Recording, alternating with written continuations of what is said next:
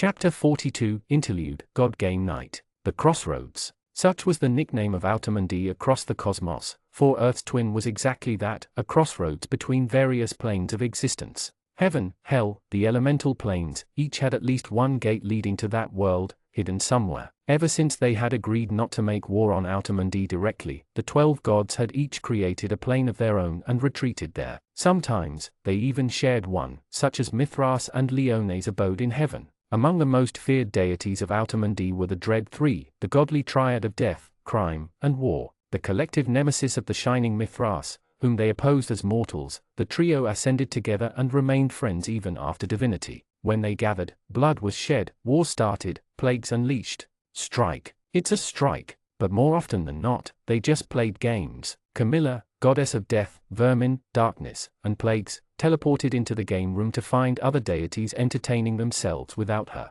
You have started without me, traitors. An open space under a starry night sky, with the ground made of clouds whom the gods could shape at will. The game room was the place where the Dread Three had fun, whether together or with guests. Her teammates hadn't waited for her and started playing shooting star with the Moon Man and dice. The rules were simple, throwing comets at the heavens above and trying to hit something. Planets counted as more points than suns, since they were harder to hit. First strike. A humanoid crow, the god Death Jester never left his home without his crimson harlequin costume. It helped hide the blood. Countless souls wailed from inside his scythe. Which world did I hit? Carcosa, Varan said. The dwarfen goddess of flames, war, and machines hid herself beneath heavy, tank-like battle armor of her own design. Stilts allowed her to stand shoulder to shoulder with her comrade. Jesty, don't get your hopes high. We're playing with uninhabited planets. Oh, phooey, Death Jester said, disappointed, before turning to welcome Camilla while the Moon Man narrowingly missed a sun.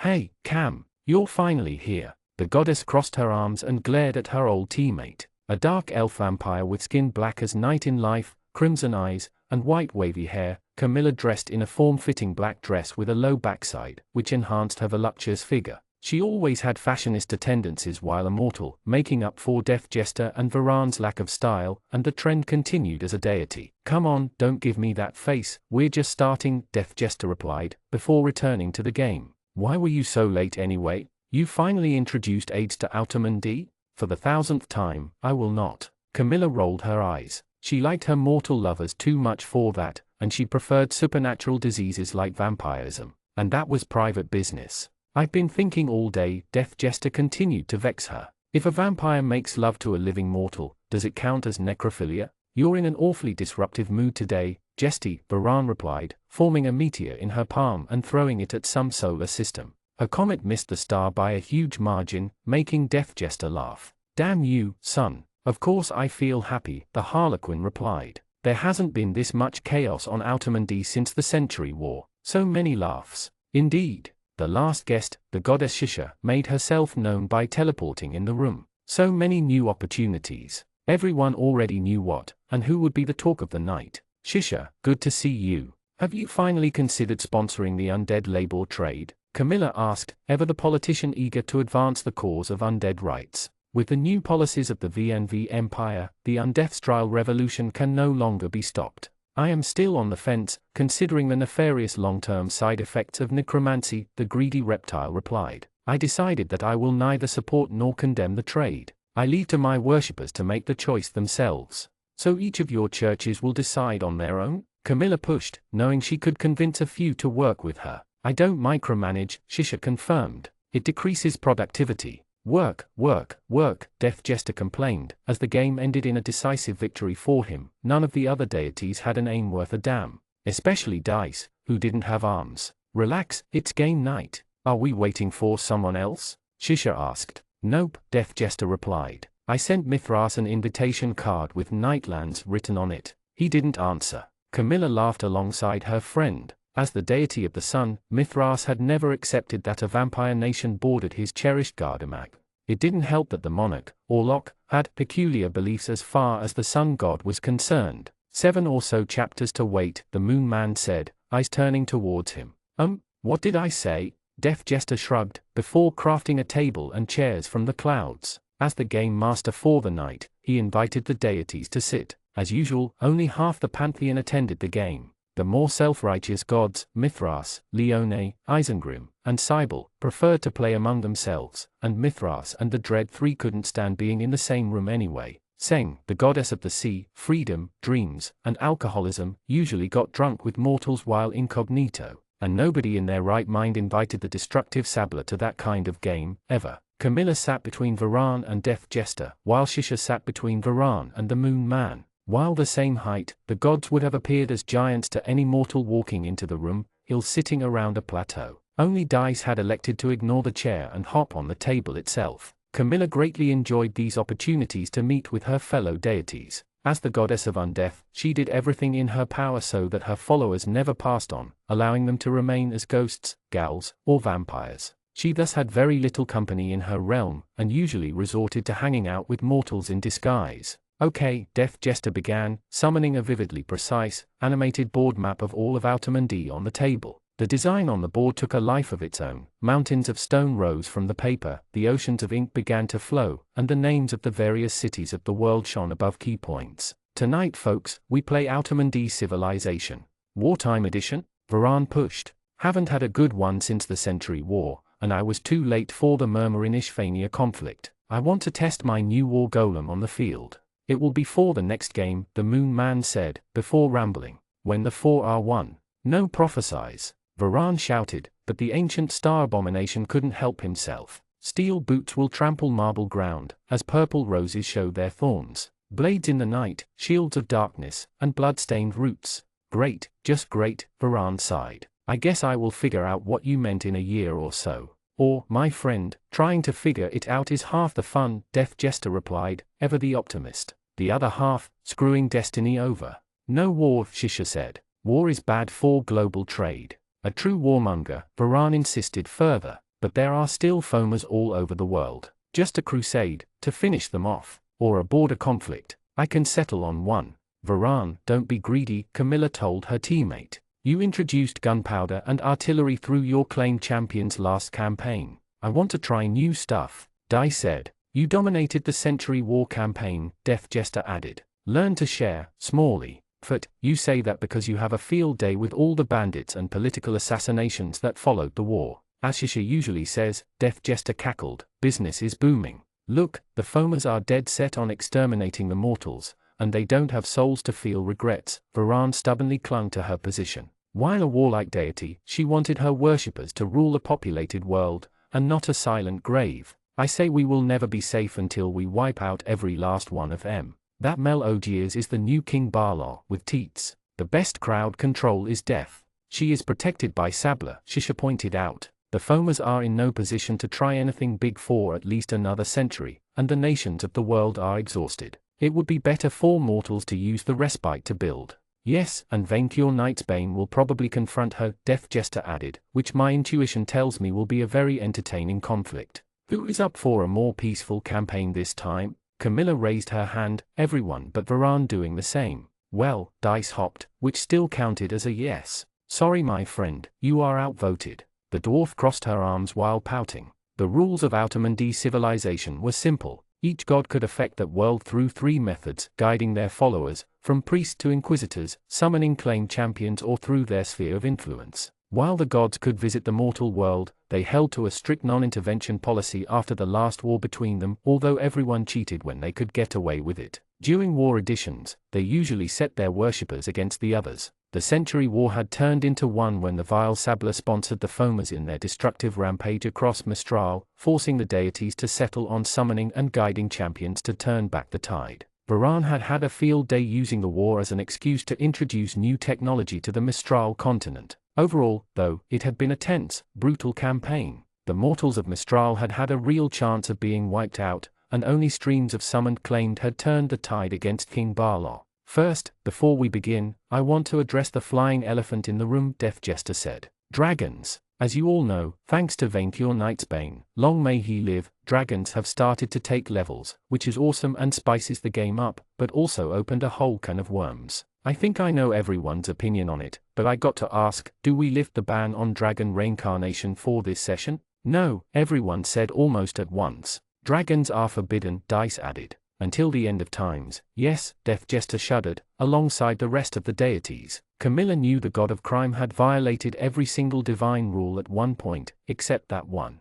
Thankfully, raw power alone won't be enough to reach Valhalla. Shisha shuddered. Nobody wants another incident. Jesty laughed over it, Varan said. Yes, like it a joke so bad, so tasteless, it circled right back to good, the Crow Prince of Crime replied. Agreed then, no dragon claimed aloud. Dragons' priests are allowed though, alongside the usual divinely empowered classes. There are dragon priests. Camilla asked, jealous she didn't have one yet. Yes, one dragon, Ifang I think, tried to worship himself to access the class. Obviously, it didn't work, but I wouldn't rule out a dragon paladin showing up. Death Jester closed his eyes while fantasizing about it. I hope one shows up. Mithras would be so mad about it. I suggest we play an Age of Discovery campaign. Shisha came forward with an idea. The gods listening, sea monsters have made it impossible for mortals to cross the oceans, until now. Some civilizations, like the Taikaku, Barin, and the Thouten Empire, have developed archaic flight, more created one functioning aircraft, and dragons. If last campaign's focus was a worldwide war, I suggest the next one be an age of adventure and exploration.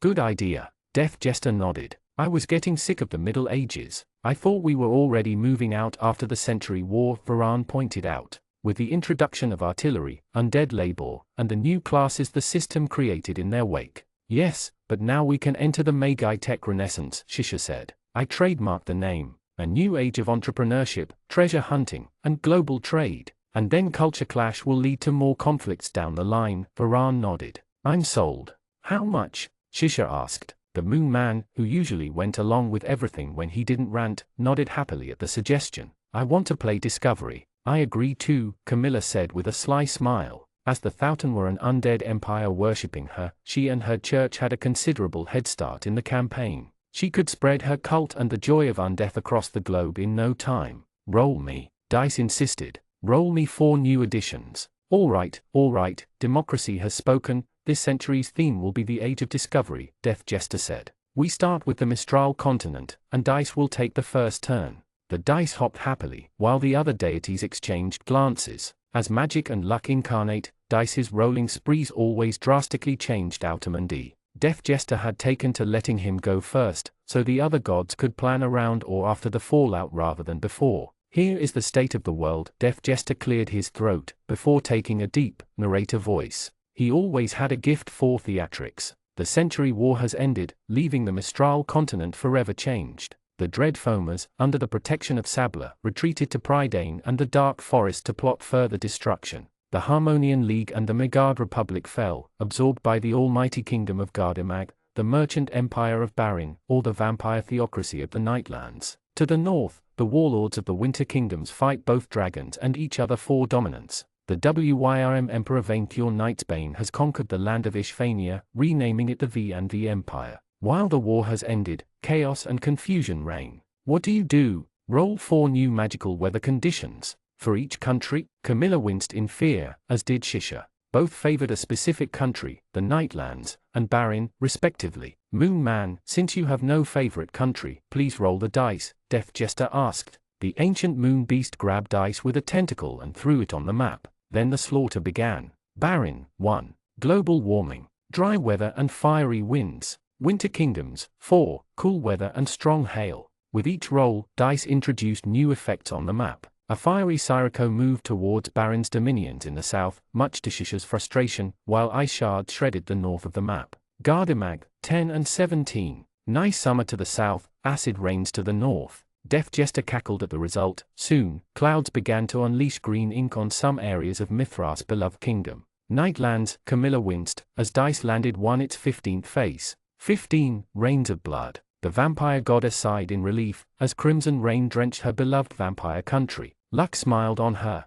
which left only one country, VNV Empire. 20. Dice sounded overjoyed at the result, introducing an unknown weather pattern to Audionovel. Rain of Slime. Tiny green clouds formed above the former Ishvanian territories, raining slime creatures like water. Camilla hoped Vainkur and his troops were hungry, because they would have a jelly feast for a meal. None of these are natural weather patterns. Shisha protested. You cannot rain jelly. I'm a god, I don't have to make sense. Dice replied. I say rain of slime. By the end of the turn, all of the continents' weather had been altered for the season, dice leaving the permanency of the changes to chance. Who wants to go next? Moon Man raised a tentacle at Death Jester's question. The Lord of Madness has it. For fairness, we will play in a clockwise turn, and I will close the Mistral round. Moon Man, what do you do? To confirm, I heard I had a prophet, the Moon Man said. Does this mean I have a cult? Yes, for the 1000th time, you have followers, Camilla replied, annoyed. The Moon Man forgot he had a religion almost every session, to the point he had the smallest pool of worshippers. Sabla had more. When you were less popular than the god of destruction, you had to ask yourself questions. In that case, I order all of my followers to travel to the moon. A short silence followed the declaration. Come again? Death Jester asked. We're playing Age of Exploration, the Moon Man replied calmly. I ask my followers to brave the one true frontier, space. They will join my children on the moon so that we can shake tentacles in harmony. Wow, you're skipping a lot of intermediary steps there. This is great. Varan had taken the declaration in stride. I can introduce magical missiles in 50 years top. Death Jester sighed. Will that be all? My one true prophet shall lead my flock to the stars, the alien deity added. I have spoken. Hasn't Dice claimed that one first? Varan asked. You too, Shisha. His easy Shisha replied, who had claimed him too. Somehow, the way she worded it implied another thing entirely. Shisha, you go next, the Crow Prince of Crime said. Even if it will be hard to top the race to the moon, what do? I order my church to invest in overseas travel, Shisha said. The most calculating and practical of the deities, she favored logistics over flashy displays of power. To bolster the Age of Exploration, I increased the reward for exploring undiscovered areas. Since the monster hunting market is overcrowded by the new dragon competition, exploration will become more lucrative. Boring, but nice, Death Jester commented. Then, I introduce paper currency to bolster the economy, starting with, already done. Shisha made a short pause. What do you mean, already done? Manling Victor, Grand Vizier of Murmurin, is already plotting to introduce paper clips as the official currency of the V&V Empire, Death Jester replied. It hasn't been made official, but they started using mimics to print it. Emperor Venkior gave it the go, since he thought it would make less gold for manlings and more for him. How do you know that, Jesty? Camilla asked, Shisha considering the news. Have you been infiltrating that country? Please, Death Jester pleaded guilty. I have eyes everywhere. I knew that place would be interesting, Shisha said. I increase all of my church's investments in the V&V Empire, and I end my turn. The next player was Varan, who, as usual, began her turn by ordering her worshippers to destroy the sun and Mithras. A would-be warlord trying to conquer the surface while immortal, the Dread Three began when she hired Camilla and Death Jester, then freelance necromancer and assassin respectively, to assist. While the invasion failed, they had bonded over killing knights and stuck together as adventurers afterward. Next, I introduce a new kind of monster to Outermandi, the lava golem. As Varan spoke, a miniature of the monster, a monstrous titan of magma, manifested at the edge of the map, expected level to take on 50. Then, I special summon acclaimed with knowledge of making AK-47s in the Winter Kingdoms.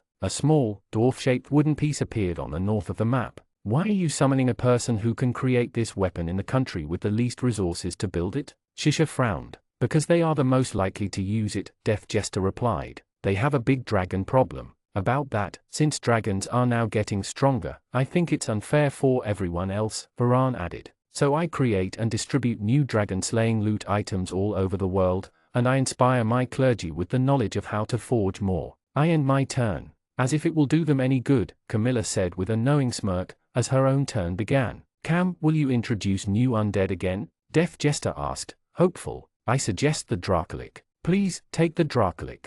Like is a class, Jesty, not a spontaneous condition, Camilla reminded her ally. Not that it worried her. Considering how fast dragons leveled up, it was only a matter of time before one succeeded. What could she do though? Unlike Death Jester, who reveled in his terrible publicity, Camilla didn't consider herself evil. She thought the world would be much better when everyone could enjoy mortal pleasures as an undead, instead of passing on. She had pushed for the legalization of necromancy, and after centuries, her wish had finally been granted. At this point, she only had to encourage and preserve the trend. Everything is already going well for me this session, she admitted. You're not skipping your turn, are you? Of course not, Jesty. I have my church officially recognize the V&V Empire, support their undeathstrile minion pension plan, and generalize it among my followers. Everyone will now gain the possibility to rise as a sentient undead, against a donation. Would you be open to multi-religion bundles? Shisha proposed. Of course, but undeath will remain a fundamental right for everyone. As the key to happiness, Camilla replied with political mindedness.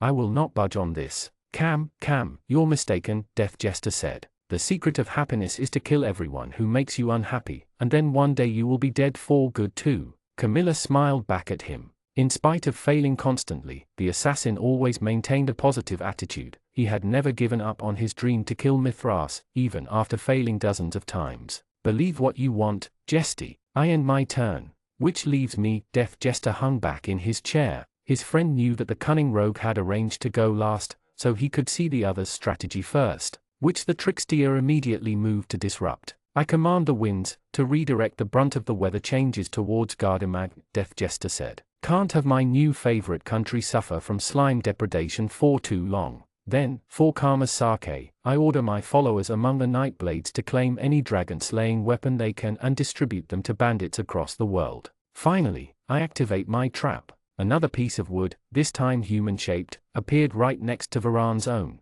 I special summon a claimed of my own in the Winter Kingdoms, and I order him to murder yours, Varan. What? The goddess jumped on her seat. Why? Because of too many guns. And on these wise words, I end my turn. And that was only the first continent. They had 7 more to go. Chapter 43, Fool's Gold. It was raining jelly this morning. Victor knew that there were moments in the life of a man where the world didn't seem to make sense. His life had stopped making sense long ago, so he only bothered with raising an eyebrow at the sight. He had been busy mimic walking Vaincure Jr. around town with a chain leash when it started. Colored clouds appeared out of nowhere, before raining green, blue, red, and white jelly monsters. Puddle-sized creatures of colored goo landed on the houses and the ground, each looking like a blob with 2 vitreous eyes. Victor used his Monster Insight perk on a blue one, which released some residual electricity around itself. Thunder Jelly. Type, slime. Strong against physical, water, acid, and electric. Weak against earth and magic. A young slime with the ability to generate bioelectricity. While incredibly weak and vulnerable to most spells, their body makes them immune to physical attacks. Often used as dungeon cleaners or pets by bigger monsters. Interesting, a new magical weather, Furibon said from within the side. By now Victor always carried it around for safety reasons. Is it the start of a slime season? The slime let out screeching sounds which Victor translated as crying. Babies? Vaincure Jr. said, with a hint of concern and affection. Oh, yes. Victor had forgotten mimics were slime types. These creatures were Junior's distant cousins. Victor figured that in any other city, a reign of monsters would have been cause for alarm, but the citizens of Murmurin took it in stride. Free food, a knoll merchant rejoiced, immediately moving to capture the slimes in bottles. Sweet, fire starters, a werewolf transformed into monster form to grab a fire jelly, probably to use it in his chimney. Instead of the defense of a village against a monster army, the event quickly turned into a slime hunting party. Even Victor participated, albeit reluctantly, as his pet strained against its chains and forced him to move around. Babies, Junior shouted as it grabbed the crying jellies with its hands, putting them on its back. The scene reminded an amused Victor of a mother hen putting chicks on its back for safety. It was a pretty fun moment, if stressful, as Junior seemed intent on rescuing more slimes than the other citizens could capture. How long would that reign last? Minion. Victor found himself teleported to the temple district, leaving his chained pet behind to meet his master. Unlike the rest of the city, this area, located closer to the mountain, didn't suffer from the rain yet. Minion. Vaincure angrily pointed a claw at the new temple of the 12 gods under construction. The Church of Shisha, careful of the local population, had brought mostly beastkey workers from abroad to build the place, overseen by dwarf engineers. Built on a hill next to the volcano, the final design would put Hordma's cathedral to shame. It's the new temple, Victor replied. The place was nowhere near finished, with only the main walls raised. Why, you want it gone? It looks taller than my statue in Central Square, Vaincure complained, incensed. A crowd of monsters and workers gathered nearby to look at the giant dragon. No way this merchant con statue can overshadow mine. Fetch me Mo. Here we go again, Victor thought with a sigh, grabbing the bottle around his belt with his free hand which carried Junior's chain beforehand. Mo, come out. The genie appeared in a puff of white smoke, his expression sorrowful upon seeing Vaincure. Oh, minion of my minion, make the biggest statue of me that you can. Another statue? Victor could see the light in Mo's eyes slowly dying out with each new wish, replaced by the familiar, empty gaze of a jaded veteran of Vaincure's antics. But one made of rubies this time, Vaincure clarified. So it looks crimson like my scales. Make it taller than that temple. Mo, please create a pure ruby statue of His Majesty, Victor said, sympathizing with the creature. So far, Vaincure had mostly used the djinn for whimsical demands. The genie let out a heavy sigh and snapped his fingers. A giant representation of Vaincure, slightly smaller than the Statue of Liberty, made of the purest rubies, stood in front of the new temple. It would have been an amazing, impressive sight if Mo hadn't represented the dragon ready to take flight with an arm extended like Superman's. Obviously, Vaincure was too enamored by his own image to find the subtle ridiculousness in the sight, and the crowds were too amazed by the impressive display of magic to laugh at it. Make a smaller statue of my chief of staff next to it, Vaincure added. Onyx for the clothes, and lapis lazuli for the skin. Do you have any use of my phenomenal cosmic powers outside of landscaping and making money? Mo asked, increasingly frustrated. No, Vaincure replied bluntly. The genie made an exhausted face. While he had taken reimbursing Victor's debt in stride, Vaincure's demands had slowly eaten away at his enthusiasm. A dragon does not rule a city full of dung, the emperor declared. He had gone on a wishing rampage after visiting Murmurin for the first time since his month of seclusion, due to finding the place subpar. His land must be as shiny as his hoard. Victor had to admit that Vaincure may have a hidden talent for architecture. After wishing away all lead in his dominion, Mo turning it to gold, Vaincure had used the genie almost exclusively for landscaping, creating extravagant marble-paved roads, adding golden dragon statues on every street corner, and overall transforming Murmurin into an impressive capital worthy of a dragon emperor. I wish to rule a city of gems, Vaincure ordered. The shiniest place in the world. Is that an actual wish? Mo asked with a frown, Victor nodding. The genie let out a heavy sigh, like a condemned criminal resigning himself to his death. I will grant it. I will leave you both to your landscaping, Victor said. I have to catch Junior before it does something stupid, and then meet with Kia at Alison's place. Minion, I changed my mind, Vaincure said with a serious voice tone. I do not want you to breed with Kia. She is a terrible influence on my niece, and she will be one on you too. It's fine, I'm taking someone else out to dinner tonight. Hopefully for the last time. Good, we shall go return the bottle to the quest giver tomorrow, Vaincure declared, surprising both Victor and the djinn. You will? Mo's head perked up in joy. You truly will? A dragon does not go back on his word, Vaincure replied with pride. I said I would return the bottle to its owner, and I will. He shall get the bottle, and we shall keep you, minion Mo. You shall never stop working for V&V, I swear it. If there was a picture for absolute despair in the dictionary, Mo's face would have had to be the top pick. Victor absent-mindedly used monster insight on him, in case his species had some tricks up its sleeve. The same result as Melagier's. Maybe his perk only worked on lower-level monsters? But then why could it work on Vaincure himself?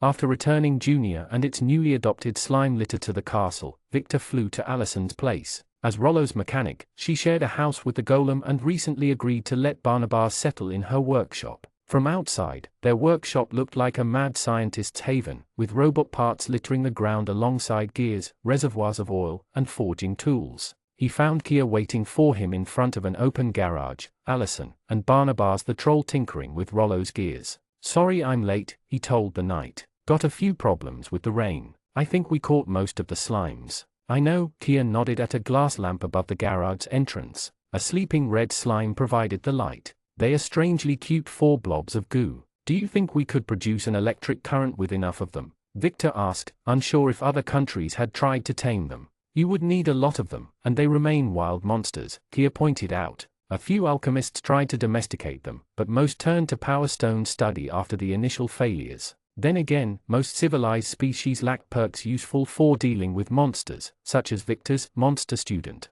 If he had managed to tame something as alien as Junior, Victor thought he could still make use of the creatures. I haven't found anything on djinns, Kia said, as Alison and Barnabas finished their checkup of Rollo, the golem flexing his arms. You would think a species capable of granting wishes would have more lore about it. Yeah, I wanted to do more research on his kind before wishing for stuff, but Vaincure hated Lead too much to listen. At least he convinced the dragon not to wish anything too spectacular or sensitive for the moment. I don't trust him. Vaincure wants to return the bottle to Barsino, and that would help us fact-check that map. I cannot say if it would be wise to give the Jinn to Barsano or not, Kia admitted. Isn't he a hero of the Century War? Yes, but he only supported Gardamag because he saw an opportunity to claim territory for his country. I met him once, and he struck me as cunning and charming, but also as an opportunist. Still better than Melegears. Thinking of her. By the way, I asked Mo to locate Melegears, and he came up short. So she is either using a pseudonym or blocking his power? The paladin sighed. Of course that would be too easy. Thanks, Barney. Allison thanked Barnabas as they finished working on Rollo. Been thinking about testing these new Agarthan gears for a while, the troll grumbled. Advanced design, but shoddy work. I feel as good as new, the golem replied, before bumping a fist to the heavens. Nothing can stop Rollo now. Hi, Vic, Kia. Allison welcomed them with a bright smile, cleaning her oil-stained hands with a towel. What's up? I'm looking for love, Victor joked. In my garage, she deadpanned back, Kia chuckling at the scene. Well, I gotta start somewhere, he replied, before turning to Rollo. I visited a tower full of golems recently. The Tower of Sabla? That takes me back. So indeed, the golem farmer had come from that place. I received my first crest when I managed to fight my way out of it. Is the vile Achenapup still sleeping at the bottom? I'm looking for supplies to help kick his ass, Kia confirmed, glancing at Barnabas. Do you have any item effective against ancient mummies? Like rings protecting against earth-based attacks? I can forge an amulet of the sandstorms, the troll replied, eager to create new magic items. High resistance to the earth and wind elements, immunity to the sandstorm weather and its debuffs, and immunity to curses. The pharaoh enjoys the benediction of Sabla for his crimes against nature, Rollo warned Kia, Allison frowning at his words. The poor state of Ishvania and the rise of Brandon Moore had been a direct result of Akenapup's magic. Time effects do not affect him, and magical protections never resist him for long. I'm not attacking that monster until I have the team assembled and the perfect setup, the experienced knight reassured him. Do you have information on his abilities? Allison asked her golem friend. You worked for him before achieving sentience. While Rollo, Allison, and Kia discussed Akenapup's abilities, Victor turned to Barnabas. I'm also looking towards upgrading my arsenal. Items which could help me heal Vaincure in a fight. Vaincure had the physical part covered, but had no means of regenerating health. Since Victor could never match his master in sheer firepower, he thought he would better learn how to support him, and thanks to his new perk, he should get a nice discount. Money first, the troll said. You're indebted. I was, Victor replied, before presenting him his purse, full thanks to Mo's wish. Here's more than enough to satisfy you. The troll blacksmith glanced at the coins but refused them. Nah, I don't accept fairy gold. Victor blinked at the same time as Kia and the others, at the mention of fairies. Come again, the vizier asked. I don't take fairy gold, Barnabas replied. It is either cursed, fake, or blood money. Oh. Victor connected the dots. Monster Insight did work on dangerous monsters. The perk just didn't recognize one specific kind. Kia quickly unsheathed the sword. Mo is not a Jinn. Because Jinns didn't exist in Outermundi, they were another name for. Damn. Victor immediately rushed outside, Kia, Allison, and Rollo following him. With all the wishes he granted for Vaincure, it was only a matter of time before. Before Mo snapped. His frustrated scream echoed through the city and with it a foul purple light. Greater blessing. Kia immediately cast on herself, surrounding herself with a golden aura. But the purple blast cancelled the spell at once, instantly turning her and Allison into gemstone statues. Only Victor and Rollo remained unaffected. Of course, Mo would take out the woman who defeated Barlow first. Allison. Rollo paused in fury, before rushing towards the source of the scream. The bottle's protective magic had protected Vic from the wish, and Rollo was an artificial creature with natural resistance to magic, but no one else was as lucky. As the two raced through Murmurin, they passed by citizens transformed into gemstone statues.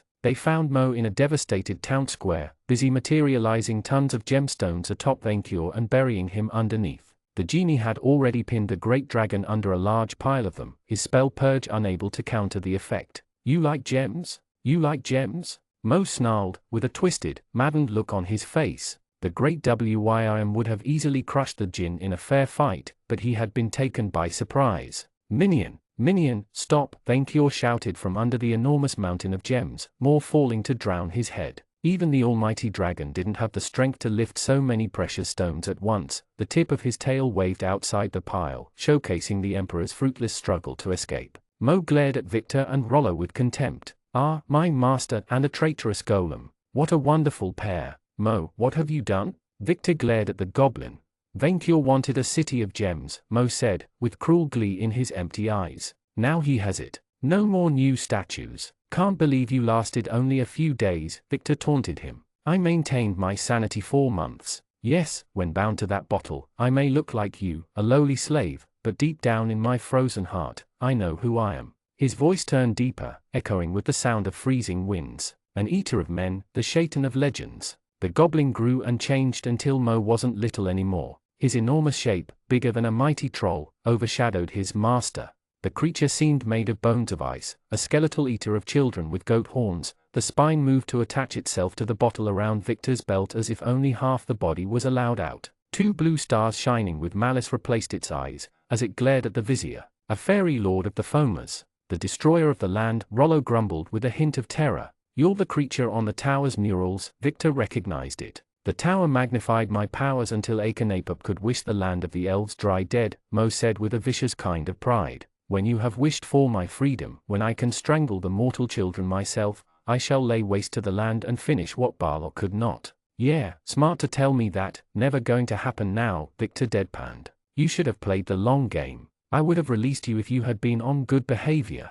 I intended to, but found something worse than being trapped in a beeping bottle and providing gifts to mortals against my will, Mo said, glaring at the buried Vainkur. Serving that dragon. I can wish for those turned to gem to become flesh again, Victor pointed out. I will make flesh out of your statues, so they become alive and eat you, Mo replied. Or I shall make everything flesh, from bones to brain. Any wish you shall make I will twist, no matter how you word it, unless I am set free. Yeah, no way in Happyland. But if Vainkur's own spell purge could not suppress Mo's ancient magic, then only another wish could counteract the chaos. The genie must have had a weakness of some kind. You can't kill people. The monstrous fairy chuckled. You would be surprised by what I can make you live through. So, deal, or agony? An idea crossed Victor's mind. Okay, let's make a contract. Yes, wish for my freedom, and I shall. No, I mean a written contract. Overseen by the few evil creatures as good at twisting words as a genie. I'm calling my lawyers.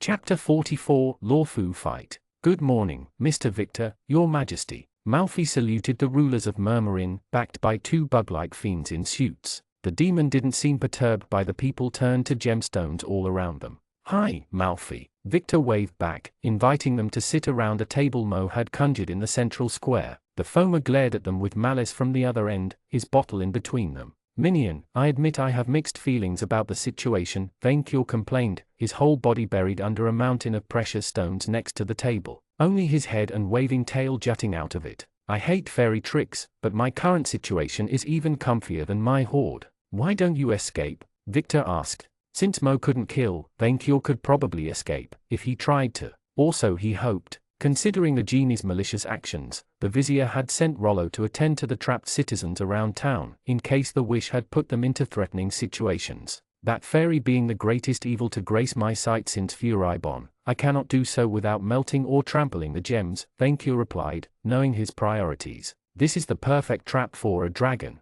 As per our lobbying campaign, we will handle this on the Empire's behalf, Malfi said, presenting his lawyers. This is Mr. Nick, and his partner Mr. Scratch. They have defended innocents as respectable as the Wicked Witch of the West, Dracula, and Phantomar. They famously obtained a dismissal in absentia during the Jesus vs. Judas case. Self-defense, one of the lawyers said. The key is always self-defense. Okay, so to explain the situation again, Mo here, Victor pointed at the foamer, can grant wishes but twists them no matter how hard I try to word them well. He caused all the chaos around here and wants me to explicitly wish for his freedom in exchange for returning Murmurin to normal. However, if set free he will be allowed to kill with his wishes, and of course, he intends to double-cross us. Ah, I see, the first lawyer, Mr. Nick said. You want to draft an agreement where you keep all the benefits of the previous wishes, remove the negative effects, and ensure that there will be no repercussions. I want to keep all of my statues, Vainkur specified.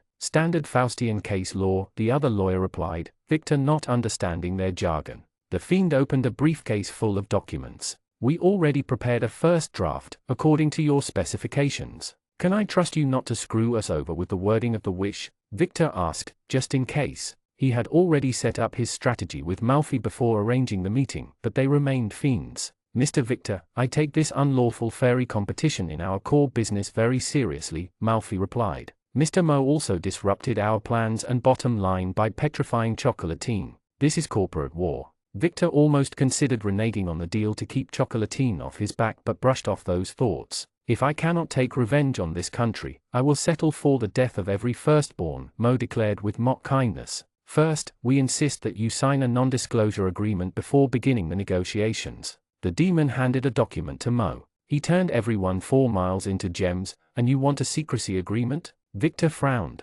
Dear client, I assure you that this is part of our perfectly calculated strategy, the lawyer replied, Mo conjuring a feather and signing the NDA with frozen blood. We will handle it. Can it be done before this evening? Victor asked. I have a very important date then. You consider me less important than a beastly woman? Mo hissed, his pride wounded. Perhaps I should turn you into a monster at nightfall, so you can never find rest. I'm sorry, but I've died twice, once after being impaled by an even more psychotic fairy than you, Victor replied. After that, every threat feels like a letdown. Also, the joke is on you here.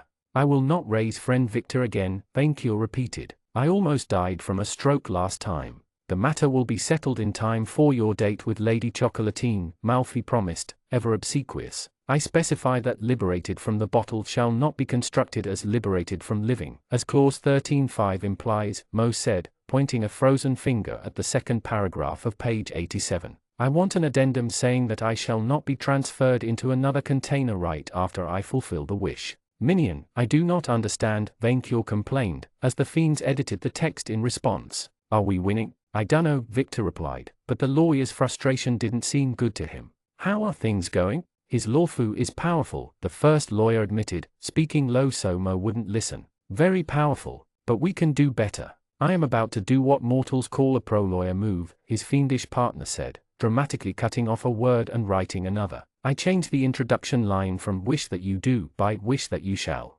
But this changes the entire meaning of the text, Mo protested. You have the right to keep silent, the lawyer replied, the fiends at the table exploding into diabolical laughter. Victor merrily winced at their terrible sense of humor. And this agreement shall not allow, under any circumstance, the designated Mo, henceforth called the wish grantor, to torture, negatively impact, kill. Minion.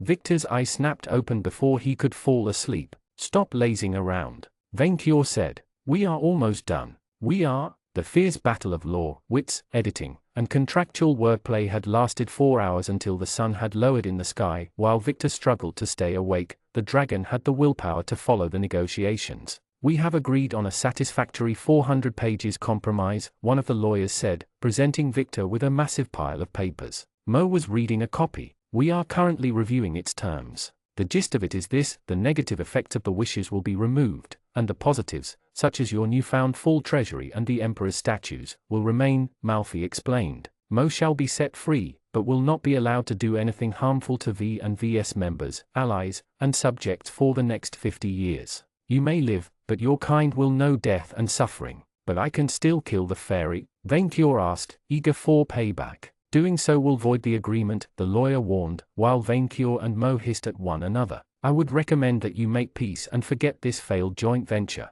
Win-win. I don't call letting him kill the rest of the world while sparing us a fair deal, Victor falsely protested, for the sake of his plan. It is not? Malfi asked, genuinely confused. I would have preferred to kill you as well, Manling, Mo said. But this is the best you will get. I am not budging on anything else. I agree with my chief of staff, an outcome where I do not kill the fairy does not satisfy me, Vaincure said angrily. I am a dragon. My kind won the dragon fairy war, I must defend my honor. What did you say? Mo's empty eyes turned into fiery stars. You dragons did not win, we gave you gold so you would stop bothering us. You granted us a gold tribute after your shameful defeat. Vaincure replied angrily. He and the fairy started to argue which version was the truest. Can you add an addendum where His Majesty and the fairy can duel each other without voiding the entire agreement? Victor suggested to the lawyers, before turning to Vaincure. If everything went according to his design, then it wouldn't be necessary, but better safe than sorry. Would that be all right? Yes, the dragon nodded. Once the gems are safe and out of the way, nothing will stop me from feasting on his bones. Fine. Mo snarled back, as the lawyers edited the contract. If you wish to join the cohorts of the dead, vain cure, I shall oblige. There, Malfi said, handing out the final versions of the agreement to both Victor and Mo. If that is satisfactory, Mr. Victor, can you make your wish? Victor faked reading out the front page, focusing on the empty space in between the sentences. That sounds good, the vizier said, while Mo nodded. Vain cure is going to kick your ass, Jinn. As if, the Jinn replied. 50 years is the blink of an eye for a Foma, Victor. Your time will come. Then, Mo, Victor read the first sentence of the contract. I wish that you fulfill this contract in full, to the letter. Finally, I waited so long. Mo couldn't restrain his glee, as he raised a hand to snap his fingers for the last time. Your wish, and my freedom, is granted. With his finger snap, Mo released a wave of magic which covered all of Murmurin, an energy pulse far mightier than the first one. Victor watched on with amazement, as the chaos around them ended as suddenly as it started. The petrified citizens turned back into flesh and bone, and the gem mountain keeping Vaincure trapped split in two, as Moses did with the sea. Much more worryingly, Mo's spine escaped from the bottle, trailing a lower half with it. The skeletal fairy lord stood on 2 legs, dancing on his feet. Free, free, the creature rejoiced, unaware of Victor's trap. Free at last. You will be free to see the insides of my bowels. Vaincure replied, the red dragon to extending his wings with a fearsome roar. If you like gold so much, dragon, gold you will be. Mo snapped his fingers, and nothing happened. Vaincure looked down at his claws, in case the transformation was gradual, before raising his head with smugness. Ha! Puny fairy, I did not even need a stat check to ignore your attack. I said gold you would be. Mo snapped his fingers a second time, then a third. Why is it not working? Because your magic is no match for me, Vaincure replied arrogantly. Actually, this is Mr. Victor's doing, Malfi replied, the lawyers nodding. You? The chief of staff couldn't suppress a sly smirk, as Mo glared at him. How? I checked the text for every loophole. I know, Victor replied, Vaincure having halted his threats to observe the scene. While I hoped our lawyers might succeed, there was no way to trick someone as experienced as you with the wording alone. At best, they would bind you to a compromise we could have lived with. But I knew that as a cunning, paranoid genie, you would obsess on finding the complex loopholes in the text and miss the trap right on the front page. Letting you believe you could solve the aftermath with a fight wasn't planned, but would have made for a nice backup. The genie immediately grabbed his copy of the contract, checking the fine print of the first page for a loophole. I noticed something, back in the tomb, Victor explained, as the genie failed to notice. You couldn't see Vaincure due to his invisibility ring. That made me wonder if, in spite of your enormous power, you had limits. Since fairies are always bound by obscure rules in tales, I suspected Fomas were no different. You had to end up trapped in a bottle somehow.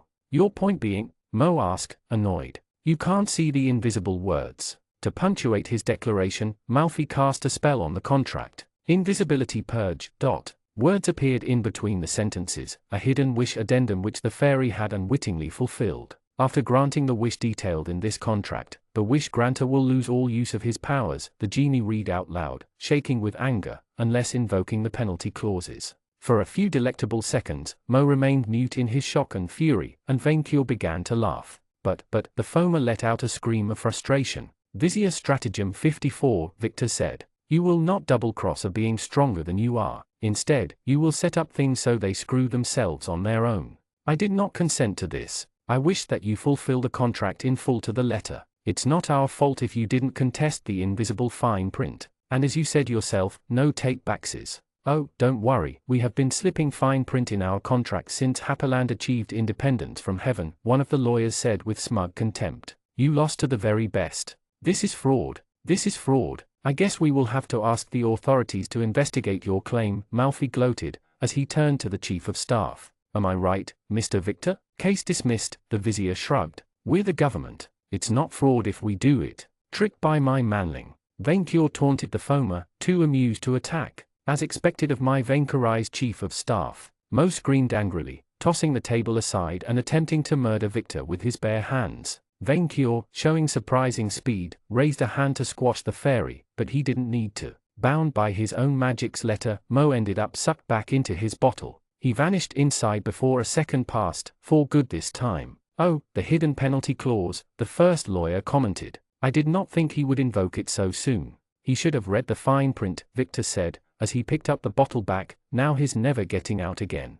As he had suspected, Mo was bound by the rules of his own power. I am surprised that it worked, Furibon said from within the scythe, having observed the plan from start to finish. I thought the fairy would not be bound by words it didn't notice. And I'm surprised you didn't rat us out in exchange for freedom, his holder admitted. Trusting a fairy seemed as smart as turning a dragon's horde to lead. I'm glad you learn it. Good job, manling Victor. Vainqueur congratulated him earnestly. Now we can send that bottle away from my sight and keep the gems. Kia would be the most unhappy. She had missed another battle. Congratulations. For skillfully tricking a foamer on behalf of your dragon master, you earn 2 levels in Monster Knight, Red Dragon. You earned the Master's Shield class perk. Master's Shield, as long as you are within 50 feet of your master, Vainqueur Knight's Bane will enjoy the benefits of the region status. 60 HP, plus 20 SP, plus 2 STR, plus 2 VIT, plus 2 Ski, plus 1 AGI, plus 2 Int, plus 2 Char, plus 2 LCK. By reaching level 20 in Monster Knight, Red Dragon, you maxed out the class. You can no longer take levels in it, but you gain the capstone ability Fright Knight. Fright Knight, Technique, 50 SP. You exude a sinister aura for 5 minutes, forcing anyone perceiving you to succeed on a moderate difficulty charisma check, or be afflicted with the terror ailment and have their strength and charisma decreased by 1 stage. A successful save only negates the terror ailment. Well, now they had defeated this enemy, Victor had to face a much more terrifying foe. Chocolatine was waiting. Chapter 45, The Dragon Wingmate. Vainqueur Knight's Bane, greatest of all dragon adventurers, checked his travel bag, in case he had forgotten anything. The map, to find his targets. 3 sheeps, for breakfast. Enough coins to build a makeshift bed, on which he could sleep. There would be enough space within to gather treasures he collected, alongside princesses, if he caught one on his journey. From his spot near the Devil District, the dragon glanced at his beautiful city, which his minions were busy restoring after the damage the fairy caused. It irked him to leave it and his horde behind, even for a few days. The thought of that cursed Icefang getting the lead on him infuriated him more, however. What if that silver lover caught the Blue Rose Legion before Vainqueur did? He wouldn't stand another humiliation, especially not after the fairy fiasco. But he would leave tomorrow. Tonight, he would be busy commanding his elite minions for a sensitive operation, the most important since the War of the Horde. He observed the small crowd gathered in front of him, each aware that their life would be forfeited should they fail Vainqueur today. Scrap Golem? Vainqueur began to check his lackeys. The feast is ready, Rollo the Golem nodded, having put on a white chef hat. I have brought out my most precious vegetable and wine from storage. Savory, you supplied us with the best cheese this side of Autamundi, and I can finally cook that black rabbit. I spared no expense, Savory Use boasted. My adorable Victor needs to settle down with the right, caring girl. I still think we should have gone with a vegetarian dinner, or at least stick to fish, Alison the Dryad said, who had assisted the chef with the presentation. You cannot have dinner without meat, Vainqueur replied, incensed by the woman's lack of culture. Even if my minion is obsessed with that apple vegetable, his dragon half will demand raw sheep meat. Where is Chocolatine? Already inside, Alison replied. Malfi is coaching her on the proper script. Vainqueur suddenly realized he should have done the same with his chief of staff. Too late. As a reward for reimbursing his debt to his dragon master, and dealing with that damn fairy, Vainqueur had decided to personally make sure the minions' mating ritual would go well. Manling Victor had proven helpless at reproducing on his own, but the dragon had been an excellent goblin breeder in his youth. He knew how a minion's mind worked. Sometimes, it hadn't worked out so well, resulting in minion wars and Vainqueur's policy against minion harassment. However, Manling Victor had proven himself the best minion he ever had. The dragon knew his friend would be responsible, and if helping him breed with Chocolatine was the only way his lackey to pass on his genes, then so be it. Cobbled Rangers, are you all ready? The dragon asked his favorite servants. Even though they no longer counted as kobolds, the name stuck. Yes, your majesty, Red Ranger nodded, a banjo in his hands, each of the 5 carrying a different musical instrument. Pink made us practice the songs. She wasn't very enthusiastic about it though, Yellow said. Because Pink seemed to hesitate with the plan, much to Vainqueur's confusion. Because Lord Victor belongs with the Emperor. Of course he does, he is my chief of staff, Vainqueur replied, confused by the ambient embarrassment among the rangers. Don't listen to her, your majesty, Ranger Black said, putting his foot on Pink's. She didn't mean it that way. I can't silence the truth. Pink struggled to find her words. I even wrote a book about it. She brought out a scroll, too fast for the other rangers to steal from her hands. Pink, you lied to us. Red glared at her. You said you would burn it. I couldn't. His Majesty must know. I must know what? Vainqueur wondered angrily. Are you hiding things from me, minions? Your Majesty, please do not read this. Red panicked, as everyone looked at the scene in confusion. This is accursed work, that should never have been committed to paper. Minion read, I am Emperor of all I see. I can handle any hard truth of my territories. Pink, tell me of this book, but be short. My minion will arrive soon. Yes, Your Majesty. Pink Ranger opened the scroll, while the other rangers recoiled. My Immortal Dragon, Chapter 1, The Minion's Wish. From the first sentence on, Vainqueur started to feel odd. The world began to chill like the frozen heart of winter, and he sensed a sinister force crawling on his back with every paragraph detailing Manling Victor's forbidden love for his master. The other minions shivered in dread, perhaps none more than Alison the Dryad. Is this how Manling Victor feels? Vainqueur asked, even more terrified than the other minions. I know in my heart that he does, Pink Ranger replied. That poor chief of staff. Vainqueur would have to let him down gently. I will deal with this myself. Until then, follow my grand strategy. Speaking of the devil, Vainqueur could smell his chief of staff coming. Quick, in position, the dragon ordered, the minions dispersing, while Vainqueur moved towards the entrance of Malfi's newest casino, a den of iniquity and wastefulness. Such a vile establishment. Vainqueur couldn't understand why minions would risk wasting their hoard for nothing. Did they not appreciate their gold, the way a dragon did? If so, then the Emperor would work tirelessly so quest givers would give him their coins to safeguard. Manling Victor. Vainqueur welcomed his chief of staff. As his servant landed in front of the entrance, two demonic bouncers nodded at them. His friend had made an effort to dress brighter for the night. Your Majesty, have you come for my deathbed confession? Pink Ranger informed me of how you feel towards me, Vainqueur replied. Which, I understand. Look at me. I am me. Everyone loves me on sight because I am good, smart and wealthy. What is your Majesty saying? The poor minion denied his feelings. I do not understand.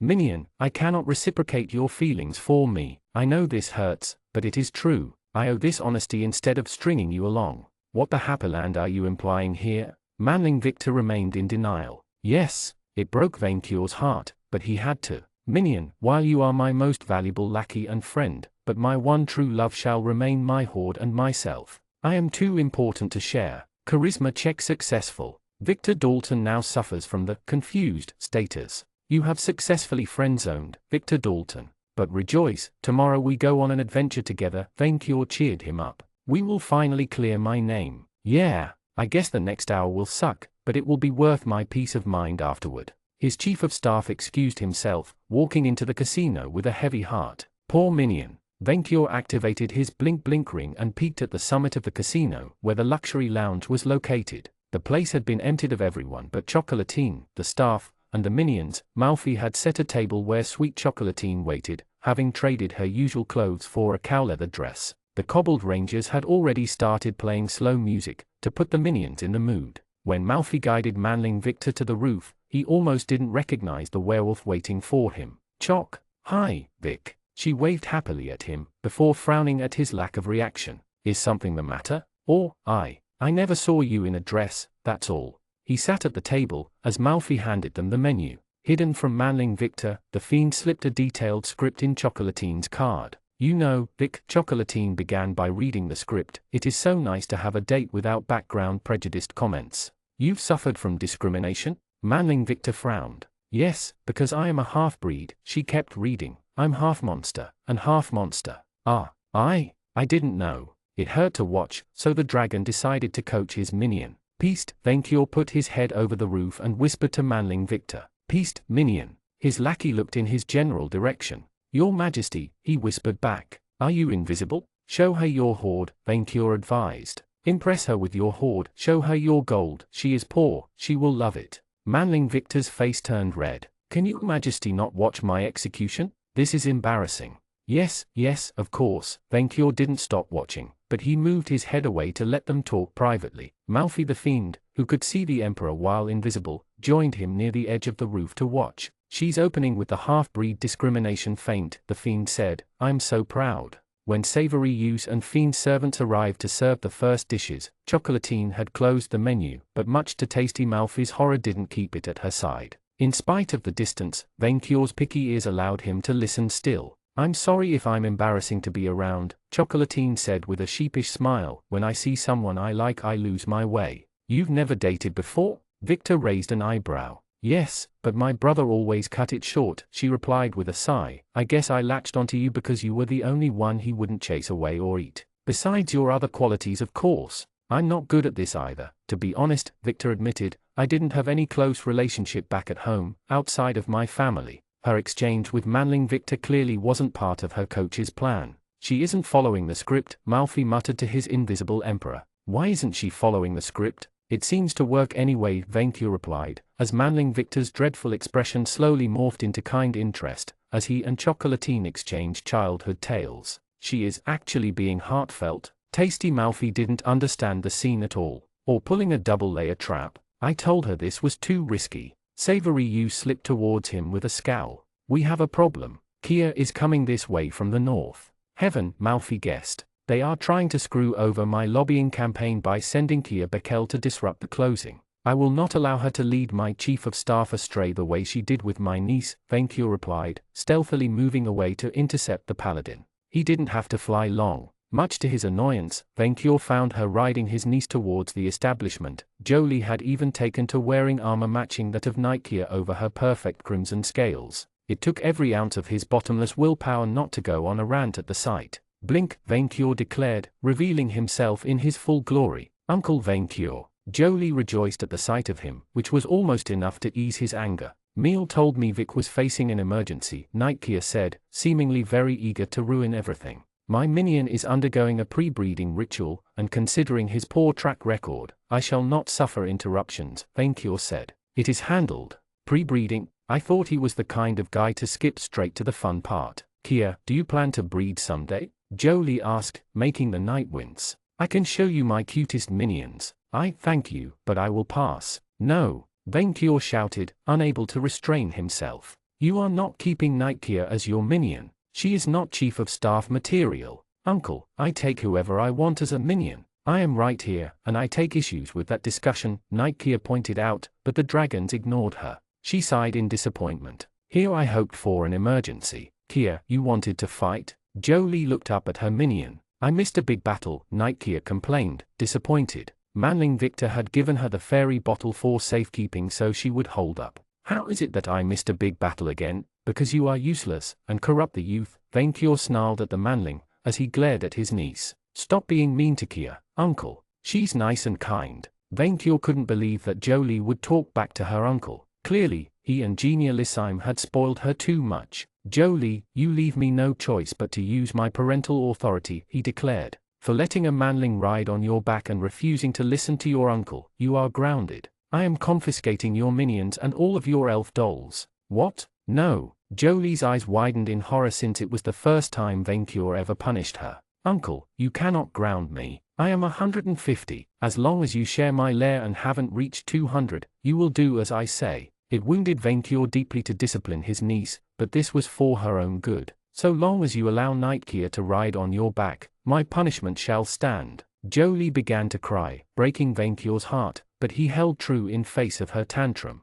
When she grew older, she would understand. Look, what about we go on a quest? Nikeia tried to reassure Jolie. We'll go deliver the bottle to Barsino, and we secure the reward. A reward of gold? Jolie's head perked up. You better have a bigger hoard to show for that bottle when I return from my own, Vaincu grumbled. I will allow you to finish that quest, but afterward Jolie, you shall not go out unless you see reason. Is it wise to trust Mo's map though, considering its source? Nikeia pointed out. My chief of staff saw that any negative effects of this fairy's meddling were erased, Vaincu replied. The map remained behind. So the information inside is truthful? Nikeia frowned. Very thoughtful. Of course. Vaincu had started with 64 points in intelligence. Figuring this out was mere child's play to him. Kia convinced Jolie to stop crying and go on to deliver the bottle of Mo back to the quest giver, with Vaincu hoping this experience would teach his niece the value of upholding the food chain. He returned to the casino under an invisibility veil to observe the ritual, and the results were decidedly mixed. Manling Victor and Sweet Chocolatine exchanged words, in between consuming a marvelous buffet of sheeps, demon tomatoes, fishes, and solidified cow milk. The discussion grew slightly livelier over time, and Manling Victor even laughed at one point. In the end, after they finished the meal, Manling Victor accompanied Chocolatine outside the casino, under the silent stares of the other minions present. As they reached the main entrance, they waved hands at each other and separated. So, Vainqueur whispered to his minion, as Chocolatine left to return home. Well, we agreed to have a second date where everybody is not watching us, but it was nice. Nicer than I expected. While his minion clearly wouldn't reproduce anytime soon, the mating ritual would continue. Vainqueur considered it a success. Congratulations! For sparking some shade of interest between two monsters, you have gained a level in Dungeon Breeder. You earned the Monster Empathy class perk, plus 30 HP, plus 1 STR, plus 1 Ski, plus 1 Char. Monster Empathy. You can make a charisma check to improve the attitude of monsters toward you, making them friendlier. This ability works even on wild monsters such as beast types. Monsters who hate you for a personal reason or mindless automatons such as golems will ignore the perk. Yes, pack your belongings, we go on the hunt at dawn. Chapter 46, Quest Competition. It had been a long time since Vainqueur had visited the lands far east of the Albane Mountains. The Manlings called it the Harmonian League, or so his chief of staff told him. To him, they were just hunting grounds he had briefly visited before his hibernation. After the mountains and the nearby lakes, the landscape could be resumed as green, grassy plains, crossed by long Manling stone roads or farmer fields. Groups of Manlings and Beastki, whom Vainqueur assumed to be merchants, cowered at the sight of the dragon flying above them. Minion, where is this garland hiding? Vainqueur asked, growing bored with the lack of change in scenery. They had planned to tackle a few easy quests on the way, namely hunting the Basilisk beast, eating bandits, and escorting a merchant caravan. He had to make this revenge trip profitable. He wouldn't let avenging his reputation get in the way of a nice reward. According to the map, his hiding at Lagan, one of the biggest of the fallen city-states. Unlike his master, he seemed to enjoy the landscape. The League used to be a loose alliance of them until they betrayed Gardamag for King Barlog during the Century War. Gardamag and Barin ended up conquering their lands and splitting them in two. That served the fools right. Never trust a fairy. I can smell cooked manling in the air, Vainqueur said. The region is still unstable. While Lagan and the northern cities swore fealty to Gardamag, they are still quarrelsome. And since the local nobles make heavy use of mercenaries to harass their rivals' lands, people like the Scorchers flock there to find work and protection. Minion, I mean cooked manlings, with spice, not a burned village. Vainqueur recognized the scent, flying towards its source. He had an inkling to who was responsible, and it justified a detour. As he expected, Vainqueur found his favorite cousin cooking meat around a large campfire, while a little manling ate a chicken nearby. Genia Lissime. Vainqueur, Manling Victor, the other dragon rejoiced, as the Emperor of Murmurin landed next to the campfire. Much to Vainqueur's confusion, he had started wearing a pointed, dragon-sized blue hat over his horns, like his cousin's crown. Good to see you. Have you come to visit? No, but this is a welcome surprise, Vainqueur replied, before looking at the breakfast. I'm cooking bandits, Genia Lissime replied, before offering Vainqueur a stick covered with juicy meat. Do you want some? It's claw-licking good. No, thank you, I have sheeps in my travel bag. Genia Lissime may have been a talented cook among dragonkind, but Vainqueur found manlings bland, even with seasoning. I guess our bandit hunting quest is toast, then. His own chief of staff covered his nose to protect himself from the smell of his cooked kindred, before landing near the other manling nearby. Both exchanged a frown as if they recognized one another. Henry? Manling Victor said. The name jogged Vainqueur's memory enough to remember the bespectacled class scholar from the stinking city of Hordma. Henry, is that you? You're alive? Victor, is that you? Are those real wings? Yeah, I had shall we call it, a class accident. Fascinating, Manling Henry muttered. I knew some monster classes could change the user's type, but I didn't imagine Monster Squire would. Oh, you know my class planner, Manling Victor? Genia Lissime nodded in appreciation. I have taken 12 levels in Wizard, thanks to his guidance. He even found me this Hat of the Aquamage to bolster my spells. You have a class planner too? Vainqueur asked while bringing out his sheeps for breakfast. Yes, I figured that I needed a minion like your Victor, who could help me become the best dragon I could be. So I searched the cities whom you visited, dear cousin, and I asked them if they had a chief of staff in between jobs. Manling Henry immediately jumped at the occasion to serve me until the end of times. I made, through no fault of my own, a powerful enemy, Henry admitted. I figured no one would dare attack a dragon, even someone with her reach. It also allowed me to pursue my research on dragon classes. As long as I am here, minion Henry, none shall touch you, Genialissime reassured his chief of staff. And if anything happens, I will go to a minion repairman to patch you up. Corpse sailing Jules, Vainqueur told his minion, who clearly didn't understand the term. A minion who can repair other minions if they break. You mean when they die? Yes, when they break. Do you want some, Manling Victor? Genialissime offered him a meat stick. Manling Victor glanced at the stick with revulsion, clearly not a full dragon yet. I have chicken, Henry said. Thank the gods, Victor muttered. My cooking is so good, nobody dares taste it, Genialissime replied with pride, swallowing the stick whole. Victor, Henry bit his lips. I would like to apologize. For ratting me out to the scorchers? Manling Victor shrugged. It's fine. I got more than 5 levels out of it, and considering how they treated you afterward, I guess that makes us even.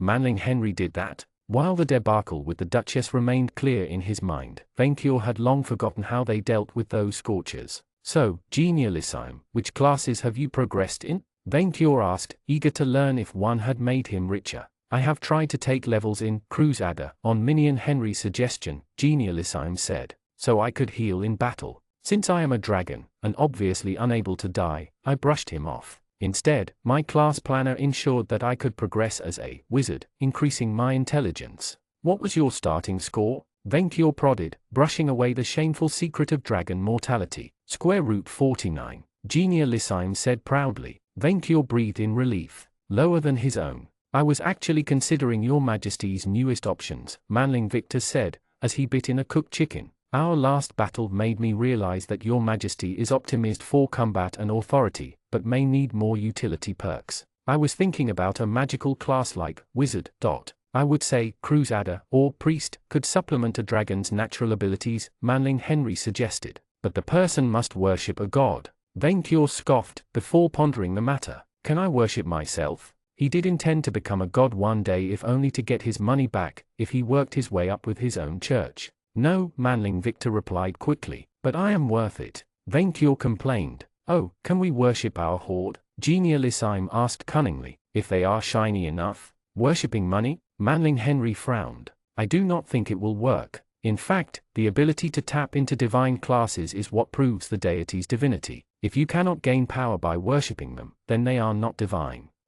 A true horde was too good for the heavens anyway. Besides, wasn't Crusader Nightkere's class? Vainqueur would rather take any class that the corrupter of the youth hadn't touched first. Why not Geomancer? Manling Henry suggested. Geomancer. Manling Victor and Vainqueur asked at the same time. Geomancer. It is a spellcaster class that allows the caster control over the land, but its perks need an enormous amount of SP. A dragon has so much in store it won't be a problem. Genialissime told me you were ruling a country. Yes, without taxes, Vainqueur replied proudly. Geomancer would be extremely useful then, Manling Henry nodded. It can help with landscaping, agriculture. Vainqueur considered the matter. Casting spells wasn't in dragon, unlike being a merchant. Can it make me richer? The dragon asked the only important question. I definitely see a few ways it can, Manling Victor said, satisfying his master. How can you access it? How about we discuss it, while you tell me everything about your class evolution?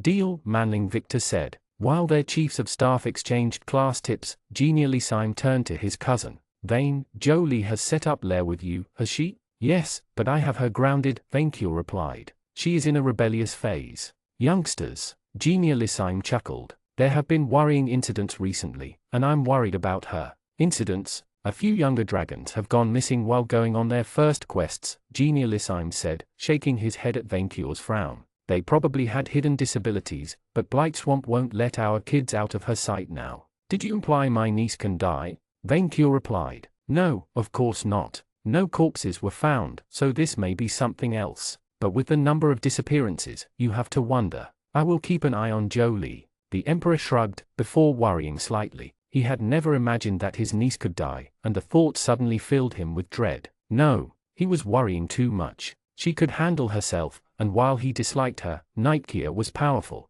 Jolie was in safe hands. What happened to these young dragons, though? What do you mean? Protecting the caravan is no longer a problem. Vainqueur complained. We already have a dragon protector, Magnifique the Great. The manling showered a green dragon with praise, whom Vainqueur recognized as one of his guests. They offered to pay me forever as their don if I protected their city, the dragon rejoiced. I can watch my horde grow without doing anything. I did that with my empire. They reward my benevolent leadership with cattle, Vainqueur replied, torn between happiness that he had inspired others to follow in his footsteps, and annoyance at being denied another quest. I am thinking about innovating in minion management, the dragon continued. There is that law of silence I would like to try. The basilisk. Oh, thanks, but the monster has already been slain by one of your scaled kindred, and the village's mayor showed his teeth, sweat falling from his forehead.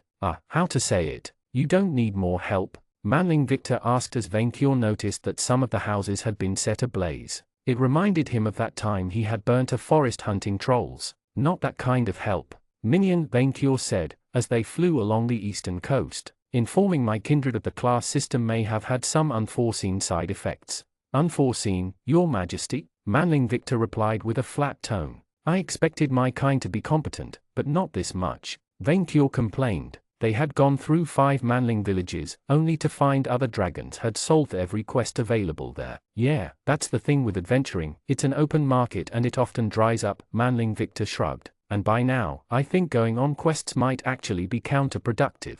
We already have an unstable country to handle, and more than enough resources to exploit. Handling this, while I do the dragon thing of getting paid for tasting lesser creatures, is your job, minion. Yes, but that is work I'm not doing while adventuring with Your Majesty. Your presence is essential for my class progression. Besides, the one time he left his chief of staff without supervision during a battle, he had ended up dead. Especially since I developed this dungeon breeder class. Your Majesty is not whoring me out. I have paid my debt already. Vainqueur frowned at his chief of staff. You can get paid for breeding? Before his minion could answer, a sharp spike of ice fell on them from the clouds. Minion, Vainqueur warned his chief of staff, but the projectile was aimed at him alone. He quickly dodged it, glaring at the cloud it came from. A detestable, familiar voice called out, as a winged white dragon appeared from the heavens above. My social better, Vainqueur. My social better? Icefang. Vainqueur snarled. You are not stealing my quest this time. Icefang roared, claws extended. Out of my way. Chapter 47, The Smartest Bandit in the World. As usual, both dragons opened their duel with their elemental breaths, Icefang unleashing ice, and Vainqueur a torrent of flames. Of course, fire won. Vainqueur's flames pushed Icefang's breath back, but the frost dragon skillfully dodged. The red dragon pursued him across the skies. Knowing his rival wouldn't stand a direct hit, he did notice that Icefang had grown faster and sleeker since their last duel, centuries ago. You may have become an emperor, Vainqueur, but I have leveled into the best classes this system offers. Icefang raised his hands, manifesting star-shaped blocks of ice between his claws. Ice Shuriken. He launched them at his rival, the projectiles moving in angles which Vainqueur himself couldn't predict. The dragon disintegrated a few but had to fly around to dodge the others. Ataku no Shunshin. Icefang joined his claws into a series of strange hand signs, his very body blurring. Spell Purge. Vainqueur activated his own trump card, moving to catch Icefang in close combat and dispel his protections.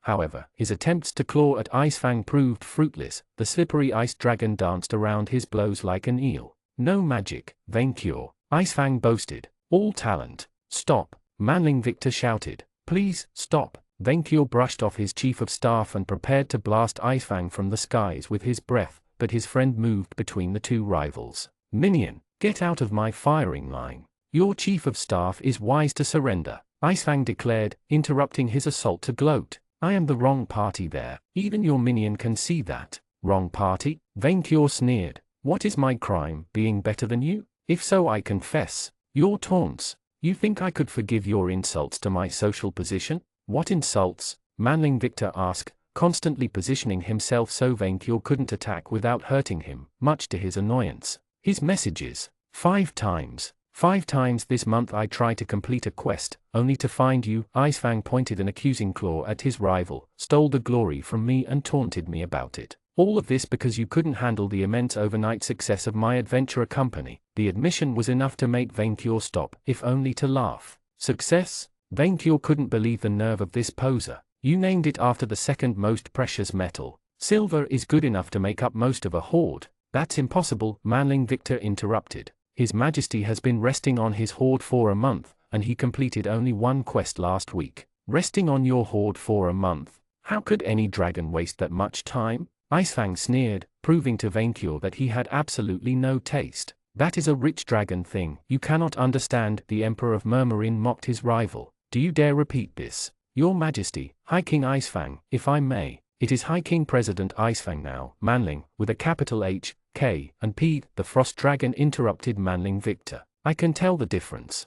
High King President Icefang, what was the content of the taunting messages? The Frost Dragon spat a block of ice to the ground below. Guess who grabbed all the silver first? With love, your social better, Vainkyur. Vainkyur frowned. That was the same wording which you left in that pyramid. What is a pyramid, a place for paupers? Icefang asked. You have not been to the dungeon in the desert? Vainkyur asked for confirmation, more and more puzzled. Why would I go to a desert? It is full of sand, it dirties my perfect scales. Someone tricked you, Vainkyur taunted Icefang. Shame on you. Well, your Majesty, someone tricked both of why. I knew it was a setup, minion, Vainkyur reassured his chief of staff. No dragon could be vile enough to deface an artistic mural, not even Icefang. Obviously, someone tried to disguise their crime against dragonkind by lying poorly. His rival scoffed. You think I will believe this, Vainkyur? Icefang, I swear on my minion's head that I did not lower myself to insulting you. He was already ridiculous without the red WYRM having to do anything, and I will never let him die again, so be assured that Vainkyur Knightsburn's honor is gold-clad. You, slayer of Furibon, Icefang turned to Manling Victor. Do you swear on your head that he is telling the truth? Vainkyur's chief of staff looked at his master with intimidated eyes, before nodding at the Frost Dragon. I swear, we don't have anything to do with this, and in fact, I suspect the one responsible pulled a similar stunt on us. Icefang, while having poor taste, at least had the sense to recognize the truth. Then whom could have slighted me? The messages were written in Old Dragonian. A fairy, Vainkyur guessed. This would not be the first time they tried to divide dragonkind, and one attempted to ruin my bragging day. Melegears would be the obvious suspect, but something has been bothering me, Manling Victor said. How can the responsible know your Majesty would raid the Tower of Sabla? Minion, that was no tower, but a pyramid, Vainkyur insisted. I will not allow improper grammar in my chief of staff. High King President Icefang. Manling Victor marked a short pause at the name. Why did you attack us now? The Manling Adventurer Guild informed me of an unclaimed bounty in this stinking city, Icefang replied. That I could get paid by eating a certain Manling garland. I will not let you, Icefang. Vainkyur roared. He is mine. He slighted me personally. I reached this city first, his rival roared back, claws extended. Find another quest. The money is mine. Please, great noble dragons. Manling Victor put himself between them. How about we settle this with a compromise? We get garland, and in exchange, V&V swears off any quest in the Old Harmonian League. What? Minion, you cannot suggest. Vainkyur stopped himself, before pondering the matter thoughtfully. I understand. As fighting is exactly what the fairies want. Yeah, they probably set you up hoping one would kill the other, or that they could finish off the wounded winner. If so, they had drastically underestimated Vainkyur. If they thought Icefang had a chance, it is my duty as the noblest of dragons to take the high road, the Emperor of Murmurin declared. So I will deign to accept this wise peace settlement until I can eat the true miscreant. The Frost Dragon smelled a trap, but also an opportunity. I will deign accept this show of apology. This is no apology, Vainkyur glared at his one true nemesis. I can get richer than you without questing in this land. My company's hoard has grown bigger than yours ever was. Icefang lied brazenly. Laughable. Vainkyur replied, his pride unable to let that slide. And I will prove it. By the end of the harvest season, on the eve of Halloween, our adventurer companies shall compare their hoards, and mine's shininess shall prevail over yours. The loser will recognize the winner as the greatest dragon in the world. I relish the challenge. Icefang accepted, before storming off. You shall bow before my horde, Vainkyur. Vainkyur seethed at his rival, watching him disappear beyond the clouds. Manling Victor, I am proud of your plan, he told his minion, once Icefang out of earshot. This is the perfect win-win scenario. Really? His chief of staff raised an eyebrow. I thought you would be mad. Of course not. If I cannot find quests, then this land is worthless to me. I will get my revenge, and that idiot gets nothing. I won twice. Congratulations. For using your head and not falling into your enemy's insidious trap, you have earned 2 levels in Kaiser. You earned the Charged Attack, Dragon Breath, class perk, plus 60 HP, plus 2 STR, plus 2 Vit, plus 2 Ski, plus 2 AGI, plus 1 Int, plus 2 Char, plus 1 LCK. Charged attack, dragon breath. You can now charge your fiery breath, building up its power in your belly, before releasing a more potent version of it. And that was just the cow on top of the sheep cake. The manling city of Lugan was most uncommon. The manlings had built it on the water. From what Venkyr could see, the city had once been 100 or so small islands, before the manlings linked them together with stone bridges. They further expanded into the sea by building stone platforms standing on wooden pillars buried underwater and even refashioned ships in disrepair into improvised buildings. While the dragon couldn't for the life of him fathom why anyone would live with so much water nearby, he had to praise their design. However, it took 3 tries before Venkyr found a floating house that wouldn't sink when he landed on the roof. The manlings should find better architects. Thankfully, the citizens of this city seemed civilized enough to treat Venkyr as the emperor he was and immediately agreed to give him both his target and a feast. They didn't breed good livestock, but they had spicy tamed krukens. His chief of staff, as usual, handled the translation with the locals while his master gorged himself on squids. Citizens on gondolas regularly circled his own current throne to look at him, with Venkyr doing his best to look magnificent to impress them. Your Majesty. Manling Victor eventually came back leading a gondola carrying a mighty manling. This tanned, barbarian man towered above his chief of staff, and carried a cloak, a bag, and a heavy helmet. I present you Garland Renoy, former member of the Blue Rose Legion, retired scorcher, and currently a mercenary captain in service to the city of Lugan. The condemned manling looked up at Venkyr with sorrowful green eyes, while the dragon let out a belch after finishing his kruken. He hadn't tried to run away, not that it would have helped, which saved Venkyr the trouble of hunting him further. I knew this day would come, he spoke with a grave voice. Is it too late to say I'm sorry? Yes, Venkyr glared at this worm. Your sin against me is unforgivable. The man winced, cowering at the dragon's divine judgment. How much then? How much? Venkyr repeated while squinting. How much not to eat me? The manling offered, proving himself the smartest bandit in the world. Venkyr scoffed at the manling. You believe you can buy me to forget your vile deed? Me? You think a dragon's pride is for sale? 20,000 gold coins? That does not even cover the cost of my flight, not to mention my honor. 30,000. Venkyr marked a short pause, before turning to his chief of staff. How much is his head worth?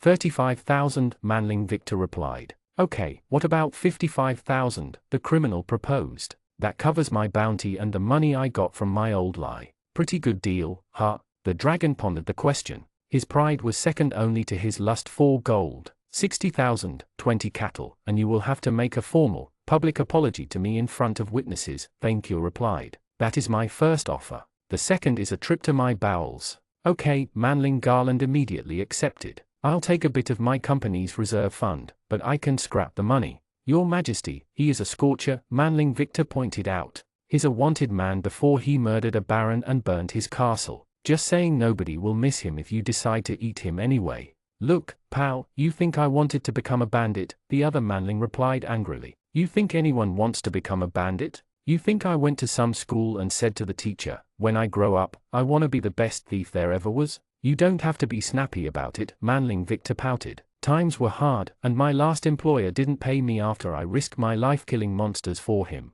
So I torched his place for the sake of my pride and took his stuff. Was that really ignominious? I too have eaten a quest giver who would not pay me, Venkyr said, sympathizing with a fellow victim of manling ungratefulness. I'm doing honest sea monster hunting work there, enough that the city's people didn't turn me into the royal authorities, Garland continued. I'm paying my debt to society, and I'm willing to pay the one I owe your dragon majesty if you let me live long enough to do so. Since you offered reparation, I shall find in my heart the mercy you lacked, Venkyr declared, because I am forgiving and merciful. Yes, but are you really going to let him go? Manling Victor seemed to struggle with his master's decision. Don't get me wrong, I am all about the diplomatic solution, but this sounds unlike your majesty. Last time I forgave a thief and criminal, he became the best chief of staff in the world, Venkyr replied. If this one is truly sorry for the vile crime he committed against my imperial person and offers a tribute in reparation, then I shall grant him a chance to turn his life around.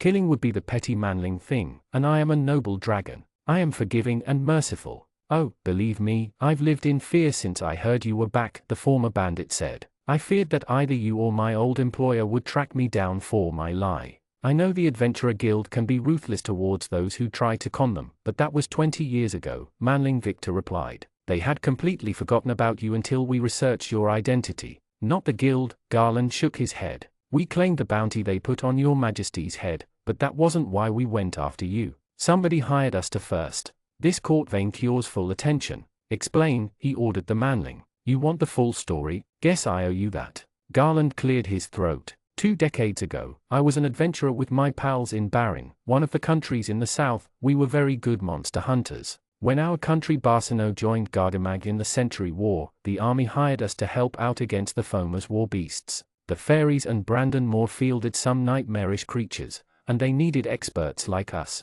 Manling, stop loving yourself, Vainqueur interrupted. I know it's your kind's favorite occupation, but I lose patience at more than 25 words. Barsino crushed Moore's forces and then marched through the Albane Mountains. We stayed in the area to kill monsters which could threaten the supply lines. That's when someone approached us. Some freaky bard called Harmlin. The scary things he could do with his pipe. Anyway, he had a job for us, with a big prize. Garland marked a short pause, before going on further. He told us a red dragon called Vainqueur Nightsbane hibernated somewhere in the mountains, but he couldn't find his lair. He wanted us to find the WYRM, kill him, and then bring back his bones as trophy. Friend Victor looked up at his master, who trembled with silent fury. Manling Garland hesitated to continue, but Vainqueur restrained himself for now. We managed to find your lair, but when we saw you sleeping, and just how enormous you were, how to say that? You chickened out, Manling Victor suggested, the wording making Vainqueur hungrier. We tactically retreated. Manling Garland denied his cowardice, while friend Victor put a hand on his forehead. We didn't even touch the horde for fear your majesty would wake up. If they had, Vainqueur would have eaten him on the spot. He gave this Manling a point for showing the willpower not to touch his horde, a temptation that even Manling Victor couldn't resist. We couldn't go back empty-handed, so our astrologer located old dragon fossils in the mountains. We dug them up, falsified them, and then we pretended they were yours. We tricked the guild and Harmlin, seized the reward, and then scattered to the winds in case anyone caught on. How could you sully my name for money? Vainqueur growled. The bar didn't pay us with gold. He gave us top-of-the-line magical items, such as this one. The Manling mercenary opened his bag, bringing out a strange weapon which seemed vaguely familiar to Vainqueur, a long, heavy iron stick with a barrel at the end. Manling Victor seemed to recognize the item, his eyes widening. Holy hell, that's the legendary weapon, Kalashnikov, Manling Garland boasted. Neat weapon, huh? Chapter 48, Ghostbusters. The Nightlands were just as Victor had imagined them to be, dark. Ever since the powerful vampire Orlok had cast a dark ritual over the land, the entire country had been trapped under a veil of eternal twilight. While it was noon, dark clouds obscured the skies and dimmed the sunlight. The flora on the ground looked twisted enough to survive in this kind of environment, from forests of black thorns to roses with eyes. They had noticed a lot of giant bats and wolves on the roads below. As the duo flew further north, they didn't seem to attack anyone though, making Victor wonder if they were vampires in disguise. Every crossroad also had a small shrine dedicated to Mithras, and all villages had a statue of the deity. From what Victor had gathered, King Orlok believed the light god would grant vampires a reprieve from the sun if he made his country pious enough and stamped out all the heretics he could find. The deity never answered the vampires' prayers, but Orlok never got the memo. Their inability to find a quest, and the revelation that someone tried to kill him in his sleep, had soured Vainqueur's mood for the trip, making him crankier than usual. Minion, are we there yet? The dragon complained, as they flew over a castle straight out of Dracula's remake. He carried the bag full of Renoise coins and cows in one hand. This place stinks of meat, blood, and garlic. The map says the next member of the Legion is. Victor stopped above a graveyard, between the castle and a nearby village. There, the chief of staff landed among gravestones, his dragon partner crashing loudly nearby, and unfortunately, their arrival immediately awakened the citizens of the graveyard. An army of ghosts and wailing specters emerged from the gravestones in a nightmarish procession, swarming the dragon first with hate in their empty eyes. Vainqueur slapped them. Victor's eyes widened, and so did most of the ghosts, as the dragon backhanded the closest specters as if they were mosquitoes. Your Majesty can slap ghosts? The vizier asked, astonished. I have a gladiator perk for that, Vainqueur replied. I am Vainqueur Nightsbane. I can poke everything. The specters immediately collapsed into white smoke. Come back, Vainqueur ordered, disappointed. Give me treasure. Victor doubted ghosts would have dropped anything, instead checking Moe's map. The document led him right in front of a random marble gravestone. Your Majesty, I think our target is very, very dead. Then raise him, so I can punish him myself. I don't think I can raise someone who has been dead that long, Victor said, as he read the tombstone. He's been buried for half a decade, and more to the point, he was insured. Minion, this place stinks of undead. Vainkior roared angrily. Are you telling me we have found the only manling who didn't have the sense to rise up after his inevitable demise? A gnome. It didn't calm Vainkior at all. So, what are we doing, Your Majesty? We return home? Why would we? Vainkior replied, both frustrated and confused. I lost 20 kilos flying all the way to this place, and except for my rightful settlement and new levels increasing my sweet stipend, we have no treasure to show for it. I will not come back empty-handed. This trip informed us Your Majesty has a dangerous enemy after their head, Victor pointed out. Renoy's weapon was an AK-47, but my I-4 treasure perk told me it has been magically modified to never run out of bullets. Akorit? Vainkior repeated, confused. A weapon from my world, manling Victor continued, confusing Vainkior even more. The vizier forgot his partner had never cared about Earth at all. Like Maud's Iron Eagle. What is the likelihood these incidents aren't connected? Of course someone is after me, Minion. I am the greatest dragon in the world. Someone is always after me, which is good, since it means free food is delivered to my doorstep. Victor could tell that in spite of his bravado, the attempt to kill the dragon in his sleep had infuriated him. The question is who? The fairies? The more I look at it, the more I believe the foamers may have indeed planned this, Victor nodded. They are the main creatures with a vested interest in seeing Your Majesty gone, even before you gained levels, and Melegiers gave more weapons from my world. That is the same Mo as this Harmlin. Of course, Vainkior had no idea what a Mo meant, but he was too proud to admit it openly. Victor had learned to notice when he wanted his partner to explain him things without asking directly. In both cases, the method was the same, giving advanced weapons to intermediates and let them dirty their hands. Victor had a few ideas about how they obtained those weapons but had nothing concrete yet. I also think the Adventurer Guild may be implicated, or at least infiltrated. They are the only organization which knew we would raid the Tower of Sabla. Pyramid, manling Victor. They are the only organization which knew that we would raid the Pyramid of Sabla and that we would attempt quests in the Harmonian League. Manling Charlene betrayed me? Vainkior growled. I don't think so, but I wouldn't rule out that someone intercepts her letters. Especially since she sent reports to Gardamag and has asked around to get information on the Blue Rose Legion. But their ability to anticipate us suggests they are watching us closely. Vainkior didn't like the implications at all. Friend Victor, are you suggesting that the fairies have infiltrated my minions? It's a possibility. The thought filled Vainkior with anger. How can anyone be ungrateful enough to betray me, like goblins, after I allowed them to live? It's just a supposition, Victor replied. But this is why I suggest we should go back. It's getting harder to find quests the usual way, and while I left a semi-functional administration to handle things in our absence, the longer we stay away from Murmurin, the more we invite an attack. Vainkior thought about it long and hard. No, manling Victor. We are not turning back, the dragon replied, before explaining himself. The Winter Kingdoms, where the next villain on my list lives, is also home to Icefang's lair. While it is cold and dreary there, we will eat 2 cows with 1 bite. Victor immediately caught on. You want to investigate the local adventurer guild there, and find out who sent Icefang after us. That was surprisingly well thought. Sometimes he forgot Vainkior's intelligence score had steadily increased since they first met, and claimed the settlement owed to me. It is not about revenge, manling Victor, but something far more important. Money. The great dragon let out a yawn, as he put his travel bag on the ground. We will go tomorrow. I am tired, hungry, and want to sleep. Here? Victor would have preferred to sleep anywhere but in a graveyard in the middle of nowhere. You can sleep against my hot scales if you are afraid. I will keep you warm and safe like my gold. No, I'm F. Victor stopped, as Vainkior gave him the stare. Okay, fine. As usual, Vainkior snored too loudly for Victor to get a good night's sleep. All he could do was close his eyes and straddle the line between sleep and drowsiness, his head against his partner's belly. Sleeping against Vainkior felt strangely comfortable though. His scales radiated warmth, like a chimney, and it helped shake off the frosty night.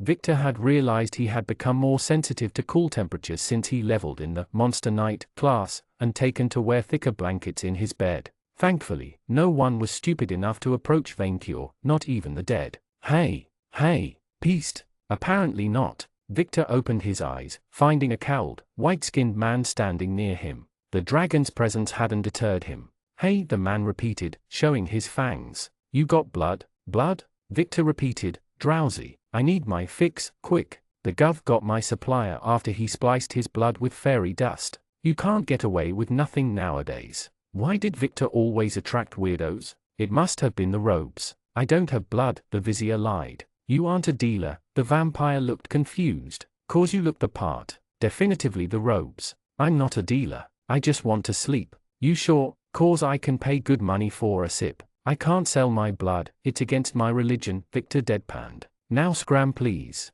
The vampire junkie cursed but scurried off. Unable to sleep, Victor busied himself by checking his stats. Victor Minion Dalton. Level 35, Monster Knight, Red Dragon 20/Reaper 14/Grand Vizier 1. Type, Humanoid/Dragon. Party, V&V. 855. His skill was his highest base stat, and here he thought his luck had dipped in the negatives, but it was nothing to sneeze at. He checked Vaincure's stats next. Instead of old money, the starting perk, Grand Vizier, is no good, didn't increase drops, but allowed him to constantly check his liege location and stats. Why did the very essence of the class assumed he obsessed over his superior? Vaincure Best Dragon Knight's Bane. Level 38, Emperor 12/Gladiator 8/Witch Hunter 10/Kaiser 7/Dungeon Breeder 1. Type, Dragon. Party, V&V. 6155. No wonder Vaincure started to plan ahead, his intelligence had begun to catch up with Victor's own. Maybe the Geomancer class would help him increase it and gain more common sense. The Vizier felt slightly jealous when seeing the gap between their abilities. While he knew he would never rival Vaincure in sheer strength, the sheer gap in charm made him insecure. He should definitely follow Henry's old advice and level in a charisma-oriented class. Twice Victor had met someone he couldn't talk down, and in one case it ended in his death. But there was a moment for all things, and for now Victor needed to sleep. He closed his eyes, trying to block out Vaincure's snores. Gamed Prophet. Gamed Prophet. What? Victor snarled, as he opened his eyes again, only to find himself facing an enormous, tentacled abomination against nature. What is this insult to biology? Furibon asked, waking up from inside the scythe. I do not understand a word of what it says. Hello Gamet, the creature said, taking Victor's reaction in stride. We met a few solar cycles ago. Fulgathar. The Vizier recognized the moon beast whom he met in Murmurin. Hey, what's up? I am good, Gamet. Now that I am no longer summoned by skin bags, I could finally eat that telepathic spider and write my own fantasy novel. It is so good, your kindred go mad and remove their eyes when they read it. It's a common problem. He already received a few complaints about Pink Ranger's works. You want me to proofread it, or something else? It is time to meet your destiny, Gamet Prophet, Fulgathar said. Father has chosen you for a divine mission. A divine mission? I must fulfill a prophecy? Yes, you are the chosen one. Victor's heart skipped a beat, and he held his breath. Then he squealed like a schoolgirl. Yes, yes. He immediately leaped back to his feet. What kind of prophecy? Saving the world from the foamers? He knew on some level that with his luck, there had to be a catch somewhere, but the idea of a traditional adventure appealed to him so much. No, Fulgathar replied, disappointing the Vizier slightly. You are to usher in an age of exploration, by leading the Moon Man's people to the promised land. So Victor was the new Moses? I won't have to stay in a desert for 40 years, right? No. You will lead Father's flock to the moon. The moon beast trailed the word as if to make it sound more dramatic. A place called Moon for some reason, or the actual moon? Not the moon, Gamet, Fulgathar replied, waving a tentacle at the darkened sky. The moon. Can I do it the American way and fake the moon landing? Victor asked with heavy sarcasm. No, Gamet Prophet, that is not an option. Then what is? Victor snapped back, his enthusiasm gone. Build a medieval rocket and send everyone upstairs? Use a teleportation spell? The moon beast sighed. Listen, this is not my idea, Mammal Prophet. This is Father's divine demand. The Moon Man wants his flock together in friendship on the moon, and he chose you as his shepherd. I am to visit every carbon-based mammal priest of his and tell them you shall lead the way to the stars. Could he give back his claimed by the Moon Man perk? Victor sighed. The things he did for stat growths. Do I have a deadline? The creature considered the question. Father did not mention one. Awesome, then I will deal with that after I am back from my current quest. There will be a great reward for your deed. Victor raised an eyebrow while Fulgathar's tentacles moved in a distractingly dirty way. Yes, a great reward. At this point, Victor doubted it would be worth the hassle. Any pointers? Use protection against madness when you reach the moon, Fulgathar advised. Your flock will need it when they see the dark side's tentacles. The truth will shatter the weaker minds. The racket had disturbed Vaincure's sleep. Minion the dragon growled, as he glanced at Victor and the squid abomination. What is it? Why are you talking to squid food? We will meet again, game at person. Remember your destiny. Fulgathar vanished before Vaincure tried to squash him for a treasure. Your Majesty, it seems that I must go to the moon, Victor said, refusing to say it the way Fulgathar did. The planet? The moon is not a planet, Your Majesty. Of course it is. It is round and up in the sky. Vaincure's head perked up. Minion, is there gold on the moon? I dunno, Your Majesty. Since there were creatures on Autamundi's moon, there should probably dungeons or treasure located there. Maybe, probably. Oh, but there are no dragons on the moon, right? Vaincure raised his head at the skies, squinting at the faint moonlight piercing through the dark clouds. There are no quest-stealing dragons on the moon. Something in his tone chilled Victor to the bone, while the dragon's eyes widened with glee. Oh no, oh please no. Manling Victor, you are a genius. Chapter 49, Those Who Hunt Dragons. Vaincure hated frost. He had taken residence in the southern Albane mountains because he thought that it would deter thieves, but the chilly air of his beloved mountains couldn't compare to that of the so-called winter kingdoms. Located north of the Nightlands, this vast expanse seemed entirely covered in snow. Even now, in the middle of the day, a weak hail kept bothering his flight. It's cold, Manling Victor shook like a tree while flying at his master's side. Even his heavy clothes didn't protect him. It's horribly cold. We will leave as soon as I get my gold, Vaincure reassured him. He couldn't wait to go to the moon. That was possibly Manling Victor's greatest idea since he decided to lovingly serve Vaincure forever. If the Emperor couldn't complete quests or monsters on this planet, he would move on to another, without competition. The moon would become his hunting ground, V&V's newest conquest. What could possibly go wrong with this plan? According to the map, the third name on Your Majesty's list, Cornelia Stormwind, should be nearby, his minion said. I wonder if she will pay Your Majesty too. Vaincure hoped so as well, as the dragon and his minion flew above a frozen lake and then a snowy forest of spruce and pines. The dragon had left his bag behind so they could explore the area to his leisure without him fearing for his new gold. The red WYRM noticed a flying shape whose white color meshed well with the snow approaching them. Hello, Vaincure. A small ice dragoness saluted him, while they crossed paths in the skies. Strange to see you there, Snowsweep. Vaincure recognized her from his feast. I am looking for a lesser creature called Cornelia Stormwind. Manling Victor provided the name. Cornelia Stormwind.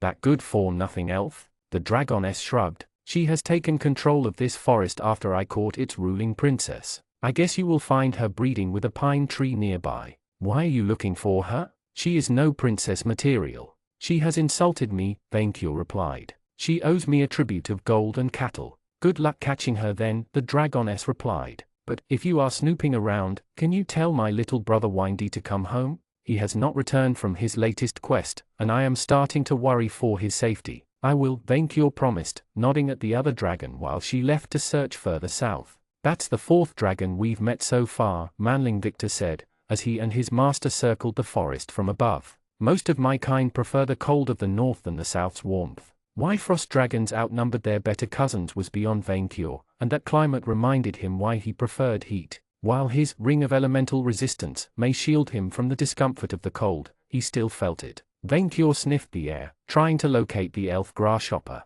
He noticed multiple scents spread around the forest, dozens of manlings, elves, beastki, and even Manling Victor. Stay close to me, Vaincure ordered, suddenly on edge. What? I smell a disgusting fairy on the ground, the Emperor said, trying to pinpoint its location. Failing that, he would burn the entire forest, to be sure. Look there. Manling Victor pointed his scythe at shapes emerging from the clouds and flying straight at them. One looked like a dragon from afar, and Vaincure identified the other as a griffin rider. Was that Manlinkia and Jolie? No. The dragon was a silvery, winged serpent, a frost drake, and one carrying a manling knight on its back at that. A lightly clad elf woman with bluish skin and white hair rode the griffin, wielding a metal machine similar to Renoy's Kalashnikov, and he noticed a third form, that of a manling brunette in a strange furred dress, flying through magic between them. Each of them had a strange ring of light floating above their heads. Your Majesty, watch out! Manling Victor warned. She has a hunting rifle. The woman on the griffin pointed her metal stick at Vainqueur and fired a strange lead, rounded arrow at his belly. The projectile bounced off his scales. Lead!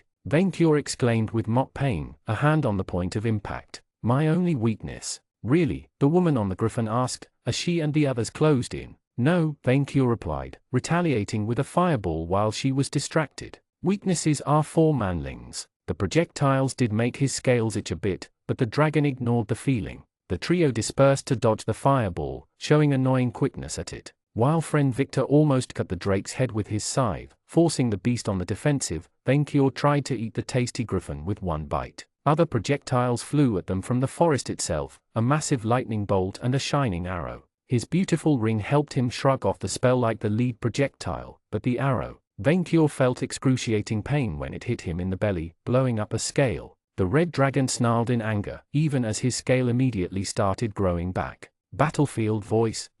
A booming, womanly voice echoed through the forest below, although Vainqueur couldn't pinpoint its source. Knight's Bane, Dalton. My name is Cornelia Stormwind. Lay down your weapons, you are surrounded. Surrounded by dead manlings? I am not impressed. Still, the dragon guessed that she wouldn't pay him his due. Come out of your forest and fight, grasshopper. I will. You have been looking for me, Vainqueur Knightsbane. I've been waiting for your coming 4 months. Defensive gambit. A thin layer of golden light covered each of their attackers, but it didn't matter to Vainqueur. He would eat all of her minions if he had to. Minion, take care of the flyers, while I smoke out the insects below, the dragon ordered, diving down while his wingmate targeted the flyers with hellfire. Opening his maw, the great calamity unleashed a torrent of flames below, turning the snow to steam and incinerating everything else to ashes in its path. The dragon flew in a straight line, killing anything there, and causing animals and manlings to flee the flames and smoke. Impending doom. Cornelia shouted on the ground, disappointing Vainqueur.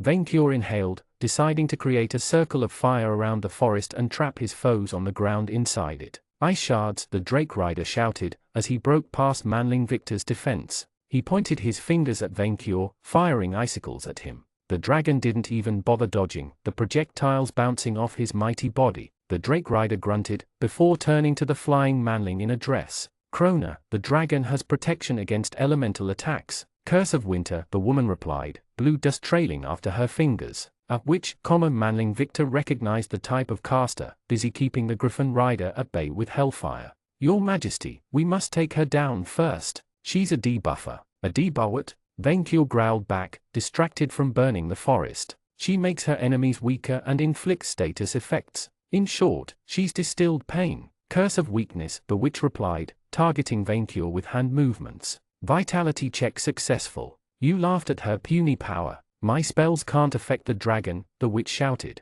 His stats are through the roof. Manling toddler, you do not understand, Vainqueur mocked her. I am not fighting you. You are fighting me. You, Ark. The witch's face turned red with fury. The manling immediately flew straight at Vainqueur, too blinded by her rage to see the madness in her action. Krona. The Griffin Rider immediately moved to try and intercept her ally, but the Emperor reacted faster. He blasted both of them with a massive fireball, incinerating them. But when the smoke cleared, both the witch and the elf reappeared, albeit grievously injured, and without either their magical barrier or halos. The griffin didn't revive either, causing the rider to fall with a scream. Gravity, the witch cast a spell on the Griffin Rider, slowing down the fall harmlessly. Dalton can heal the dragon by flying near it. Insect Cornelia snarled, her words reverberating through the forest. Separate them. On it. The witch cast a spell at manling Victor, who charged straight at her with his scythe. You're going down. Gravity plus. Before either member of VNV could react, an invisible force pulled friend Victor to the ground.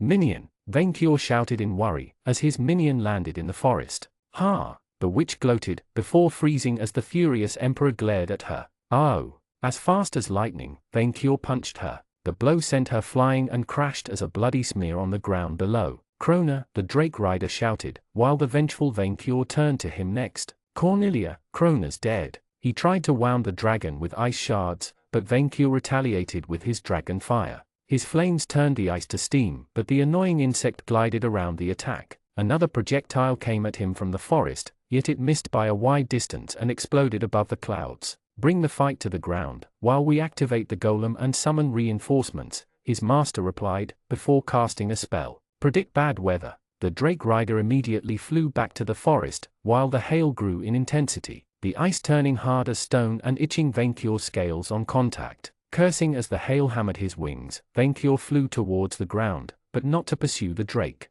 His minion needed him. Blink, Venkior said, turning invisible, and ready to eat every last one of them. Strength check partially successful. You can move normally on the ground, but you cannot fly. Victor grunted as he rose up from the snow. He had managed to make a semi-respectable landing after the law of gravity came calling, but it hurt like Happyland. He barely had the time to get up, then he heard a detonation near his location. A big, fire-propelled projectile flew above the woods and towards Venkior. His scythe ready, Victor immediately moved towards the source. While the projectile exploded harmlessly, he found a small group hiding beneath strong, tall trees, allowing them to weather the increasingly violent hail. One elf woman in a bear coat, carrying a bone bow which his I4 treasure perk immediately identified as a bow of dragon slaying, a figure covered by a white cowl and cloak, hanging back, and a fellow human with red hair, a bag of rockets, and a big rocket launcher. A rocket launcher. They had a rocket launcher. Victor immediately used Observer on the trio and tried to guess their level. Emil Laverier, level 30, Outlaw 15/15. Vladimir Gunman Phoenixon, level 33, Artificia 15/Alchemist 7/Ballistician 6/Gunner 5.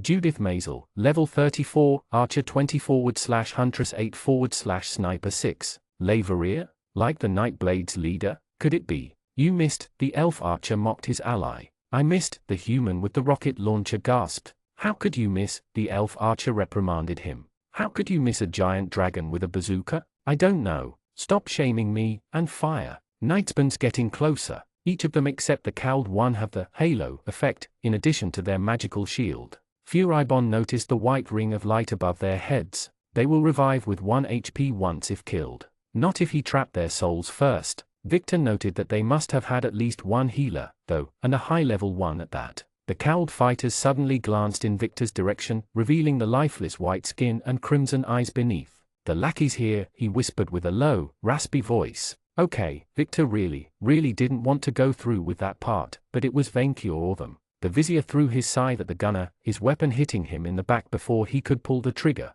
The scythe pierced through the magical barrier, and cut through the flesh. His body collapsed on the snow, blood dripping from the wound. Victor thought he should have felt bad about killing a fellow human being. While he had helped, he never carried out the finishing blow himself. Instead, Victor felt nothing special. Congratulations! Through your fleeting membership of a criminal syndicate and one-shotting a fellow human in a vicious, dishonorable way, you earned a level in Assassin.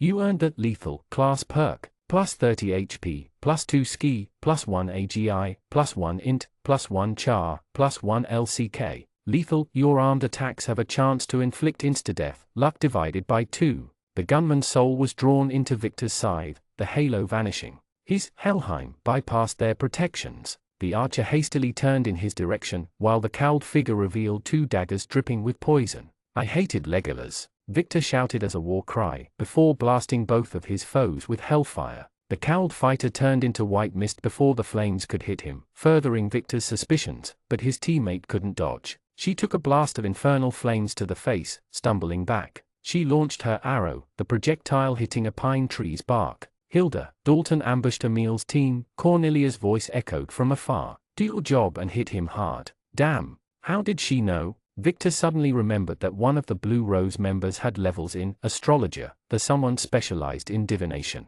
She probably scried the vizier from afar while guiding her team. The vizier quickly rushed to recover his scythe, then mercilessly cut down the burning archer before she could recover. Once again, his perk combination bypassed the enemy's buffs. While he sensed his victim's life force heal his bruises, Victor dodged a sneak attack from the cowled rogue. The strange figure had materialized right behind him. Hellfire, the cowled rogue rasped, dodging Victor's scythe. And here we only came with standard, rings of fire resistance.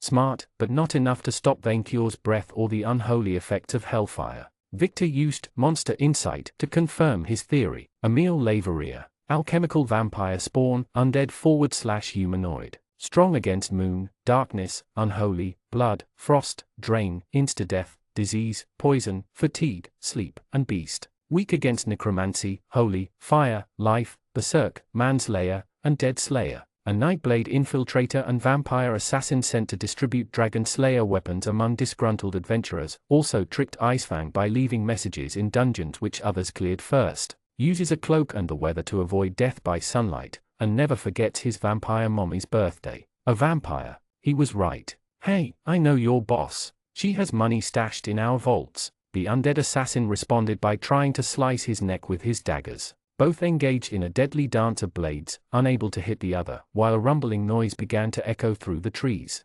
Something was approaching. Something big. A piper song began to echo through the woods, Victor instantly recognizing the melody as the Ride of the Valkyries. A gloomy, piper remix of the song, but the famous song all the same. And Cornelia kept issuing commands from her hiding place, Fabian's strategy.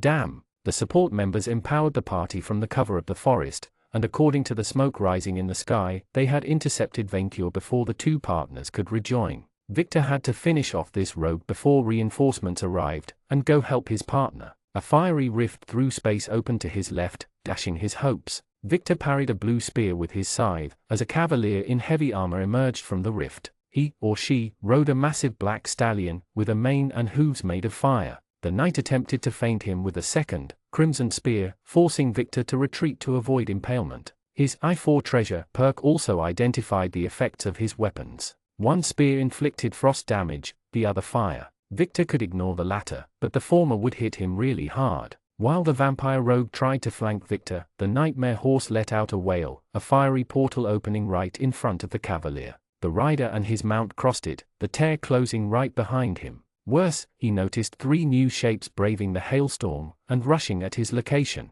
He and Vainkur were fighting an entire adventurer company. No, these guys fought in small groups of 3 to 4. V&V faced several parties working together, all above level 30, and some of them sporting earth weaponry. It was a full raid. Wait, are we the raid bosses? Victor choked, as the Dark Rider reappeared and tried to trample him. It became harder and harder to dodge attacks from both opponents at once. Hey, why? What did we ever do to you? You stole our jobs, you beep. The vizier blinked. I beg your pardon. You told the dragons how to do quests, and now we can't get any. The cavalier, Saigi, glared at him. They kill monsters and clear dungeons faster than anyone else can. Our adventurer company was ruined because of you. That was their reason? Hey, shouldn't you be happy we made the world a safer place? Victor argued back. Not if it leaves us jobless. Okay, maybe he and Vainkur increased the adventurer unemployment rate, like every government in the world, but that was no reason to murder them.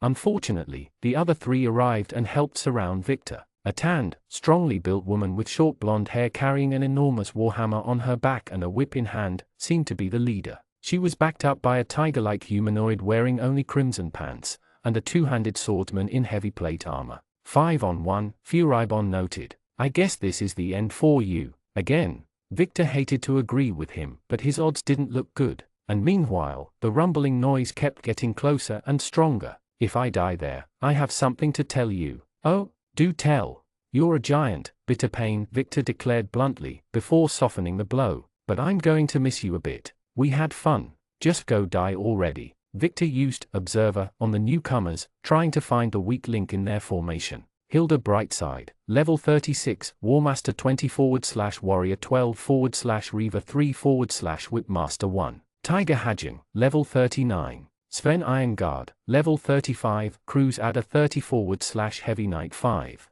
A Crusader? What the Happyland is a Crusader fighting me, and 5-on-1 at that? You steal souls, raise undead for a living, and register as slightly evil to my karma scan, Victor Dalton, the Holy Knight replied. While we fight for truth, justice, and the adventurer way. Oh come on, Victor received a label because he followed one evil overlord's seminar. Evil? You're fighting with a vampire assassin. You dragon racist, the vampire deadpanned, waiting for an opening to strike again. He's a thug, your dragon master is a conqueror. Anyway, let's just kill him. The War Master cut the discussion short, her voice strangely soft and meek. Hajim, please. Yeah, the tiger replied, joining his hands so fast Victor could barely follow. Accelerated flame pillar. Before he knew what hit him, a pillar of fire erupted beneath his feet. It didn't inflict much damage, but it distracted Victor at a key moment. The War Master's whip coiled around his scythe and pulled it back towards its wielder, disarming the vizier. Victor cursed under his breath, but the other adventurers didn't give him any time to retaliate. The horseman vanished through a fiery rift, while Vampire Assassin immediately moved to strike at Victor, his dagger piercing through his clothes and cutting flesh at the left shoulder. "Nice scythe," the War Master said with a cheeky smile upon seizing it. "Sunder weapon." Seizing the scythe with both of her hands and bringing down on her knee, the War Master broke Victor's weapon in half. Instantly, the dozens of souls contained within escaped at once, Furibon's cackling spectre at the forefront. Victor's eyes widened in panic, while the War Master threw the weapon's remains on the ground and switched her whip for the warhammer. Lightning smash. Victor just narrowly avoided having a hammer bash his skull by sidestepping, the War Master shattering the pine tree right behind him like a Kit Kat bar. Realizing he was hopelessly outmatched, not to mention surrounded, Victor summoned will-o-wisps with Death Candle. While they barely slowed the opposition, it allowed him to reach the corpses of his two victims, animate dead. As the corpses rose, Victor activated his new perk, praying whoever insane god listened to for victory. Fright Night. A dark aura surrounded him, the atmosphere growing oppressive as his zombies faced the opposition. "Even if I die," Victor promised, trying to channel his inner edgelord, "I am dragging you with me down to hell." Your enemy's strength and charisma decreased by 1 stage. You inflicted terror on Tiger Hajang and Emil Levereer. Both the vampire and tiger froze in dread, before instantly retreating, the undead by turning into mist, and the other by straight up running away. "Cowards!" the crusader shouted, a powerful light surrounding his blade, while the War Master cracked her neck. Victor prepared to blast them with magic when a pine tree fell nearby. By now, the rumbling had become overwhelming, for the thing responsible walked nearby. The vizier barely caught a glimpse of the enormous creature crushing everything on its path, of its metal frame shining with magic, of this twisted parody of a knight, which looked like Rollo's big evil brother. His monster insight activated on its own. Telos Mark III. Telos Golem Prototype Artificial / Fairy. Strong against dragon, fire, physical, magic, status ailments, spirit, mind control, and frost. Weak against water, lightning, and fairy. The Mel clan's newest weapon against mortal kind. A golem made of earth technology animated by Fomorian magic, meant to slay dragons and humans alike. A relentless automaton, it inflicts Dragon Slayer damage with its sword, possesses a mounted cannon in its shield, and breathes virulent poison. But hey, it's flawed goods. Your boss can take it. Holy hell. Chapter 50 Class Struggle. The forest smelled of dung and paupers. Vainqueur always knew this day would come. The day when pitchfork-wielding peasants, fairies, and minion strikers, envious of his well-deserved wealth, would gather in a great rabble host and try to bring him down. The Emperor of all knew that in this time of need, he would be called to serve as the final bulwark of dragon civilization against the forces of the rebel lion. "Do you see him?" a pauper leading a small group of 3 manlings knights with swords asked. Vainqueur immediately recognized her as the Pegasus rider. The weather impaired them as much as it did the dragon himself, forcing his prey to advance against the snow. Each of them carried that strange ring of light above their heads. "I can't distinguish anything with this hailstorm, but I saw him crash nearby." These lawless savages had treacherously stolen his minion, isolating him from his master, and now they moved to encircle him. Time to show them which species won the class struggle. "Surprise attack," Vainqueur declared as he squashed a knight into a bloody smear. Thanks to his blink ring, he had managed to mesh with the snow, moving with the stealth of a cat between the trees. The magical shields Cornelia Stormwind had summoned made the manling much harder to chew than usual, but the dragon was hungry enough to make the effort. "We're under attack," the Pegasus rider shouted a warning while firing her lead weapon at random, only for Vainqueur to bite her in half. "How invisible?" One of the few remaining manlings cursed, unable to distinguish Vainqueur, is invisible. "Dragons don't run invisible ambushes," the other replied. "They are dumb as bricks." Vainqueur twitched in anger. "I have 64 in intelligence," he corrected them, before tossing the manlings against trees with his tail, causing the plants to collapse on their back. Much to his frustration, the 4 annoyances popped back after death, albeit wounded. While they immediately attempted to retreat, Vainqueur blasted them with a fireball. His flames resisted the hail and spread to the trees. Vainqueur demolished Eric's team in the north. Cornelia's voice echoed through the trees and causing snow to fall from the leaves. "The golem will be there soon. Green boy, Drake, Wizzy, ensnare him." Vainqueur snorted at those words, before noticing the ice drake rider flying above him, having traded his weapon for strange crimson rods whom he set alight. Unlike the dragon, his winged serpent didn't seem impaired by the hail. Vainqueur opened his mouth to blast him from below, but the rider dodged the attack. "Here," the cavalier shouted. The forest shook, as the roots of the trees sprung out of the ground and snow. These tendrils immediately attempted to ensnare Vainqueur, who burned them with his fiery breath. The Drake rider above tossed his crimson rods to the ground near Vainqueur's location, each detonating as soon as they hit the ground or the dragon's flames. One of the blasts hit the dragon to the left, making his scales feel itchy. Worse, a magical circle appeared near Vainqueur on the ground, an enormous black sphere falling on it from above and causing a crater where it stuck. The paupers sniped him from afar. As the root attacks and bombardment grew more intense, Vainqueur let out a roar and charged through the forest to find a better battlefield, tossing trees to the ground and stepping on any manling unlucky enough to be on his path. Within minutes, Vainqueur exited the forest to reach the shores of a frozen lake, sliding on the ice surface before regaining his footing. The hail battered his scales and wings in the open field. "To the lake," Grasshopper Cornelia ordered, and soon enough, her pack emerged from the fiery forest to face Vainqueur on the battlefield. In total, 13 creatures came after him, the Drake rider included. Vainqueur recognized mags, rogues, and knights among them, a true pack of adventurers united to die by his hand. Most were manlings, but they included elves, one dwarf, a beastling, and even a green-skinned meteorc. At the far end of the rear, Vainqueur noticed an elf woman with pale skin and blue hair riding a unicorn, wearing a heavy, bear fur mantle and an icy crown. She looked like the leader, and at her side was a fairy in disguise. While he had taken the shape of a white-bearded manling wearing a crimson cloak and hat, Vainqueur recognized the frail-looking insect for a foamer. The creature gave him a crooked smile, playing a song with its pipe made of bone. Mel Lin. Vainqueur recognized that abominable trickster. He should have known he was behind this rabble revolt. "Have you come to see the back of my hand again, Pied Piper? Dispel magic." A midge wearing symbol-covered robes pointed a finger at Vainqueur's direction, removing his invisibility. Many in the adventurer army gasped at the sight of his crimson scales. His huge, one of the mags, who dressed like a bedsheet ghost, gasped in awe of the dragon's majesty. "Odie, don't stand there, summon an eidolon," the mounted elf ordered, revealing herself as Grasshopper Cornelia. "Why yes," the bedsheet ghost made strange movements, but Vainqueur reacted first. The dragon opened his mouth and attempted to burn the entire adventurer pack with fiery doom. Enhanced rune barrier, the symbol wizard reacted, creating a yellow, symbol-covered shield around the army. Although it cracked, the protection deflected Vainqueur's breath, much to his annoyance. The flame started melting the snow and ice nearby, albeit not enough to destroy the lake's surface. Summon Snow Dancer. The bedsheet ghost finished his ridiculous dance, a white magical circle forming next to him.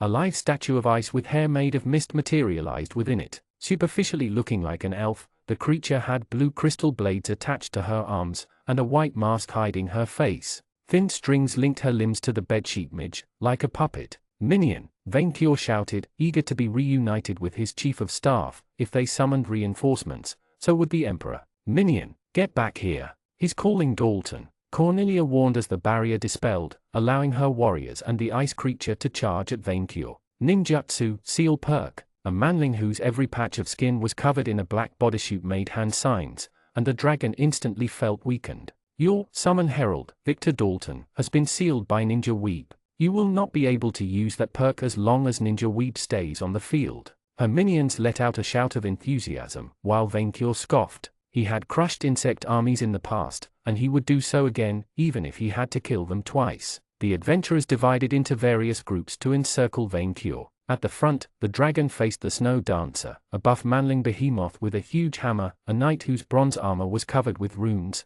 and a dwarf dressed as a priest. The Drake rider joined them, providing aerial support. Ninja Weeb and a pig-like orc smelling of herbs and dung moved to his left, while an elf bowman riding a horse flanked him to his right. Elfling Cornelia stayed at the rear, alongside Mellin the Pied Piper, the Rune Master, a scantily-clad Catkin, the Summoner, and a midge wearing a black cloak and a wizard hat. Spell Purge. Vainqueur activated his favorite perk and charged at Cornelia, ready to trample anyone in his path. The scantily-clad Catkin began to dance, the fairy played a song, and the Rune Master raised a barrier to protect the rearguard. The front team intercepted Vainqueur, the hammer-wielding manling jumping at the dragon with his weapon raised. The dragon poked him out of the way, but surprisingly, the monkey survived the blow, crashing on the ice and quickly moving back to his feet. The Snow Dancer, sliding on the ice with incredible speed, sliced at Vainqueur's ankle and quickly avoided a counterattack. Weifu no Ratan. Ninja Weeb joined his hands to make a strange sign, firing a lightning bolt at Vaincure, while the orc breathed a storm of petals. The dragon scales deflected both attacks, the Emperor instead backhanding the Bronze Knight. Can't pierce the dragon's defense. Sneak attack, the druid will switch to support, Cornelia directed, turning to the black wizard at her side. Wizzy, use your strongest spells, all-out offense. Lesser Demon Bane. Vaincure cast at the Snow Dancer as she moved to attack again, hitting her. Both the creature and its summoner stumbled, making Vaincure wonder if the latter possessed his minion. Before he could move to finish it off, the Bowman Rider fired an arrow at him from the side, while the Drake Rider prepared to throw more bombs. The archer fired first, Vaincure raising an arm in the way and grunting on impact. Moving with exceptional speed, Vaincure seized the horse before it could dash away, the archer with it, and threw both at the Drake Rider. The surprised cavalier couldn't evade the improvised projectile, the fighters crashing on the frozen lake. Their bombs detonated, blasting them apart and causing part of the frozen surface to collapse. The orc mage was caught in the blast and then fell into the icy water. The archer and the Drake Rider both reappeared wounded on the lake's icy surface, next to the hammer-wielder, the ring of light above their heads gone. Multi-heal. The dwarf priest extended his hands, unleashing a pulse of golden energy around himself. The wounds of the warriors near him closed instantaneously. Realizing that their magical protection shielded them from his physical attacks, Vaincure switched to his breath, and cooked everyone in sight. His breath incinerated the Drake Rider, the archer, and the barbarian, killing the first two and causing the third to run around screaming in pain. The dwarf managed to dodge, while the Snow Dancer and the Bronze Knight hammered at his legs with their needling attacks. Enlightened, Vaincure tossed the Bronze Knight into the open crack in the lake, watching him struggle to stay afloat before sinking. Wizzy the Black Wizard finished casting a spell, throwing a sinister sphere of black energy over the protective barrier, the projectile hitting Vaincure in the back. His whole body had begun to feel itchy, but not as much as it did when he fought more. You have taken medium unholy damage.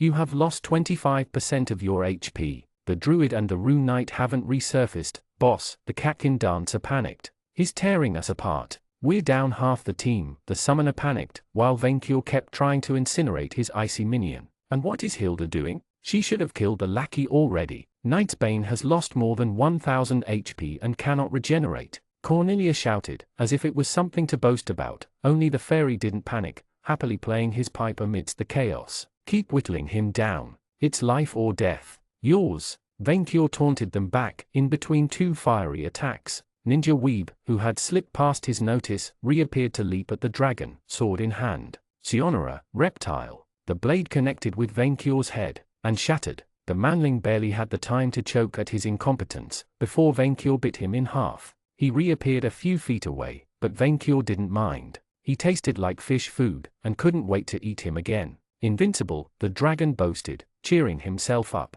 Vaincure, Vaincure, Vaincure. Then the ground shook, as a new challenger stepped out of the forest. Vaincure turned to face the new suicidal adventurer and found himself facing a golem instead. A huge golem, almost as big as the dragon himself. A mechanical titan in heavy, knight-like plate armor, the automaton wielded a long sword as long as his own tail and a rounded shield with a strange hole at its center. Its face was a skull-shaped helmet, meant to intimidate manlings, and it stank of fairy work. That is the best challenge you fairies can provide? Vaincure scoffed. He hoped he would get a good treasure out of killing this walking tin can. The golem ignored his words and charged at him, its shield raised. The dragon responded by humming and then blasting it with dragon fire. And it kept going. Vaincure's eyes widened in shock, as he increased his output, yet the golem kept charging, the shield deflecting the flames. A mighty thunderbolt hit Vaincure from behind, making him stumble and interrupting his attack. Vaincure barely had the time to regain his footing before the golem reached him and slashed at his chest, cutting through his scales and shedding blood.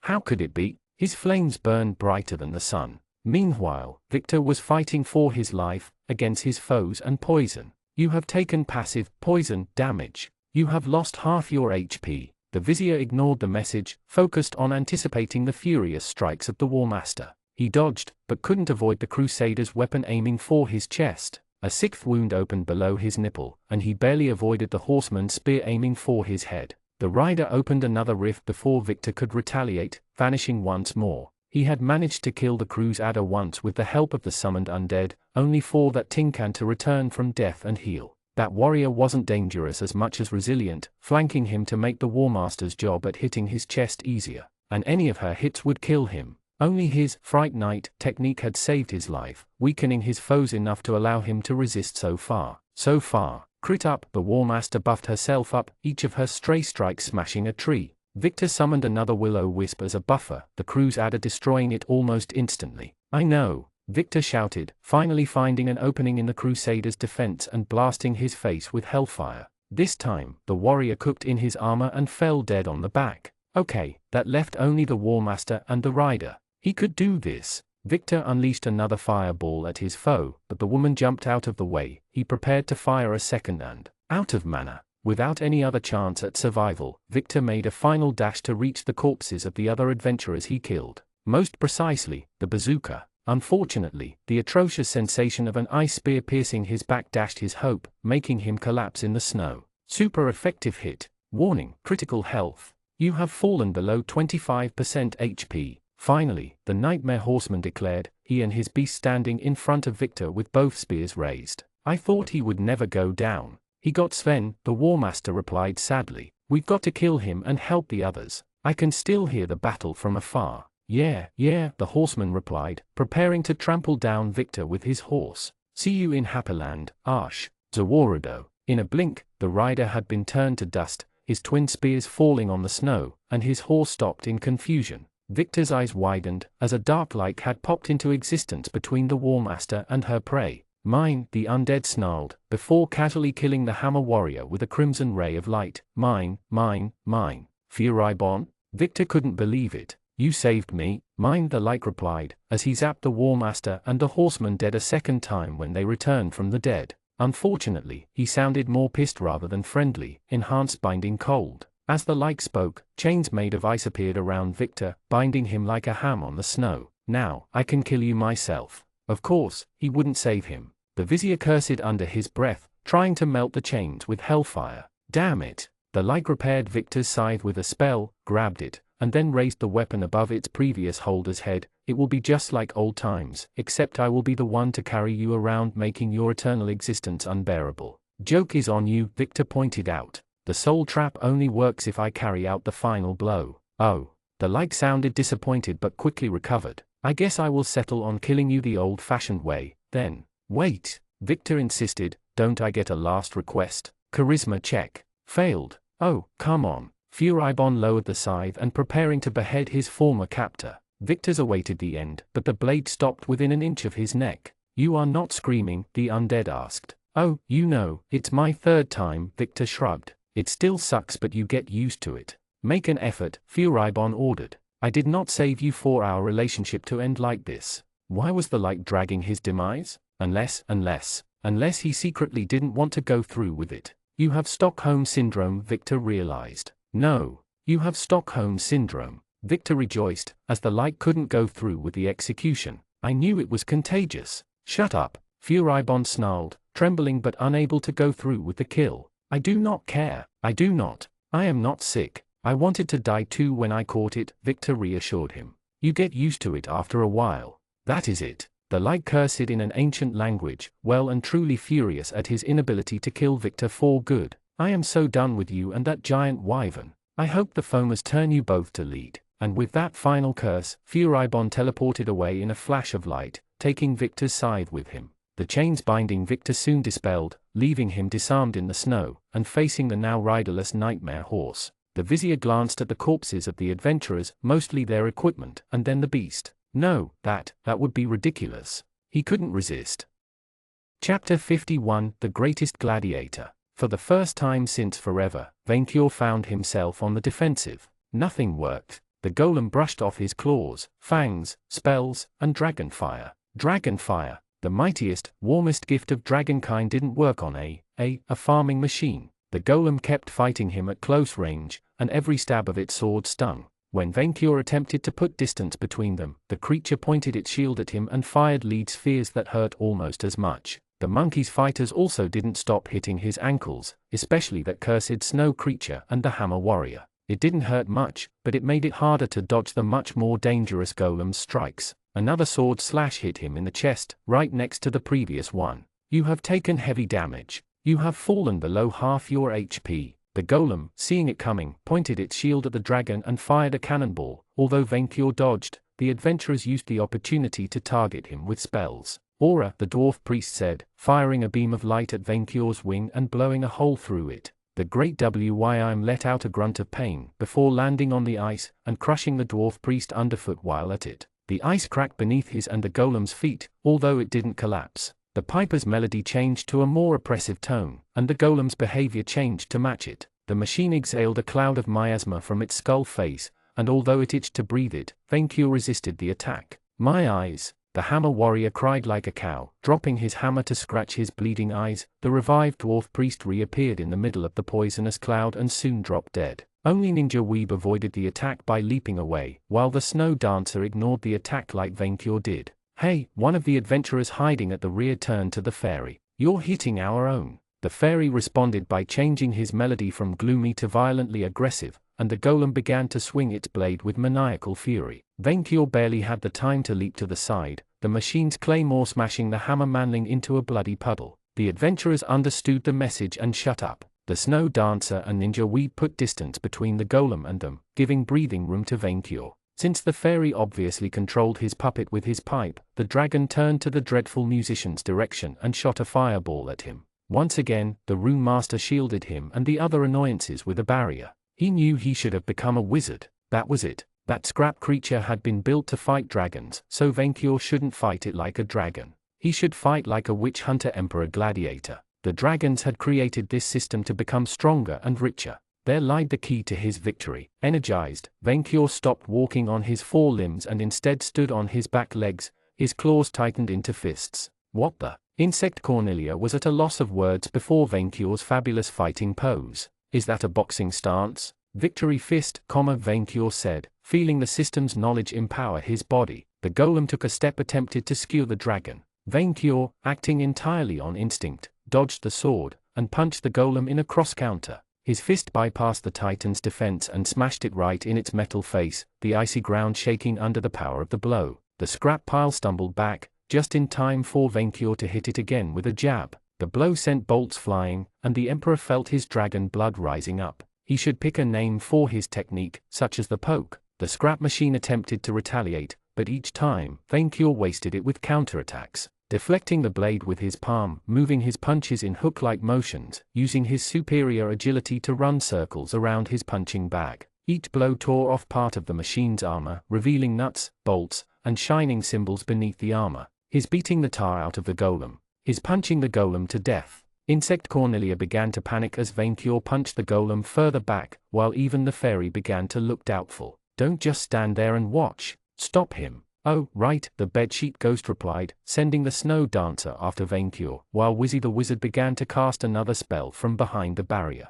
Husbando Bushin, Ninja Weeb said, creating two clones of himself and trying to flank the dragon. With the golem temporarily stunned, the emperor turned towards the new challengers. Venkior could smell they were only illusions and was not fooled. With casual contempt, he slapped the true rogue with the back of his hand, crushing his bones and sending him to fly across the sky and into the fiery forest. Answering his command, space ripped in half, and his chief of staff rode through on a flaming horse's back. He hid something beneath his robes, and while bleeding profusely grinned at seeing his master again. Hilda failed. Insect Cornelia cursed, the puny adventurers losing hope as Venkior's wounds began to close. Minion, you finally came. Venkior rejoiced, briefly turning around to punch back the golem in the face, before pushing back the relentless summoned creature with his tail. And here I thought I would save your majesty, Manling Victor said. But you're handily winning this. You will help, Venkior declared, by cheering me up. Venkior, best dragon, his chief of staff began to sing, drowning out the fairy's melody. Venkior, best dragon. Nothing can stop me now, the dragon boasted, turning back towards the golem. I am unforgettable. Well, the foamer briefly interrupted his wicked song. It was fun while it lasted. And then he ran away into the forest, abandoning his minions while humming a playful melody. Everyone support Wizzy, Insect Cornelia ordered, her catkin dancer making moves to empower the wizard. Final gambit. Oh no, you don't. Manling Victor charged at the barrier with his horse. Venkior trusted him and focused on finishing off the golem instead. The bedsheet summoner moved the snow dancer to intercept his chief of staff. A rift in space appeared before the horse, and the rider crossed it. Venkior's minion reappeared behind the protective barrier, trapping them between their own shield and himself. And it is with great joy that I say this, manling Victor revealed a strange cannon, which he had previously hidden beneath his robes. Say hello to my little friend. Enhanced Earthquake. But Wizzy the Wizard wasn't fast enough. Manling Victor fired a projectile right in the midst of the fairy's minions. An enormous explosion tore the group apart, the barrier collapsing almost instantly, the strings controlling the snow dancer were severed, the summoned creature immediately skidding away. When the dust settled, only blood and corpses remained, his minion chasing a survivor into the forest. One-hit polykill. Astrologer / tactician Cornelia has been killed. Cornelia's gambits and hailstorm have been cancelled. As the golem, the last opponent standing, put its shield up to protect himself, Venkior moved in to finish it off. The dragon kicked it in the leg and made its defense collapse, while his fist moved into an uppercut. A title finally came to Venkior's mind. Feel the weight of my wealth, the emperor declared. Horde punch, uppercutting the golem with such force to throw it on its back, the ice cracked beneath it. The machine didn't get up. Grabbing the golem with both hands, Venkior forcefully lifted the machine above his head, then inhaled. Time to test his new perk. Charged attack. Venkior opened his mouth, and instead of unleashing flames, his breath turned into a blinding beam of golden light. The ice shook under the sheer weight of his powerful attack, the ray hitting the golem in the chest. Venkior's attack melted the fairy work metal, pierced the creature's chest, and came out on the other end. His light splintered the heavens and dispersed the hail clouds. The ray eventually shattered the golem in half and kept going, clearing the skies and going up into the dark depths of space. At long last, Venkior closed his mouth, and tossed the broken remains of the golem at his feet. A long, crimson and golden cape appeared out of the golem's remains, a royal mantle for Venkior to wear. Flawless victory. Congratulations, that was beeping awesome. For prevailing in this epic battle, you earned 8 levels in Kaiser, and 3 levels in Gladiator. You earned the Victory Raw, Mirror Scale, Fire Crown, Immovable, Show Off, and Gold Shower class perks. 330 HP, plus 60 SP, plus 14 STR, plus 8 VIT, plus 8 Ski, plus 8 AGI, plus 5 Int, plus 11 Char, plus 9 LCK. Victory Roar Technique, 30 SP. You can unleash a mighty roar lowering the strength of every enemy within earshot by 1 stage. Mirror Scale. If a spell fails to pierce through your magical defenses, it is automatically reflected back to the sender. Fire Crown Technique, 100 SP. You can temporarily surround yourself with a mantle of burning flames for 15 minutes, which will inflict medium fire and dragon-type damage to anyone caught in its range. Your weakness to frost turns into a resistance as long as Fire Crown is active. Immovable. You cannot be teleported or banished against your will. Show Off. You receive plus 20 evasion and plus 20 precision when you do not wear armor. Gold Shower. When you defeat an elite enemy, you have a chance of being showered with gold. The percentage of triggering this perk is equal to your luck stat. By gaining enough levels in your various classes and your crested perk, you can now combine some of your classes into stronger. Venkior didn't read any longer, mesmerized by a surreal sight. It was raining gold. The dragon extended his arms, abandoning himself to the blissful feeling of coins raining down his scales.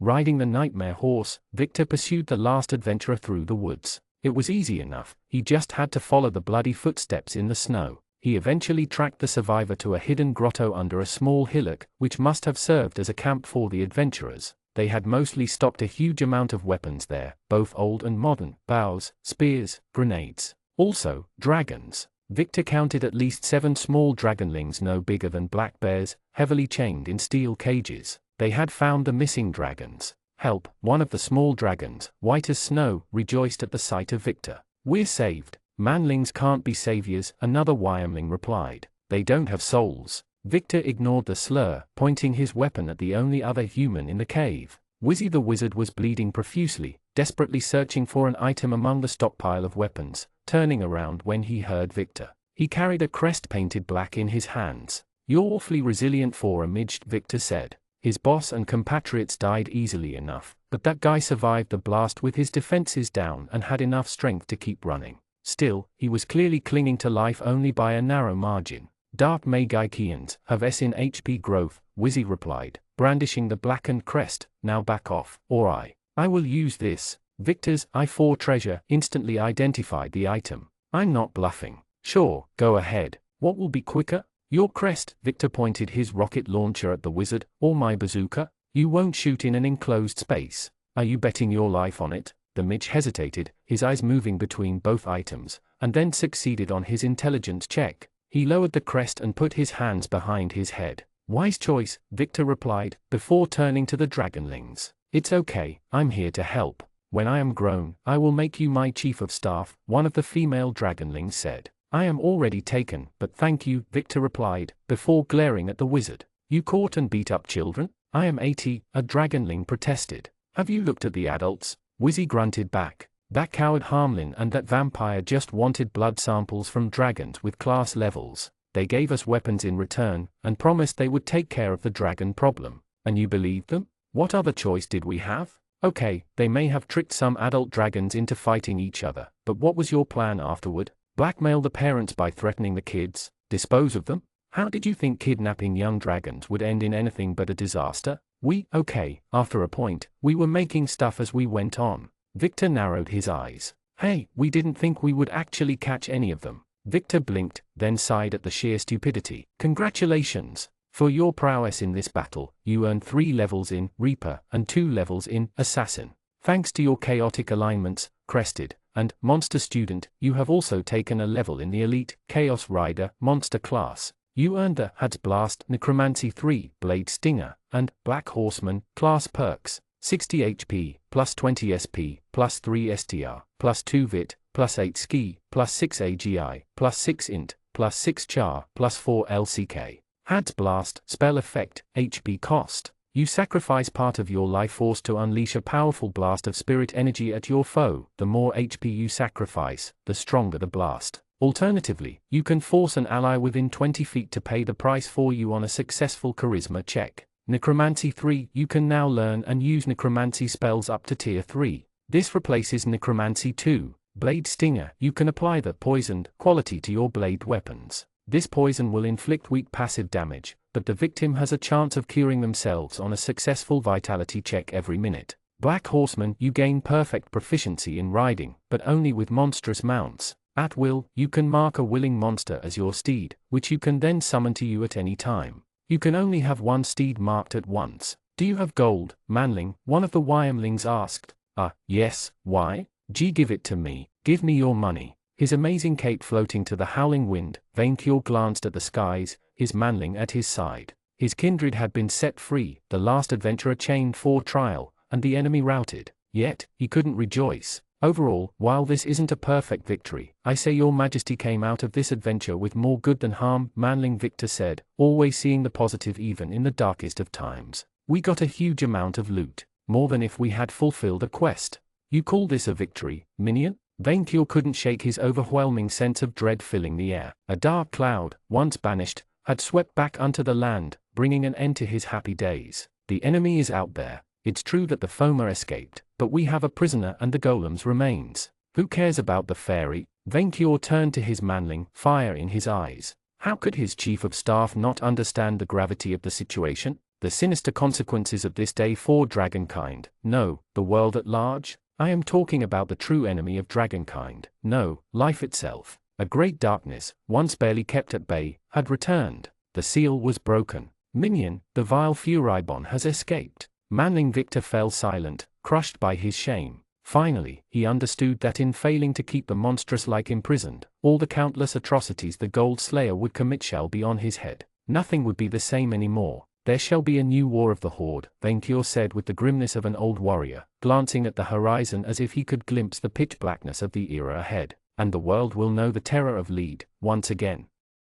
Chapter 52 To the Moon. I'm surprised your majesty wanted to join me on this one, Manling Victor said, guiding his master to a valley near Murmurin. I thought you considered ruling minion work. The vile Furibon has returned, friend Victor, Vaincure reminded his trusty sidekick. My empire is no longer safe. We must remain vigilant, and prepare for the dark times ahead. There was still one of those conmanlings to deal with, but with Furibon's escape, Vaincure had decided to put his revenge on hold. The Dark-like, whose imprisonment had only made crueler and bitter, would doubtlessly take revenge for his shameful defeat, and the Emperor would be ready to defend his horde once again. While I trusted you to do the thing, I shall now take a personal interest in managing my empire and build its defenses against invaders. I shall also order the minions build me an arena. An arena? A great, shining arena where my subjects can shower me with gold every week. The dragon and his lackey oversaw the valley, or rather, the crater created by the Iron Eagle when Venkior threw it there. The dwarfs had taken over the area and turned it into an open scrapyard, scavenging the ship's remains while building forges and workshops nearby.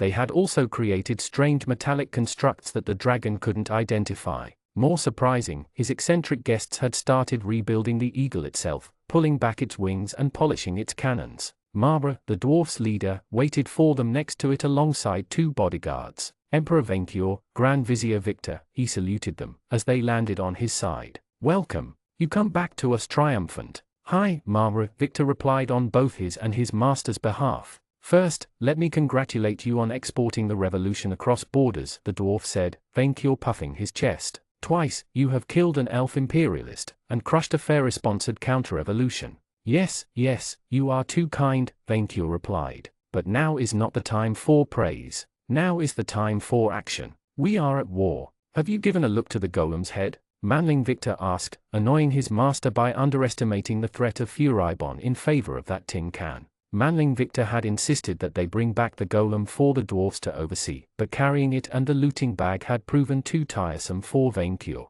The dragon had settled on taking the head and some gears, before dumping the rest in the ocean. "It is one of the most fascinating pieces of technology I have seen yet," the dwarf replied. "I recognize the Foma Mag Mel's handiwork, but the core mechanisms look similar to those of the eagle. Our engineers have only barely begun studying that machine, and it will take us weeks to disassemble it." Clearly, the fairies elaborated this entire operation to free the vile Furibon from his seal, Venkior said. "We must prepare ourselves for his return, and this means strengthening our military. Your Majesty, I believe these events are unconnected. Manling Victor, you are my advisor, but I won all the wars," Venkior cut him off. "Do you not see the great conspiracy trying to take me down? How it all fits? Your enemies are the enemies of the Avragist revolution, and you can count on us to support you." Mara nodded, the dwarf seeing the bigger picture. "We will lend you our strength and expertise. Then show me." The dwarf ambassador waved a hand at the Iron Eagle. "As you can see, we have analyzed this elf weapon, and in 2 weeks, it will work again. It shall, without a doubt, become the backbone of your country's military, and allow you to cross the ocean to export the revolution across the world." Venkior remembered something. Minion, the vile Furibon, who is evil and must be destroyed again, said his phylactery was hidden on another continent. If sealing could not keep him imprisoned, we have to find his soul, and destroy him for good. "Yes, Your Majesty, but there are 8 continents since Atlantis is still a thing on Autamundi. Do you really intend to explore all of them?" "I will spare no effort to see the light destroyed," Venkior ordered with a firm nod. "I want this machine painted gold and staffed with minions. It shall no longer be called the Iron Eagle, but the Piggy Bank." "His piggy bank." "Your Majesty, I do not want to be the one to say it," but Manling Victor struggled to find his words, while the dwarfs remained stone-faced. "The name is not very good." "I am a dragon," Venkior replied. "It shall be known as the Piggy Bank." Friend Victor let out a strange sound. "Why not flying gold?" "That sounds too imperialistic," Marba contested. "See?" Venkior replied. "Manling Victor, leave the names to me and focus on our class progression. Doubtlessly, our enemy has learned his lesson, and the tricks we used to put him down shall not work again. I expect you to research further ways to increase our strength." Speaking of classes, while Marba gave them a tour of the weapon forges, Venkior let his minion handle the discussions for a moment to check on his new features. "Congratulations! Due to meeting entry requirements through your crested, perk and gladiator levels, you can convert some of your levels into promoted classes. Stats will not be affected, but perks will. You can combine gladiator with emperor into Augustus, or gladiator and witch hunter into Gourdhand. Augustus, a glamorous emperor ruling through fabulous charm, bread, and circus. Special ties, unarmed, all melee weapons, and leadership. Major growths in strength, skill, charisma, and luck. Perks affected, noblesse oblige. Gourdhand, a melee fighter empowering his fists with magical effects to take down mags. Special ties, unarmed, anti-magic, status ailments, and self-buffs. Major growths in strength, skill, vitality, and agility. Perks affected, witch burning, hunter's resolve, exorcism. Choice registered. Your gladiator and emperor levels have been transformed into Augustus levels. Gladiator and emperor are no longer accessible. Noblesse oblige replaced with king of games. King of Games. Whenever you face a check in a game or game-like situation, you gain a stat bonus equal to your charisma divided by 4. We have already started smelting weapons for your armed forces, in partnership with your troll smith, the dwarf declared, bringing Vaincure back to reality. We should be ready for any outside attack, but I can't say the same for infiltration, Manling Victor said, before turning to his master. Is your majesty happy with the dwarf's work? Almost, Vaincure replied. Dwarf Marva, my kind has once again proved its superiority over all of life, completing quests and leaving me without honest, richly rewarded work. For the sake of my horde, I must now turn my eyes to a new frontier, and the gold mine up in the skies. The moon. The moon, yes. Thanks the gods, your majesty says it the right way, Manling Victor flattered his master. Also, this is a literal mission from God. Gods are the drug dealers of the people, Marva replied with a stone face. You will outgrow them. I could fly up to the moon, but I would burn so much fat I would become skinny and ravenous, Vaincure said. I would have to eat every cow in sight and hibernate, which would leave my horde unattended. Henceforth, Dwarf Marva, find a way to send me to the moon without any effort from my part. How could your majesty fly to the moon without breathing air? Manling Victor asked a silly question. Manling Victor, I breathe fire, not air. Vaincure rolled his eyes at this idiocy. How could you forget that after all that we have shared? True, that was a stupid remark, Manling Victor replied with a flat tone. Indeed, which is very unlike you. Grand Vizier, if I may, what makes you say there is no air in space? Marva the dwarf asked. Because there isn't, Manling Victor replied. My kind, or rather, those of my homeworld of Earth, already managed to send people to space. It's a big, dark, empty void. That, Marva considered the question. That makes our war against the sun much more difficult than expected. And there isn't air on the moon, I think. Manling Victor marked a short pause. Come to think of it, maybe I should ask Thulgathar. But I am 99% sure there is neither air nor gravity in space. I should have known the cowardly sun would build a fortress between justice and him, the dwarf replied. Moon beasts favored by the moon man have interplanetary teleportation as a special perk, but they cannot bring anyone with them. But thankfully, we may have a solution. A rocket? A rocket? Vaincure and Victor asked at once. In response, Marva led them to a bigger, half-built version of the wind spear which Maud tried to kill Vaincure with. Marva. Yes, Grand Vizier Victor? That's a primitive missile, not a rocket. What difference does it make? Vaincure asked, curious. This is a bigger replica of the wind spear Maud used against us. It's a weapon, not a transporter. Our sun's layer was built purely for non-threatening purposes, the dwarf replied with a flat tone.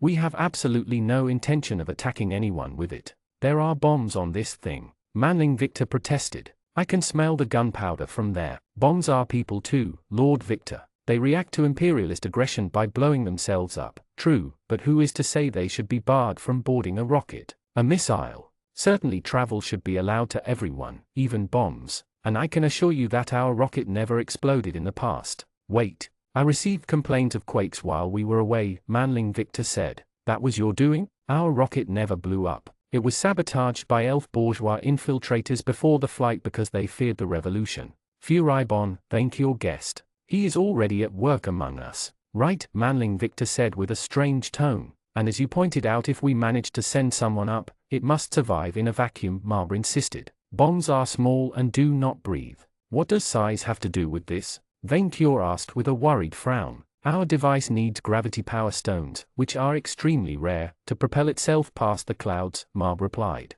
The more weight, the more stones needed. We cannot afford to waste any of our supply, so the prototype should be able to fly small passengers before we create a model sized for your majesty. And unfortunately, none of our test pilots survived the test so far. This slows down progress. Yeah, speed hurts, Victor said. There were a few victims in the space race at home, and while we don't have magic, we are way ahead of this world in matters of technology. It will take us years, if not decades, to create a rocket capable of reaching the moon, but it would be much faster if we had pilots who could survive test flights, Marva said. We need a test subject who is highly resistant to physical damage, does not need to breathe, and small enough to fit in a very narrow space. Such creatures aren't raining. Vaincure's eyes widened. Minions, they do. Babies? To send to the moon, Victor replied to his pet. That exchange sounded a lot better in his mind. After the whole jelly rain fiasco, Victor had turned one of the farms into an improvised shelter, which Junior had turned into its new lair. While Akenapop had advised to distribute cats to control the population, Murmurin's citizens had instead latched onto jellies.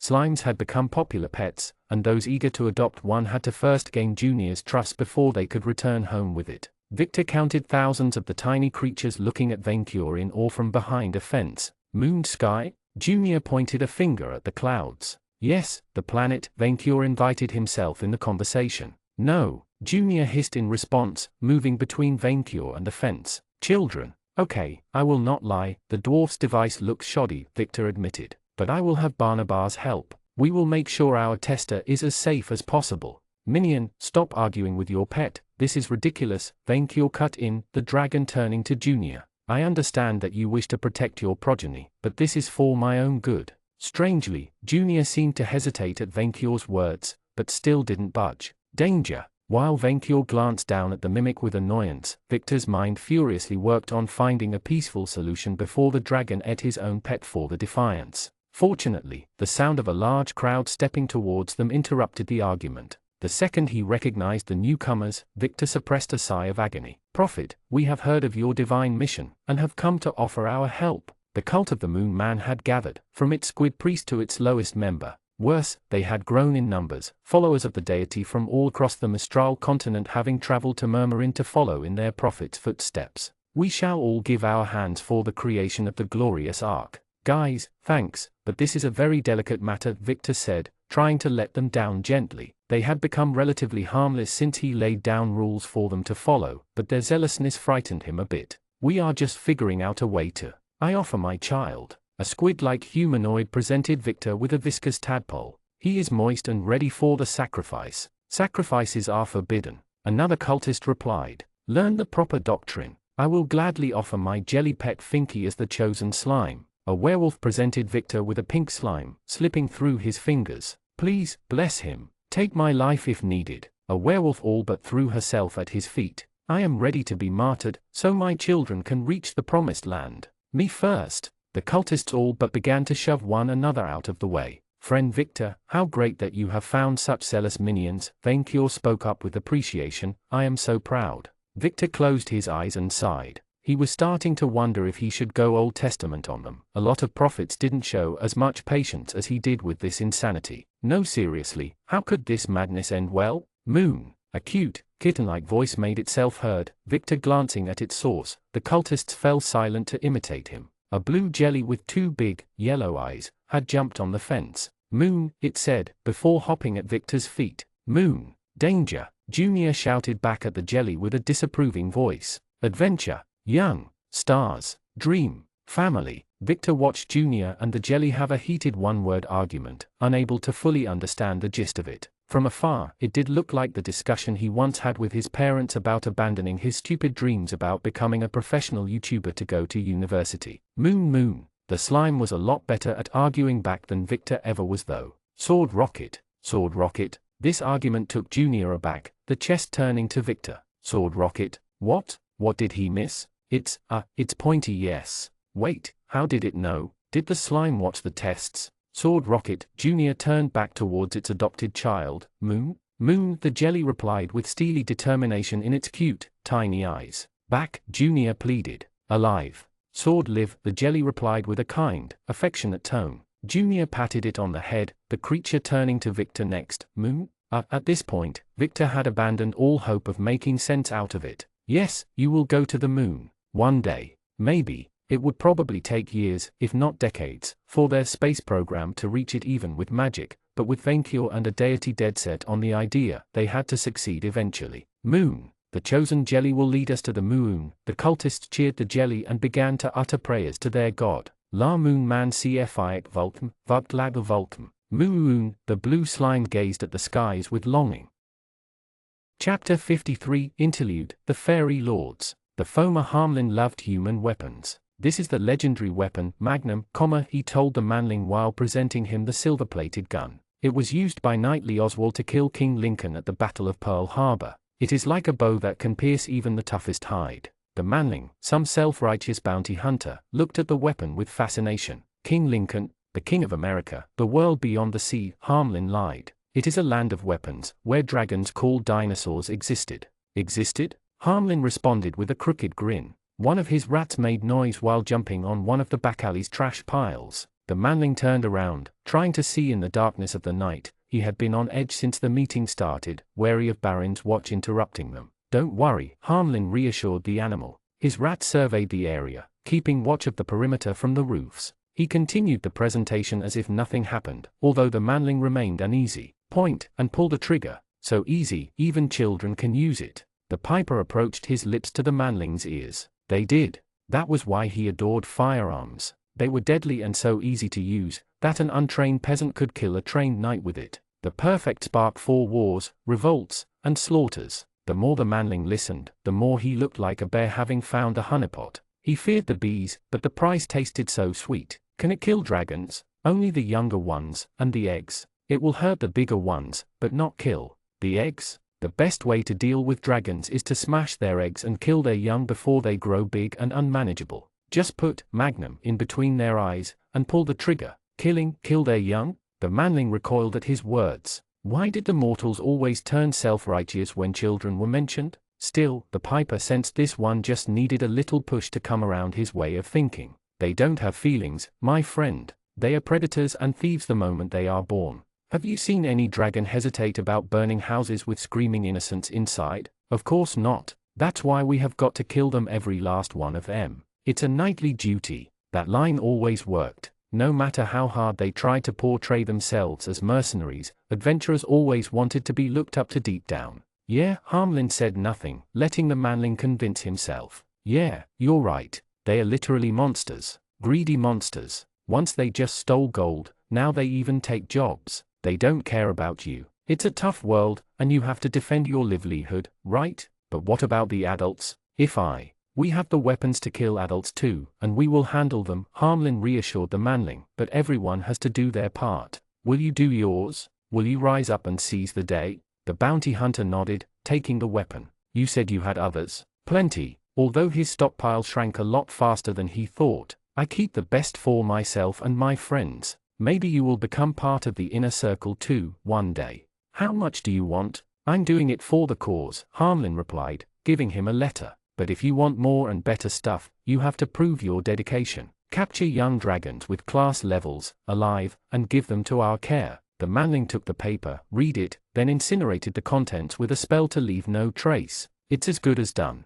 I only believe in what I see, Harmlin replied. Get results, and I will contact you again. The hunter responded with a sharp nod and offered his hand. Although the physical contact privately disgusted him, the foamer took it with a smirk. Mel Lin, who preferred the nickname of the Pied Piper of Harmlin after his most infamous crime, watched the manling leave with the weapon hidden beneath his cloak. That deal went well, and hopefully, this one would succeed at slaying a dragon, where many of his kind failed. If he didn't, that meant one less manling to kill down the line. Claimed were harder to bait. They had grown up with firearms, and while they recognized their potential, they lacked the quasi-religious respect their descendants had for guns and rifles. They always asked too many questions about where he got the weapons from, and he often had to silence them. Most foamers were cold as ice, but Harmlin was different. Where his kind held nothing but apathy for mortals and considered killing them a chore, the piper had come to enjoy the good work. He had toyed with mortals for centuries, in one form or another. Once, long before they learned the power of classes, he had come across a manling village infested with rats. On a whim, he took on a human shape and offered the villagers to take care of the problem, leading the rats with his pipe to drown in a river. The manlings refused to pay him. So Harmlin sang another song, and they paid the price with blood. The fond memory made the fairy chuckle. Those were the old days when the old folk ruled over lesser creatures, and none but the dragons could challenge them. Then the mortals learned the power of classes, and the natural order crumbled. The foamers still had strongholds across Outermundy. They ruled Prydain, and held sway in the dark forest covering most of the world. King Votan and Baba Yaga also ruled vast expanses north of the Winter Kingdoms, but they were too soft toward mortals. They let them live, but these shallow kingdoms shrank every century, a decline which Barlow slowed, but could not stop. Would Mel Ogiers do better? So far, he liked his sister's style, subtle and devious like his own. One of his rat familiars crawled to him, Harmlin lowering his head to listen to his report. The piper had granted a mind to that beast, and unlike the bigger Ratki, the rodent remembered his place. The paladin and the dragonling returned the bottle to Barsino, the rat told his master. He greeted them with a feast. What about Mo? The Anvi sealed him within his own bottle with a wish and ordered that he never get out again. That idiot. They would need magic greater than Mo's to unseal him, and only Baba Yaga's sorcery fit that criteria. Unfortunately, she despised the jinn. Should they ask Sabla? The Fomas had a loose alliance with that mercurial deity, but it was his high priest who caught Mo in the first place. Can you steal the bottle? No, the rat shook his head. Even if I could, we would surely be seen. Not a fair trade. Harmlin's slaves had proven their value time and time again, while Mo had been stupid enough to get caught by mortals twice. He would have his rodents keep an eye on the bottle in case an opportunity to snatch it presented itself, but the Foma wouldn't take any risk. At least the tactician will not make any wish. He was surprisingly happy with the result. Harmlin's eyes squinted at these words. The paladin reacted the same way, so Barsino told her he had wanted to study the bottle's design and then bury it in a place where it would never be found. He knew Mo would twist any wish he made. The design, you say? Harmlin quickly caught on. An artifact that could trap even the strongest of the fairies. Of course, the famed tactician would want to study a powerful weapon against the Fomas. He had survived more assassination attempts from them than that Fidel Castro did on Earth. Fairies had a long memory, and they never forgot a slight. Barsino had played a large role in Barlow's defeat, and Melodias had marked him for death, like that paladin. Especially the paladin. What of Kia Bekel and Knightspan's niece? Barsino welcomed the human with a feast and showered the dragonling with diamonds. She declared him her new best friend, and they laughed. The tactician said great games would be organized in their honor. This would strand them in Barin 4 weeks. Harmlin considered the situation, an idea for mischief crossing his mind. Plague. A green glow briefly surrounded his thrall, as Harmlin's vile spell infused him with a curse. Your fangs now carry a dangerous disease, the piper said. Spread it to the mortals of this city, to their merchants and dignitaries, so they carry my gift across borders. I hate the taste of elflings and manlings, the rat complained, but you can count on me. You and your brothers keep an eye on all 3 of our sworn enemies, the bottle, and my cat's paws. Cat, the rat glanced around, making Harmlin chuckle. Master, please don't scare me like that. Do the work, and I will make you grow bigger than a dog, the piper lied. He had learned the lesson from the beastkey, to never make his slaves too strong nor too smart, lest they get ideas. Now go. His thrall fled the alley, carrying Harmlin's gift with him. His work done, the Foma brought out his dragonbone pipe from under his cloak and summoned a fairy ring with a song. A dark green portal opened before him, and vanished after the fairy lord crossed it. As he landed back home, in his father's workshop, Harmlin dropped his human guise. His skin turned from flesh to rotten wood, crimson eyes opening all over it, on his shoulders, his chest, and his hat. His clothes revealed their true nature as parts of his body, his beard turned into tentacled roots, and his fingers became branches. Harmlin was an old nightmare, one of the horrors that made mortals fear to tread the woods at night. When he arrived, the smell of oil and gunpowder greeted the piper. Giants and ogres worked metal under a twisted darkwood ceiling, fashioning steel armor, carefully breaking down earthling weapons into tiny pieces, or assembling the head of a new golem. Harmlin's forefather, the insectoid Foma Mag Mel, oversaw his thrall's work with a craftsman's attention. Another layer, he ordered his servants, each of whom he created in his lab. A thicker armor with less impurities. Thrice thicker, father, Harmlin suggested. Vainkior blasted the chest apart. Did you see it from your hiding spot, my son? Mag Mel responded without sparing his child a glance. I wonder. Oh, I had the most beautiful view of your toy getting punched into scrap. It had been like one of those movies the Earth's manlings loved so much. I cannot wait to see how the next one fares. Each Foma was a lord on its own, with their own fief and servants, answering to no one. Only a mighty, charismatic leader such as King Barlock could shape these proud lords into a cohesive army, and only so long as he lived. The fairies felt no love toward one another, except a kinship as the supreme overlords of creation. Even bloodline held little sway. The downsides of lacking a soul: love, humor, kindness. Harmlin could not understand these strange things the mortals prized. I too expect better results. Like a snake in the grass, Melodias had sneaked up on her kindred without even Harmlin noticing. The piper showed no hint of fear, greeting his sister with a tip of his hat, but couldn't quite shake the dread she inspired. As usual, she wore her human guise, infuriating her progenitor. Daughter, you displease me with this face, Mag Mel said with disgust. Every mortal reminded him of the system he loathed with a passion. After all, he partly created it. All Fomas could create life, or grant intelligence to objects and animals. Mag Mel once crafted a magical dice, in an attempt to create an artifact that could tap into new forms of sorcery. On a whim, he also granted it a mind. So dice was born, and with a roll, brought the system to Audionovel. To say Mag Mel had regretted that incident ever since would be an understatement. For indirectly bringing the cursed system into the world and giving mortals an edge against them, the fairy lord shunned Mag Mel. Ever since then, the mad foamer had dedicated his immortal life to regaining his kind's favor and bringing down the system. None had studied the cursed classes as extensively as Mag Mel, and his work yielded results over the centuries. The spell, Darkest Fear, meant to make sure mortals slept in the dirt forever. The Black Crests, traps that would twist men and women into abominations when they yearned for power, and countless monsters engineered to kill heroes. When King Barlaw approached him with a chance to regain his honor by assisting in his crusade, Mag Mel eagerly supported him. He fed Barlaw potions to make the Dullahan grow, and grow until none could defeat him. They had become so close to taking back Audionovel last century. Yet Barlaw died, and Mag Mel fled in disgrace to fight another day. But the fairies learned. Where brute force had failed with King Barlaw, Melodias chose strife, division, and hate. Make the mortals fight one another, encourage a state of war unending, and then decimate the winners when they least expected it. Harmlin preferred that approach to the old one. His kind called him a coward because he preyed on those who couldn't fight back and ran when needed, but he called it intelligence.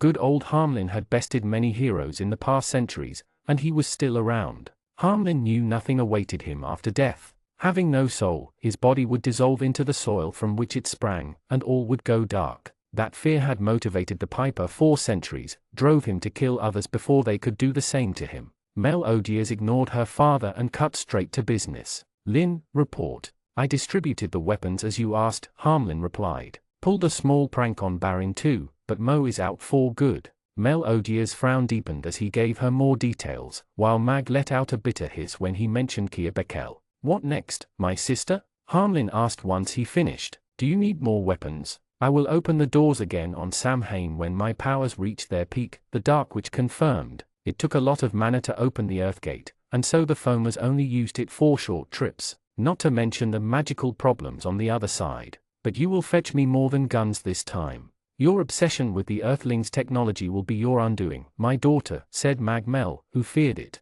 enough that he never dare launch a raid on Earth since the Manlings invented firearms. Magic will be our salvation, you shall see. Melodia's eyes turned disdainful. Finish your so-called masterpiece first, and then I will believe you. Lynn gave me the samples I needed, Mag Mel replied. Where you were found lacking, my new creation will succeed. Harmlin would have sold his pipe to read his sister's thoughts, behind that cold face of her. Mag Mel made Melodias from his own blood, but he fed her that of dragons all her youth. He even infused her with the bones of Vaincure that the adventurers brought them, hoping to create a powerful champion for the foamers. He made Melodias powerful, all right, and cunning too, but she was no King Barlaw. The Piper may have to blame his choice of agents for that. When Harmlin learned Knightsbane had returned, his fury at being tricked knew no bounds, and doubly so when he learned dragons gained levels. At least he finally got around to stealing Vaincure's blood, and that Cornelia died as a sweet bonus. In the meantime, you will finish the new iteration of the Telos Golem, until I agree with the final design. My talents are wasted on this pointless task. A consummate artist, the foamer would rather have moved on with another project after the failure of the first golem, but his daughter had forced him to create more while working out the flaws. Melodias glanced at her father with cold dead eyes. Is this defiance then, father? An uncomfortable, threatening silence filled the workshop, Harmlin noticing that even Mag's thralls had frozen. The patriarch said nothing for several seconds, before finally answering, no. Then get back to work. What about Knightsbane? Harmlin asked as Mag Mel turned to oversee his thralls. He knows. I will not allow a dragon to become a god, Melodias said. Especially not Knightsbane. We have to destabilize his empire before it becomes a new Gardemagn or gives the dragons ideas. I already sent Lucy to take care of them, and you will assist her. We would not be in this mess if she hadn't lied to good old Harmlin back then, the Piper pointed out. His sister's protection was the only reason that treacherous vampire still lived.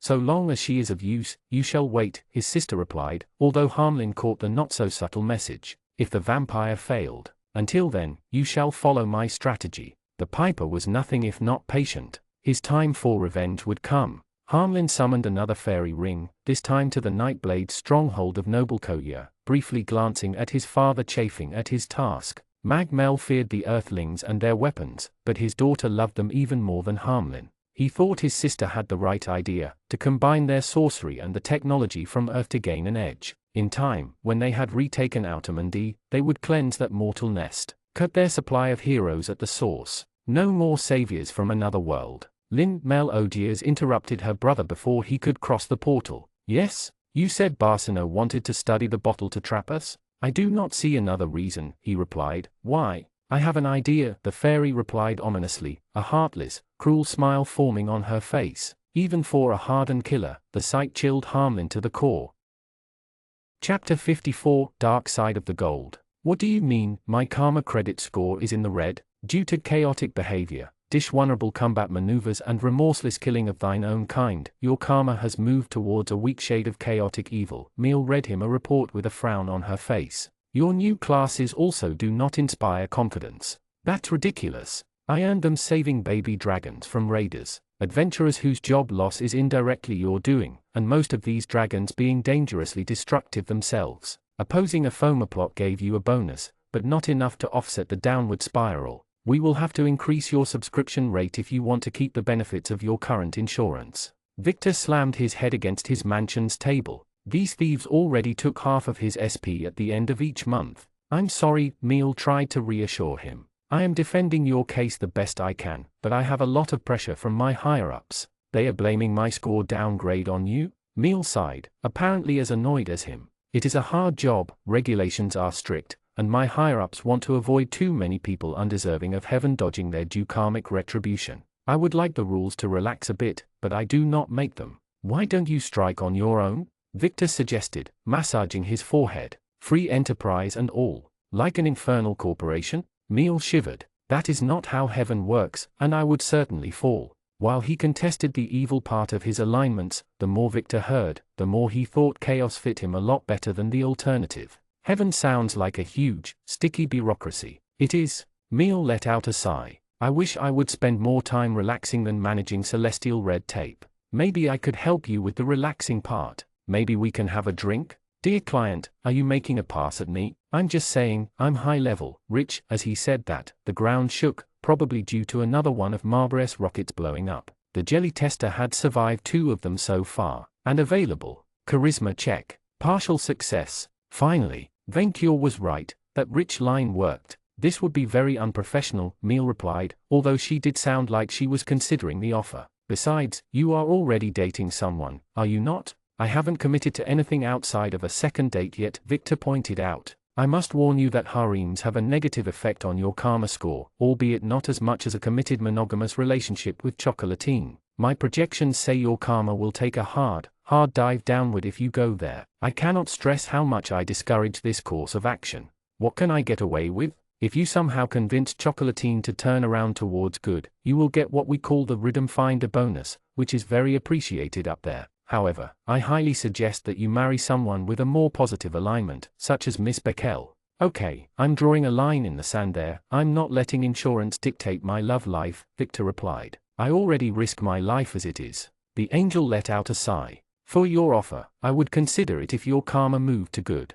I do not want a fling with an evil mortal jeopardizing my career, and while my superiors are ambivalent about chaos, they are not about that part. Alas, you are drenched in sin. Are you trying to guilt-trip me? Heaven patented this approach, she replied with a kind smile. We will save your soul, no matter what. Yeah, right. Victor had the feeling she needed to loosen up a bit and tone down the holier-than-thou spiel, but kept his mouth shut. At least she meant well, instead of filling her pockets, like Malfi. How are sales going? Excellent, she replied too fast and with a grin too big for it to be true. Mel, I don't understand. Her facade quickly cracked. We cut the prices by 70% during our Feather Friday promotion, and our lambs flocked to our rivals anyway. Really? Victor raised an eyebrow, although this didn't surprise him all that much. Maybe I should take a loo. No, please, she begged him, her sharp change of demeanor making him jump off his seat. You are our star client. I will be fired if you cancel. I will be homeless, and I will die in the snow all alone. We are in a desert, it never snows, Victor pointed out.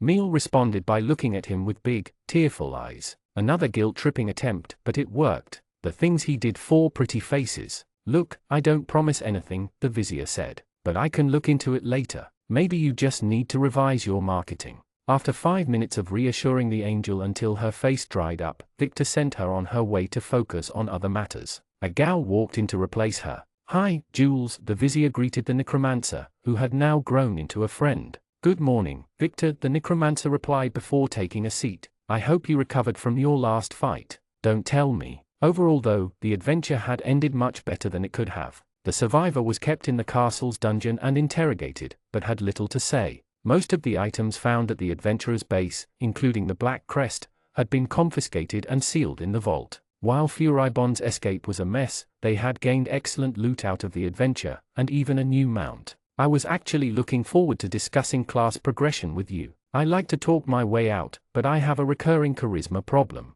"That does not surprise me," the necromancer replied. "Monster Knight and Reaper strike me as well-rounded classes without a particular focus. What other classes have you leveled in recently?" "Grand Vizier.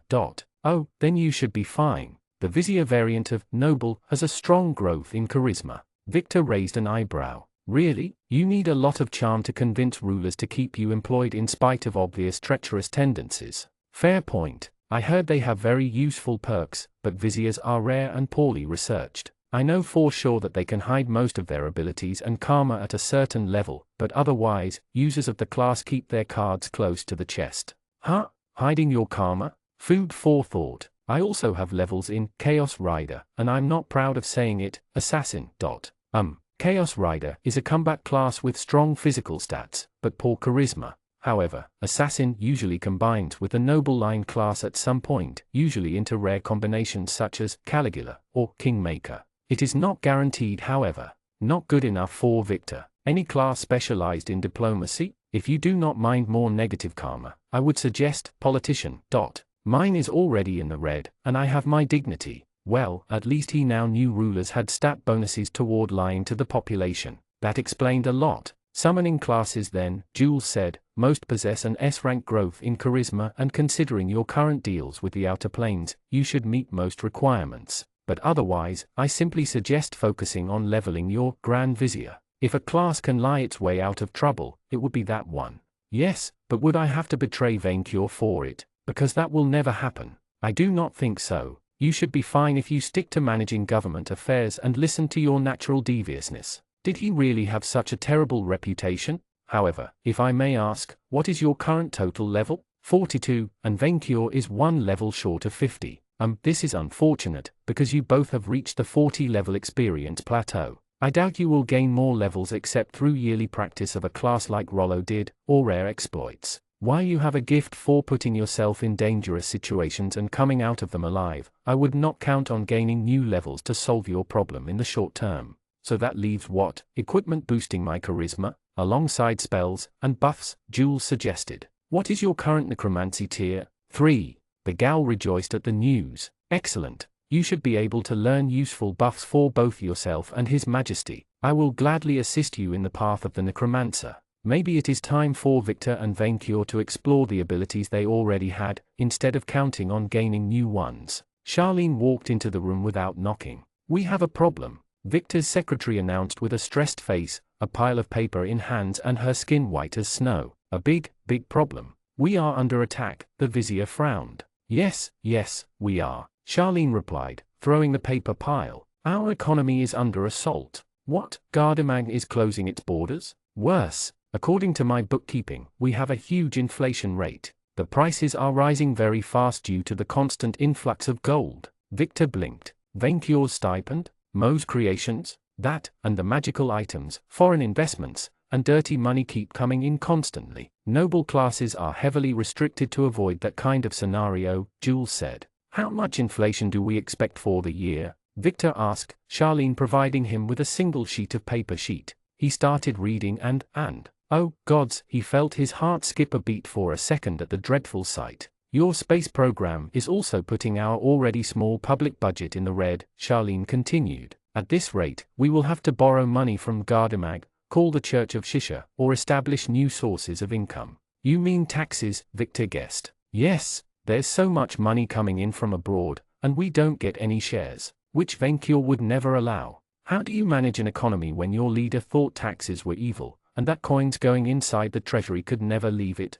This is a serious problem, Victor agreed. Skyrocketing inflation will destroy the value of our gold reserves, exports, and eventually cause the local wages to lag behind the prices. Charlene raised an eyebrow. I studied economics, the vizier replied, although he never quite understood the lessons before his intelligence stat began to increase. All of this to say, we have a recipe for civil war. Are you two not panicking too quickly? Jules asked. Your minions are loyal to Vainkyur even if he does not pay them. While Murmurin welcomes new inhabitants every day, the bulk of the infrastructures worship the ground that His Majesty walks on. You underestimate the power of the dark side of the economy, Victor said. Especially if we get financial bubbles and panics. We have to regulate the money coming in and out. Are the paper clips ready? I will say it again, this is a stupid idea, Charlene frowned, having opposed the project since the very first day. Paper money will never catch on. It's clips against gold. That is not an answer. His assistant let out a resigned sigh, confirming that they had printed enough.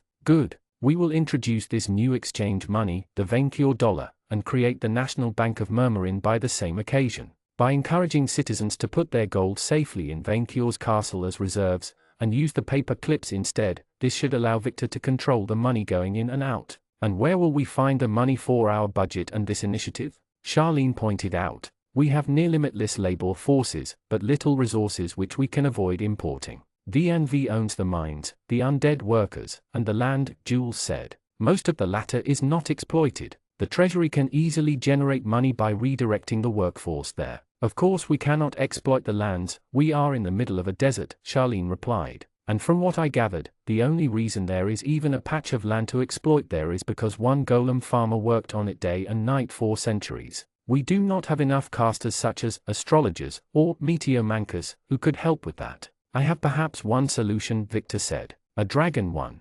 It was time to introduce Vainkyur to geomancer, as Henry advised, and see if it would work as well as advertised. However, if his friend was right and his dragon friend had reached an EXP plateau, then this will turn out more difficult than expected. My friends, you are not seeing the true problem at hand, Jules said. Namely, who will tell His Majesty that too much gold is bad? A tense, heavy silence fell between them. That's your mess. Charlene immediately dumped the responsibility on Victor. You do it. I am afraid you are the most qualified, Jules agreed, patting the vizier in the back and abandoning him to his demise. Someone knocked on his door before he could protest. Allison opened the door without waiting for authorization, seeming worried. Vic, can I borrow you for a minute? Maybe for 1 hour? Had his office turned into a revolving door? We are in the middle of an urgent crisis there. It is about Vainkyur, the Dryad said, Victor immediately squinting at her. He has somehow learned about gold farming, and has started practicing in Rollo's fields with Chock's help.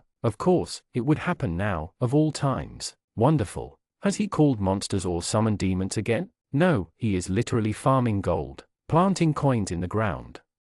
Chapter 55, Perk Practice. Vainkyur had never understood the appeal of agriculture. How could anyone spend their life wading through dung, manhandling cows, or laboring in the fields, when they could look for gold instead? Peasantry was the very definition of minion work, but as he opened his coin seed bag, imagining them growing into shining piles which he could then harvest, the dragon realized that he had been wrong. Watching his gold grow from the earth would make for honest dragon work, especially since he mostly watched his servants do the heavy lifting for him, as a true ruler should. Cobbled ranges, Vainkyur ordered, as his minions dug trenches in the farm's soil, more holes with feathers at the bottom. My coins deserve the best accommodations. Yes, your majesty. His reptilian lackeys happily obeyed him, while Chocolatine cast spells to help with the harvest. How many more fields do you want to seed? Rollo the golem asked, his arms crossed. Rollo must harvest his tomatoes. I want a field of gold, a garden of silver, and a greenhouse of gems, each of them as safely guarded as my vault.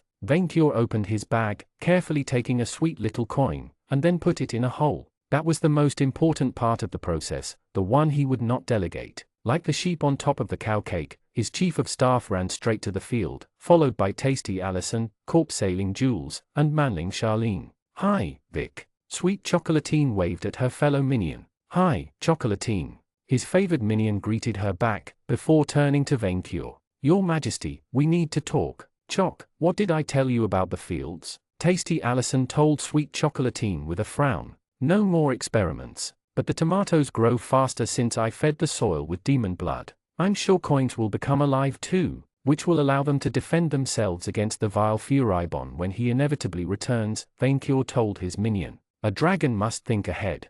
Your Majesty, that is not how coins are made, Manling Victor argued. I know, minion. Your kind takes the gold from the earth and then mints it into coins. You know. His friend gave his master a strange gaze. Then, why? I thought this class system was rubbish when you begged me to become my minion, so I decided to keep an open mind. If the system can create amazing royal capes for me out of thin air, who am I to question how to farm gold? Manling Victor stayed silent for a second, before massaging his forehead. I hate it when things that don't make sense make sense. Yes, minion, once again, I triumph with logic. Farming gold is not planting coins in the ground to harvest golden trees later, Victor protested. Usually, it's simply killing monsters who drop a huge amount of money when slain. Oh, that was even better. There are monsters who give more gold than others. His chief of staff frowned. That's a good question, he said while glancing at corpse-sailing jewels. Are there monsters who drop more loot than usual on Audionovel? Golden gooses and jackpot golems drop an enormous amount of wealth if defeated, the necromancer said, but quickly dashed Vaincure's hopes. However, they have been hunted to near extinction by adventurers and are extraordinarily rare. The most lucrative monsters to kill nowadays are fairy rafflesias, sea serpents, and phoenixes since their corpses can be harvested for high-quality material, Allison said. But good luck finding one, let alone killing it. For manlings maybe, but a dragon never backs down before a challenge. We shall find these creatures and poke them at once. Your Majesty, we have enough gold already, Manling Victor said a stupid thing. Vaincure glared at his chief of staff. Manling Victor, I will not allow you to act lazy while my bet with Icefang is ongoing. My horde needs to dwarf his own, for the sake of all dragon kind. I cannot allow this poser to become the richest of them all. Manling Victor exchanged glances with the other minions before taking a long, hard breath. Your Majesty, he began. We have too much gold in Murmurin. We are overflowing with it. There is no such thing as too much gold, Vaincure replied, confused. Minion, are you well? Has the fairy bewitched you? No, I mean it. His chief of staff's words made the dragon blink. The more you have of a commodity, the more it loses value. By harvesting so much gold, we are causing it to lose value nationwide. Intelligence vs charisma check. Failed. You could not understand the broad economic implications of the dragon way of life. Realizing what was happening, Vaincure immediately targeted his chief of staff with his fearsome magic, Lesser Demon Bane. The spell hit his servant head-on, causing him to stumble, but couldn't banish the demon which took him over. Minions, Furibon targeted Manling Victor with a foul spell. Vaincure panicked. I cannot lift the enchantment. Your Majesty, I am not. Chief is possessed, the cobbled rangers panicked, Red first among them. We have to restrain him. We can't fight a chief of staff, it's against everything I believe in. Yellow complained. Your Majesty, Victor is sound of mind. Corpse-sailing Jules defended the chief of staff, before saying nonsense as well. As much as it pains you, he speaks the truth. Your gold is losing value as we speak. Furibon turned my gold to lead again while I was away. Vaincure growled, incensed. That explained it. The sight must have led his minions to fall to madness after breaking their spirit. No, this is natural. Manling Victor confused his master even more. If we bring too much money from abroad in such a small place as Murmurin, inevitably it will lose value and cause prices to increase. Gold shines intrinsically, Vaincure insisted. It cannot lose value because it is by nature the shiniest metal in the world. This has nothing to do with shining, Your Majesty. Currencies have a fluctuating value and the more we have of it, the less it is worth. What was this hysteria? Gold losing value? His hoard losing its net worth? My hoard is the greatest in the world. Vaincure defended his prized fortune. Hoarding gold increases its value, the end. To say otherwise would invalidate the dragon way of life, which unlike your insane theory is the absolute truth. But Your Majesty, think about it, Manling Victor insisted, having fallen too far and too deep into nonsense. If everyone has gold, then it is not special, and with Your Majesty's actions, gold is now freely accessible to everyone in Murmurin. It's no longer special. Oh, I understand. Vaincure finally caught on. I understand what you mean to tell me, minion. You could have said it with simpler terms. Manling Victor frowned. You do understand? If my hoard is only made of gold, it will seem less impressive than if I collected other shining metals to complement it. Since even my minions have become rich thanks to my enlightened leadership, I must increase my standards and broaden my horizons. I must rejuvenate my horde with newer, more avant-garde material like platinum. What a great idea Venture had today. Once again, the dragon surprised himself with his forward, visionary thinking. His chief of staff exchanged a glance with tasty Allison. Vic, that's the best you will get. Manling Victor sighed. Good enough. Not good enough, minion. Venture cheered up his minion. Good enough is for those who settle for less than excellence. We will go beyond for my horde. So your majesty agrees to stop farming gold and look for new sources to decorate his treasure. About that, minion, I promote you to my Minister of Horde Research and Development, Venture said. This is a very important responsibility since quests are becoming rarer, but I trust your innovative spirit will serve me well. Well, if your majesty was okay with gold farming, then maybe you will agree to help work the land? Manling Victor suggested, already at work. Most of your empire is a desert whose underground resources we cannot exploit without serious landscaping. I will try this, geomancer, class Manling Henry told us about, Venture declared, eager to become a wizard like his cousin. Geomancer. Tasty Allison sounded pleasantly surprised. I was considering taking levels in that class as well. I have all the grimoires and magical weed needed in my shack. Magical weed? Manling Victor frowned at the dryad, who smiled innocently. I must warn your majesty that due to their high level, it will take time before you earn that class, Corp Sailing Jules said. I am a dragon, Venture replied proudly. I will now become a wizard. Oh, about magic. Sweet Chocolatine smiled at Manling Victor, who took a step back. Vic, can you mark me? Mark you? You can mark any monster to teleport them to you, right? Maybe it works on more than horses. Oh, like I summon Manling Victor whenever I need him? Venture nodded happily. That would be very useful. By summoning his Manling, who would then summon the other minions, the dragon could have his servants work for him at any time. Brilliant. Exactly. Chocolatine recognized his genius. It would be super useful. For battle. That could actually. Manling Victor considered the offer before his curiosity and loyalty overwhelmed him. Black Horseman. A dark glow surrounded Chocolatine for a brief moment, before dissipating. Did it work? She asked eagerly. I don't think so, Manling Victor replied, Chocolatine sighing in disappointment. Are you done? The scrap golem asked. Rollo needs to work on his yard. I will get the grimoires, Allison promised. At long last, Venture would become a true wizard. With night having fallen on Murmurin, Victor Dalton laid in his king-sized bed, trying to chase away a dangerous thought. He had lied. He did successfully mark Chocolatine with the Black Horseman perk. He received a notification to prove it, meaning he could probably summon her right now. If he could mark a monster woman and summon her at any time, that would be useful. For battle.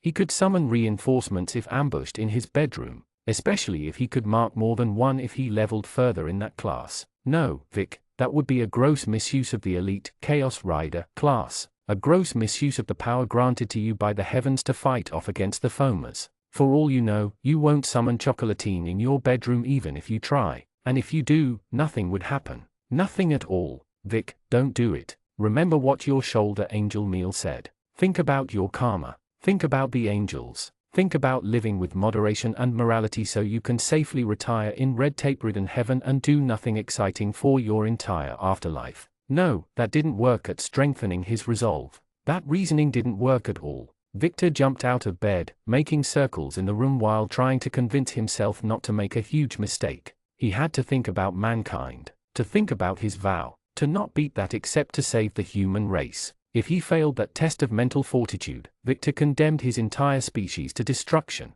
That would be tantamount to cross the line, treacherously abandon his last embers of morality, and fully commit to monsterhood. With all the perks of power, wealth, longevity, and getting laid all the time, Victor realized that arguing with his subconscious was a lot harder than expected. It was as if he had an inner shoulder devil, but the angel had left in disgust. Maybe he could just try to summon Chocolatine only to test the perk. Even if he summoned that girl to his bedroom, he could resist the temptation to do anything he would regret. He had the willpower. That would be a test run to see if he could mark, say, meal. Nothing to worry about. Essu, his heart began to pound in his chest like a locomotive, his curiosity overwhelming his common sense. Summon Chocolatine. As he uttered the cursed words, a flash of bright light overcame the room, proving that yes, the perk did work that way. What materialized? What materialized? It was terrifying. Chocolatine appeared as advertised, except that she was wearing the most scandalous demon fur nightgown he had ever seen, which left absolutely nothing to imagination. Unfortunately, she must have skinned the creatures needed for the dress only hours ago, because he could see, and smell, the blood on it. She wore a makeshift hood with a black rabbit's ears on her untied hair, but also carried the skinned animal in her left hand, and the hunting knife she used to do it in the other. "Tava," she said, extending her arms and smirking in a way that was both endearing and frightening, due to the blood on her cheek. "So, how do I look? How do I look?" Victor answered with a scream of terror. She screamed back, looking like a maniac while doing so. His undead guard standing watch over his bedroom's door opened it, ready for battle. "It's okay," Victor shouted before they could attack Chocolatine. "It's okay." False alarm. The mindless automaton said nothing, before closing the door behind them. "What the beep?" Victor asked while Chocolatine's shoulders crumbled sheepishly. "Why are you dressed like that?" She sounded as ashamed as he was disturbed. "I kinda hoped you would call me somehow, so I worked all evening on the dress. I was almost done too. And the rabbit? Why are you wearing a dead rabbit skin? Don't male humans like girls dressed as bunnies? Because they want to eat them?" Chocolatine seemed devastated, the rabbit ears folding somehow. "You don't like it? I blew it." She looked so cute and vulnerable when she said that, it made up for the horror. That instant, Victor realized that one could feel terrified by and attracted to someone all at once. "Look," he finally said. "What about you take a shower to remove the blood, get rid of the rabbit, and drop the knife somewhere, and then I go home? Then we try again, but do it right." Chocolatine beamed like the sun. Well, mankind wasn't the only thing Victor screwed that night. Chapter 56, on relationships. Congratulations! For repeatedly surviving a werewolf's bite, you earned the Silverfang personal perk. Silverfang, when biting a monotype humanoid, you can infect them with the curse of lycanthropy if they fail a moderate vitality check. On the next full moon, unless the curse is dispelled, their species permanently change to werewolf, humanoid/beast. But when pushed, it turned out he had none. Considering his life path, consorting with demons, helping a dragon take over a country, indulging a bit with the flock of the Moon Man, and becoming half monster himself, he should have seen it coming. "I knew that perk would work that way." Chocolatine gloated next to him. The worst thing was, that night had been the best Victor ever had. Screwing the human race had never felt so pleasurable. "My karma score is going to take a huge dump for this," the vizier said. "Meal would be so mad. Just falsify it," Chocolatine happily suggested, like a grown-up shoulder devil. "I'm sure it can be done with the right spells. Malfi can help with it." Bad influence indeed. "So, where do we go from here?" Victor asked. "Your brother will show up and wed us at gunpoint." "Silly, Khorasan would kill you if he learned it. Or he would try, and fail." "I figured, but that doesn't answer my question." In truth, while Victor had grown rather fond of her, a lot more than he thought he would, he didn't want to settle down with anyone right now, and liked his bachelor lifestyle. On the other hand, he didn't want to hurt her feelings either. Chocolatine drew the blanket towards herself. "No tying down. No tying down?" Victor raised an eyebrow in surprise. "Except with ropes. I want foreplay, tension, excitement." She began to rant with a disturbing, crazed face. "You breaking into my temple with a whip at night with a mad gleam in your eyes. Strolling on your horse and abducting me to the desert to have your way with me on the sand." As she described her weirdest and truly disturbing fantasies, Victor backed away until he had reached the end of the mattress. Her formerly cute face morphed into the purest expression of psychotic obsession. No, I have a better idea to spice it up further. We will need chains, a sacrificial altar, an electric slime, a sheep, and a knife." In hindsight, this may have been a mistake. A huge mistake. But you start by using that perk on me once a week until the end of the mating season." She moved to bite his shoulder, Vic stopping her with a hand. "I'm going to drink a healing potion downstairs first." She took out a fifth of his HP, and the raid battle had taught him the importance of remaining in top shape at all times. Also, he needed some breathing room. Victor put on a dressing gown and escaped the room while Chocolatine cheerfully hummed to herself, letting out a breath of relief after closing the door behind him. He bleeped up. Victor knew he shouldn't have bred with the crazy, but he still did. He needed to skip town. No, the entire country. He had to escape. Charlene informed him many churches had started encouraging adventurers to discover new lands, even starting to build exploration fleets. He had to take the first boat and run.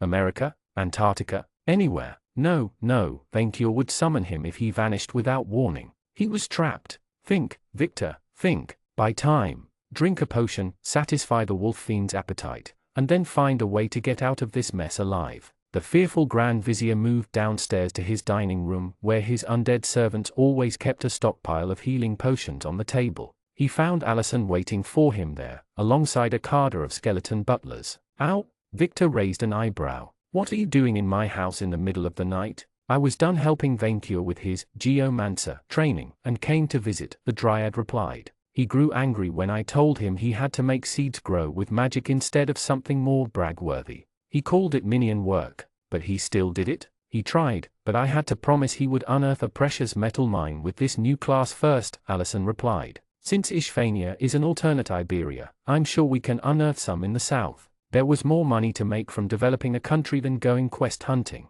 Halloween and the confrontation with Icefang was less than 6 months away, and while Vainkyur disdained undragon-like activities, his hatred of his rival and desire to outshine him outweighed his pride. Once they had stabilized Vainkyur's new empire, Victor guessed they could turn their eyes outward. If he lived that long, Vic, is something the matter? Alison asked him with a worried gaze. You look like a soldier volunteering for a suicide mission. I am, Victor replied, reddening, as he finished the bottle. No, seriously, what's wrong? The Dryad insisted. I am your friend. If you are in trouble, I will do anything to help. I slept with Chocolatine. Alison marked a short pause. Slept, or slept. Somehow, she made the question sound like, have you considered suicide? Slept bread. The Dryad looked at him with a mix of astonishment at his stupidity, pity for his cruel fate, and a strange kind of awe for his boldness. Vic, you are a lion-hearted man, she finally said. But you are also an idiot. You helped set up the date.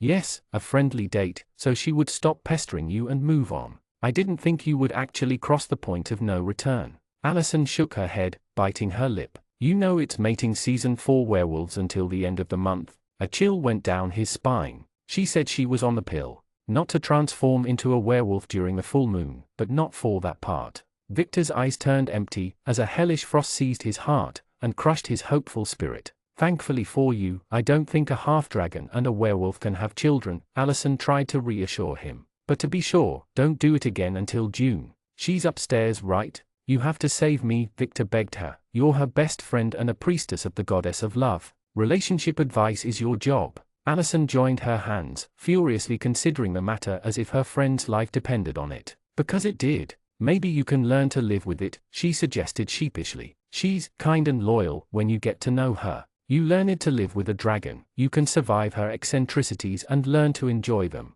She hides a blood-covered knife under my bed. But you still liked her enough to go on a date with, and plan a second one. Maybe you're just getting cold feet because you are afraid of commitment. She's too intense, Victor said. She scares me to death. Maybe you should just tell her then, and put boundaries. Maybe you're just not ready to go too far for the moment. I don't want to hurt her feelings, Victor admitted. He had grown attached to her and had no idea how to deal with this. That, and doing so right after they tied the knot would be a major dick move. I think she will take it as a rejection and start killing her rivals. There are solutions, Alison said with a sigh, but none of them are good. Anything is better than the alternative. The terrible noise of the manor's magical alarm interrupted Alison before she could provide an escape route. An intruder? Saved from breeding. Victor immediately glanced at one of his undead servants. Bring me my bazooka. A bazooka? Alison blinked. Rocket launchers solve everything, Victor replied, rushing with her and his skeletons into the entrance hall.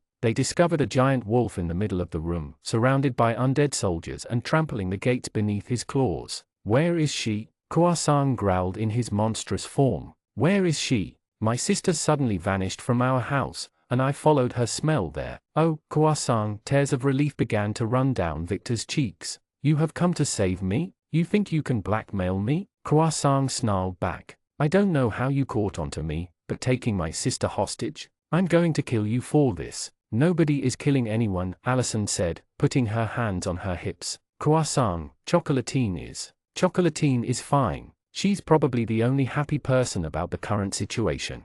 Thank the gods, Kouasang, Victor said, as one of his skeletons offered him the bazooka. I take back everything I said about you. I've never been so happy to see you. What does this mean? Kouasang suddenly eyed the vizier's dressing gown. Wait, what are those bite marks on your neck? And why do you have her smell on you? Good question. A better one was, why did Victor suddenly hear ominous opera music in the background? What have you done? Kouasang showed his fangs. You half-dragon bastard, what have you done? Kouasang, forgive me, I have done your sister.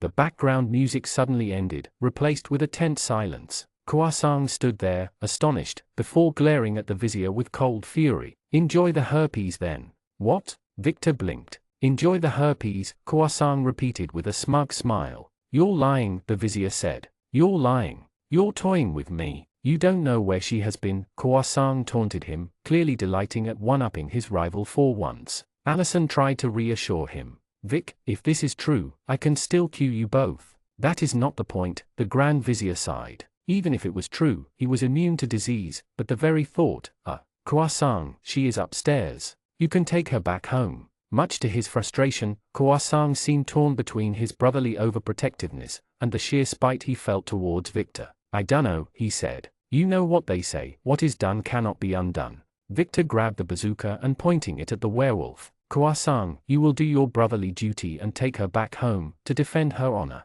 What? I have a bazooka and I'm not afraid to use it. Vic, calm down, Alison tried to defuse the situation. The blackmail attempt failed, and you successfully rescued your sister. Everybody is happy. Victor ranted, before frowning. Wait, why did you think I would blackmail you with her? You didn't. At that moment, Kouasang realized he had said too much. Oh, nothing. You said Victor was on to you. Alison's eyebrows narrowed. Because he's a piece of dragon crap. Kouasang denied it. The werewolf thought Victor was on to him. For what? What could Kouasang have done to warrant the kidnapping of his sister? It must have been something truly serious. Something to do with Charlene, maybe. It was you. Victor's eyes widened as he assembled the pieces of the puzzle. You're the one who intercepted Charlene's letters with the Adventurers Guild and gave them to our enemies. At this moment, the werewolf realized he had given himself away. So he tried to bolt out of the room, but Alison cast a spell faster. Accelerated Beast Bane. The Dryad launched a sacred, green beam of light at the werewolf, hitting him in the back as he trampled a skeleton on his way to the outside. The spell immediately propelled him to the ground. Damn it! Kouasang cursed. I have dealt with werewolves during the full moon 4 months, Alison said. You are not going anywhere. Why? Victor asked. Why did you betray us? Betray you? I was never on your side. Kouasang's eyes flashed with anger. You and that dragon ruined my life. You burned my home, put me through Furibon's traps for nothing, treated me like crap, and stole my girlfriend. I'm sick of being humiliated all the time. Stole? Charlene dumped you because you wanted to eat her, and you tried to sacrifice me first. Victor protested. Your boss's guests ate all of my sheep, and 2 of them mated on my house's roof. You're going to the dungeon for your betrayal, Victor said, crestfallen. You can't take her back. Congratulations. For arresting a mole in your midst, you earned a level in Grand Vizier. Plus 30 HP, plus 10 SP, plus 1 ski, plus 1 int,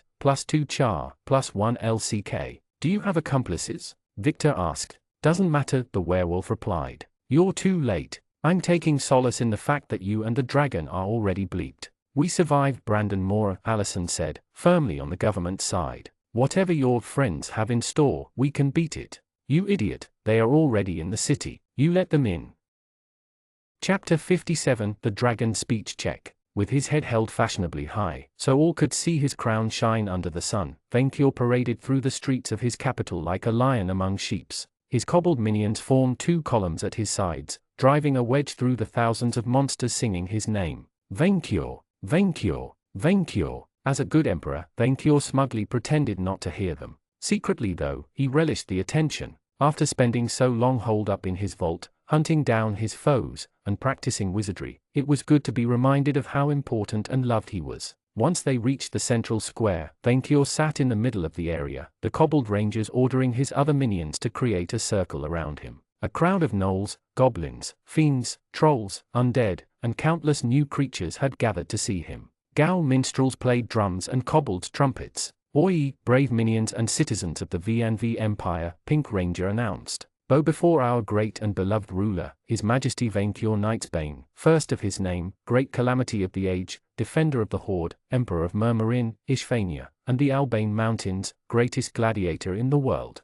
His subjects all prostrate themselves before His Majesty, and Vainkyur basked in their adoration. Exceptionally, His Majesty will personally hold court before you, listen to the complaints of his citizens, and deliver justice unto the wicked. Pink Ranger continued, while Black Ranger approached with a pile of scrolls, so she may write down this glorious day in the registry. His Majesty will begin with great news. As his vizier had asked, Vainkyur would show himself to the population of his new empire, and bless them with his enlightened dragon leadership. His greatest minion was occupied questioning Khoasan the useless in the castle, who had apparently turned into a traitor. How could he, after Vainkyur treated him like a beloved minion, the dragon would never understand. How ungrateful. He had even made his sister, the sweet chocolatine, cry. Vainkyur had welcomed the opportunity to change his mind after his magical training turned out to be tedious and boring. He had done everything needed to train as a spellcaster, even briefly switched his crown for a wizard hat, and uprooting an olive tree to make a wand. He had tirelessly practiced his magic on summon demon dummies, trying to make magical weeds grow beneath them. Nothing had worked. Vainkyur had lost count of how many times he cast Weedgardium leviosa or Bogus botanicus on the farm soil with nothing to show for it. Magic was hard. Thankfully, being amazing was easier. Yes, I, Vainkyur Knightsbane, greatest adventurer in the world, has great news for you, the dragon addressed the crowd. To celebrate my perfect, flawless victory in my latest quest, and my ascension to Augustus, I hereby order the creation of a great gladiator arena. His declaration was welcomed with howls of adoration. A great arena, where you will see me and my glittering minions eat our enemies while you cheer me. Vainkyur continued. A great ring where blood and gold will fall like rain, where any minion can show his worth in front of a daring audience. A coliseum with unique attractions, like rising water, fire, and sparkles. It would be like the arena where he fought Grasshopper more for the first time, but better. Dragonly. And to inaugurate it, I announce a great minion tournament for the summer solstice. My lackeys will showcase their might for all to see. Once and for all, we shall determine who is the strongest minion of them all. The ambience turned electrical, as lightning slimes let out thunder strikes at his announcement. None were more excited than Vainkyur's own soldiers, from Red Ranger to Barnabas the Troll. This would be the perfect opportunity for his minions to level up and prepare for the inevitable war with Furibon. He would show off his power and increase it. Win-win. The crowd clapped and whistled in enthusiasm, Vainkyur basking in the sound. Vainkyur raised a hand and acclaims dying down. After the fun, time to dirty his claws and govern. As you have no doubt been informed, the V&V Empire now has an official currency. Blue the Cold-Blood took steps in front of Vainkyur, raising a beautiful golden paper note. The Vainkyur dollar, with my face on it, and Manling Victor's own on the back. This currency will be the only one allowed in the borders of my empire, Vainkyur explained, as Blue presented variations of the dollar, such as the lesser silver version. Your coins will no longer be accepted by my minions, even if you use the under-the-table Manling ritual of bribery. Your gold will be safeguarded and exchanged against Vainkyur dollars at a fair, advantageous rate. Advantageous for Vainkyur, of course. Generosity began with oneself. Unlike the ovation he received after the arena project, his lackeys exchanged worried whispers. As he had expected, Manling Victor's idea was a bit too radical for most of them, and who could blame them? One could feel the texture and warmth of gold coins, while paper was cold and soulless. But a true dragon argued their case to the bitter end. I understand your wariness, and so, I will ask you a question, Vainkyur asked, raising his arms to expose his chest. Do you see me carrying my hoard with me? Obviously, no one objected, and so the dragon continued. Yet, once I did. It was so comforting to carry my shinies with me. I thought myself invulnerable, underestimating the evilness of paupers lusting for my gold. And then, I faced the cruel Furibon, on this very mountain. The dragon waved a hand at the volcano in a dramatic gesture. My hoard. Vainkyur's voice broke at the memory. My hoard was poisoned to death. I saw it die before my eyes. As they should. The memory of this ghastly atrocity brought Pink Ranger to tears, while her teammates lowered their heads in shame. Never forget. Never forgive. None should feel the pain of outliving their hoard, Vainkyur declared, his grief turning to resolute determination. Ever since, I have stashed my gold in the most secure place known to dragonkind, my lair, a vault protected by the strongest of minions, a place which none of my foes could breach. Carried by emotion, Vainkyur raised his voice and went on to do the best speech of his emperor career. Are you ready to live in fear, carrying your gold in your purse for thieves to take, or stashing it in your backyard for a light to poison? Or will you sleep well, knowing you hide it in the safest place in the world? That you have put your hoard next to mine, where none will dare touch it, while you safely carry your dollars? Remember, I am the richest dragon in the world. If I do something, then it is right. How do you expect to become almost as wealthy as I, if you do not follow my example? Safety is the greatest tribute one can pay to protect their hoard. Vainqueur pumped his claws into a fist and raised it toward the sun. Protect your gold, with Vainqueur dollars. The shouts were deafening. His undead minions moved stashs of Vainqueur dollars, with the common people almost warring between one another to exchange their gold for them, knowing that they would be safe in the castle's vaults. Vainqueur, his name was shouted. Vainqueur, Vainqueur, congratulations! For your inspiring speech, extreme charisma, and popularity with the common folk, you have earned the El President personal perk. El President, you gain a +10 charisma bonus when addressing large crowds with speeches or drunken rants. Governing was such fun. Why didn't he think about it doing it centuries ago? I shall now listen to your puny complaints, and answer them with the wisdom dragonkind is known for, Vainqueur declared. Bring me the first complainers. Show us your royal tickets. Red the kobold ordered, sorting out the citizens. The first two were a gnoll and a gal, the latter carried a green slime with him. Before my judgment, each of you shall kiss my ring. Vainqueur presented his hand and blink, for I am your emperor, and I am wealthy. Both did as he asked, and the dragon allowed the peons to expose their problem. Your Majesty, this gal and I share the same house, the gnoll said. We both adopted a slime, but when I returned home, his was gone, and he pretended mine was his. Liar, the gal protested. Your Majesty, this living is a jealous racist trying to deprive me of my beloved pet, after he lost his. This is a difficult case, Vainqueur said. Are there witnesses? When both shook their heads, the dragon reached a decision. Ranger read, bring me the jelly. So did the kobold, raising the slime before the emperor. The big, fatty creature watched Vainqueur back with huge eyes. While greed is the greatest of virtues, each of you will learn that one can gain without taking. The dragon raised his claw. The slime shall be cut in half.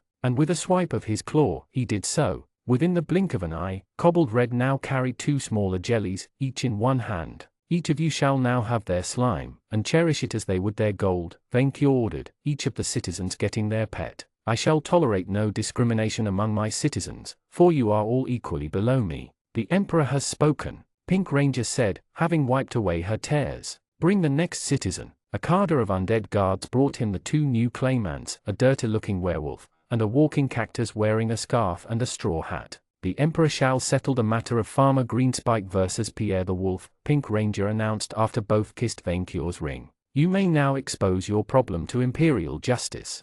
Your Majesty, I found this werewolf preying on my sheep flock yesterday, the cactus said. I called the guards for help, and he confessed his crime. Most of these sheep were destined to become part of the food tribute I owe to your Majesty. I confess my crime, the werewolf replied, but I only stole these sheep to feed my family. Guilty, Vainqueur glared at the heartless thief. I decreed that those who would not say sheeps will be sheep. This is your first offense. Your second was your horrible, horrible crime. To steal a sheep from me is like stealing my gold. But your Majesty, the villain protested, but the dragon did not let him finish. You will start with helpless cattle and then escalate to murdering baby coins. Guilty, however, you shall be allowed to feed your family. Vainqueur turned to the guards. Send him to Rollo, so that he may replace the sheeps he stole. No, please, the werewolf panicked, as the guards moved to seize him. Please don't turn me into a sheep. Do you not wish to feed your family? Vainqueur asked him. By becoming a sheep yourself, certainly your pups will be well fed.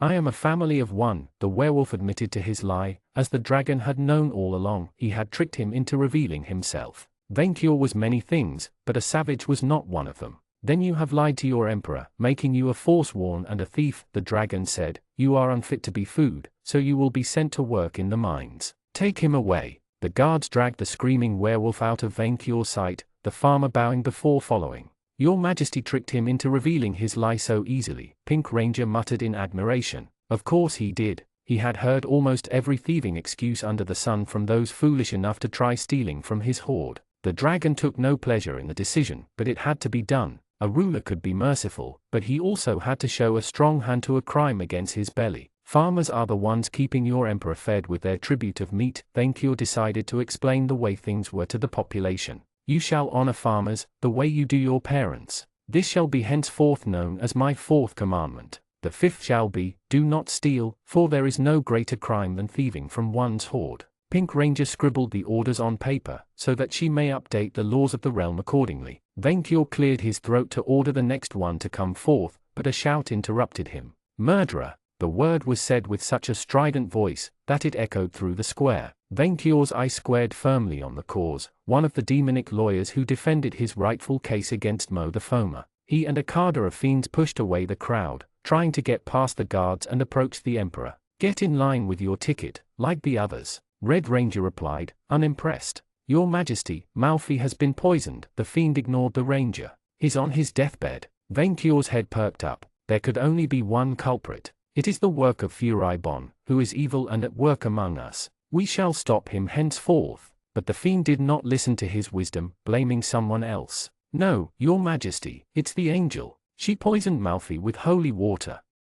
Chapter 58, Detective Work. Every dragon had to face a minion war at one point. These events, where minions envying one another escalated into fighting, usually happened over breeding matters, or at least it did, the last time Venkior employed goblins. 2 of his lackeys had dueled over a female while he was on a hunt, and he came back to his lair to find the dispute had spiraled into a full-blown civil war. Worse, they had left his horde unattended while killing one another. The survivors of his furious reaction had learned their lesson, but Venkior had forbidden minion sexual harassment ever since. So afraid for his wealth, he had even abandoned his matchmaking hobby. His trust in friend Victor, and his chief of staff's utter inability at breeding on his own with strangers, had been the only reasons he made an exception. Since he had only employed one kind of creature at once in the past, the Great Calamity never had to deal with race conflicts which plagued multispecies minion troops. You dirty pigeon scam. First time for everything. Standing outside the Nethermart, with his head reaching over the rooftop, Venkior observed the scene with a disapproving eye.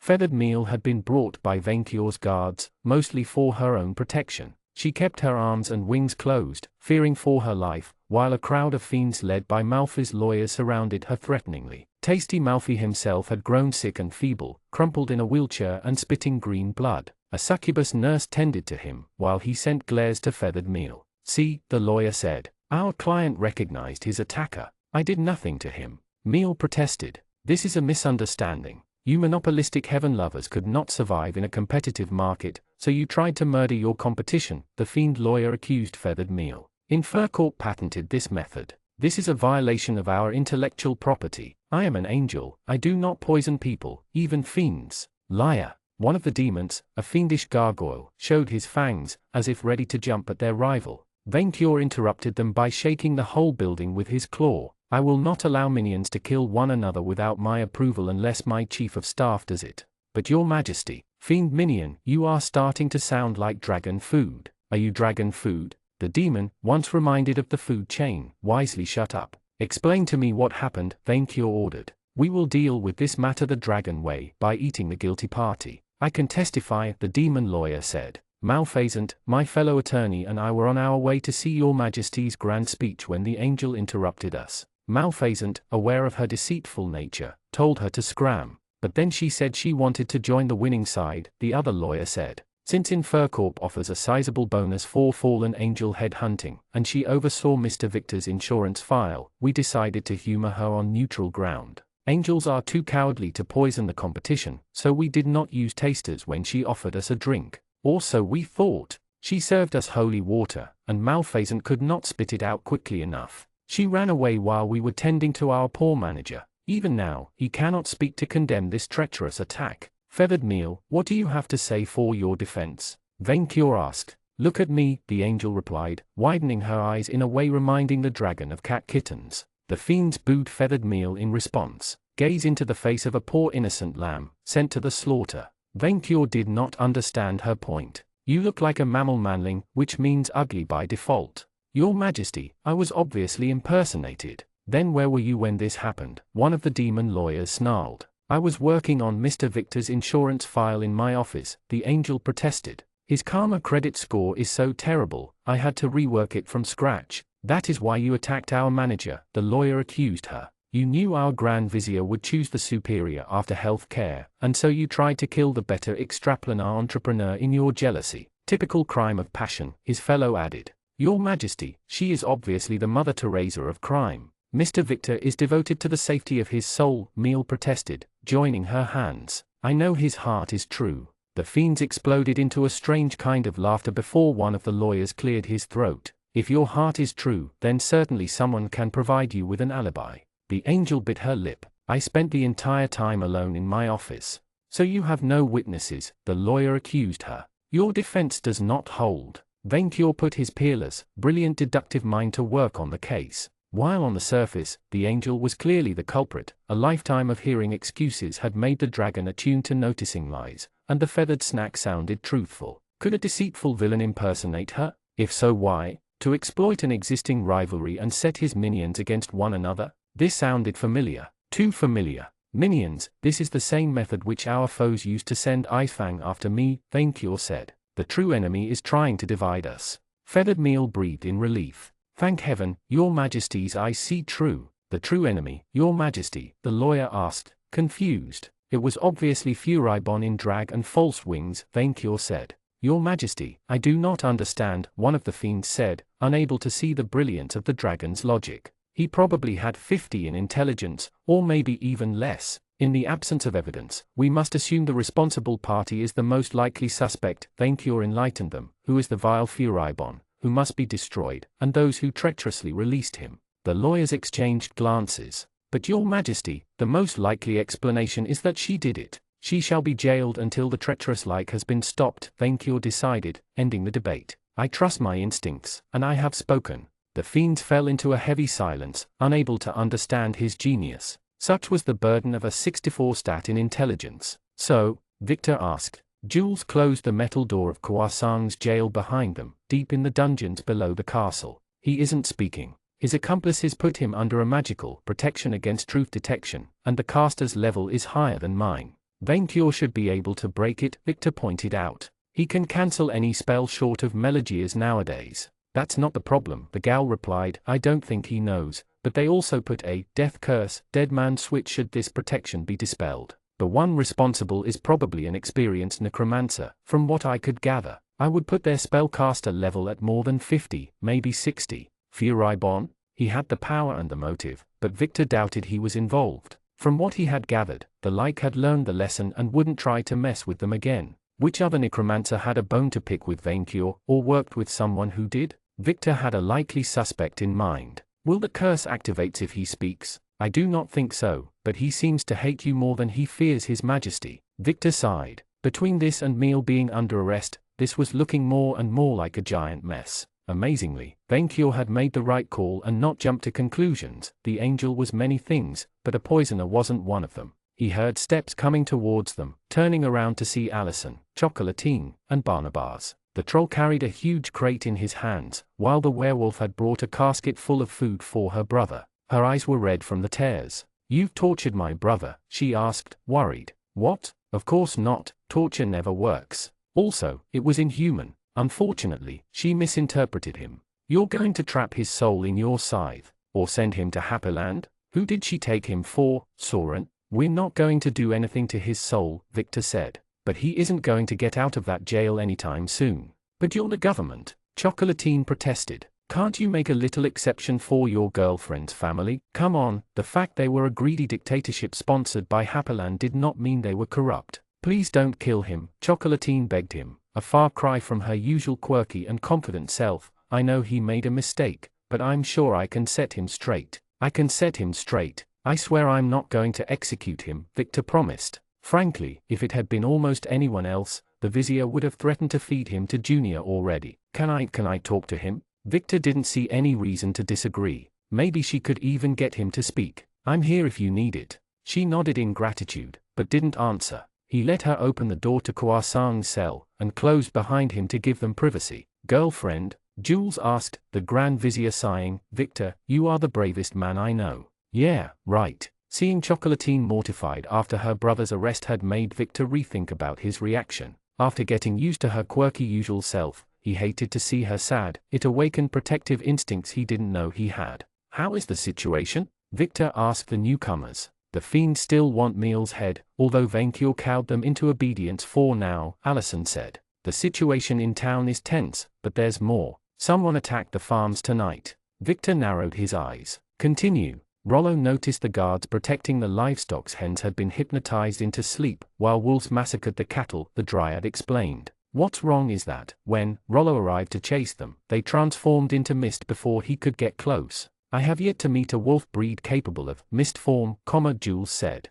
Vainqueur took the attack on his food supply personally and started patrolling the farms. I believe it reassured the population, for now. Victor suddenly noticed something wrong. Why didn't Charlene come to inform me? Vic, Allison cleared her throat. Charlene is missing. She wasn't at her house or at the office, and the kobolds haven't found her yet. A chill went down Victor's spine. Any ransom demand, or hint of where she could have gone? Allison shook her head. Damn. Do I hurry up and prepare to equip everyone for war, Chief? Barnabas asked, after having remained silent for a while. Yeah, the Grand Vizier nodded. What about my first order? Work is done, Chief, said the troll, opening the crate to present his work inside. Victor had ordered the troll to craft him a replica of his scythe, and a set of armor meant to synergize with his current classes. The final result was scary to behold, black plate armor with a tattered cape and a faceless, horned helmet. Barnabas had painted a crimson dragon on the torso, most probably to represent Vainqueur.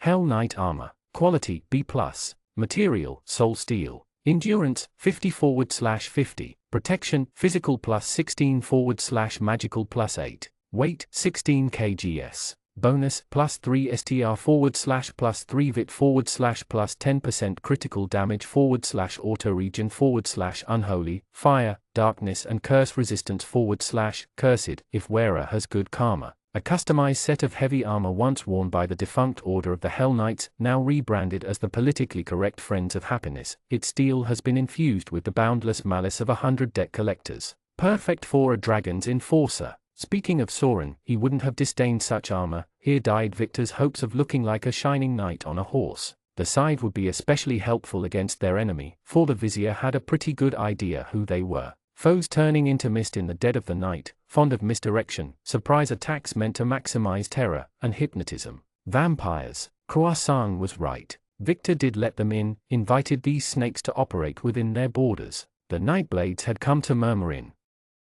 Chapter 59, Fangs in the Night. This is the Nightblades' warehouse, Manling Victor told his master from the back of his flaming horse, as a troop of minions encircled a stone house in broad daylight, where they stashed the stuff they smuggled into the country. To think that I spared them the evil of taxes, and they repaid me by killing my food, Vainqueur complained. Their wizards and priests finished examining the house from the outside, in case the occupants had set a trap. The dragon smelled the air, the warehouse reeking of spice, grave dirt, and fresh blood. It reminded Vainqueur of a farmer's slaughterhouse. Corpse-sailing Jules, as the most experienced necromancer in the country, told the group everything about vampires. According to Lord Victor, they are alchemical vampires, created through blood elixirs rather than the Red Death Plague, which means that besides keeping their vulnerability to sunlight, they lack most of the standard vampire's weaknesses, have higher stats, and possess special abilities such as turning into blood. Laveria could walk under the sun, as did the one we fought in the Winter Kingdoms, Manling Victor said. We have to assume that they all can resist it. Who? Vainqueur asked, not remembering the name. The Nightblades' leader. Oh, it didn't matter. The Queen of Rats would give him no more trouble than any other of her kind. Do vampires burn? Vainqueur asked the important question. Oh, yes, corpse-sailing Jules nodded. I believe they even have a fire vulnerability. They take triple damage from it. Then, minion, why did you use so many words to describe a problem, when the solution is so obvious? I am not worried about your Majesty's capacity for killing, Manling Victor said. We have enough priests to repel them, and I don't think they are stupid enough to pick a fight with you around. Unfortunately, they are probably keeping Charlene as a hostage. Our werewolves could not find her, even with her scent, corpse-sailing Jules said. Which implies magic. No one eats my Manling minions, Vainqueur said. Except for me, when I need emergency rations. Your Majesty's concern for my kind is heartwarming as ever, Manling Victor said with his usual strange tone. Perhaps he could remove the roof with the grace he is known for. Intelligence check. Successful. Minion, there is something very strange about the way you worded your sentence. Manling Victor froze in place. What about it? You said a sentence, but somehow your tone implied that you believed the opposite, Vainqueur explained. But it is not a lie, because you are not truly disguising your intent and you would never deceive me. It was as if I were meant to divine the true meaning from your voice alone. His minion silently looked at his master, his face hidden behind his new helmet. But that cannot be, since that would mean you find me clumsy, and you love me. You love me more than anything. His chief of staff spoke no answer in return, which made his master worry for him. Minion, your majesty can understand sarcasm now. Manling Victor finally spoke up, his tone having turned emotionless and distant. Your majesty can understand sarcasm. What is sarcasm? Some kind of magic? Vaincure's head perked up. Can I learn it? It's a stress relief method Manlings use when they feel tense. Saying a statement while implying the opposite makes you happier? Vaincure frowned. Minion, I am very worried about your mental health. You should work more. Thanks, it really helps. You did it again, Vaincure said. Friend Victor, you should not feel tense. I will protect you and recover your outdated breeding partner. His minion simply looked away. Vaincure ripped the warehouse's roof with his hand like he did with farmers' barns when doing groceries. However, this time, he didn't find any cattle worth eating inside, nor even a foe to kill. In fact, he found nothing but empty crates. The vermin have left already. The kobold rangers broke the door in response, kobolds swarming the warehouse. Your Majesty, Lord Victor. Red Ranger quickly hurried out of the warehouse with a paper in his claws. I found this in a crate. Detect magic trap, corpse-sailing jewels cast on the paper. It is safe. Vaincure's Grand Vizier grabbed the scroll and read it. Great, this is just great. Minion, you should see a healer, Vaincure said. Or breed. Mammals feel happier after breeding, do they not? His minion sighed. Later, Your Majesty, they have Charlene and want to meet me at a location outside of the city's limits, at night, for an exchange. I can bring 2 bodyguards. Oh, good, Vaincure said. I and my army makes 2. They heavily insisted against Your Majesty coming. If they see you within a mile of the location, they'll cancel the deal. You said exchange? Corpse-sailing jewels noted. Who do they want? What? Manling Victor replied. They want Mo's map. Strange. The necromancer joined his fingers. Why not the bottle? Do they know you sent it back to Barsino? I can only see one reason why they would want the map, Manling Victor replied without elaborating. It does not matter. I will not give the map to the servants of Furibon, who is evil and must be destroyed, Vaincure replied. Like the last name on the list. Your Majesty, Furibon is not behind every plot against you, Manling Victor said nonsense and doubled down. In fact, he said he had learned the lesson and let bygones be bygones. And you believed him, Minion? Vaincure growled, the pain of losing his horde once still sharp in his heart. Have you forgotten the atrocities the Gold Slayer committed while he roamed the world? Someone willing to cross that line will cross any other, from lie to deceit. Chief, this is obviously a trap, Red Ranger protested. They want to isolate His Majesty's most valuable minion and eat him. My empire shall not give in to the demands of like lovers and manling cattle thieves. Vaincure roared, his minions letting out a war cry in response. Manling Victor sighed. I have a plan. And bleep. His shout of misery echoed through the sand dunes, under the moonless night sky. Vic, what's the matter? As the highest level priest in the Murmurian army, Victor had selected Allison as his first bodyguard. She had traded her usual clothes for war, a flowery cloak, and a blackwood staff. Thankfully, since V&V had steadily pushed further the borders of arable lands into the desert for the past months, her ability to move around had increased as well. You've been cursing for hours. He understands sarcasm now. Victor snarled angrily from the back of his nightmare horse. He carried the rocket launcher in one hand, and the scythe with the other. Allison thought it made him look ridiculous, but he didn't care. I need a new stress relief method. You could always murder demons and then cook them, Allison deadpanned. It worked wonders for Chocolatine. You mean she was even worse before? Sir Jules, his other bodyguard, cleared his throat. If you could please remain calm. Yeah, you don't need to shout, Tolug, a third voice said. Victor frowned, narrowing his eyes towards the source of the words. Namely, the horse he was riding. You can talk.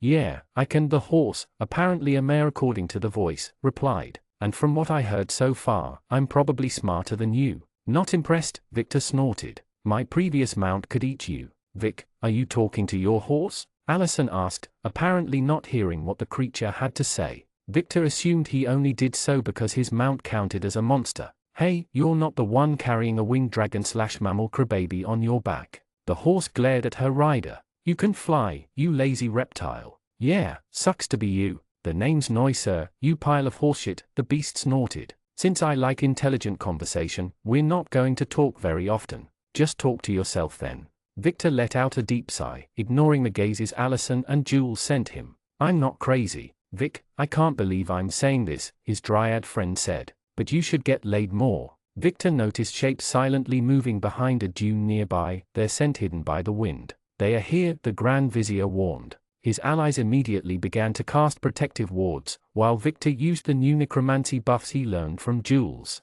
Protection from undeath, breath of life, fear aura. You gain +4 check bonus against undeath effects, +100 temporary HP. Chances to inflict terror increased by 20%. Within seconds, a dozen of shadowy, cloaked figures had surrounded them, Victor's monster insight identifying most of them as vampires. Two of them forced a bound and gagged Charlene to move forward, stopping at a respectable distance from the opposition. Charisma check partly successful. Lucy Laveria can only read your surface thoughts. Good enough. He hadn't told Allison anything, and gals like Jules were immune to mind reading, so the Nightblades shouldn't skim anything about their two secret weapons. The fact they had chosen a location near the city implied they might intend to retreat there though. Victor noticed savory use among the assassins, waving her claws at him. Oh, hi Vic. Oh, hi Save. Victor greeted her back. What's up? I'm fine. I hope you're not mad about my sudden but inevitable betrayal. It's part of the job. I'm sorry, Vic. You are my friend, but they know where my family lives. We are all a big happy family, a cowled figure said, Victor recognizing the voice as Lucy Laveria's. Even if some of them turned into black sheep. Sheeps, Allison replied, making Victor roll his eyes. I understand now how you took over the Nightblades, the Grand Vizier told Laveria. All of the upper echelons have become your vampire spawn. A very sweet deal, you will agree, she replied, keeping her face hidden. Especially once that vulnerability to the sun is dealt with. Emperor Venkior officially revoked your invitation on these lands, by the way, Victor said, but it didn't make her bulge. Dalton, we are predators. Does a fox need a rabbit's permission to hunt him? Really? Allison frowned. Then why the myth of vampires needing invitations? Usually, because they are polite, Jules replied. We bleed people to live, but we are not savages, one of the undead assassins said. We are undead of culture. Yeah, it's you living who don't respect anything nowadays, another complained. I'm surprised you showed up in person though, Victor told Laveria.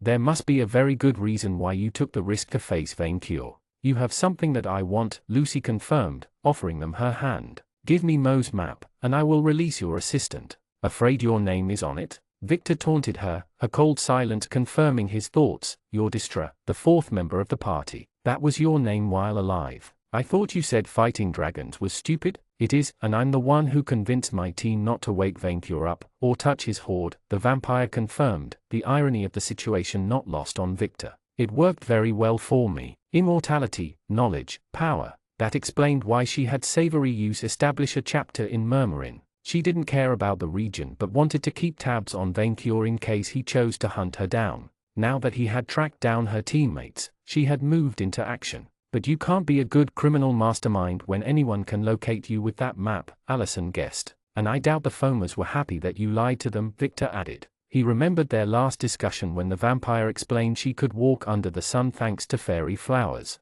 Harmlin probably supplied them to her, in exchange for favors. You have to know you are in a no-win situation. You may be powerful, but a bunch of thieves and hired guns will never defeat Vainqueur. Fighting dragons is stupid, Lucy replied. Which is why we won't. We were tasked with disrupting this fragile country, and we will. We will starve your citizens, frighten the merchants, assassinate your leaders. We will retreat into the shadows too fast for that clumsy dragon to catch us. No one will feel safe. Your terrible economy and existing tensions will do the rest, tearing this place apart. Arg, she intended to attack them with basic economic principles. Not gonna happen. You're on the losing side, Lucy said. You just don't know it yet. So I'm going to make you and your friends a one-time offer. Ditch the dragon, get back into the fold, or die. Already did, Victor replied. The answer is nope. Nope, Allison added, while Jules shook his head politely. Too bad, because I do not believe in second chances. The vampire shrugged,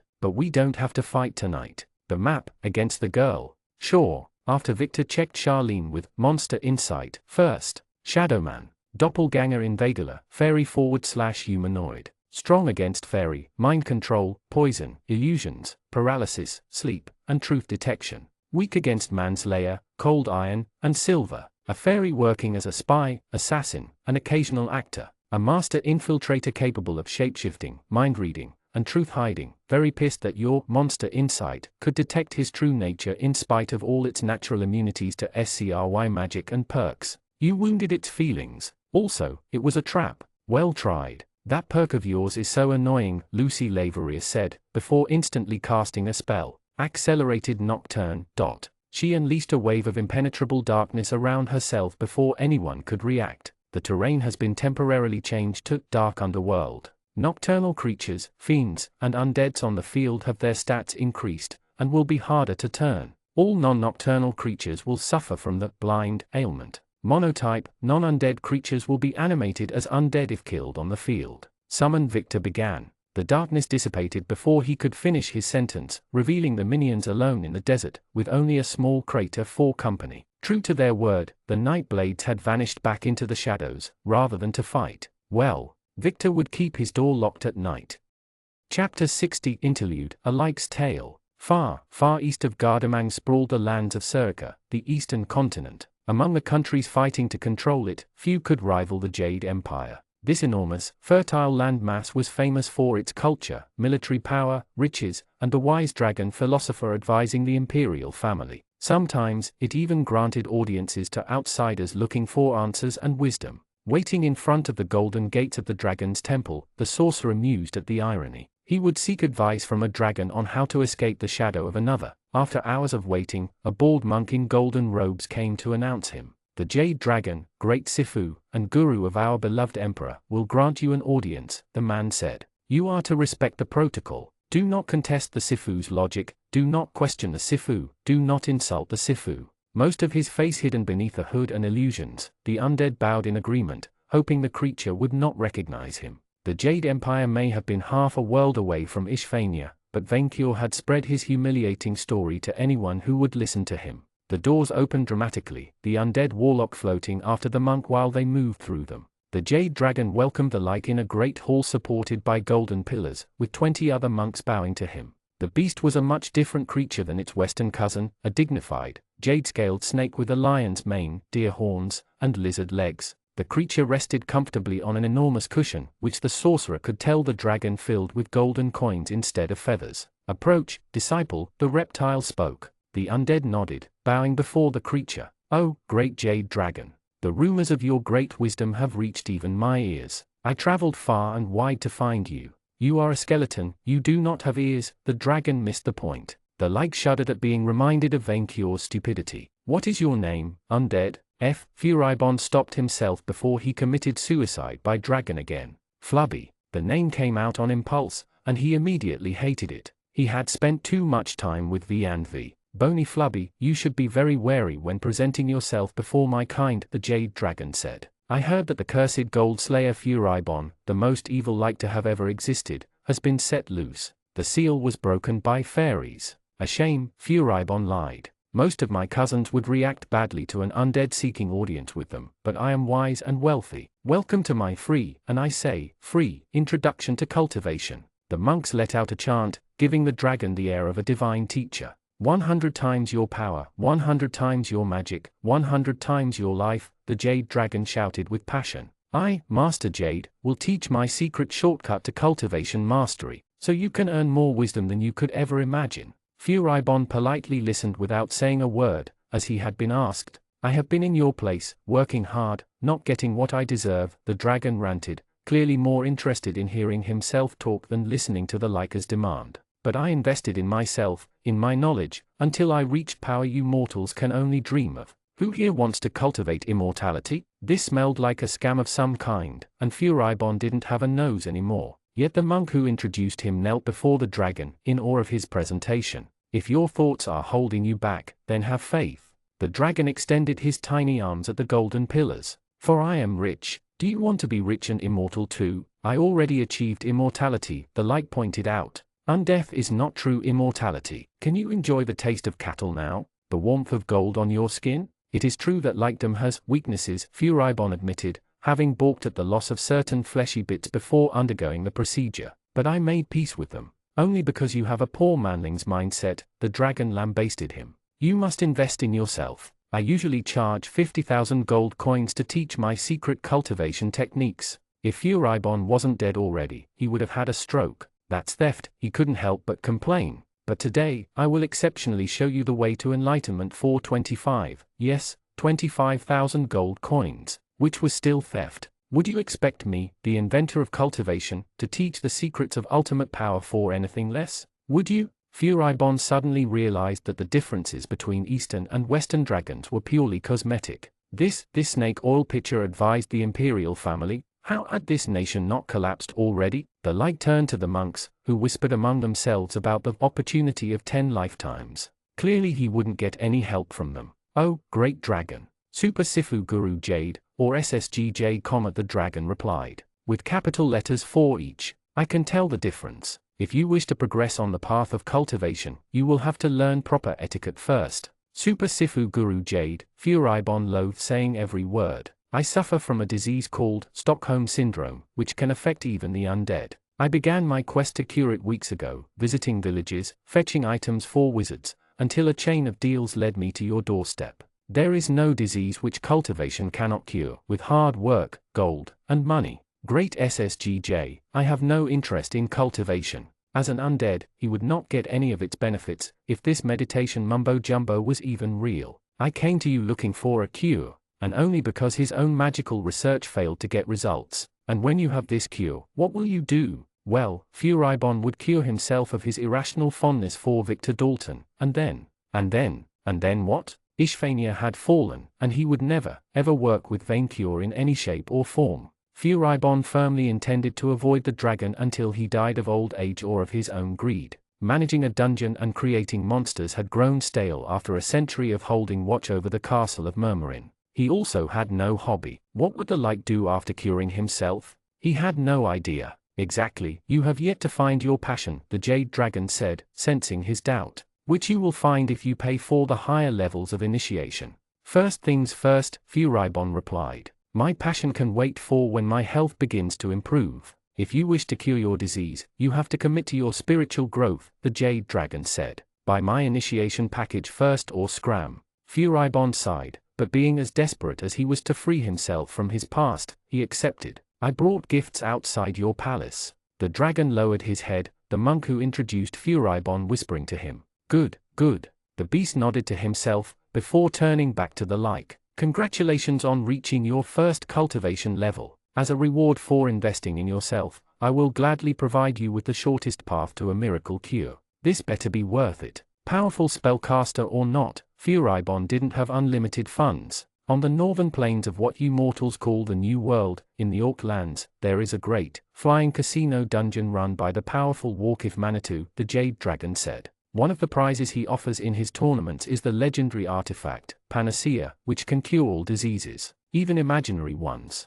Furibon's head perked up in happy surprise, and here he thought he had flushed his wealth down the toilet. Manitou? Panacea? The names were enough to divine the dungeon's location, but you don't need it, the dragon replied. Now, if you want the true super secret of immortality and health, you need to ascend to a higher cultivation level. I will settle on this one, Furibon replied. Thank you for your wisdom. That is why you will stay mortal and poor, the Jade Dragon booed him, imitated by his monk minions. If you cannot invest in yourself, if you do not make the effort to become a true cultivator, then I can do nothing for you. You are beyond help. Furibon shrugged, excused himself, and teleported away. As it turned out, finding the dungeon had been harder than getting in. A rarity among these places, the owner opened its gates to challengers. The few who could fly, of course. This dungeon was by far the most luxurious place Furibon had ever seen, putting even Vaincure's new golden city to shame. All the walls and pillars were made from chiseled marble, covered with tapestries, carpets, and mosaics. Gemstone candelabras cast light on slot machines, roulette, and card table. Most of the creatures populating the dungeon were orcs, but Furibon recognized giants, elves, fairies, demons, and even a phoenix among them. Most of the orcs and fiends served as the staff, while the others played the games,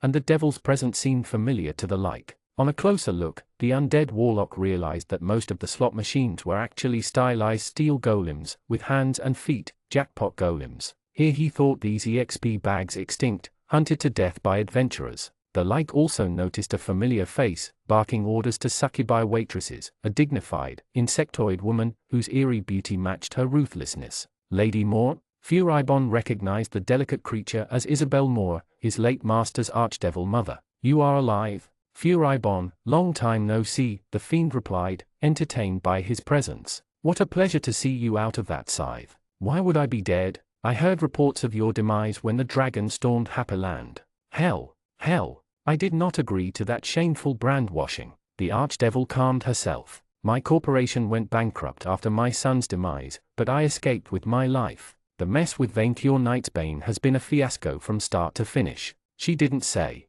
"Thankfully I invested in other side ventures, such as this dungeon. While my influence has been greatly diminished, I am bouncing back." "What about King Moore?" Furibon asked, curious. "His powerless soul moved back to my basement, which forces him to spend time with me. Unfortunately, he is whining so much that I wonder if this is a curse in disguise." Furibon shrugged. While he felt some sliver of loyalty for his old master, even he had preferred to stay at the bottom of a castle rather than suffer his flamboyant presence. A cave troll in life, Furibon had been born smaller and frailer than most of his kind, but also smarter. Unlike his kindred, who feared magic as their former master's tool, the future spellcaster obsessed over the power it could provide him. His early successes eventually caught the attention of Brandon Moore, who offered to sponsor his research on Lightdom against his loyalty. Furibon accepted the deal and rose to become his master's second-in-command. Eventually, the one troll took levels in the like class and reached the respectable 58th level. As a good like, he had done everything to secure his phylactery. First, instead of choosing something fancy or a legendary artifact, he had bound his soul to a simple golden coin, knowing that adventurers destroying him would take his treasure with them.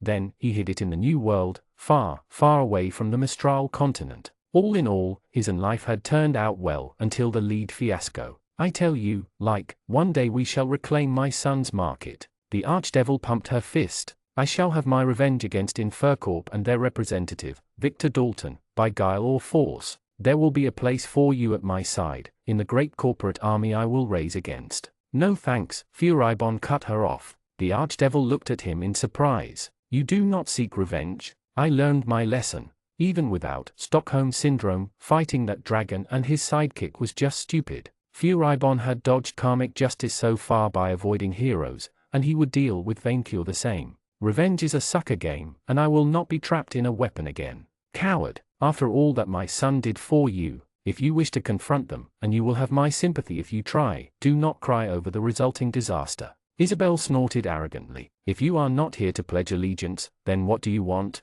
To challenge the dungeon boss, Manitou? You will find him at the card table." Isabel Moore glanced in one direction. "My door remains open if you change your mind about Ishphania. I could make use of your magical expertise." "Thank you," the Light replied, although his decision was set in stone. "Allow me to return the favor by giving you advice on your situation. To cut my losses and hide? Make a deal with Dalton," Furibon advised, having grown fond of the unfortunate human against his better judgment. "You have more to gain by working with him than against him. He is weak of heart when beautiful women are involved." I will keep it in mind." Furibon then moved to the card table, almost immediately recognizing Manitou on sight, an obese, monstrously tall, tusked orc with vague goblin-like features. The green-skinned monster dwarfed his competitors in size, shamelessly flaunting his wealth by wearing dozens of necklaces, rings, a crown, and other flashy accessories. "Oh, you are the new challenger," the massive orc said upon seeing Furibon approach, a fiend fawning him with a giant feather. "You face Manitou, the king of games." Furibon immediately cast Advanced Magic Scan on him, trying to glean any information he could. "Manitou,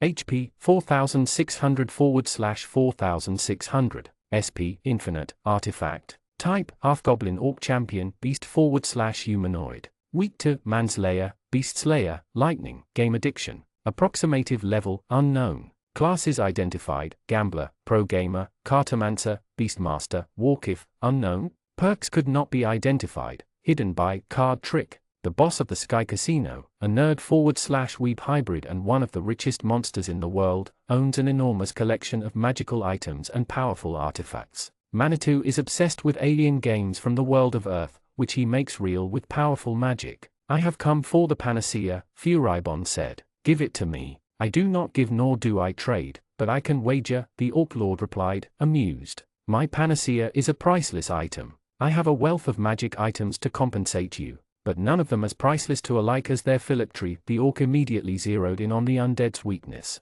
Furibon was in no hurry to become a slave again but decided to hear the creature out before blasting him to death. At what game would I have to best you? The only games worth fighting your soul over. The orc snapped his fingers, a fiend servant immediately teleporting to his side with a suitcase. The creature opened it before Furibon, revealing its content: decks of cards, representing monsters, humans, and other creatures. Human children's card games. Furibon resisted the urge to put his hand on his skull. Typical orc. But not any games, the boss doubled down. Earth games, 3 of them. To gain the panacea, you will have to defeat me at Evolved Monsters, Magic the Joining, and Egyptian Duel. And if you lose even once, getting rid of his last link to that dragon was worth almost any cost. I will also start any game with the powerful artifact Heart of the Cards activated, said the boss, which allows me to draw any card I wish from my deck, instead of drawing them in order. What? Furibon choked. That's cheating. I am the boss, the monster replied.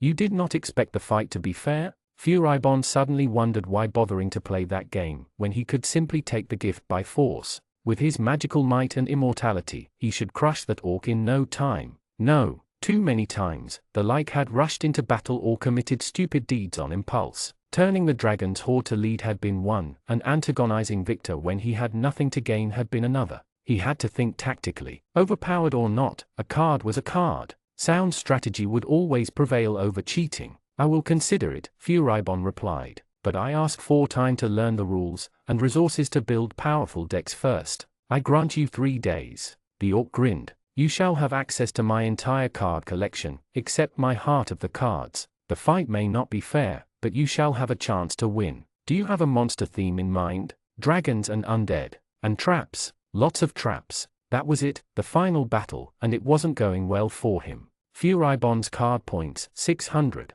Manitou's card points, 2,200. You have fought well, but your soul is mine, Manitou gloated, drawing his last card from his deck and launching a final attack. Metal Slimeking, destroy his Dracozombie and deplete the last of his points. The mercury slime swirled around the zombie, ready to finish it off, but leaving itself exposed to a counterattack. You activated my trap. Furibon revealed his hidden ace. Lead poisoning. All metal monsters on the field will be destroyed. The mercury slime began to turn to lead before it could swallow his dragon. Impossible, Manitou panicked. My Metal Slimeking prevented you from setting any trap, but by destroying my Side Lord 3 turns ago, you activated his special ability. I can use any trap in either of our card crypts. That is, stop. Manitou looked into the pile of discarded cards, finding the Side Lord monster among them. I checked the effect first. It took 5 minutes for the orc to read the enormous wall of text detailing the card's abilities, during which the game stalled to a boring crawl.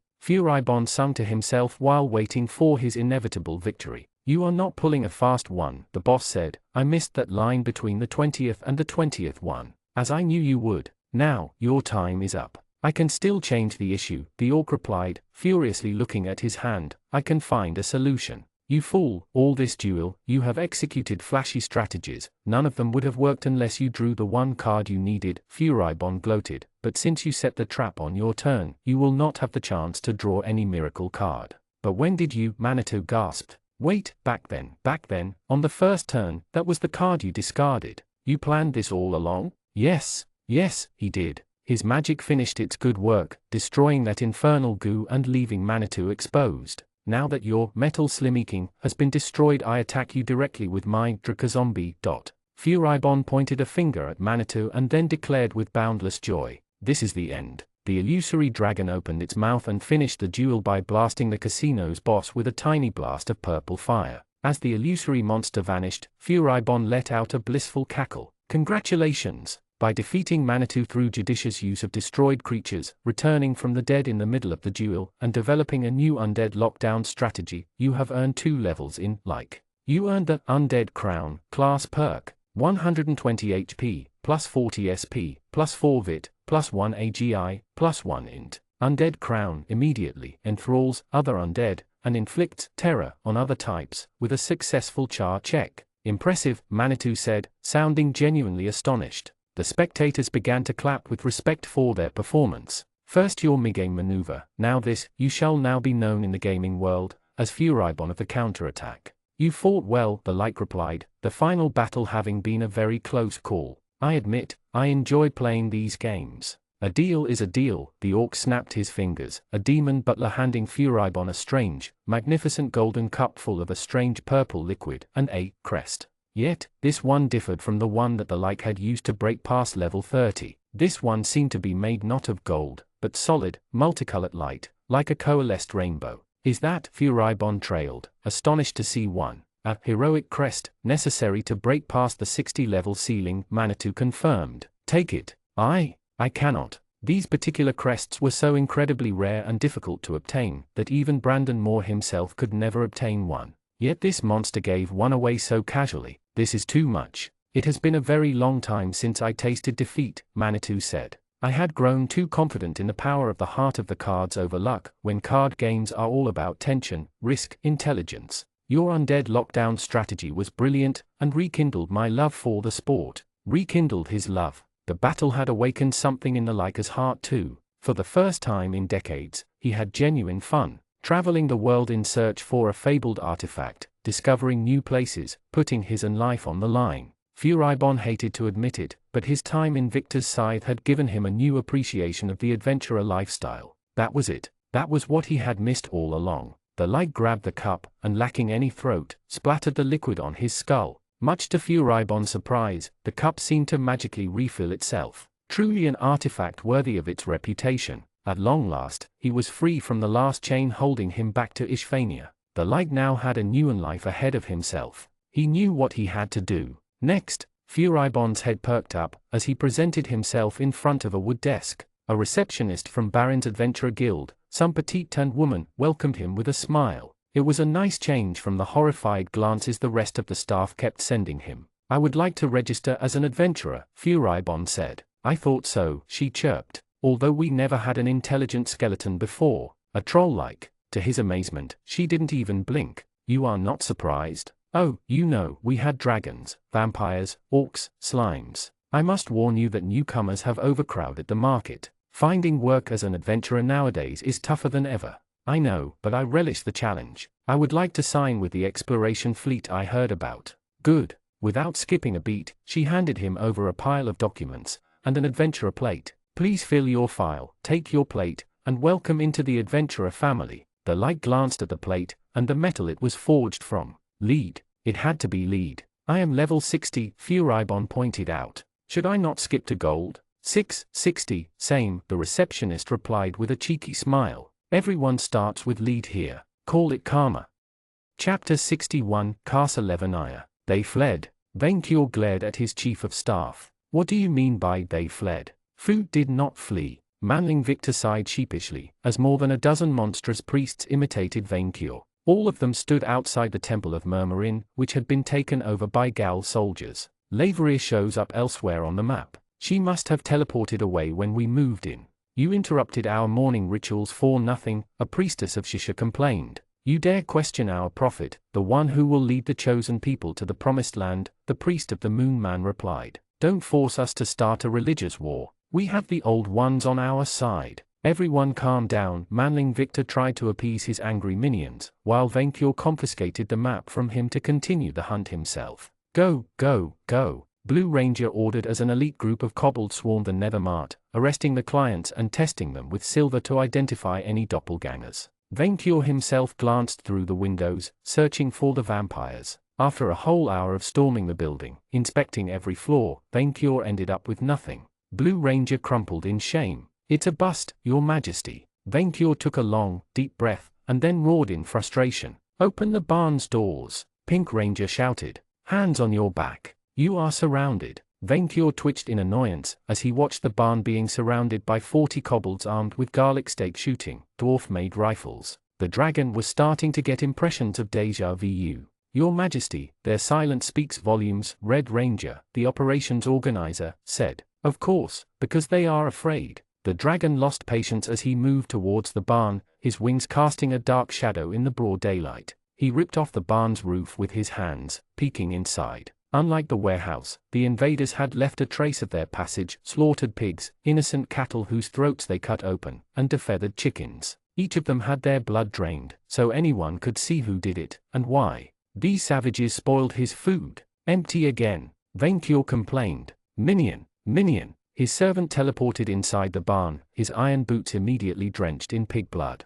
I assume His Majesty didn't catch them this time either, the Chief of Staff said, with a glance around the barn. We'll have to send them to the temple for cleansing before they rise up again tonight. Cow vampires are the worst. Minion, you said the map showed her location. Yet countless times this week, I have opened the house to find no vampire within. I am starting to look ridiculous in front of my own troops. We will never doubt His Majesty. Pink Ranger hurriedly reassured him. I know, Vainkyur replied, proud of his servant's loyalty. This is for my own sake. I think this may be the point, Manling Victor replied, just as annoyed as his master. She knows we can track her, and so moves away anytime we approach. She plays psychological warfare with us. This annoyed Vainkyur to no end. How could he kill an enemy who refused to commit suicide by his hand? Like mosquitoes. Worse, these insects kept causing problems. They slaughtered and spoiled his cattle with their diseases, tried to set the city on fire twice at night, and even caused a rockslide to condemn the main roads through the mountains.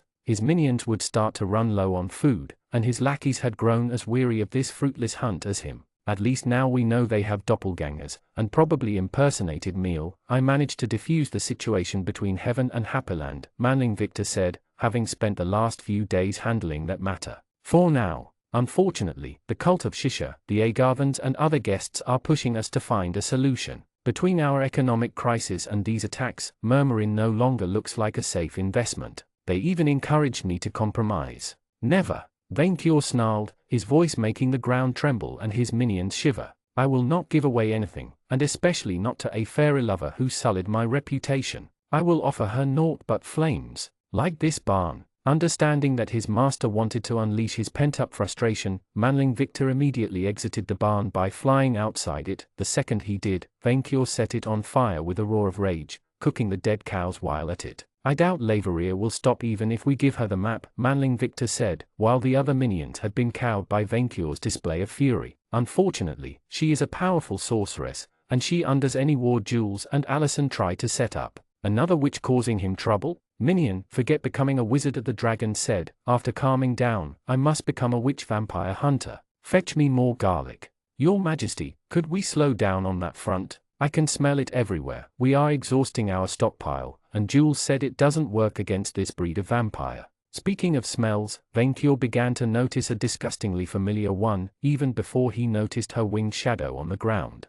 As if these vampires didn't annoy him enough already. She is back, he hissed, glancing up at the skies. His minion looked up as well, noticing the griffin rider right above them. Vainkyur, Nightkeer politely nodded at the dragon. How long has it been? Not long enough, Vainkyur replied, frustrated at seeing that poor excuse of a minion again. Pink Ranger booed the night until Red hushed her. Hey, Kia, his chief of staff waved at her. What's up? Minion, she is no breeding material, Vainkyur whispered to him. He couldn't let her influence his beloved chief of staff, the way she did with his niece. Keep your eggs for a better stock. Vic, is that you with the armor? The paladin finally recognized Manling Victor thanks to his wings. What's with the new look? You're cosplaying as Soren? I decided to upgrade my equipment after surviving an adventurer raid. Did rednecks try to pick a fight with you too? The paladin asked them, landing with her griffin next to Vainkyur's chief of staff. A small army of creepy and well-armed bandits with guns tried to kill my lovely Jolie on our return trip. They kept screaming they took your jubes while I fended them off.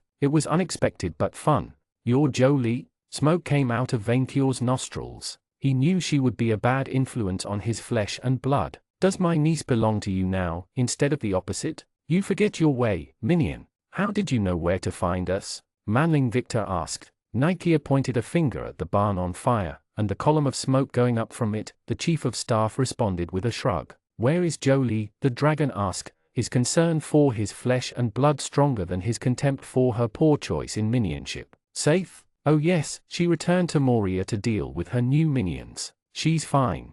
Good. Vainkyur could never forgive Nightkeer if she had abandoned her mistress. I would worry more about us, Your Majesty, Manling Victor said. Kia, you came back at the right time. We're under attack from vampires. Really? Great. I love vampires. The warrior coughed when Vainkyur glared at her. I mean, I love destroying them. Me too, the dragon conceded. But they refuse to fight me fairly. Because they know His Majesty will kill them, Manling Victor stated the obvious. Exactly. It is as if they lost their fear of living when they died. Vampires are pains to deal with, Nightcare said, but I know how to deal with them. Of course you do, Manling Victor said. Vainqueur glared at him not to feed her overbound ego, but too late. Vic, I am, without boasting, the most experienced adventurer in Gardamag, and I've killed almost every creature inhabiting Outermundy at least once, including all species of vampire. Can you tell me what happened? What information do you have on them? Manling Victor detailed her the great struggle against this vermin, the paladin regularly nodding as she listened. So Lazyhero is an alchemical vampire, Nightcare trailed off. I knew that woman felt off. I will tell Kevin that his student is in cahoots with the foamers. Kevin? Manling Victor frowned, Kia responding with a shrug. If she declared open warfare, then she must have been ready to drop her civilian identity. She probably figures that she can start again somewhere else, so long as we can't track her down. From what you tell me, she is probably the progenitor of her vampire line, and likely a scolomancer. Scoloat? Vainqueur asked, a student from Scholomance, a hidden dungeon and black magic school in the Nightlands. Almost every alchemical vampire that I encountered could be traced back to that place. Their alumni usually wield powerful dark magic, necromancy powers, can control the weather, and summon powerful monsters. They must also create a powerful spellbook to graduate, a Solomonry's Grimoire, which serves as a lesser artifact with unique powers. You sound like you fought one, Victor pointed out. I did, and he was tough. She said it with fondness, clearly relishing the idea of killing another worthy foe. Look, vampires are not like likies. They have to feed, and ergo they also have to rest in their coffins. Even if these ones can walk under the sun, it's just the equivalent of staying up past bedtime. They can't keep it up forever. They must use elixirs and pre-processed blood potions to extend that length of time, Manling Victor guessed. But eventually this won't be enough. So at one point, our prey will stop to hibernate, and we will catch them then. Vainqueur relished the thought. Unfortunately, powerful vampires always have Renfields to protect them or transport their coffins while they sleep. Nightcare chuckled at everyone's confusion. It's a term vampire hunters used to call mortal servants, alongside the Bella fans. They also have stronger cousins called Igors, but they usually serve likies or mad scientist types. A chief of staff, Vainqueur said, looking down in contempt at the Manling for ignoring the proper term. The easiest way to deal with a vampire is usually to turn their Renfields against them, since their Bellas remain unfailingly loyal, even if they seem to hesitate at first. Bellas are obsessed with their masters, but Renfields are usually motivated by fear or desire for power. If they see the opportunity for a better alternative than their current master, they will take it. So make their minions my minions, and eat those who are not good recruit material. Vainqueur nodded. This gives me an idea, Manling Victor said. But it may take time. They can also use others' crypts and tombs as alternate sanctuaries, Nightcare continued. Have you checked your graveyard? We don't have one, said Manling Victor. Nightcare frowned. You don't have a graveyard? Well, everyone who dies in Murmurin is usually revived as an undead, or turned into fertilizer, or eaten by me, Vainqueur said. That too. His Majesty leaves nothing to waste, Red Ranger chirped. We recycle everything. Yes, we are the most eco-friendly government on Outermundy, Manling Victor said with sarcasm, which made Vainqueur worry. Obviously the presence of Nightcare disturbed him as much as it did his master. Then either they transported their coffins and moved them around, or you missed a crypt or dungeon buried somewhere in the area. Considering their numbers, I find that part more likely. I had every tunnel and hidden passage in the castle closed after we raided the Pyramid of Sabla, Manling Victor said. It's a stratagem. Good call, Minion. Vainqueur congratulated him, happy that he could distinguish pyramids from towers now. Furibon will not retake the castle by guile, and my gold will remain safe. Then they are probably under the city, his chief of staff continued. The presence of a Hellgate would suggest dark forces operated in the region even before Furibon took it over. A pity he escaped. We could have asked him. Which is your fault, Minion? Your Majesty, we will search the entire town for catacombs, Red Ranger proposed. Good idea, Minion, the dragon said and nodded. Until we can locate their nest, I shall return to my training and prepare to crush them. You already have levels in Witch Hunter, Vainqueur, Nightcare said. Promoting it into Vampire Hunter should be child's play. I could train you if we have the right tools. Wait, Manling Victor interrupted her. Could you train groups in vampire hunting? If they meet the stat criteria, yes, sure. We will need the right tools though. I have no idea why, but whips and crosses are required to take the Vampire Hunter class. A whip. Vainqueur already visualized it. The perfect weapon to fight the most annoying creatures in the world, vampires, and minion strikers. Much better than the damn axe which annoyed him in Hordma.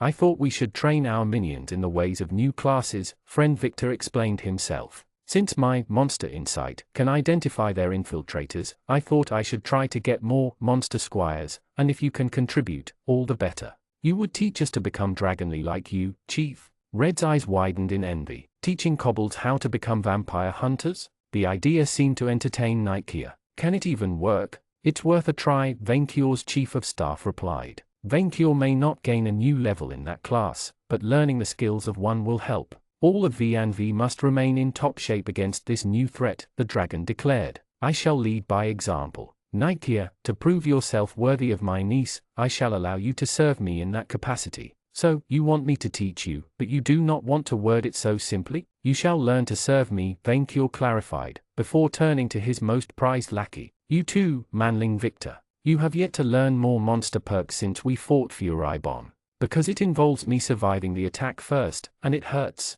Minion, have you not tasted death already? What is there to be afraid of anymore? I too suffered pain when Furibon murdered my horde, or when Jolie let that. Vainqueur glanced at Kia, his voice dying in his throat at the sight of that poor excuse of a minion. Let her do the thing we shall not speak of in front of my other minions. Yet look at me, I remained as amazing as ever. When worded this way, but I don't know. Your minion is seeing the wisdom of your words but remains unsure. Will you persuade him by telling him he will become more powerful? B. Remind him that suffering for you is the greatest pleasure a minion can experience. C. Convincing him that he will have more opportunities to breed if he trains. Clearly, all of the above. Minion, by becoming more powerful, you will not only get used to the pain and learn to enjoy it for me, but you will become a more desired breeding partner. It is true that high level and fame improve your dating life, but it gets tiresome very quickly, Nikeya said. Really? Manling Victor asked. We live in a village full of monsters. Vainqueur remained silent, letting Manling Victor make the words his own.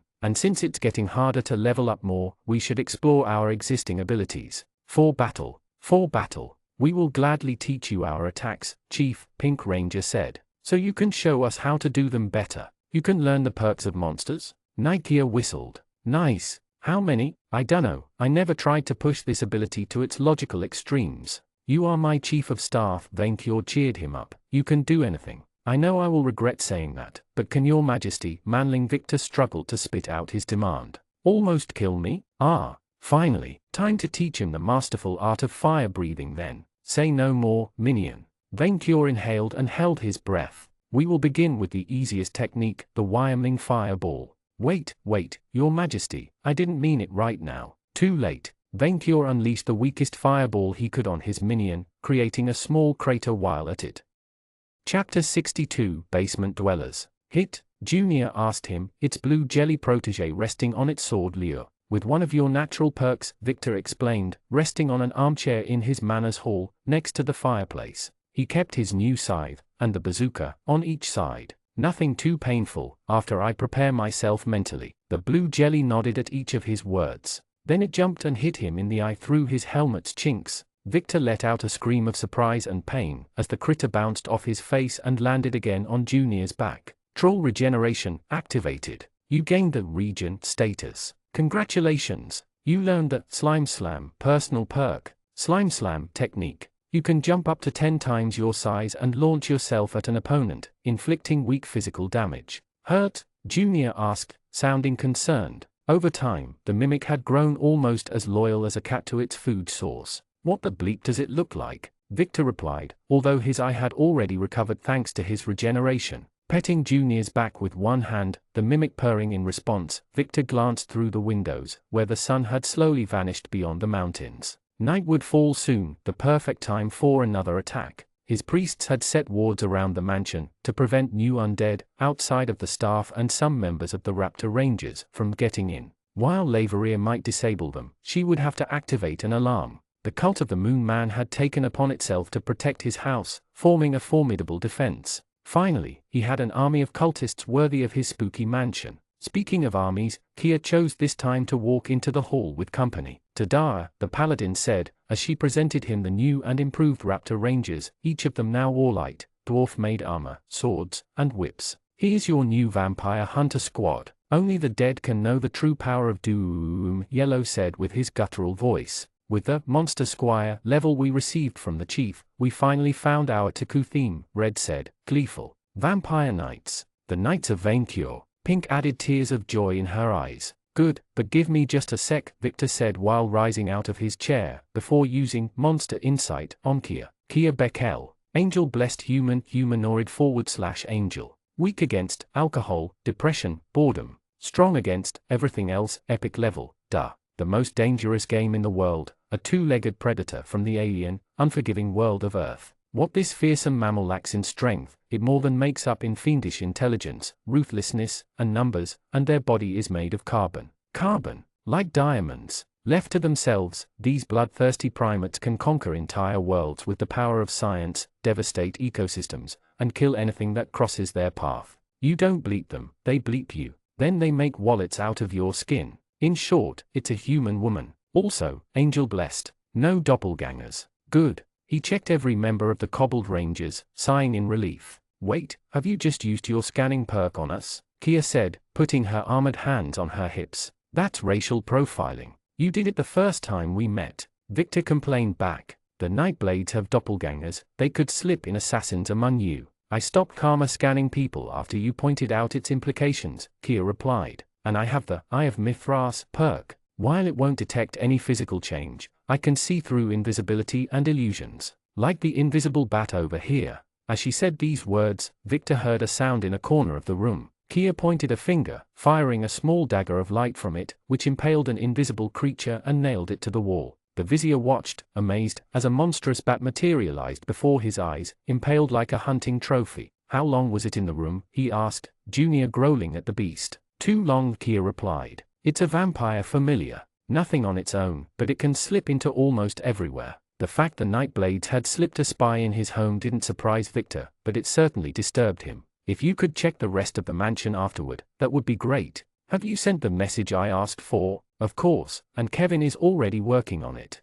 "Has your training progressed?" "It did." Victor looked at the list of perks he gathered over the last 2 days. Truth to be told, he could scarcely remember what half of them did. This was going to be a nightmare to manage, especially with the necromancy buffs he learned to practice. Brain Blast inflicts weak psychic damage, 100 needles, weak plant damage, Bullet Fist, weak physical damage, Shock, weak lightning. So a variety of weak, forgettable attacks. Kia didn't sound impressed at all. Unfortunately, she had a point. Most of the perks also lacked in strength, since none of the monsters in Murmurin could rival the likes of Furibon in power. Monster Knight was truly the Swiss Army knife of classes though. He wondered how many perks he could learn. Congratulations! For learning over 15 monster perks through a grueling training method, you have earned the Perk Forge personal perk. Perk Forge, you can fuse various monster perks into a single, stronger one. However, you will permanently lose access to the perk components and cannot relearn them. The more he learned, the more Victor had grown convinced the system somehow encouraged specialization.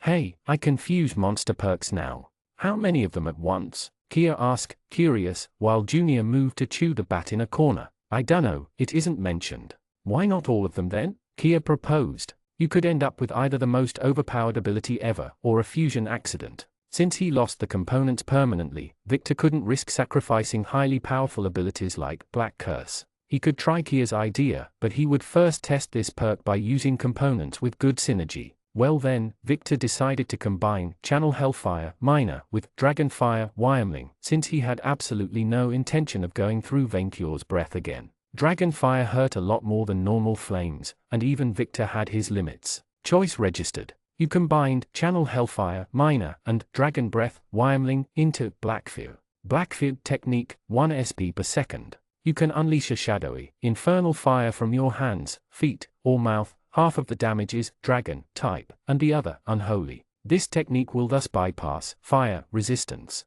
When you would deal fire damage through a spell or a technique, it will now inflict an additional 20% unholy damage. Nice, but not game-changing. The fact it cost less than both its component techniques meant Victor should not run out of SP in the middle of a battle like he did against the adventurers. Alright, time to test Kia's hypothesis. he decided to sacrifice most of the weaker perks, keeping only the truly useful Troll Regeneration and Black Curse. Choice registered. You combined Silver Fang, Brain Blast, Slime Armor, Venom Fang, Gal Fever, 100 Needles, Dark Thorns, Shock, Bullet Fist, Raptor Burst, Angel Heart, Ghost Grudge, Watsar, and Slime Slam into Darwinist. Darwinist, when targeted by a creature type-dependent effect such as Undead or Dragon, you always count as the most advantageous type or type combination for the purpose of resolving that effect. Your species will not change, but the system will temporarily register you as a different type. Elements affected by this perk include weapons, perks, spells, field effects. Wait, that is all? Victor asked, disappointed. It could definitely have its use, but he had expected something more visually impressive. More than 10 perks for this fusion accident it is. Huh? Someone knocked on the hall's door. Enter, Victor said, allowing Chocolatine and Allison to enter. Hi, Vic. The werewolf waved a hand at him, although less cheerfully than usual. The wards are secured, Allison said, Victor having tasked her with overseeing his home security. Yeah, well, one that managed to slip through. The Grand Vizier pointed at the bloody splat on the wall, Junior having finished chewing it. It must have been inside the mansion before I set the protections, the Dryad defended herself. They may have watched you for longer than I did. Yeah. Victor used his Monster Insight perk on both, just in case. This whole misadventure had made him paranoid. Allison lies. Dryad, plant/fairy. Strong against plant, water, fairy, disease, life, insta-death, paralysis. Weak to fire, frost, flower slayer, fairy slayer, lightning, poison. A reincarnated Ice-Kai human from Earth and chosen of Cybele, the goddess of pleasure, which means that you have no excuses. Chocolatine's best friend, but would like to do the pastry with the werewolf in the barn, if you see what I mean. Unlike you, she's smart enough to keep things simple. Go for the melting pot salad. Good to know. He feared to read the new information on Chocolatine but peeked anyway. Shadowman.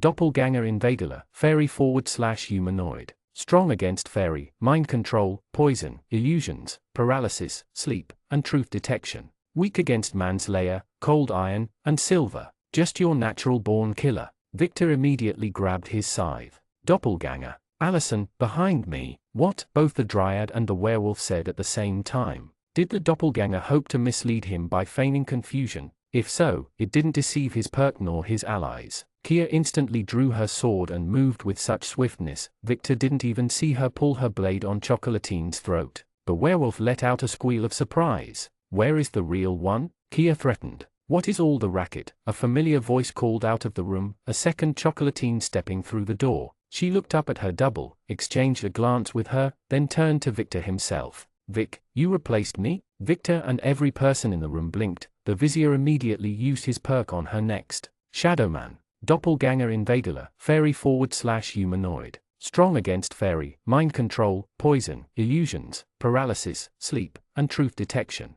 Weak against manslayer, cold iron, and silver. Just your natural-born killer. Damn. Stop, Victor told Kia. They are using a spell to reflect false information somehow. I can't see which one is the real Chocolatine. They are identical, Kia muttered to herself, pushing the first Chocolatine against a wall with her free arm, and then threatening the second with her blade. It's not an illusion. Karma scan, they both appear as strongly evil too. How could they falsify their karma? Victor decided not to comment on how her karma scan hadn't misled her. Victor eyed both women with suspicion. One, if not both, of them was definitely an infiltrator. The Nightblades must have sent him because they couldn't bypass the wards. Vic, it's an imposter, the first Chocolatine pleaded. She's trying to confuse you. Oh, I see, the second Chocolatine said with disturbing cheerfulness. It's a spot the fake moment. I always wanted to encounter one. What do I shout when I use my legendary sword? Victor asked. Trick question.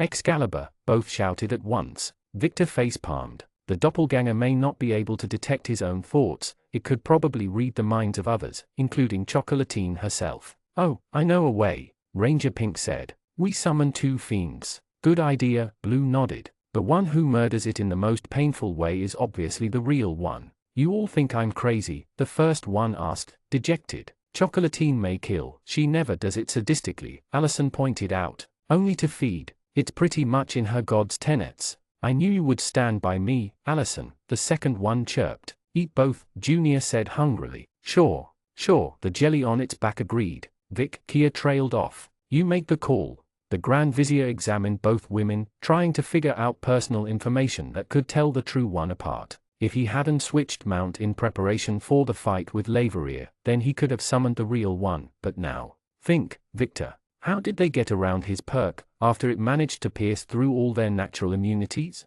Why risk him telling the right one apart, unless, none of them are the real one? He hadn't had the time to finish his sentence, that it was over already. Kia cut down both werewolves in the blink of an eye, letting them fall on the ground. Allison let out a scream of horror and surprise, putting her hands on her mouth. Vic, what have you? Both corpses shifted into solid shadows, before collapsing into nothingness. They captured the real one, Victor explained, while Allison calmed herself. Psychological warfare. A ploy based on his innate acceptance of the rules presented before him. Smart, but he had learned from the best. Then the hall went dark, all light and the fire dying out. The terrain has been temporarily changed to dark underworld. Nocturnal creatures, fiends, and undead on the field have their stats increased, and will be harder to turn. All non-nocturnal creatures will suffer from the blind ailment. Monotype, non-undead creatures will be animated as undead if killed on the field. All stats increased by 1 stage. Light shield. Victor heard Kia shout, a round barrier of solid light forming around the group. A haunting, piper melody echoed across the hall as she did. Behind us, Chief, the Cobbled Rangers formed a ring around Victor, alongside Junior and his protege. Stay back. We have a Mimixid on our side. A wail echoed in the darkness in response, as half a dozen skeletal ghosts crashed against the barrier. This mansion, Kia trailed, as the vengeful spirits bounced off the light barrier, disappearing as soon as they hit it. How old is it? Older than the town, Allison replied. A dark wizard inhabited it when Rollo first began to label the fields. It is full of grudges and dark spirits. That is odd since the architecture seems gothic. Kia struggled to find the right word. It looks straight from Earth. A place full of spirits and dark grudges? Wait, Victor said. Didn't that Magi Kian do experiments in the basement or something? The Nightblades knew that he had the map, that killing him might destabilize Murmurin, and that this manor may have served as some nightmarish lab. Victor searched in one of his armor's hidden containers with his free hand, drawing out Mo's map, and reading it by the light of the barrier. It showed Lazyhero's location right next to his own. His basement. The ghostly assault halted, a new shape approaching the light barrier. Victor recognized him as Emil Lazyhero, the vampire whom he fought before. We only want Dalton and the map, he announced. Leave him to us, and we'll let you go. Kia responded by bursting into laughter. We may not be able to kill you, Shining Knight, but you can't protect them all, the assassin replied, unfazed. And that's not even mentioning the civilians we'll keep killing so long as he lives. Why me? Victor protested, putting the map back inside his armor. What have I ever done to you? If you die, this regime collapses, Emil Lazyhero pointed out. The dragon will go crazy, mismanage his troops, and return to his old ways. You're his emotional anchor, so we'll take you off the board. Forever. Warning, the manor is under a soul trap effect. If you die within its radius of effect, your soul will be trapped in its focus point. The focus? Victor pondered, assuming the others had seen the same message. The Solomonari's grimoire, Kia explained, it will catch your soul and prevent any form of resurrection so long as it exists. No more revival, Emil unsheathed his daggers, others glittering in the darkness. No afterlife. No nothing. Victor knew his angel insurance was a waste of SP.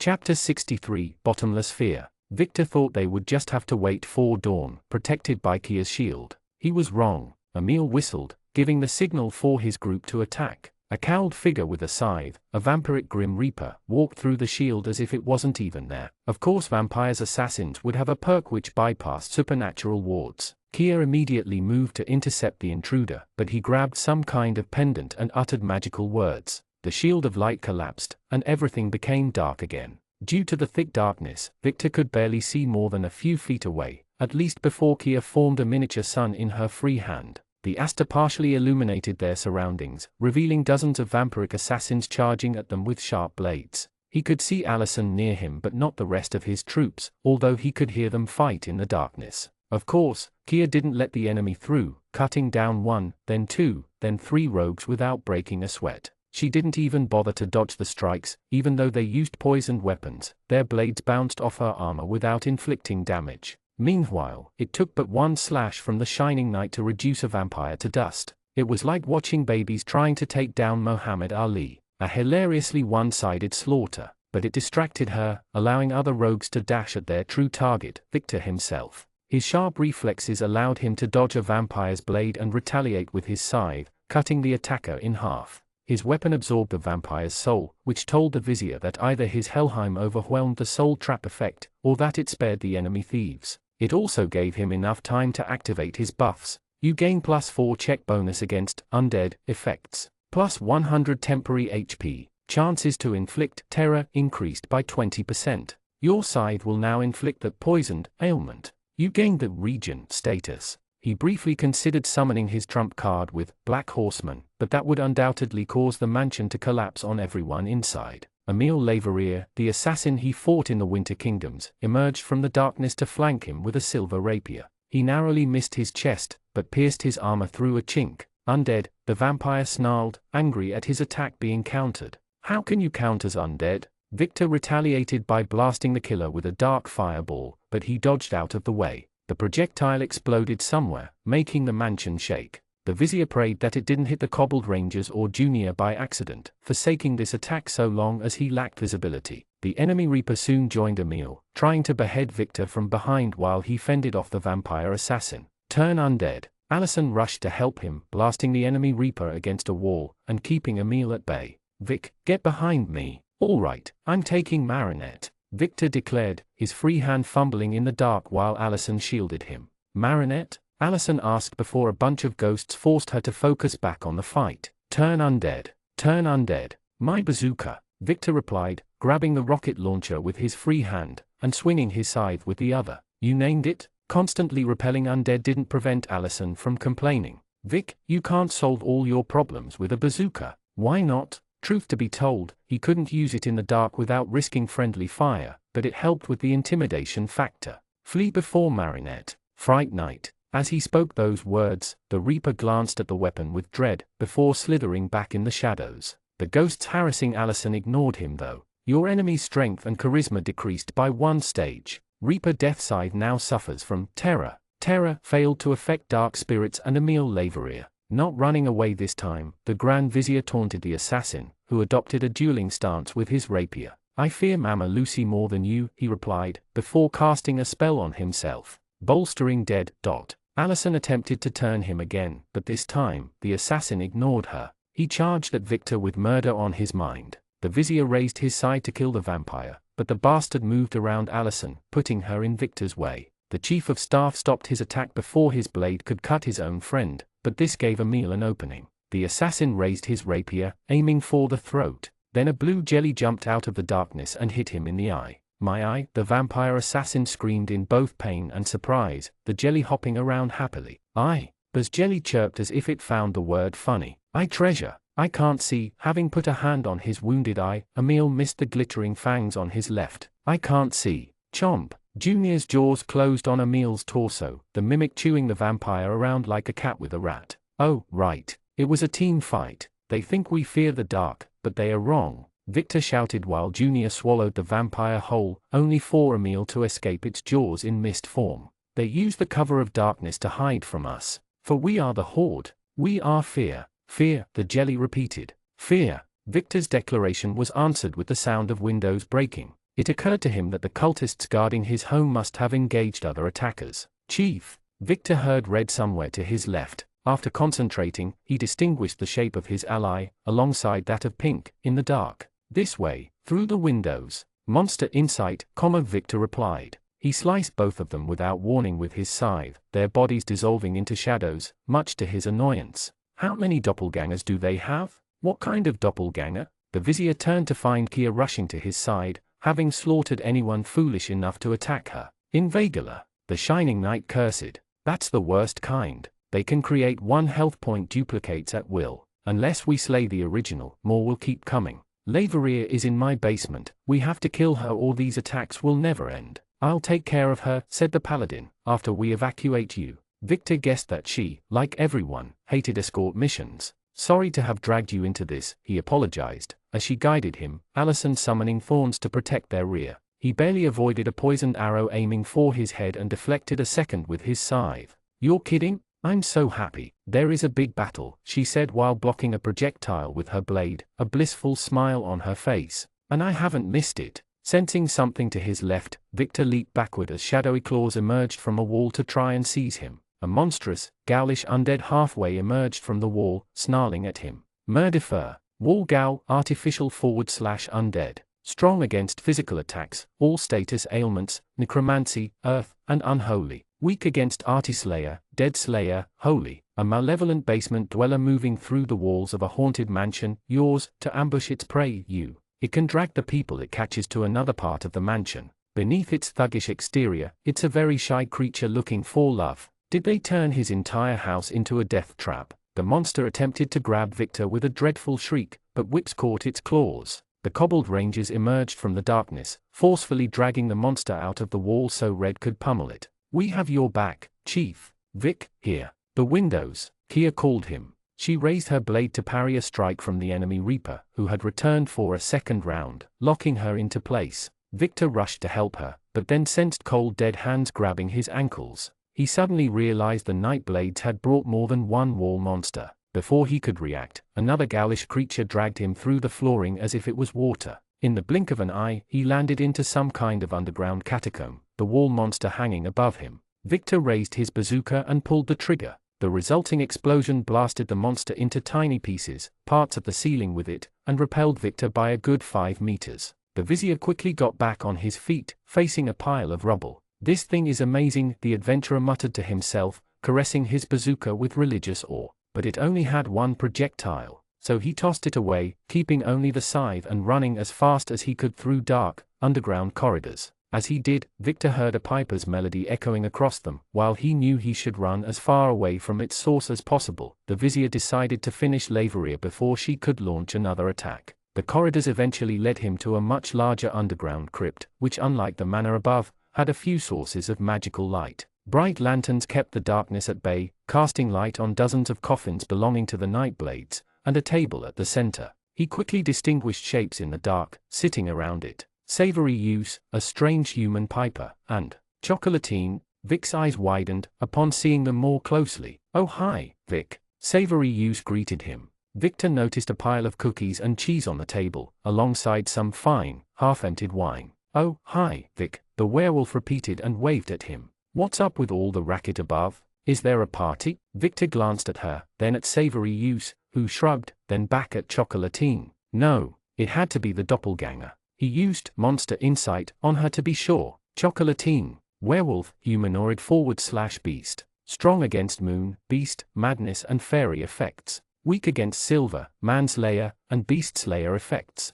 Your girlfriend, whether you like it or not. She forgets her sadness at her brother's arrest by drowning herself in Savory Use delicious meat cookies. You don't want to know what they are made of, or rather, who they are made of. Yep, that was the real one, against all odds. You're not a hostage? Victor asked Chocolatine while keeping an eye on the other people present, especially the piper. A Foma. Damn. Yet somehow he ignored the adventurer to play music, and Victor couldn't hit him with a fiery projectile without wounding his friends. A hostage? Chocolatine turned to Savory Use. I'm a hostage? Oh, yes, I forgot to tell you, Savory Use said, before turning to Victor. I wanted to tie her up, but when she told me all about how her brother's arrest puts a damper on your relationship, I couldn't let such a cute couple break up. So I baked her cookies. Poison cookies? Victor asked, finding the scene surreal. I could never poison food. People, always, but good food. Only nobles do that. You have to tell me about that secret ingredient though, Chocolatine continued, oblivious to the current situation.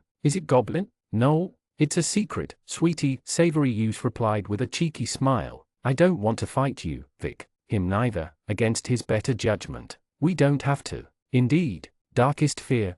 A familiar dark aura swallowed Victor, who had a horrible sensation of déjà vu. His strength and vitality abandoned him, causing him to fall on his knees. HP and SP reduced to 1. Terror and necrophobia ailments negated. Troll regeneration activated. As they say, if you want something done, Lucy Laveria said while stepping into sight, a screaming black book in hand and a humanoid made of solid shadows at her side. Do it yourself. Victor had grown to hate assassins hiding in shadows with passion tonight. She must have waited for her minions to soften him up before moving for the kill, like a hyena. Horrified and snapped out of her drunkenness, Chocolatine instantly rushed to defend her crush, targeting Laveria. Turn undead. Turn undead. Proving herself in a whole different league than her servants, the Nightblade's leader didn't even flinch. Telekinesis.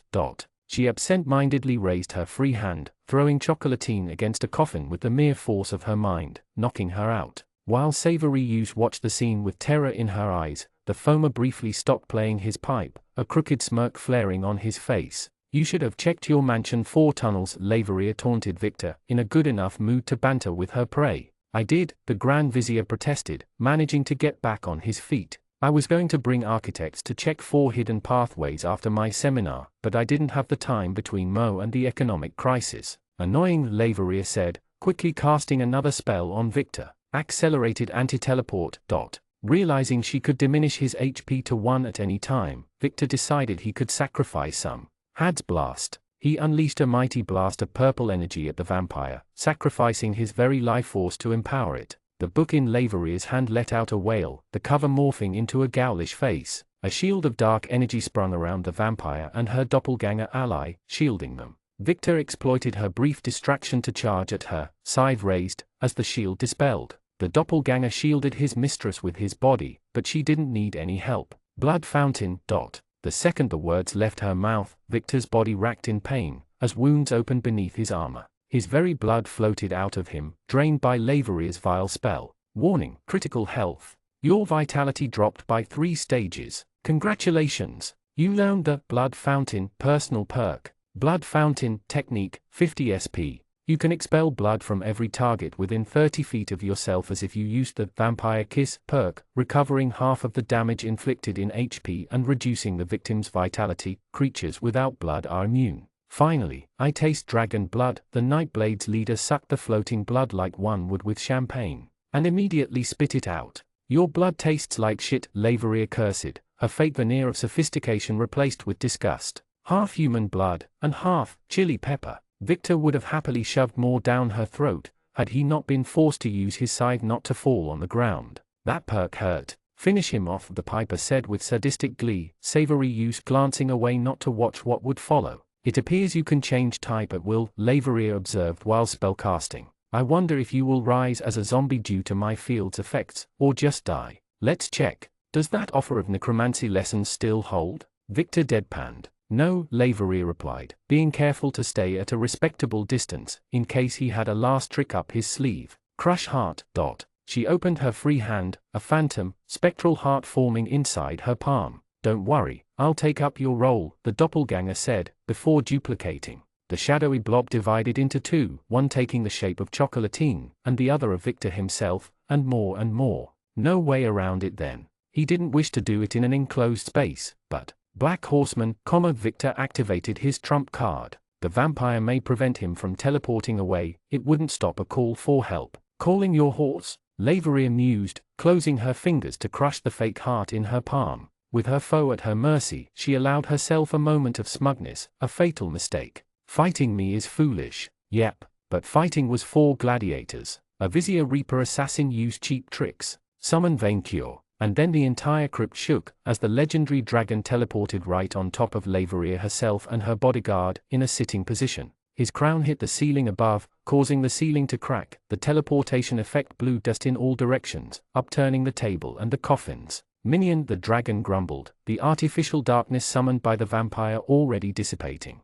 You better have a good reason to summon me in the middle of a golden shower. Victor knew there was a dirty joke to make here, but it was beneath him. While Savory Use didn't find her words, the piper Foamer's eyes had bulged out at the unexpected sight. He silently opened a circular rift in space and quickly fled without looking back, shaken. Vainkior smelled his chief of staff, unaware of the vampire and doppelganger crushed beneath his imperial bottom. Have the bats bled you? Yeah, but Laveria didn't like it. What do you mean by, she didn't like it? How dare she not appreciate the blissful perfection of dragon blood? Vainkior asked, infuriated. This only showcases her complete lack of taste. I will eat her cattle for this insult. Victor glanced at the spot where Laveria used to stand with a smug look until he noticed purple mist slipping out of Vainkior and fleeing through the tunnels. Not again, the Vizier cursed, as Laveria quickly escaped. First blood was on him, but from the lack of level up, the war was far from over. Why they decided to attack him while he had Kia at home though, that was beyond him. Unless they wanted to keep her busy as a secondary objective. Another way to hit Vainqueur through others. Your Majesty. Yes, minion? Have you called your niece lately? Chapter 64, Dawnfall. Vainqueur was livid. First of all, the bats had struck at his second most prized possession, his one and only friend. They had trashed his house, leaving only a pile of rubble before which the dragon and his minions stood. They had caught the souls of his prized lackeys, thankfully none of whom Vainqueur knew the names of, and wounded sweet Chocolatine. Second, these savages didn't appreciate the taste of dragon blood. A half-dragon, but dragon blood still. This affront to his species' honor would not go unpunished. And finally, the bats now threatened his niece. Fetch me any vampire you find, Vainqueur ordered the cobbled rangers, who had survived the assault, albeit not without wounds. So I may eat them myself. What do we do with her? Kia asked, holding the treacherous savory youth while keeping her sword at her throat. How could you? Vainqueur lambasted her. How could you betray me? Why have so many minions betrayed my trust after I gave their lives purpose? After I made you more than food, namely, emergency food? I care more about my life than a purpose? Savory youth proposed, unashamed and unrepentant. Save, this doesn't have to be, Manling Victor said, composed and dignified as befitting Vainqueur's chief of staff. I asked Kia to send a magical message to her old party member Nostradame days ago, on your behalf. I asked Kevin to set the authorities on the Nightblades in Noblecoyer, your home city, and to safeguard your family, the paladin said. If you cooperate with us, we can ensure your safety from reprisals. But that would make me a snitch, Savory Youth protested. I would have to go back on my honor as a professional thug for hire and assassin. The only honor in life for a mortal like you is to do as a dragon tells you. Vainqueur responded with peerless logic. The life of a Wyrmling is on the line. Will you keep serving as the minion of creatures who will sink so low? Or will you choose to serve the best, most merciful, richest dragon in the world? Are you a Bella, or a Renfield? I am a dragon, Vainqueur cut her off. And I am also an uncle. Anything that stands between me and my niece's safety is not food. It is ashes. Are you ashes, Scaly Savory Youth? Scaly Savory Youth saw the light of dragon wisdom, helped by the smoke coming out of his nostrils, and turned her back on the darkness. If my family and I are safe, I could give away the locations of all the hidden warehouses we set up in Murmurin. What about Charlene? Manling Victor immediately pushed, once again only thinking about reproducing. Meal? Charlene is sick. Sick, as in blood sick? Manling Victor asked, worried. Sick as in vampire sick, Savory Youth admitted. As for Meal, a doppelganger impersonated her to foster strife among Heaven and Happyland. I can testify. Nobody cares. Vainqueur snarled. Where is the bat? Where is my niece? In front of the treacherous creature's silence, the dragon decided to take matters into his own claws. Give me the map, minion, Vainqueur ordered, his friend obeying at once. We will track down this overgrown bat immediately. Wait, I need to equip myself first. I'm coming as well, Kia insisted. After you abandon my niece? Never. Vainqueur snarled, before turning to his minion. No time to wait, Manling Victor. I will summon you when I catch her. His niece's life was on the line, and nothing else mattered. No, your majesty, you can't. But Vainqueur had already extended his wings and flew away, the tiny map in his claws. The sun had risen well above when Vainqueur located Lazyhero in the middle of the desert, far, far away from Murmurin. The great dragon didn't have to check his map, the vermin had summoned a sphere of darkness, that underworld effect, right in the middle of the dunes. While his minions may not have seen well through these thick shadows, Vainqueur did. He could also smell the bat, Mel Lin, their servants, and most importantly, his niece. Under other circumstances, Vainqueur would have fashionably announced his presence, or stealthily activated his blink-blink ring. But this time, he did not. This vermin would have naught but flames and destruction. Instead, Vainqueur activated his charged attack perk and unleashed a house-sized fireball at the dark sphere. The resulting blast turned the very center molten glass, shredded the vampires and other monstrous vermin camouflaging within. The shadows fled before his flames, the effect dispelled. As the shadowy orb vanished, the sun cast a bright light on the area. Jolie, his poor niece, had been bound by thick black chains and muzzled. A disgusting vampire, which he assumed to be Lucy Lazyhero, had survived his attack thanks to a shield of purple light, and Mel Lin stood nearby, his pipe in one hand and a strange, familiar bottle in the other. All their minions, Vainqueur had slain. The dragon's eyes immediately drifted to his niece, the sight enraging him. Her scales were covered in bruises, and one of her tiny horns had been cut like a twisted trophy. She looked up at her uncle with hope, straining against her bindings to join him, yet too young and weakened to do so. Unfortunately, these cowards stayed close to Jolie, using her as a shield. Vainqueur knew his flames wouldn't hurt her, but the blast might. "To think I let you live," Laveria growled, a wailing grimoire floating in front of her, while Mellin put the bottle in the sand, before playing his pipe and dancing around it. "What a mistake. Soul sacrifice, unblockable magic. I knew you could not resist the sweet, wonderful taste of dragon blood," Vainqueur said with a growl. "Your thirst for this indescribable pleasure led you to your doom. You have touched my niece, and for this crime against me, you shall perish. A dragon caring for another? Laughable," Lucy taunted him while chuckling to herself. "The only thing that matters in this world is power." Shadow chains.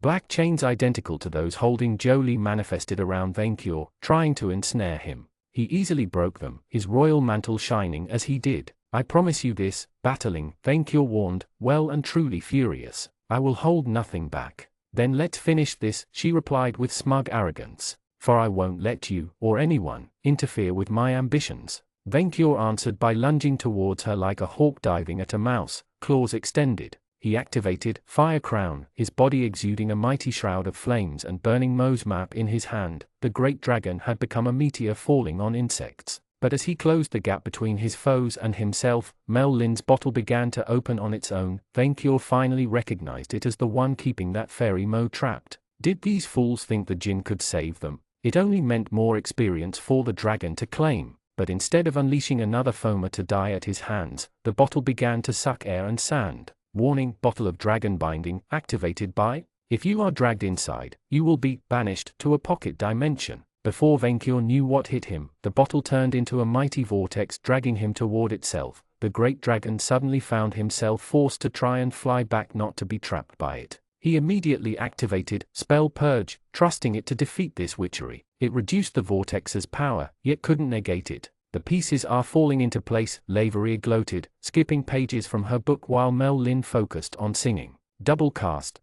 Lucy Laveria can now cast 2 spells at once. Bottle of dragon binding negated by immovab. Perk binding, the vampire said, her grimoire uttering the same sentence as she did. His favorite perk stopped working, leaving him defenseless and ever closer to this prison. Vainqueur immediately attempted a last-ditch exorcism, but the vampire negated it with a counterspell. Vainqueur tried to incinerate the item, only to watch his breath drawn inside. "Minion!" Vainqueur shouted. "Minion, get back here!" What? How could his chief of staff go on strike at this critical moment? "Researching your perks, cutting away your key resources, and isolating you from them took time," Laveria spoke with confidence. "But brains will always prevail over brawn. With your defeat, I will get a heroic crest, and become closer to Valhalla." Vainqueur let out a furious snarl, as he fruitlessly struggled to escape the binding. His sweet niece looked up at him, her once hopeful eyes now full of fear and despair. This could not end like this. He was the great red dragon, the emperor of Murmurin and the Albane Mountains, the richest in the world.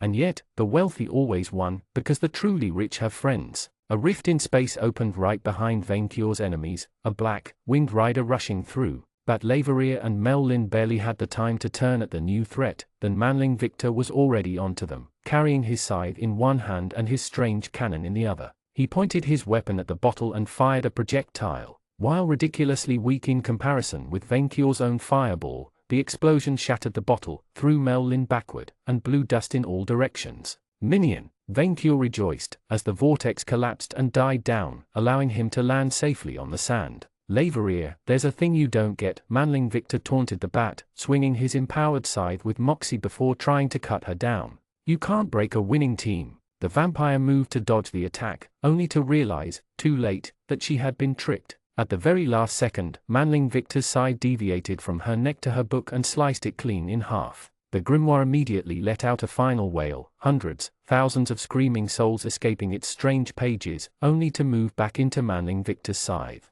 When Bat Laveria managed to summon a shield between the chief of staff and herself, her prized weapon had already turned to dust. "Winning team," his chief of staff's mount complained, as Manling Victor rushed back to his master's side. "You horse slaver, you made me run all across the desert non-stop. The vampire's eyes bulged in shock, yet managed to regain her composure. Jolie struggled against her bindings to escape, but the witch maintained her spell. "This is not over," she promised. "I will find another way." "No, you will not." Mel Lin emerged from the dust cloud, almost as furious as Vainqueur himself. The fairy piper had stopped playing music and abandoned his disguise for his true, hideous, wooden face. "That is your last chance," Mel Lin warned the vampire, raising his cape to reveal a blackened crest. "Die to them, or die to us." He tossed the item to Lazyhero, formed a fairy ring by rending space itself, and then fled like a coward as Vainqueur attempted to incinerate him. You traitor." Unlike a true, dignified chief of staff, but Lazyhero had lost all composure at her master's abandonment.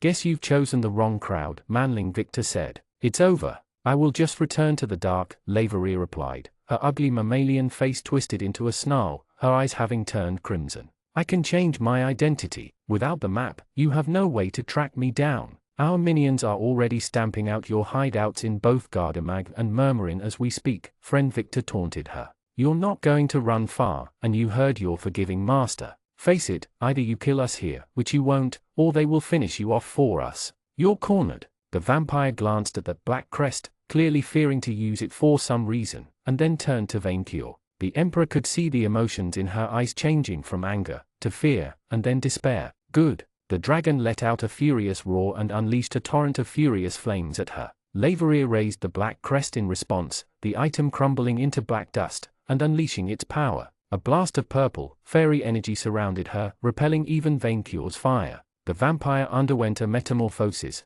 her flesh turning purple and ripping her clothes apart. She grew enormous wings, sharp claws, and fangs. She increased in size until she almost matched Vainqueur himself in size, more a monstrous, primal but than Manling. The abomination let out a hiss, her hands suffused with dark magic. Fighting dragons was stupid, but in her eagerness to die, she would try. In response, Vainqueur immediately activated his spell purge and launched a fireball at her. The creature transformed into a swarm of bats, dispersing to avoid the projectile, before quickly reforming on the dragon's back. When he turned around to face her, Vainqueur found her throwing a sphere of dark energy at him. It failed. His spell reflection activated, sending the sphere back at the witch. Her own projectile hit her in the head, making her stumble. "Bat, you do not understand," Vainqueur said, through playing. "You have done what only the evil Furibon and the elf Grasshopper managed to do. You infuriated me." The dragon saw fear and dread in the bat's eyes, as he should. Extending his own wings, his body covered in flames, Vainqueur charged at her with berserk rage, a winged incarnation of destruction. She tried to keep him at bay with a volley of spells, of black cubes and frozen stars, only for them to reflect back at her. He punched her in the chest in response, shattering ribs and making her cough thick black blood. Except he didn't stop and kept pummeling her. As a last-ditch effort, she summoned a purple shield to defend herself, Vainqueur hitting it with his claws and shaking the desert with each strike. Manling Victor, who had wisely stayed out of his master's range, finally decided to speak up. "Your Majesty, can I borrow some of your immense life force for a minute? This will come out of your pay." Manling Victor, ever ready to serve his master for free, sheathed back both of his weapons and raised his hands at the shield. Had's blast. Sorcery cackled from his fingertips, before taking the shape of a shining ray of purple light, whose might and shininess rivaled Vainqueur's own breath. The laser smashed through Lazyhero's defense, vaporizing the left side of her stomach while at it, smoke sizzling from the wound. Vainqueur punched the defenseless bat in the face, burning it, and then kept going, even as she retaliated with claws and fangs. It burned her more than it hurt him, and while she inflicted some damage, it didn't even itch. "Unshul, shish drashon." Jolie encouraged him through her muzzle. "Unshul, shish drashon." For the first time since Brandon Moore, Vainqueur fought seriously. If she had confronted him back when Vainqueur hadn't rediscovered the great, dragon-made system, she might have been a challenge, but for every strike she made, the dragon returned each hit tenfold. Her spells bounced back at her, and without her magic or trickery, the bat couldn't stand against him. He didn't leave her any opening, deflecting her punches with his mastery of brawling, and retaliated with deadly strikes of his own. And unlike Vainqueur, she was alone. Had's blast. Manling Victor repeated the process again and again, overwhelming the witch with spells. He waited for Vainqueur to recover his energy, then struck again. When Lazyhero attempted to escape Vainqueur by transforming into a bat swarm, he shot them all, forcing her to reform.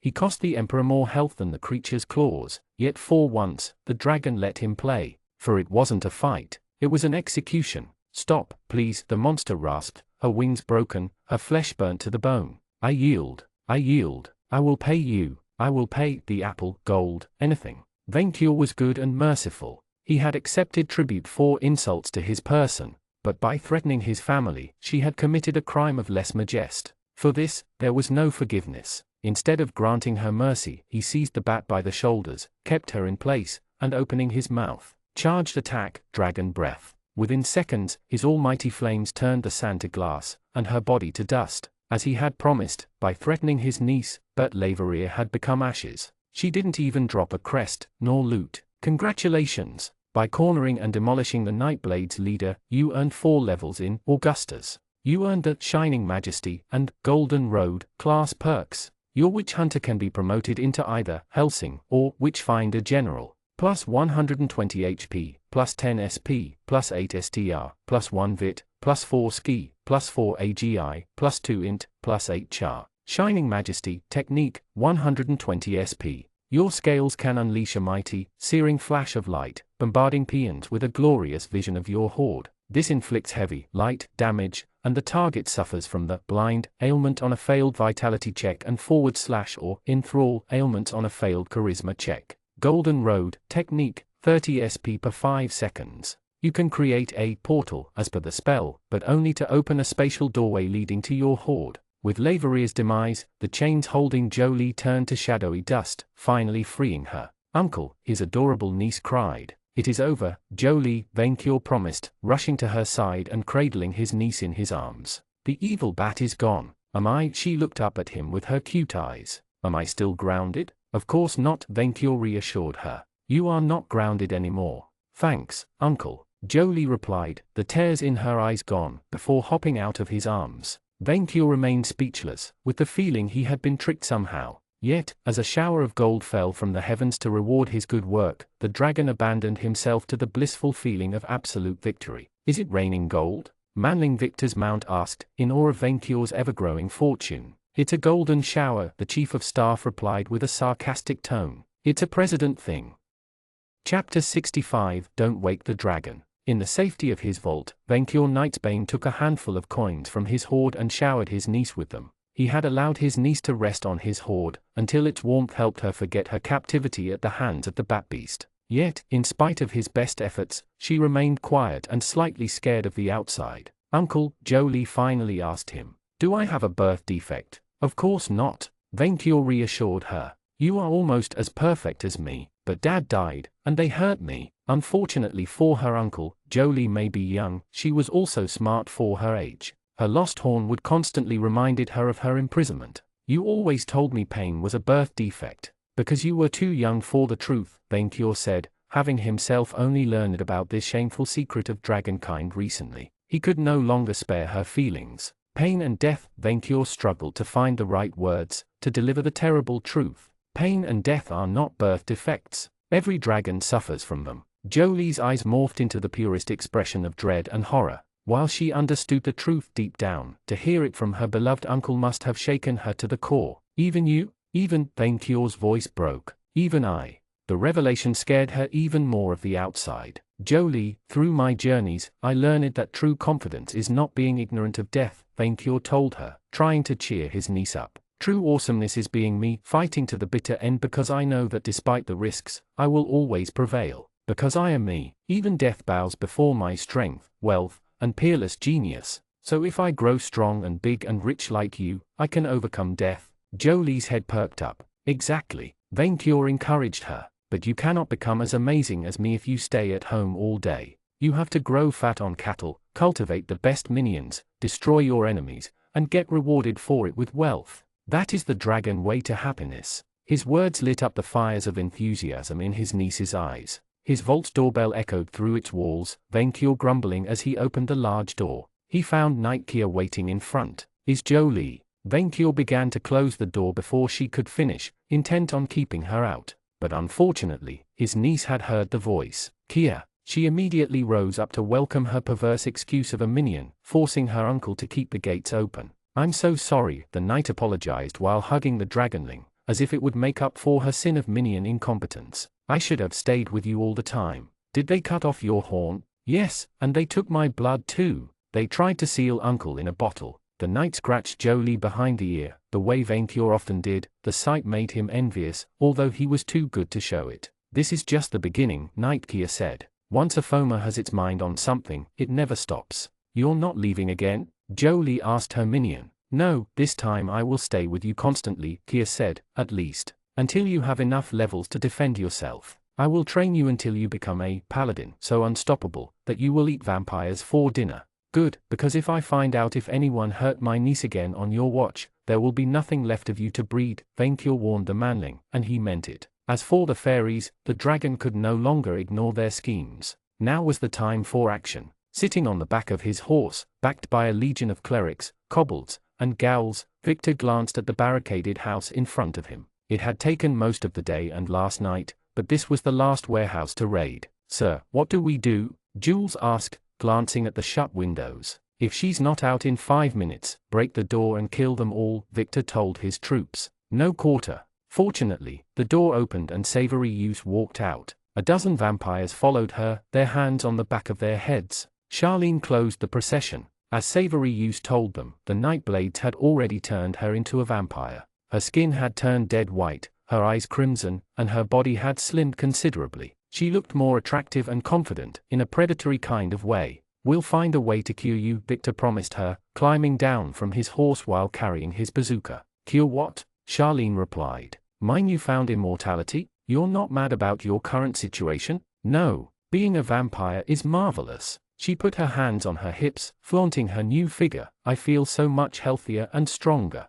I will have to hide from the sun when I run out of elixirs, but I will stay young forever. I no longer feel the ache in my back. Victor thought she would feel conflicted about losing her humanity, but she took it awfully well. Good to see you back then. And let me tell you, things will change, Charlene replied, her bloody eyes full of authority. When I find that traitor Croissant, I will suck him dry, and not in the way he thought I would. Victor had already planned to decide his fate with his sister after the current matter dealt with. Where is Emile Laverier? He asked the prisoners. Luce's second-in-command was the last loose end he had to address. We trapped him in his coffin when he refused to surrender, the assassin replied. None of us here will fight for a dead woman. Shoot the coffin with arrows, check the corpse, then cremate it, Victor ordered Jules, the necromancer entering the house with an escort to do the deed. With Emile gone, they had defanged the guild's leadership in Murmurin. As for the minions, you have fought the law, Victor warned them, caused us a lot of trouble, sowed chaos,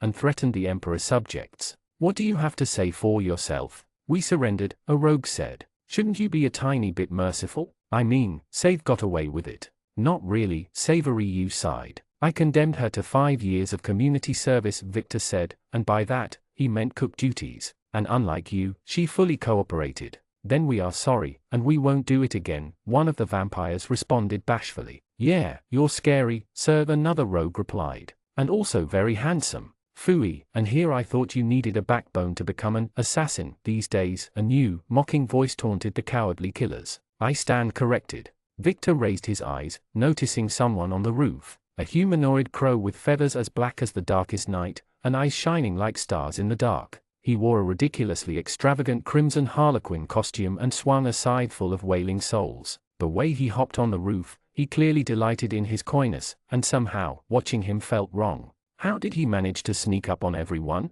And why did he look exactly like? It couldn't be. Who the Happerland are you? Victor pointed his rocket launcher at the newcomer. I'm Deaf Jester, the Birdkin Harlequin announced himself with a mock bow, before leaping off the roof and gracefully landing in front of Victor. God, Prince of Crime. Accept no substitute. Deaf Jester. Deity, guess my type. Avian / divine. Strengths and weaknesses mean nothing to me, all bend to my will. Yes, that's me, I'm the real deal. The patron god of criminals, troublemakers, tricksters, and birds, because birds are awesome. I've killed every type of creature at least once, even Mithras at one time. I could give you the gory details, but that would make for an entire black comedy novel. FFFFFFFFFF. That's the real one, Victor muttered in shock. That's Death Jester. The entire minion regiment pointed their weapons at the Birdkin, while the Nightblades, including Savory Youth, instantly bowed before their patron deity. God, they sung in respect. Deaf Jester responded to the display of force by raising a talon, transforming every spear and arquebuse aimed at him into feathers, much to the kobold's surprise. "Now, you all know my history with the law," the crime god said, "but I come in peace, honest." Victor didn't know how to react. He had grown unimpressed with the gods, but this one was murder incarnate, and evil with a capital E. Thank you, you are too kind," the deity responded with vanity, clapping his hands. "As implausible it may sound, I'm not here to kill anyone. In fact, I came to give you my blessing, and ask you to spare my followers, even if I'm a bit ashamed of their cowardice." "You're applauding me?" Somehow, it felt shameful. Vic, I'm the friend of all those who walk the path of chaos," the deity said, patting him on the back, much to everyone's silent astonishment. "Ever since you failed to steal that rapier from Vaincure's horde, Autamundi has entered an era of change and confusion. You and that dragon are walking disasters, and I love it. Right now, you're my favorite troublemaker. I've even decided to give you a sweet reward." Light shone on Victor's left shoulder, through the armor's chinks. He supposed the crow deity's symbol had appeared on his skin. "You earned that claimed by Deaf Jester personal perk. Claimed by Deaf Jester. When you level up, you have an additional 10% chance to gain a skill or charisma point. You can falsify your karma as you wish, and your lies cannot be identified by any magic. That should take care of your angel problem," said the deity, clearly expecting Victor to commit insurance fraud. "You know Shisha already claimed me," Victor pointed out. "Shouldn't you cancel one another?" "Oh, you know, our portfolios have many gray areas," the deity replied, "like drugs or prostitution." Having been claimed by 4 deities, Victor wondered if he should catch them all. Don't expect any goodish deity to look on kindly to you," Deaf Jester said, confirming that he could read the vizier's mind. "Except maybe Seng or Cybele, since you're easy as they come."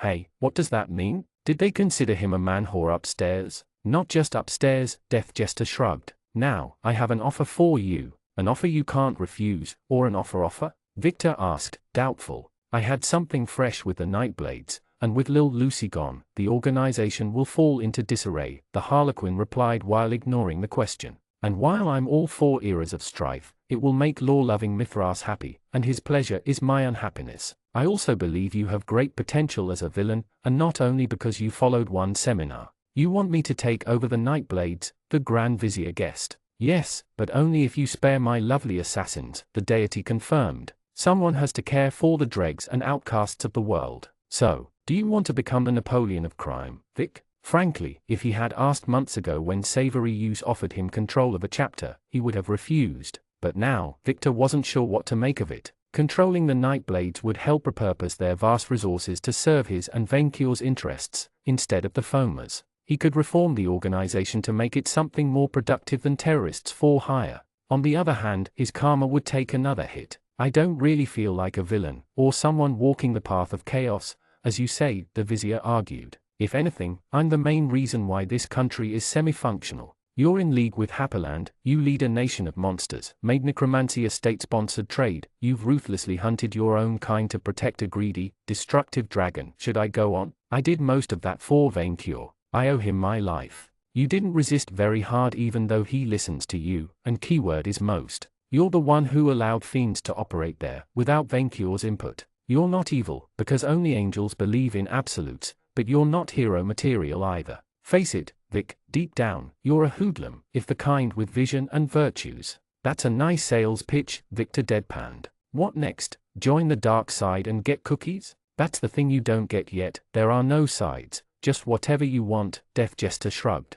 "So, deal?" Victor considered the deity's words until the answer became obvious. "I accept." "Glad to hear that," the god replied, before sliding a talon beneath his harlequin hat, and bringing out a letter. "Also, if one day you wish to go beyond a mere seminar and further your education in overlordship, my pals and I have a whole curriculum for aspiring social climbers. Here's your invitation." Victor snatched the letter and examining it. The seal on the back represented a black lightning bolt, and someone had written the word Scalomance on the front. "Remember, Vic," Deaf Jester said, ascending to the skies through a pillar of light. "Lie all the time, cheat, steal, screw the law, and paladins too. That's the purpose of life." "Screw in what way?" Victor deadpanned. "That's the spirit, my boy." And then the deity vanished before everyone's astonished eyes. "Congratulations, For dismantling the Murmurin branch of the Nightblades through cleverness and cunning, reaping souls until you had your fill, and rescuing your master on horseback, you earned 3 levels in Grand Vizier, 2 levels in Reaper, 1 level in Assassin, and 1 level in Chaos Rider. You earned the Fork-Tongued, Envious, and Soulmaster 4 class perks, plus 180 HP, plus 40 SP, plus 5 STR, plus 2 VIT, plus 10 Ski, plus 5 AGI, plus 5 Int, plus 8 Char, plus 7 LCK. Fork-Tongued, you gain a plus 5 bonus on charisma checks when you tell lies. Envious technique, you can steal 1 positive ailment, such as region or physical ward, from an enemy or ally and apply it to yourself. Soulmaster 4, your knowledge of souls has opened you more paths to power than necromancy alone. You can now learn and use necromancy, rituals, and diabolism spells up to tier 4. Reaper levels now count as caster levels for the purpose of class restrictions, and if a class grants you a spellcasting tier in your specialized schools of magic, they will stack with Soulmaster 4. This replaces Necromancy 3. Congratulations! By gaining enough levels into specific classes, being chosen as the head of a criminal syndicate, and receiving the blessing of the god of crime, you can now combine Assassin and Grand Vizier into the prestigious Moriarty class. Moriarty, an emperor of crime, a diabolical mastermind manipulating entire countries from the shadows. Special ties, leadership, illusions, stealth, small weapons. Major growths in skill, intelligence, and charisma. Perks affected, is no good, blade stinger, fork-tongued. Well, he had work to do. At the first hour after dawn, Venkior had summoned almost all of his minions at the central square to address the population. For things would change. Venkior observed the inhabitants of his city, who had all gathered to listen to his wise words, from the lowest slime to the tallest dwarf. He could smell their worries, their fear. They had had terrible nights and seen Manling Victor's own home go down in flames. They wanted reassurance. They would have their fill, and more. Citizens of Murmurin, Venkior cleared his throat, to begin his speech. Long you have feared the night. For days, vampire insurgents led by Lazyhero the Bat have waged war against my city. They have burned your houses, slaughtered my cattle, corrupted the hearts of old minions, and threatened even what I cherish most. The rebels have cowardly hidden in shadows, trying to divide you through fear and mistrust. His eyes settled on Malfi the Fiend and Meal the Angel. The former remained in a wheelchair, although he had recovered a little. The latter had had her identity cleared up, thanks to Venkior's own genius and repentant savory use testimony. But now, both stood united against the true enemy. But the battle is over, the dragon rejoiced, raising his left hand and clenching it. The Bat Leader is dead by my flames, crushed like the vermin she was. As I speak, my forces, under the leadership of my Grand Vizier, are crushing the last pockets of resistance. For as long as you remain under my wing, all will fall before the Empire's might. The crowd immediately reacted with joy, enthusiasm, but all of it subdued. While the most zealous of his minions applauded, as usual, most worried that these attacks were but the beginning of a war. The tension remained palpable. Venkior decided to relieve it, by handing out honors to the minions he felt deserved them. Cobbled Rangers, take a step forward.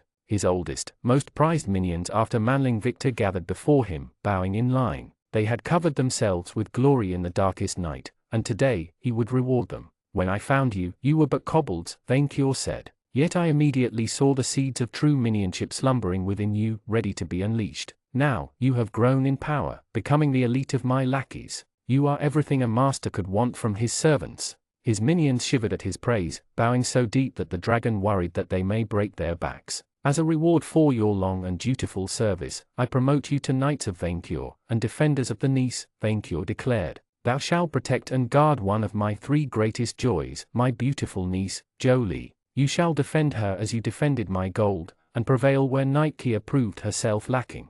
Your Majesty honors us. Red spoke for the entire team. All of them had tears in their eyes, although it must have been water condensation for the undead ones. And we shall bring glory to you in return. I know, minions. Now, kiss my ring. Venkior offered them his hand, which they all embraced. The dragon quickly moved on to the hero of the day. Alison the Dryad stepped forward. The Dryad sheepishly approached. Once I disdained you, for I did not consider you minion material. Too skinny, and he could not eat Rollo. In time, he had come to appreciate the golem's ability to supply him with food, enough to forgive this defect. You have proven yourself worthy of my trust. At the plant he didn't find her words, too intimidated by the honor. Okay. For your deeds against the insurgents, I now make you my new wizardry teacher. You shall assist Manling Victor in making me even more powerful. So, keep doing what I've been doing already? Yes, but now your contribution is recognized, Vainkyur said, showcasing his generosity. Now kiss my ring. After she did, albeit with less enthusiasm than the rangers, Vainkyur addressed the crowd again. However, citizens, as a good dragon, I shall always tell the truth. The vampire insurgents were but the soldiers of a much older threat. The fairies. Fairies? The foamers? They are back. Vainkyur listened to the whispers of his lackeys, finding out that they feared his old rivals, as much as they respected dragons. Their ancestors had died at the hands of these creatures, or toiled as slaves. This time, however, they have gone too far. They spat at a volcano. To punctuate his declaration, Vainkyur let out a stream of fire at the skies, instantly silencing his adoring fans. Minions, the fairies declared war on me, Vainkyur said, smoke coming out of his nostrils. By freeing the Gold Slayer Furibon from the seal which kept his evil contained, attacking my minions, and threatening my niece, they broke the dragon foamer peace, which has held since the morning of the world. If they have forgotten who won the first war, I shall remind them in the second. The great dragon proudly extended his wings, so all his minions could bask in his full majesty. For I, Vainkyur Knightsbane, first of his name, great calamity of the age, defender of the horde, greatest gladiator, genius president, and emperor of Murmurin, Ishphania, and the Albane Mountains, declare war back on the foamers. His servants raised their hands in bloodthirsty acclaim, eager for revenge. War, they shouted all at once, their screams becoming deafening. War, war, war. The Mel clan, which has opposed me since my awakening, shall learn its place. Nowhere in this world will they feel safe from my wrath. I will burn their lairs to the ground, empty their pens of cattle, and claim their wealth as mine. Vainkyur waved his hand in a dramatic fashion. As the first measure, I hereby order the creation of the Vainkyur Watch for thorough fairy destruction, an institution dedicated to finding new and creative ways to deal with the foamer problem. I invite any creature willing to fight the good fight, to join this golden crusade. None applauded this decision more than the dwarfs. They had eagerly welcomed his orders to prepare for the return of Furibon, and could not wait to test their weapons on new targets. As my second measure, it is time for the country to live up to my reputation, Vainkyur said. All of my minions will train and be equipped, so that one day, very soon, we shall take the fight to the fairies, instead of letting them invade us again. I shall expand this empire beyond this city, across the sea and into the island of Prydain. Under my wings, we shall prevail. As his citizens applauded the declaration, Vainkyur abandoned himself to his imagination, thinking about the future. He already salivated at the thought of the vast treasures which the foamers would surely drop. He had much work to do, for the fairies were vicious. They had crafted golems that could challenge even him. They had modernized, as he did when he embraced the dragon system. He would have to modernize his empire too. While the growth of his horde remained his priority, he would ensure that his empire grew stronger under his rule. While he had been content to let Manling Victor handle minion affairs, he would now provide direct guidance, until his dominion had grown tenfold. And one day, very soon, he would conquer even the moon.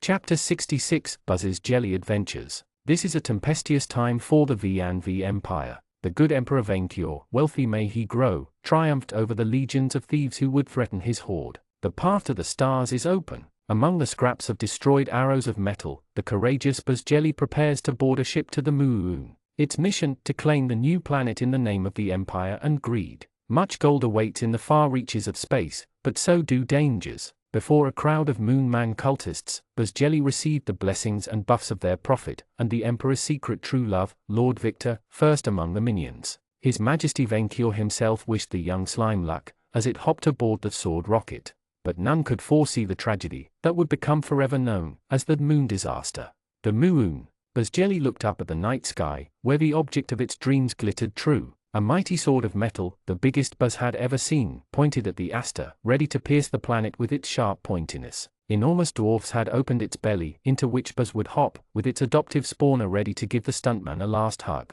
Young Vainkyur Jr., or Excalidad, as its protégés nicknamed it, protested. While it had agreed to let Buzz pursue its dreams, now that the fateful day had arrived. Young Sword Rocket, Buzz reassured its adoptive spawner, by reminding it of the absolute superiority of swords over all other shapes. Lord Victor also had every buff possible cast on the slime, to ensure the mission's success. Sword Rocket, Excalidad conceded, although still worried. far, return, Buzz promised, before passionately reaffirming the pursuit of its passion. Dream. Convinced by the faultless rhetoric, Excalibur nuzzled against Buzz and wished it luck. Let us do a final rundown. Buzz's trainer, the dwarf Marwa, briefed it alongside the engineers. We only have enough power stones for a one-way trip. To hasten the date of the launch and give hope back to the people after the insurgency, we have stripped the ship of any non-essential part. Seats, air, food, anything other than a slime or ghost wouldn't survive the journey, an engineer said, which Buzz took as praise.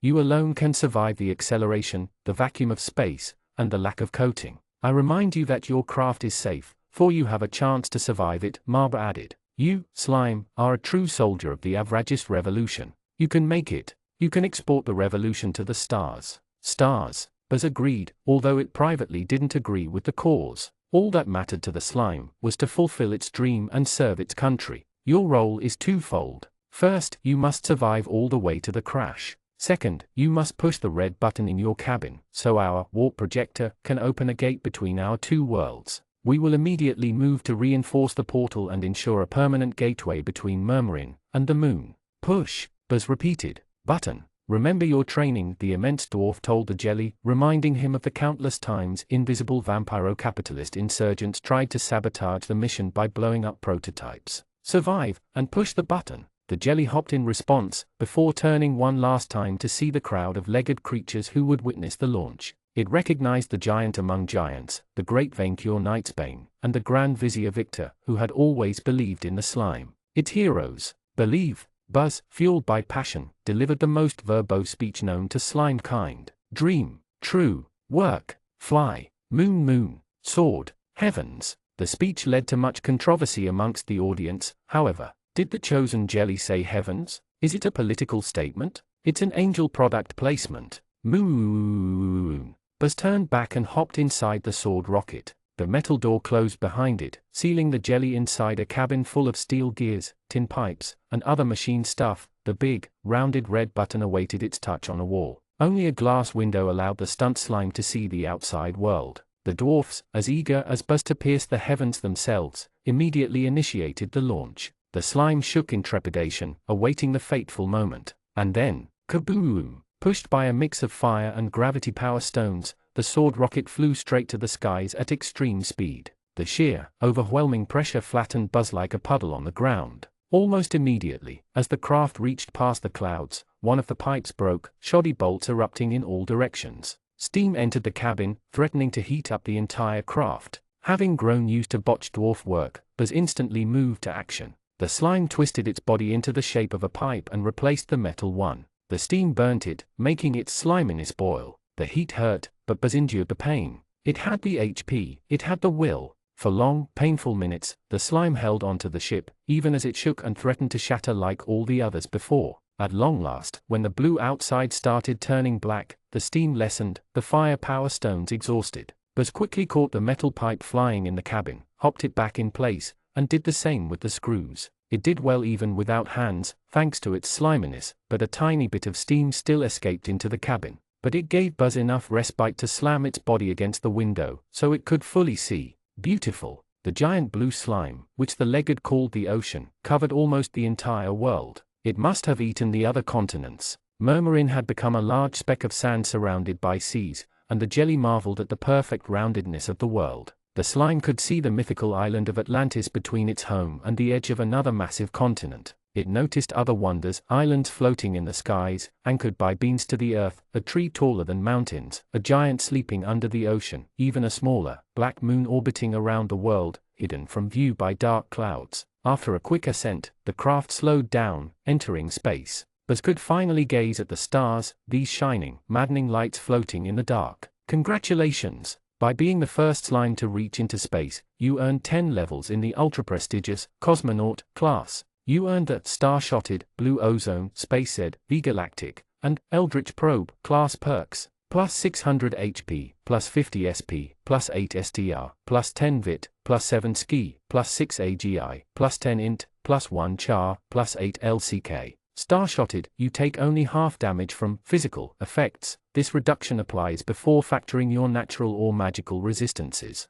You gain advanced proficiency at piloting any spacefaring vehicle. Blue ozone, you can survive in the vacuum of space as if it's your native atmosphere. You no longer need to breathe, and you gain resistance to fire and frost. Space said, technique, 40 SP. You can accelerate your body to turn yourself into a deadly projectile, but you cannot stop by yourself after launch. Upon stopping, you recover a third of your total HP. V-galactic, you can see perfectly in darkness, and teleport to any planet, natural satellite, or asteroid which you already visited. You will always be teleported at the area where you made your first landfall. Eldritch probe, spell, half your SP. You can call upon cosmic powers to summon an Eldritch probe, artificial / Eldritch, whose HP is equal to the SP you sacrificed. The creature obeys your orders but also serves as a beacon for Eldritch Old Ones. Warning, you have reached the 30-level threshold. You will not longer be able to take new levels until you find a crest. Jelly ignored the notification, mesmerized by the sightseeing.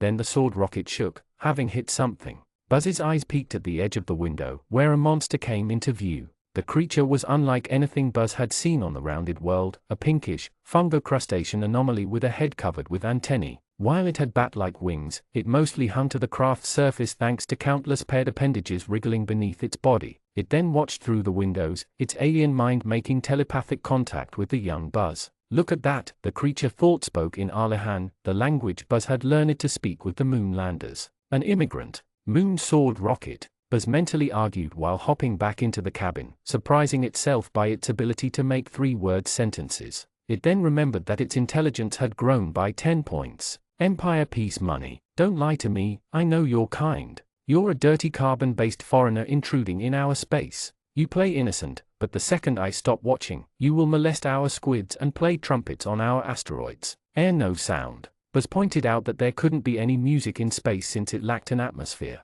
I'm just saying if you carbon creatures were good for anything, why do you need an opposite-sex mate to reproduce? Instead of face-hugging an inferior lifeform so it carries your egg? The creature peeked through the reinforced glass and noticed the red button. What is this? Some kind of carbon egg sac? Buzz panicked, recognizing a threat to the mission. No touching button. The eldritch alien shrieked back and unleashed a blast of pure psychic energy, shattering the glass and throwing Buzz against a wall. Brain jammer. The creature assaulted Buzz through their telepathic link, invading the young slime's mind with terrifying visions of eldritch horrors beyond the stars. Of great, forgotten gods with tentacles and mouths and eyes. Eyes. Eye treasures. Buzz immediately hopped at one of the horror's eyes and ate it. The vision collapsed, returning Buzz to reality, that of chewing the alien's head. That dirty foreigner bit me, the alien complained, managing to throw Buzz off its face.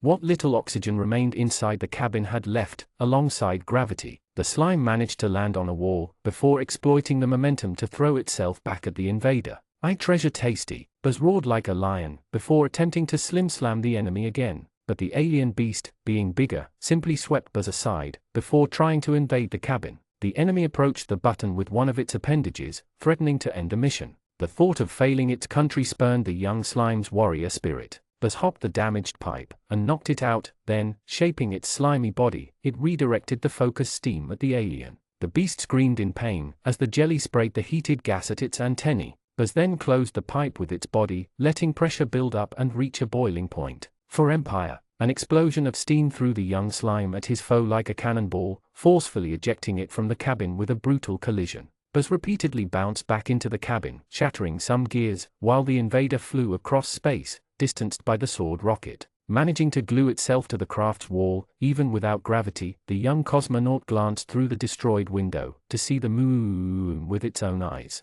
It was almost as beautiful as it imagined, even if on a closer look, it seemed less silvery and more of a dull gray. The slime noticed sprawling cities of black spires and lakes of noxious tar on the surface, which the Outerlanders had mistaken for spots. Tentacles sprung from craters where the dark side of the moon began, wriggling in a maddened dance and spreading purple clouds to the bright side. In short, it was the perfect place where to settle a colony. However, as expected, the moon had an atmosphere, which meant a hard crash. Worse, the alien had pierced through the coating. Buzz had to protect the cabin, or the entry might damage the button. Stretching its body, Buzz covered the hole made by the broken windows, gluing itself to the craft's metal as it entered the moon's atmosphere. The ship ignited, burning the surface of the slime's jelly skin. You are taking heavy fire damage. Warning, you have lost 1/4 of your HP. The pain was unbearable, but Buzz wouldn't let go. No flame would enter the shuttle, so long as it lived. In spite of everything, Buzz drew into the last of its willpower to hang on to the craft, closing its eyes. It had to live, to land on the moon and look up at its homeworld with patriotic pride. The thought of its adoptive spawner waiting for its return flashed in the slime's young mind, as the sword rocket crashed on the moon's surface. The craft shook, the fires extinguished by a storm of grey sand until the craft slowed down. When at long last Buzz opened its eyes again, the ship had broken in half, but the cabin and the button remained intact. Two tentacled white beasts watched the young slime from the grey shores of a tar lake. As Buzz landed on the sand, already recovering from its burns, it thought, what a small hop for a slime. But such a great leap for the Empire. You entered the outer moon field. Trays, low gravity, cold atmosphere, hallucinatory terrain, nocturnal, abomination, alien, eldritch, and insect types will have their stats increased by 1 stage, while frost, darkness, gravity, psychic, unholy, and eldritch effects will have their effects strengthened. Moon and madness effects will be greatly strengthened. Divine classes associated with the Moon Man or possessors of the claimed by the Moon Man perk are immune to all negative effects of the field and gain +5 on all checks. It survived, the first squid asked in Arlihan. You owe me 20,000 seashells, the other creature replied to its grumbling companion. I am Thulgathar, chosen slime. Welcome to the moon. Moon. Buzz glanced up, seeing a rainbowy, shiny treasure descend from the sky. The slime observed it, but a quick glance disappointed the young adventurer. Not swordy enough. The cosmonaut decided to offer the treasure to Excalibur as a souvenir and then jumped back into the sword rocket's wreckage to do its patriotic duty. The mission was not over. Buzz hopped and smashed the big red button. When the rift in space opened, Venkior could barely contain his joy. The entire crowd had turned speechless, their heart overtaken by religious silence. Finally, after an agonizingly long minute, a white squid and the jelly hopped out of the gate, carrying a strange crest. The seafood appraised the minions, waved a tentacle at Manling Victor, and then addressed the audience. We come in peace, Gametes, the squid declared in its kind's primitive language. The will of our Father has been done.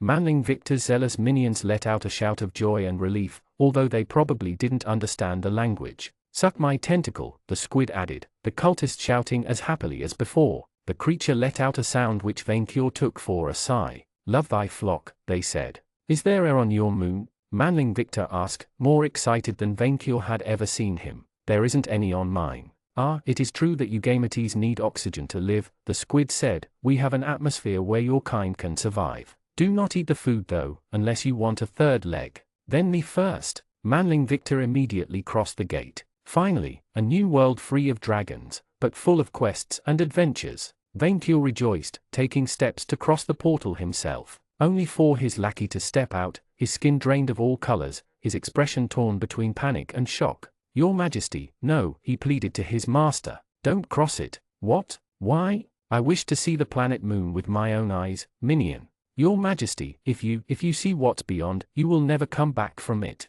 Oh, was the moon made of gold? Venkior immediately leaped through the portal, overtaken by greed. He slowly landed on the other side, his claws sinking in a desert of dull grey sand. The sky was dark as the grimmest darkness, Autamandia a blue sun above his head. The air smelled of dreadful, terrible scents. Venkior felt an overwhelming sense of dread, his intuition telling him that he had stepped into a place where no dragon should tread. Why? Why did his dragon survival instinct went into overdrive? What could possibly threaten him? A worm biting his ankle? He looked down to check the ground. The ground. Venkior's voice died in his throat, as he recognized the substance his legs had sunk into. Lead. Lead everywhere. Venkior frantically glanced around himself, witnessing whole mountains made of the cursed metal surrounding him. The terrible, mad revelation dawned on him, an ancient cosmic truth blasted onto his naive mind. The moon was made of lead. Venkior felt tremendous pain in his chest, right at his heart's location.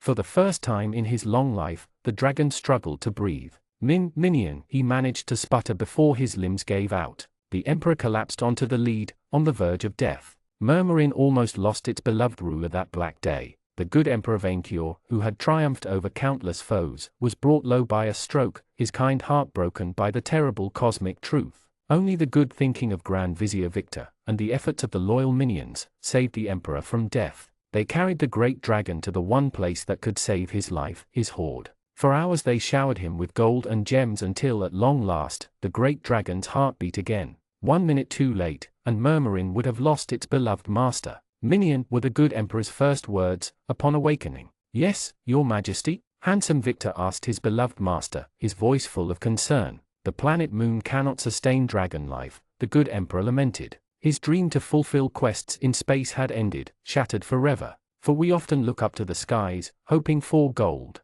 but sometimes, there is only lead. Chapter 67, Season 2 Finale. Wingardium Leviosa. Wearing a wizard's hat, Venkior unleashed his horde-shattering magic, to bring back life to a barren land with a swipe of the hand. And nothing happened. The dragon let out a frustrated snarl, punching the fields with his fists. The golem farmer lay boring them with a plow stopped to complain. Your majesty, you're damaging Rollo's cultures. Then tell magic to be less difficult. Venkior replied, throwing away the wizard hat in frustration. It had done nothing to help. The dragon would have rather flown all the way to the dark forest and burn it to the ground. But first, he had to fulfill his bet with Icefang. He needed to farm as much gold as possible before Halloween, so he could put his rival in his place. Afterward, the fairies would learn the pecking order as well. Minion, I have learned that by looking to the stars, we lose sight of what matters closer to us, Venkior ranted, more for the pleasure of listening to his own perfect voice than his audience's sake. Also I believe the moon must be destroyed. Rollo agrees, the golem answered, before adding a tiny bit of farmer wisdom. Better to labor the earth under one's feet, than hope for greener pastures in space. Which is why instead of pursuing quests on the moon, I will turn to other continents instead. Venkior agreed, his dragon spirit ignited. His favorite minion had told him about exploration fleets to discover new lands, full of treasures, items, and new levels to claim. If even manlings turn to the sea in search of new lands, then V shall lead the way. Also, I believe the moon must be destroyed. Against his better judgment, the dragon could not resist the urge to gaze at the skies, glimpsing the shadowy roundness of the evil planet Moon above him. The dreadful feeling of invisible hands crawling on his back overwhelmed Venkior, as terrible nightmares flared to life in his mind. The very sight of the cursed celestial object brought back flashbacks of his near-death experience. He felt his very heartbeat accelerate. His breathing grew shorter. The shadow of Lead put its frosty fingers around his imperial neck to squeeze it. With an act of extreme willpower, Venkior managed to turn his eyes away from the moon, but his wandering mind could not escape the horrors he had foreseen there. Channeling all his pain and sadness and frustration, the dragon poured all his feelings in a final spell, extending his hands in a dramatic fashion. Wingardium Leviosa. And for the first time since he began practicing the ancient art of wizardry, the earth shook on its own, without the dragon having to beat it first. Fueled by his boundless power, a small seed pierced through the earth, revealing a small beanstalk growing. I did it. Venkior gloated, although slightly vexed the beanstalk didn't turn golden. I did it. I am a wizard. Congratulations. By finally casting an earth-shattering spell after weeks of unrelenting training, you earned a level in Geomancer. You earned a Geomancy class perk, plus 20 SP, plus 1 int, plus 1 LCK. Geomancy spell, 0 SP. You unleash a powerful magic effect whose effects are based on current field and weather. Not even the disappointing stat gains could destroy Venkior's mood. Your Majesty made a bean grow. Rollo the golem rejoiced at the sight of his emperor's awesomeness. I promise you, tinfoil farmer, Venkior said. When I am done, my whole empire will be covered in beans. Apologize? Croissant glared at Victor, chained in his cell. His sister stood next to the vizier, a basket full of meat in hands. Look, I admit I treated you like crap, Victor said. Although I only did so because you treated me like crap first. So the two cancel out one another? Chocolatine asked, hopeful. A regime of healing spells had allowed her to regain her cheery disposition. No, Victor replied, focusing back on Croissant. You still cooperated with the enemy, and Venkior will eat you if he sees you again. So I'm offering you a way out. You disappear from Murmurin. Forever. The male werewolf glared at him. You will dump me on a deserted island or something? We are starting a new colony, and we need settlers. Non-crazy cultists at least. I can send you there, and although you will be prevented from returning to the mainland, so long as you never show your face again, I will do my best to forget you exist, and so will Venkior, who anyway will never visit that colony, ever. You can start your life anew, and we'll be sure you won't run off to the enemy. Honestly, while he understood Croissant's motives, his sister was the only reason he felt merciful towards him. Had Chocolatine not talked him out of it, he would have sent him to the mines alongside the other Nightblades. And I will be able to visit you every weekend, Chocolatine continued. I will bring you baskets and sheeps. Khoisan considered the offer. It was a very generous deal considering his treason, so he worried about a trap of some kind. Where will you send me? The moon, Victor answered.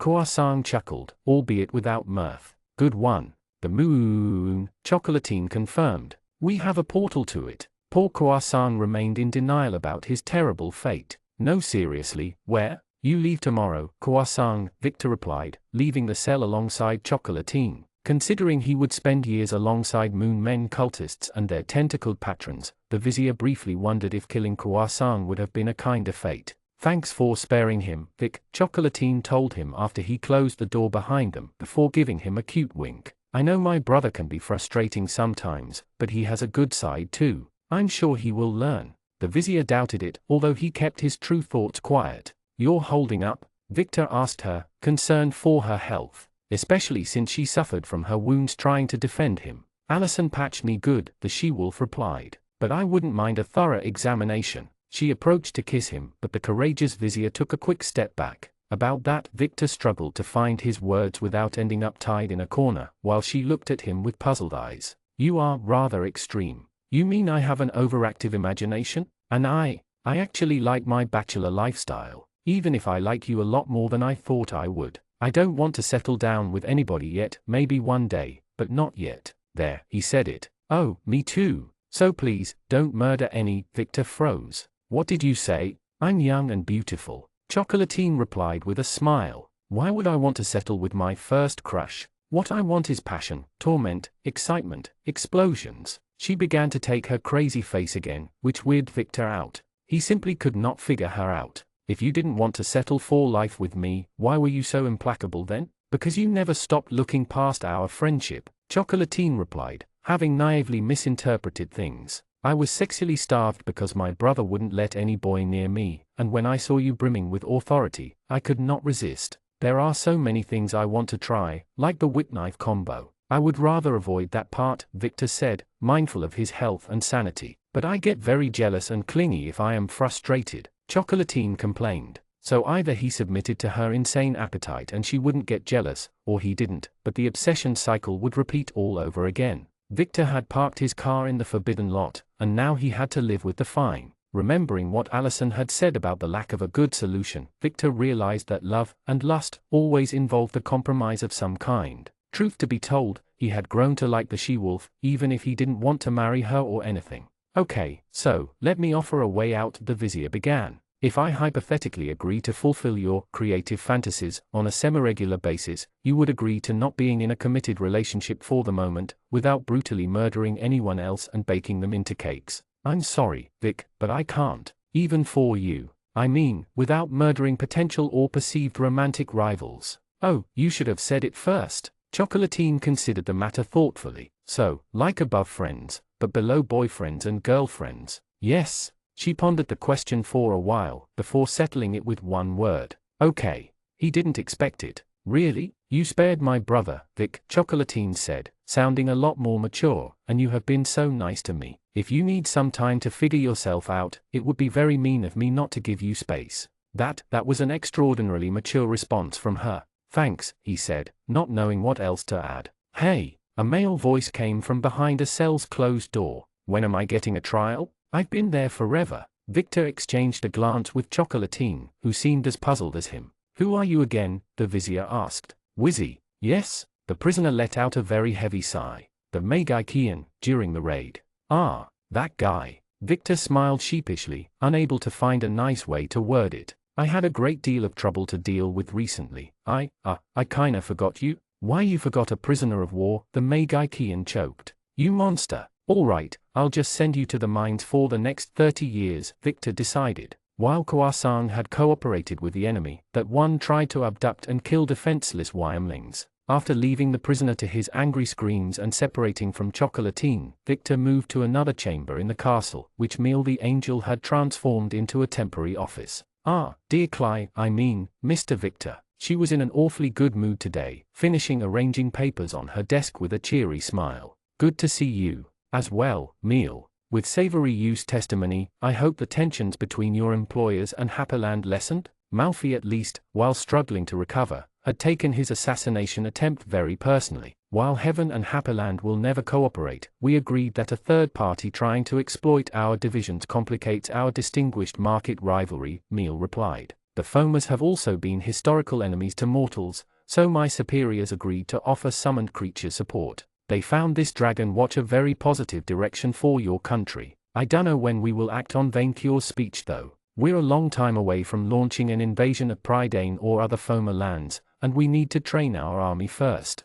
Vaincure had also been giddy since he learned about the exploration fleets and the rewards offered for discovering new lands. Fulfilling quests would help their minions at leveling, gather resources needed to build a fleet, and allow Victor to promote the monsters to higher forms. Besides, even if Vaincure's amazing speech had convinced the population to adopt a new currency, allowing the government to start regulating inflation, their economy remained very shaky. The empire was in the process of stabilizing, but not fully solid yet. Considering your karma moved into a strong shade of chaotic good, I can only encourage your current decisions. Meal's smile froze as she read the papers. A karma rise one would call meteoritic, even suspicious. I hope magical enhancements or special perks were not involved. After everything he learned about himself these past months, there was only one answer to give. Nah, Victor lied. It's all talent. Perfect, the angel replied, overcome by his Grand Vizier charm. Indeed, because now that my karma score is in the green, I wish to renegotiate more favorable terms. Victor ruthlessly exploited the situation. Paying half my SP and months of paperwork doesn't sound good. I have also another idea which can benefit us both. Considering your massive improvement in your karma score and standing up for my virtue while accused by heathens, this should be easy, the angel nodded, before smelling an opportunity. What idea do you have in mind? We need a public service. Free healing, social services, education, but Vaincure's refusal to spend any gold makes it impossible the traditional way. So, I've been thinking, instead of raising taxes, we could ask citizens to donate a small part of their SP to you, in exchange for angels providing key services. A special points Levi? The idea made Meal giddy. If all citizens of your country even donate 10 SP every week, and they would rather offer a renewable resource they all have other than gold, we get the best of all worlds. I'm thinking of a 3 years trial period if it can be arranged. This is brilliant. My superiors will love it. I may even get promoted to the higher form of principality with my own angel unit. Meal's mood was now sky high. Maybe we could discuss it around a cup of coffee you offered me a while ago. Victor's mind wandered off, and while he would have once jumped at the occasion, his own reluctant answer surprised him. Maybe another time, he said, unconvinced. In the heart of the dark forest, amidst black roots and snarling trees, the fairy lords of the Foamers had gathered. The ancient terrors had answered the call of Mel-Odiers to witness the ritual from the shadows. Giants and other thralls formed a ring around the Mel clan to witness this historic day. Lyn stood beside his sister, a festering, burning scar on his chest, his punishment for failure. Odiers would have done far worse, had he not successfully activated the bottle. Now that she knew that it could trap dragons, the Dark Witch would produce more and more. The loss of the Nightblades and the infiltrators she had in the human realms was a harsh blow, and Vaincure declaring war on them turned him from a secondary problem to a major one, second only to the kingdom of Gardaman itself. However, dear Lucy served her purpose. She brought them the blood and bones of dragons with class levels, the key to the Foamer's greatest victory. If you cannot beat them, become them, Mel-Odiers thought,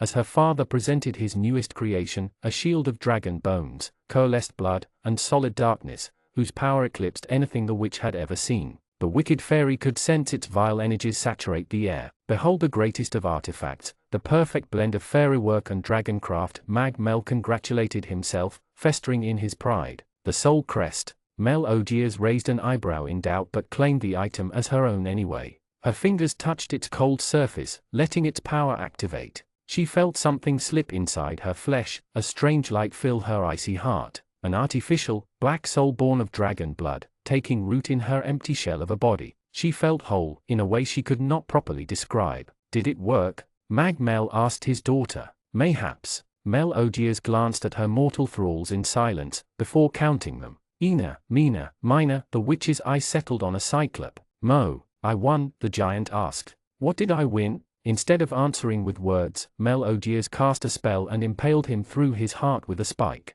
The dead thrall collapsed on the trees, his sweet red blood spraying the roots. Its kindred cowered in dread at the sight. A strange, blue screen appeared to reward her good work. Thanks to your deadly, arbitrary approach to employee motivation, you earned a level in the infamous Tyrant class. You earned the Tyranny class perk, plus 30 HP, plus 10 SP, plus 1 STR, plus 1 AGI, plus 1 CHAR, plus 1 LCK. Tyranny: if you inflict damage, your victim has a 10% chance of being afflicted by the terror ailment. Ha ha! A bellowing sound came out of Melodia's throat, beyond her control. It was a strange, new sound, yet a pleasant one. Ha ha ha. Sister, you are. Lin took a step back in dread. Laughing? Melodia's cackle transformed into a cruel, cold laugh, chilling her slaves and guests into silence. The newfound power, and the death of the thrall, had filled her with a new feeling, an emotion she had seen the mortals experience, without ever understanding it before. Joy. She had to feel it again. Chapter 68. Beware the Orcs. Vainkyur Knight's Bane, first of his name, great calamity of the age, defender of the horde, greatest gladiator, genius wizard president, and august emperor of Murmurin, Ishphania, and the Albane Mountains, bravely fought against the invaders with claws and flames. The great red dragon, his majestuous royal mantle swirling to the tune of the wind, shielded the pens with his very body, his crown shining under the brilliant sun. The broken bodies of the attackers laid at his feet, yet more refused to surrender their assault, spurred by greed. His enemies glared at him with oversized black eyes, as dark as the darkest night. These mockeries of manlings, with willowy limbs and hairless grey skin, had crossed the portal in mass to try and raid his pens. Even looking at all the flesh in their bulbous, oversized head, Vainkyur could not bring himself to eat them. These critters were evil incarnate, worse than any fairy. No matter how many he killed, more kept coming. Sishok, one of the Greys, shouted, he and a dozen of his kindred uniting their forces to unleash a barrage of psychic energy at Vainkyur. The dragon shrugged it off, but some of the creatures tried to exploit his distraction to rush at the pens. Vainkyur let out a fearsome roar, opened his mouth, and blasted them apart before they could approach. As he kept breathing fireballs, Vainkyur realized that he should have known. He should have known it would come to this. Once upon a time, the Moon Man came down from the planet Moon, followed by its eldritch children. In their vileness, the vermin tried to take the dragon's second most precious possession, causing Vainkyur's kind to remind them of the food chain. He should have known that with the portal to the moon open, the vengeful descendants of those the dragons pushed back to space would try to renew hostilities. Vainkyur had decided to take the matter in his own claws. He had to protect them. Fight for the CLF, the Greys chief said, renewing the assault. Fight for the Cattle Liberation Front. We shall save the blessed mother cows from dragon depredation. You shall not steal the cattle. Vainkyur snarled. They want to be eaten by me. Protected inside their pens, cows made noises in response, defending their dragon-given right to feed their emperor. As the Greys threatened to overwhelm him, Vainkyur decided to unleash his trump card, the forbidden spell, which guaranteed victory. Geomancy. Geomancy activated. Field type, desert grassland. Effect, gale slash. The very winds bent to the emperor's will, turning into sharp, swirling blades. Moving as fast as sound itself, they scarred the terrain and shredded the Greys to ribbons, down to the last one. As Vainkyur surveyed the bloody battlefield, he let out a sigh of relief. The food was safe, but for how long? Vainkyur allowed himself a moment of rest, only for a newcomer to deliver more bad news. Your Majesty, we need your guidance. Jules the Necromancer came to him, since Manling Victor, chief among the minions, had left for a diplomatic visit with Vampire Charlene. The crimson-cowled corpse sailing assisted Vainkyur in enforcing the imperial peace. Troublemakers keep disturbing the peace again. Who? Vainkyur asked. With the constant influx of new minions coming in since the opening of the gate and his declaration of war against the foamers, he could no longer keep track. The Orcs? The dragon grunted in frustration. What did they do this time? They caused an accident at the marketplace, throwing themselves in front of a dwarf-made automated cart, corpse sailing Jules explained. The scene threw the merchants in disarray. Disturbed merchants meant less gold in Vainkyur's hoard, and the Orcs had caused no less than 24 incidents since their tribe settled in his lands. Enough is enough. Do we chocolatine them? Corpse sailing Jules suggested. No, Vainkyur decided. I need more living minions to build my arena, and while I enjoy sweet chocolatines cakes, Orcs are not proper ingredients. They taste of flies and dung. No, he would deal with the matter himself. Vainkyur had tamed worse minions. Clean this up, the great dragon ordered corpse sailing Jules, before extending his wings and flying away. The necromancer immediately raised the remnants of the Greys into flesh golems.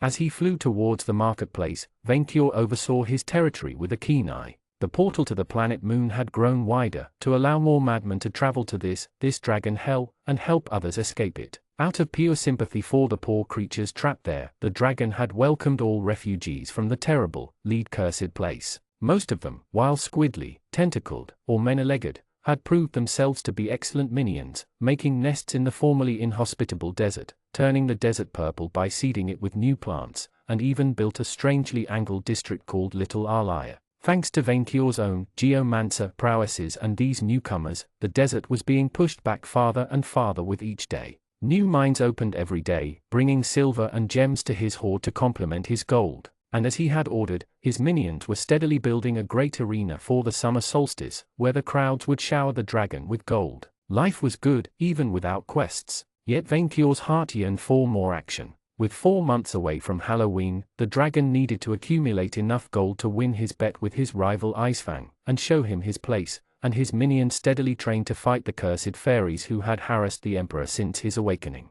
The more time passed, the more impatient he grew. Venkior quickly reached the marketplace, quickly finding the place of the incident. The iron, powerstone-powered cart laid on the side in the middle of an alley, Agarthan dwarfs trying to repair it. A gathering of orcs surrounded it with impatience, as if eager to throw themselves at it again. The men did at least, while their females scolded them. Merchants and customers glared at them in annoyance and sighed in relief to see Venkior's shadow. Green-skinned like vegetables, the worst kind of food, orcs looked similar to manlings, except bigger, hairier, meaner, and with tusks. Unlike goblins, they garbed themselves in strange clothes, these shirts, sweaters, and pants, most of them so old and dirty Venkior could smell them from a mile away. The female, more tribal, preferred to wear less clothes and more tattoos. Ever since they arrived on a ship from the western continent, they had only caused trouble. Unlike the dutiful kobolds, they didn't work, spending all their time drinking or playing at Tasty Malfi's casino. Time to teach them the virtue of hard work, Venkior thought, as he landed in front of the crowd, intimidating them. Your Majesty, one of the orcs said, his knee wounded. The dragon guessed this was the one responsible for the incident. Why? Venkior demanded answers. Why did you throw yourself at a fellow minion's cart? To complete the Ice-Kai reincarnation rite, the orc replied. And I would have gotten away with it were it not for this dwarf veering off at the last second. Ice-Kai? Venkior asked, the word sounding vaguely familiar. We believe in the one true religion, the esoteric order of the New World, the orc explained. Founded by our acclaimed prophet Orc-Noob, who discovered the path to the mythical world of Earth. A world where every food is fast, and all women schoolgirls. Venkior remembered where he had heard of that strange cult. Back in that peasant village of Hordma, one of the believers had harassed manling Victor, who called this faith a scam. Is it not a false religion? The dragon pondered. Of course not, the wounded knee orc replied. We have figured out the criteria needed to be reincarnated to another world, another said.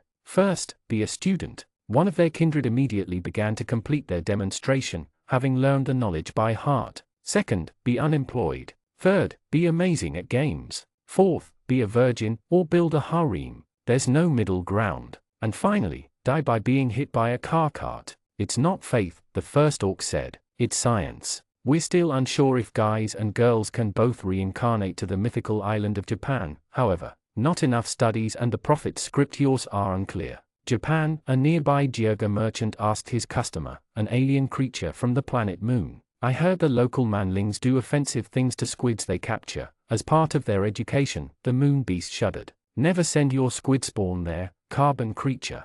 Venkior, who had patiently listened, squinted at these creatures. How did your species avoid extinction so far? We orcs are born winners, with great health and vitality, the wounded orc replied proudly. We shall reach the world of Earth, the orc men boasted as one. This was why the other dragons couldn't learn about the shameful secret of mortality. Venkior shuddered at the thought of weak-willed kindred listening to these idiots. Certainly not, a busty orc matron scolded her kindred. Get a job and put meat on the table. See, the accused replied. That is why women don't go to Japan. You do not believe in the true religion. I knew I should have found a strong partner instead of following a deluded fool, the matron complained. Venkior strongly considered sending away these idiots to sweet chocolatine, bitter taste or not, before finding in his heart the patience to teach these creatures the proper way. Orcs, you are now my minions, the dragon reminded them. Your men will stop throwing yourself at my lackeys' carts and pay me back for letting you live by building my arena.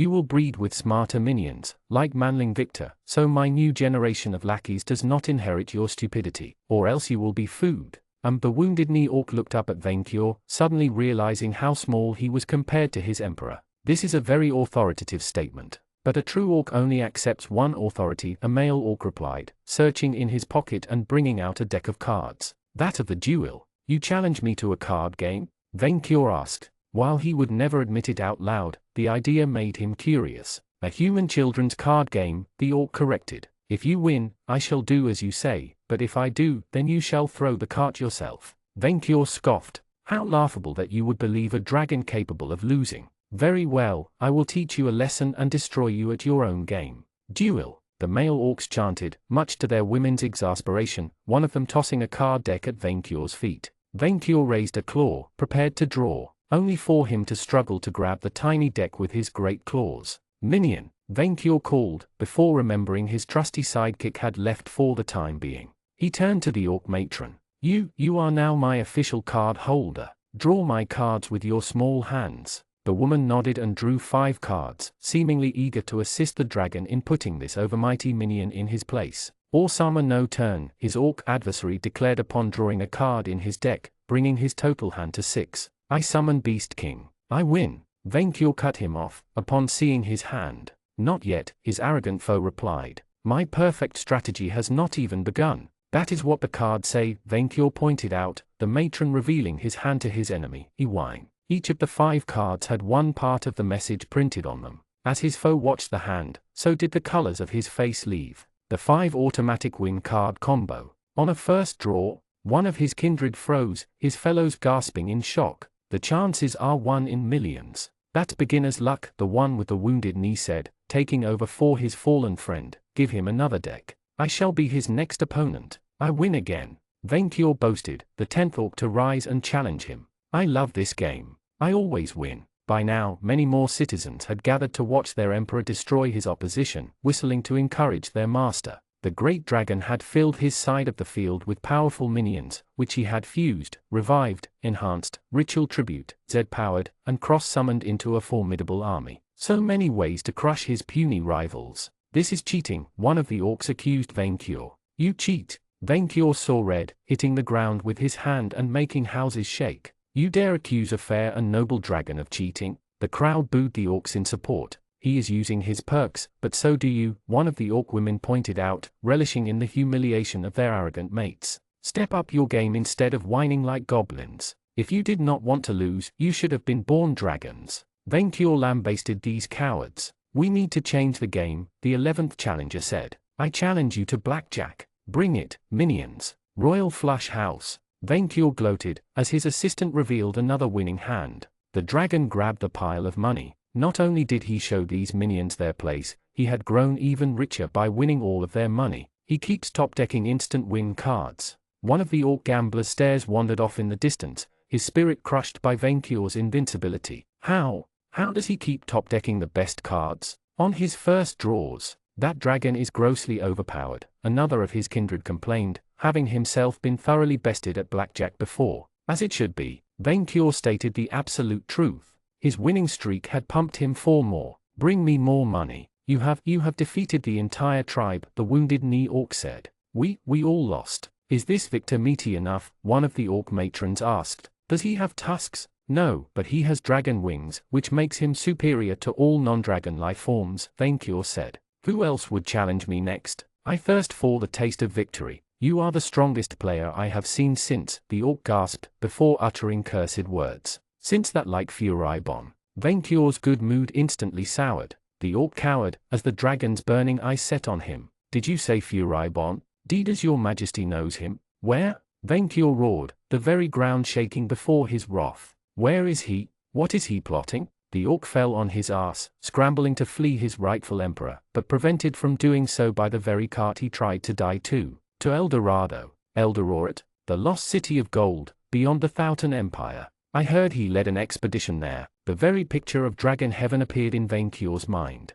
A glorious city, where all was made of the purest, shining gold. Houses shining brighter than the sun, rivers of molten platinum, gardens of gems, growing from the earth, a mountain of coins, waiting for a dragon to claim them. And then, all of it turning to lead, a dream turning to nightmare, as Furibond's laugh echoed in dark triumph. The fairies would wait. Vainqueur had to save paradise first.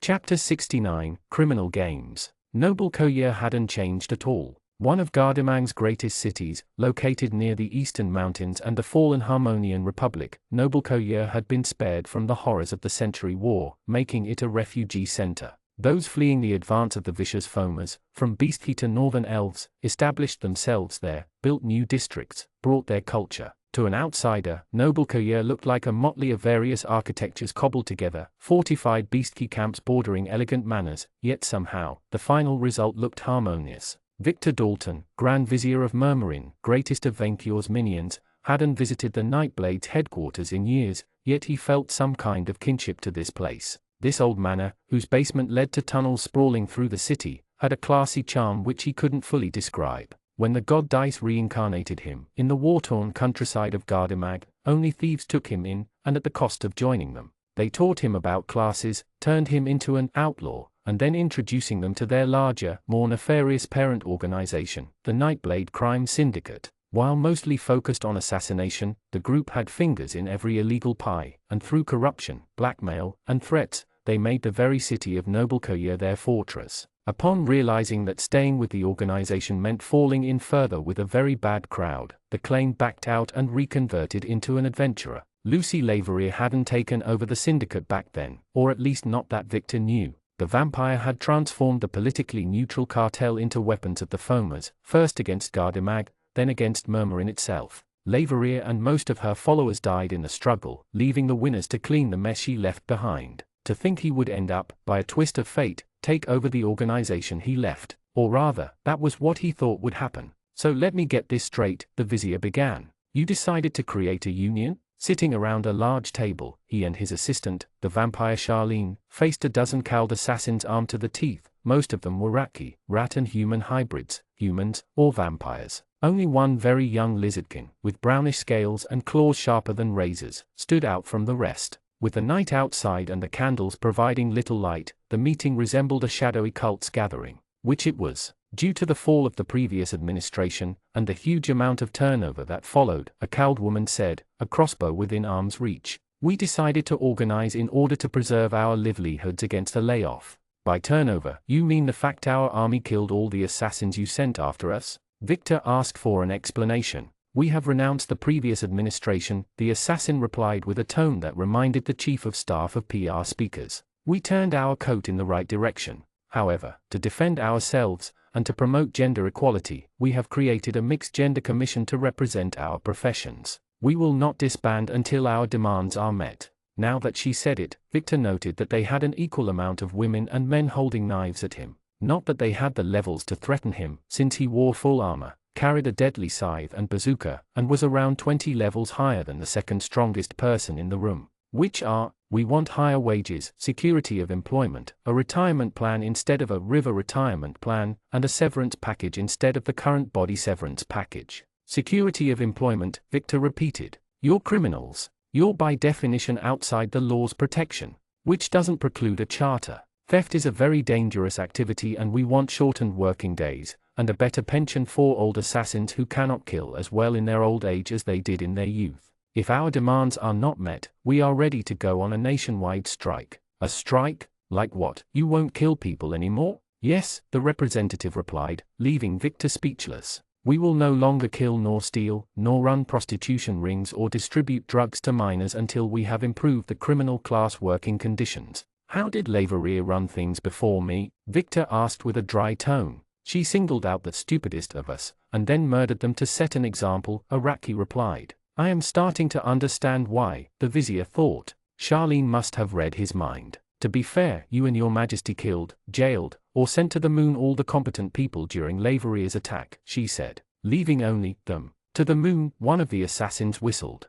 Is that a new slang of execution? I didn't know it. No, the correct one is chocolatined, Charlene corrected. The first sounds better. Victor turned to Charlene, who approached her ear to listen. Are they serious? He muttered, his assistant nodding. What do you suggest? A good purge, to start with. Her newfound vampirism had turned the once plump, slightly overweight blonde secretary and Victor's voice of reason into a thin, unnaturally pale model, but also clearly made her more ruthless. Not the bloody kind, although that would have been my first option had Death Jester not asked for mercy, but we can easily replace them with obedient minions. I'm not sending minions to replace criminals abroad, Victor replied. The only reason he even agreed to take over that organization was to prevent the foamers from making use of them. Worst case scenario, he would disband them rather than waste resources. We are ready to last months, the main speaker threatened. Don't listen to them, sir, the young lizardkin interrupted him. He had remained apart from the others, refusing to form a united front with his fellow.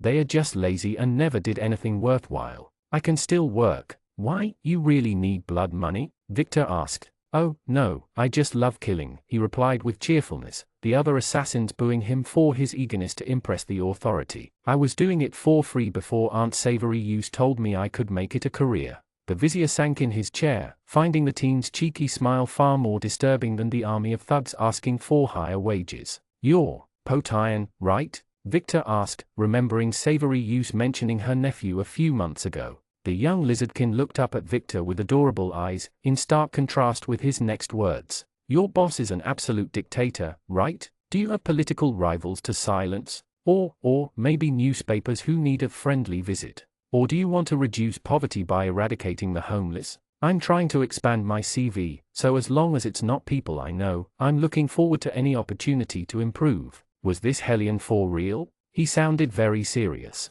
We kinda enjoy a huge level of popularity in our country, Victor said, blaming Vaincure's absurd charisma. Our citizens love us. If not an enemy of the state, maybe hookers? Potian asked. I don't have professional experience in that field, but I learn quickly. If you need a demonstration, I will think about it, Victor said hurriedly before the psycho went through with it. As for the rest of you, we will not budge before intimidating tactics, the speaker warned. We are ready to die for better rights. Then you will certainly enjoy our official minion healthcare, Victor replied. You get the security of employment, higher wages, and even magical assistance. As official minions of Murmurin, you are entitled to 1/10 of the profits you make, which is more than your old rate, Charlene said. You are guaranteed a post-mortem pension either as an undead or another vertical plane of your choice, alongside universal free healthcare, education, promotions. Victor watched the assassins exchange glances, as his assistant detailed the impressive list of benefits they would receive by signing with the Empire, a stark contrast with the harsher system of Gardamak. All the work these past months had paid off. While Potian clapped, the other assassins exchanged between each other, until the main speak came forward. You are not like we expected. You bet, Victor said. Well then, perhaps we can discuss other. The Emperor is a dragon, and he has been known to eat entitled minions and enemies alike. He listens only to me. Victor joined his fingers in a calculating pose, deciding not to spare them the rod. I am also very, very friendly with the highest authorities in Hell, now rebranded as Happyland, and I capture souls in my side to power myself up. Now, knowing this, do you have other requests? No sir, an assassin replied for the rest of the strikers. Excellent, Victor said. Charlene will take over until your organization has been reorganized. You are now a branch of the Murmurin Empire, and everything you do will benefit it in some way. Am I clear? Yes, sir. Potian spoke up, imitated by the others. Charlene will take care of managing the transition, Victor said. She will be my main representative, and you will obey her as you would obey me. With all modesty, I am your God's prophet, and she is my apostle. Don't make her go Old Testament on you. Old Testament, the lead assassin repeated. Is that new slang? Victor sighed in despair, before sending the assassins away. Only Potian remained behind. Sir, you will get an internship in Murmurin, the vizier replied, if only to keep that Hellion under watch. With your aunt. Cool. Practical experience. The vizier sighed, finally alone with Charlene. So, how do you like your promotion? Victor asked his assistant. I could get used to it, Charlene replied. This is definitely a step up in my professional career. To think that they started on the wrong foot, it felt like years since Victor had met Vaincure. They possess a sizable stockpile of stolen crests, which we can redistribute to our minions, Charlene continued her report. Alongside Victor's own promotion perk, this would help tremendously in building up an army to destroy the foamers. You also inherited Laveria's cat. Victor nodded, then froze upon realizing what she just said. A cat? 5 minutes later, Charlene all but dumped a fluffy white cat in front of him. Victor glanced at the animal, who stared back with curious eyes. "What is this, a manling with wings?" The cat spoke with a shrill voice. "Are you my new pet?" Victor looked at Charlene, who clearly hadn't understood. The truth quickly dawned upon him. He could understand any monster. "I am Felix IV von Meow, Emperor of the world, King of cats, and despoiler of milk, but you may call me your Katniss." The cat put himself on his back, his belly exposed. "Now you will pet me, manling. You will scratch me behind the ears and on my soft tummy, but no more than 5 minutes each, or I will punish you with my claws." "Yeah, I don't have time for this. I am a cat," the beast brazenly interrupted him. "You are now my minion." Victor had a frightening impression of déjà vu. "No," he said, already having too much with one colorful megalomaniac on his plate. "Just no. Look at me, manling." The white cat glared at him with imperious eyes. "I am the best thing to ever happen to you. Your god exists, and he has whiskers." Not impressed, Victor replied, only for the cursed animal to leap on his legs when he least expected it. "You should clean yourself, you smell like a dog-loving peasant. But your legs are warm, so I will grace them with my sleep." And like that, the cat curled on his legs and fell asleep, as if he owned Victor's lap. Not amused, the vizier grabbed him by the collar, rose up, and opened a window with his free hand. "I'm already taken." Wait, minion, what are you?" Victor threw the cat outside, and then closed the windows. "You threw a cat away." Charlene looked at him with disapproving eyes. "And you wonder why your karma is in the negatives?" Victor shrugged as he sat back in his chair. The more he grew, the less he cared. "Last warning, will you merge your Grand Vizier and Assassin classes into the Moriarty class? If you refuse, you will keep leveling in the two classes separately." Ah, true. He had almost forgotten about that part. Having disdained Assassin since he first got levels in it, Victor immediately sacrificed them. Choice registered. Your Assassin and Grand Vizier levels have been transformed into Moriarty levels. Assassin and Grand Vizier are no longer accessible. Is no good, replaced with Scarlet Study. You can assign a number of crime tokens equal to your number of Moriarty levels to willing accomplices. By mentally focusing, you can telepathically contact one of them. Your ally must be on the same plane as you to be contacted, although this does not remove the token. Blade Stinger, replaced with Final Problem once every 24 hours. If your HP would be reduced to 0, you survive with 1 HP instead. You can convince your killers that you are truly dead on a successful skill check. This is an illusion effect. Fork Tongue, replaced by Diabolical Mastermind. Whenever you face a check in a criminal, commonly illegal, or morally reprehensible situation, you gain a bonus equal to half your intelligence stat. Now officially an evil mastermind, Victor turned to the last item on his agenda, Deaf Jester's letter of admittance to Scalomance. Besides what Kia had told him, Victor knew very little about this establishment. His predecessor, Lucy Leverrier, had trained there and received a soul-stealing grimoire for her grim work. She may have become a vampire there, in fact. Not that he thought he should attend, but curiosity overwhelmed him. He might as well learn about the place, in case he and Vaincure ever needed to shut it down. The second he opened the letter, the paper inside hopped out of its container and on the table, and a cheerful, impish voice came out of it. "Have you ever wanted to take levels in evil classes, without being oppressed by self-righteous adventurers?" the voice asked, but didn't give Victor time to respond. "Have you ever dreamed of delving into forbidden knowledge without being judged? To rub shoulders with fellow social climbers who understand your ambitions? Or perhaps you have followed a seminar on dictatorship, and you want to learn more about peasant oppression? Then seek no more." The letter's ink shifted into the shape of a foreboding castle, in the middle of a lake. "The University of Scalomance is the answer. Created by the Dread 3, Scalomance is the premier school for aspiring overlords, necromancers, and criminal masterminds over level 40. Our alumni include celebrities such as the Masked Midge, Genocide Boy, or the Bloody Duchess. Become the best of the best in a mere 7 years' time." 7 years? Victor interrupted the presentation. "I can't be absent for 7 years. Yes, I'm afraid the Empire will crumble in less than one without you," Charlene lamented. "At Scalomance, time works differently, thanks to one of our generous sponsors, your Pharaoh Akenapup." The letter continued, Victor noticing the cat furiously scratching at the window. "1 day outside is 1 year inside. A whole curriculum in 1 week. Further your expertise without threatening your existing operations." Realizing he had asked the question as if he already considered attending, the vizier shut up and let the letter finish. "Only 10 students will be allowed to enter the school, where they will remain until graduation. The valedictorian will gain access to the elite Weathermaker spellcaster class, but the dunce will remain in the school to serve as the next headmaster. Do you have what it takes to become the best of the darkest? Weathermaker. Victor frowned, curious. Tell me more about Minion.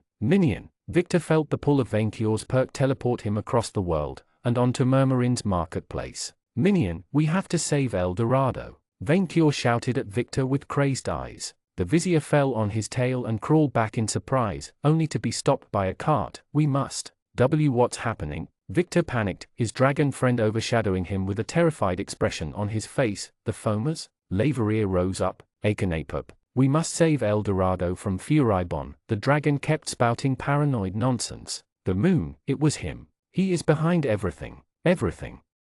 Chapter 70, Heart to Heart. El Dorado must be conquered. So Emperor Venkior declared atop his golden horde, facing the greatest of his minions. From his chief of staff to necromancer Jules, Tasty Allison, and Marb the dwarf, all speechless before the dragon's bold declaration. For its own protection, Venkior added, as the gold would only be safe when added to his own horde, else the wicked Furibon will turn it to lead, as he tried to murder my horde and poison the moon. Your Majesty, Minion Victor spoke up, that Furibon may be looking for El Dorado, whose very existence itself is only based on rumors and orc-only testimonies, does not mean he intends to transform it to lead. Nor do we have any proof that he transformed the moon to lead. But do you have proof that the evil Furibon did not turn the planet moon to lead? Venkior asked the key question. Manling Victor exchanged glances with the other members of the council, who had no answer to this. See, Venkior said, his theory unanimously confirmed. It all adds up. In the absence of proof of the Liker's innocence, we must assume his culpability in all things. But what does your Majesty suggest? Friend Victor asked, showing a lack of vision which annoyed his master. Did he not understand that the fate of gold rested on Venkior's shoulders? El Dorado, if it exists, is an ocean and continent away. Even your Majesty will struggle to fly there. We have the piggy bank, Venkior replied. Indeed. Marba the dwarf promoted his invention. Our ship could travel all around the world, without exploding more than thrice. That's reassuring, friend Victor said with sarcasm. Now Venkior had learned that he used this strange ritual to deal with stress. Surely the prospect of facing the like which he failed to keep sealed unsettled him. Even if we survive the trip, find the city, and return, this will take us weeks, if not months. We will not stop at El Dorado, Venkior declared, possessed by a visionary spirit. This dragon-created world is vast and full of lands to explore, of dungeons overflowing with wealth, of gems and shinies which will help me triumph over Icefang. We will continue west and west until we have filled the piggy bank with treasures and sailed past the edge of Outermundy. Your Majesty wants to do a world tour. Manling Victor choked. Vic, I read a book about someone traveling across the world in 90 days, Allison said, without a magical plane such as yours. It can be done. The perfect timing to be back on Halloween and humiliate Icefang. Venkior nodded happily. 90 days is 3 months. Manling Victor complained. 3 months where Murmurin would remain without your protection. With my Golden Road perk, I can open a gate to my horde at any time, Venkior pointed out. More of my minions can cross this portal and conquer lands in the name of the V&V Empire. That's, friend Victor paused, trapped in his thoughts. Wait, if we combine this with my Scarlet Study perk, we can establish a direct line of communication with Murmurin and return if there is an emergency. We can create more warp projectors to link areas together, Marba pointed out. Outposts of the revolution, bound together by the great chain of industry. Venkior could almost hear the debate going on inside his prized lackey's head. I admit, it's theoretically possible, Manling Victor said.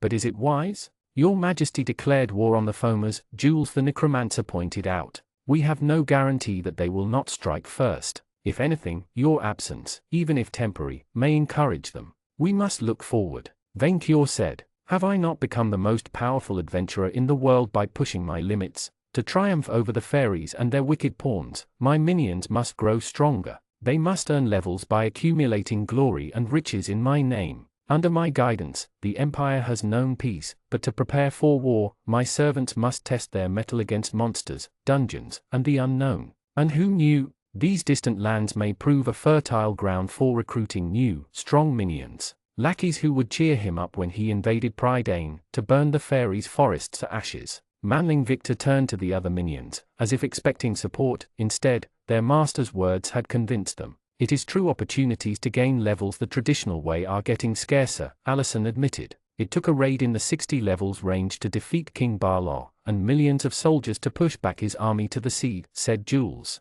While probably weaker, we have no hope of defeating Mel Odiers on her own territory with our current forces, even if we are to raise the dead again and again. We could also use resources to develop Murmurin itself and sustain the population for the long term. Our weapons need testing, Marbra added. In live conditions. Realizing he was hopelessly outvoted, his chief of staff finally returned to the fold. Can we at least wait and prepare for the trip? Manling Victor pleaded. Just the logistics involved for this campaign to work. True, Venkior still had an arena to inaugurate, and a minion championship to hold. We will launch the piggy bank after the summer solstice, the dragon declared. Manling Victor, as my official campaign manager and military advisor, I trust you implicitly with planning, preparing, and perfecting the campaign until then. Perfect. Marba seemed especially enthusiastic about the plan. We can finally bring the light of averagism to populations untouched by few daily. Until then, you are dismissed, Venkior spoke before the dwarf could go on a tiresome tirade. Grand Vizier Victor, stay at my side. We must discuss a private, important matter. The minions left the vault, leaving the Emperor with his most trusted advisor. Yes, his friend asked. Have you bred yet? Venkior asked. He had done everything in his power to help his minion tie the knot with sweet chocolatine, and never checked if it worked. Chocolatine and I are taking a break. What? After all the time Venkior spent setting them up. Why is that minion? What could be more important than ensuring a new generation of lackeys can fill my hoard? I don't know. I don't know if I want to settle or stay free. I don't know what I want. Minion, you shall not start breeding wars with your inability to settle on a proper partner, Venkior said. To avoid jealousy among other minions, you shall service everyone.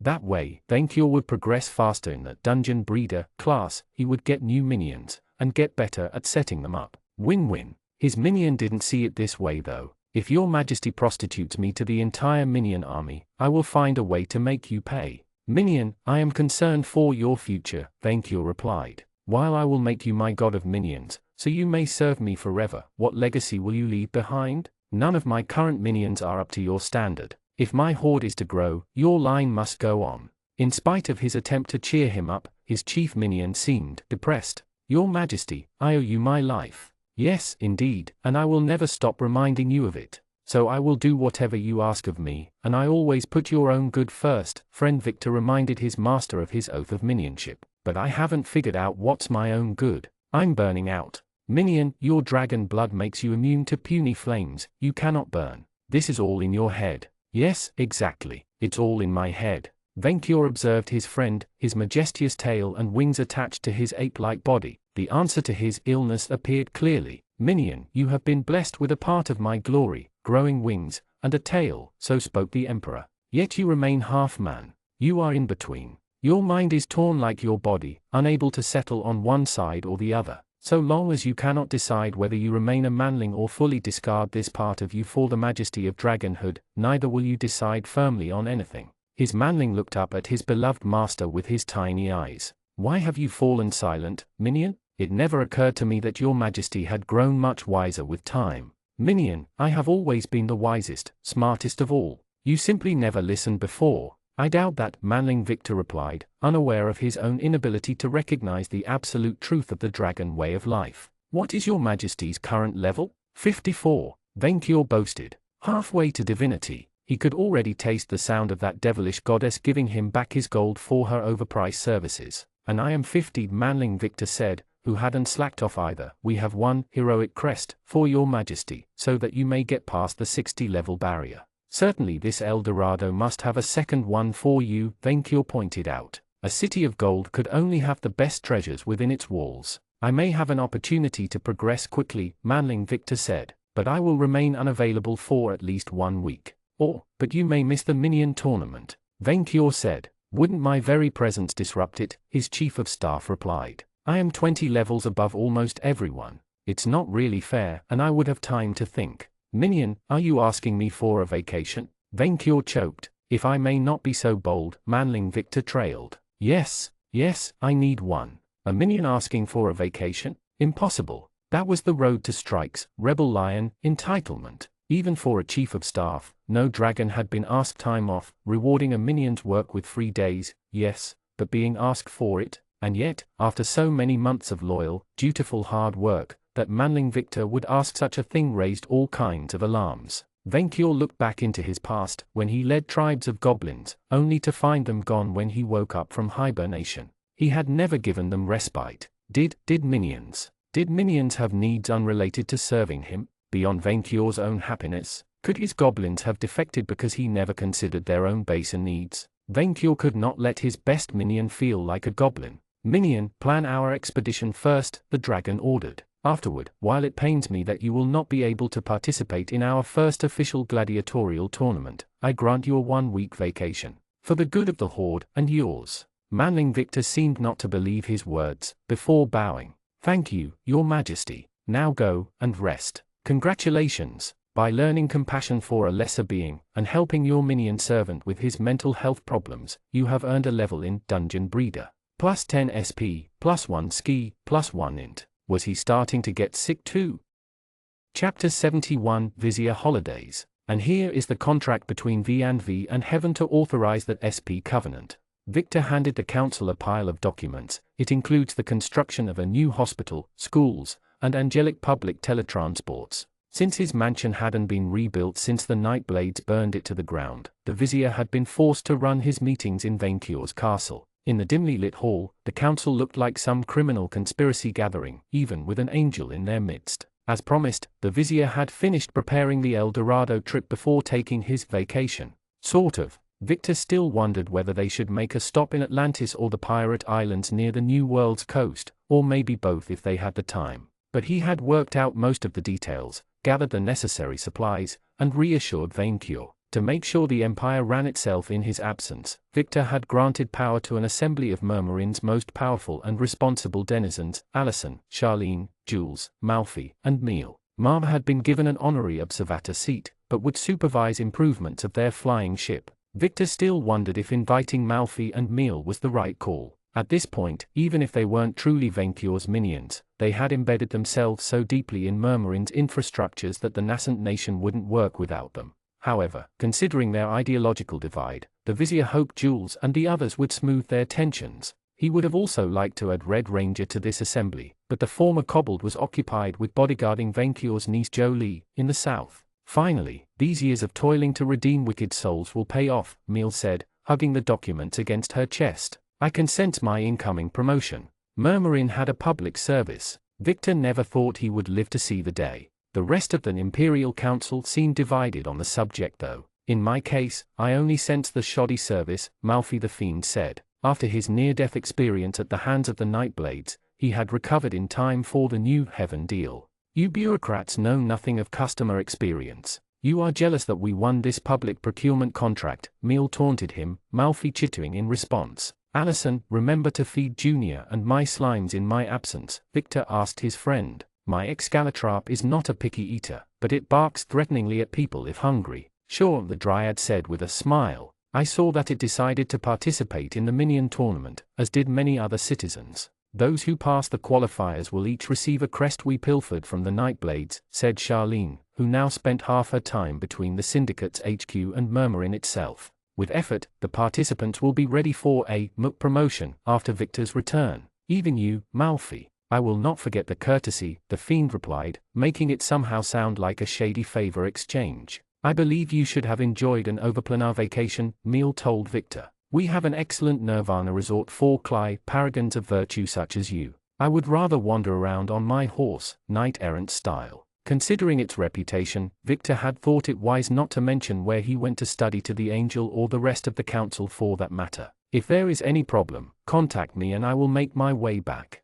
Sir, you're only leaving for 1 week, Jules reassured him, but then blew it. What could possibly go wrong? Everything. You know, on second thought, maybe I don't need to. Vic, you clearly need some time off, Allison interrupted him with a kind smile. You can trust us. Rollo and I helped manage this village long before you arrived, we will handle it. You and His Majesty have often left for a while, and even though our population has grown tenfold in size since, we need to learn how to manage things in your absence, Jules pointed out, especially if we are to survive the test of time. But, Everything will be fine, Allison insisted. Victor relented, silently praying Murmurin didn't blow up in his absence. Afterward, they finished reviewing the various issues, from the budget to mining reports, being mostly sure the country would survive until tomorrow at least. Victor allowed the various councilmen to take their leave. Congratulations, Mr. Dalton, Malfi whispered to him on his way out. You scammed the pigeon with such skillfulness, like a true master.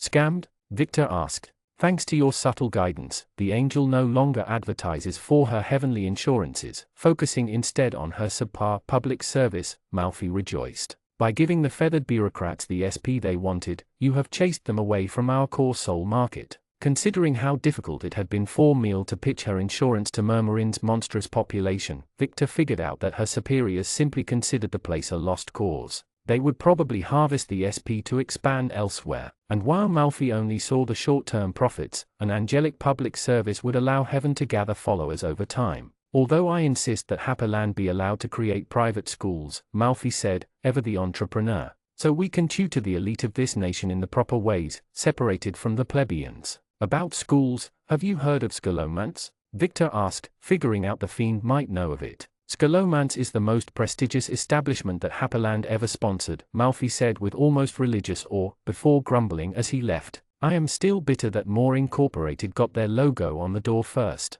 Allison was the last one to leave. Chocolatine told me she would visit you after this meeting, she said. She baked something all for you. Something alive, the Dryad shrugged. About Choc? Yes. A while ago, my monster insight told me that you had something of a crush on her, Victor said, the Dryad not denying it. I'm surprised why you tried to set us up. I am a priestess of the goddess of love, Allison said. I can tell when feelings are not returned, and when it is not proper to insist. She is extreme. No kidding. I dunno, how can you say that if you haven't tried? She gave him an amused gaze. Are you trying to set up a threesome, handsome? Damn it, his charisma buff started to play tricks on him. I'm just not sure where the two of us are headed, so it might be now or never to try your luck.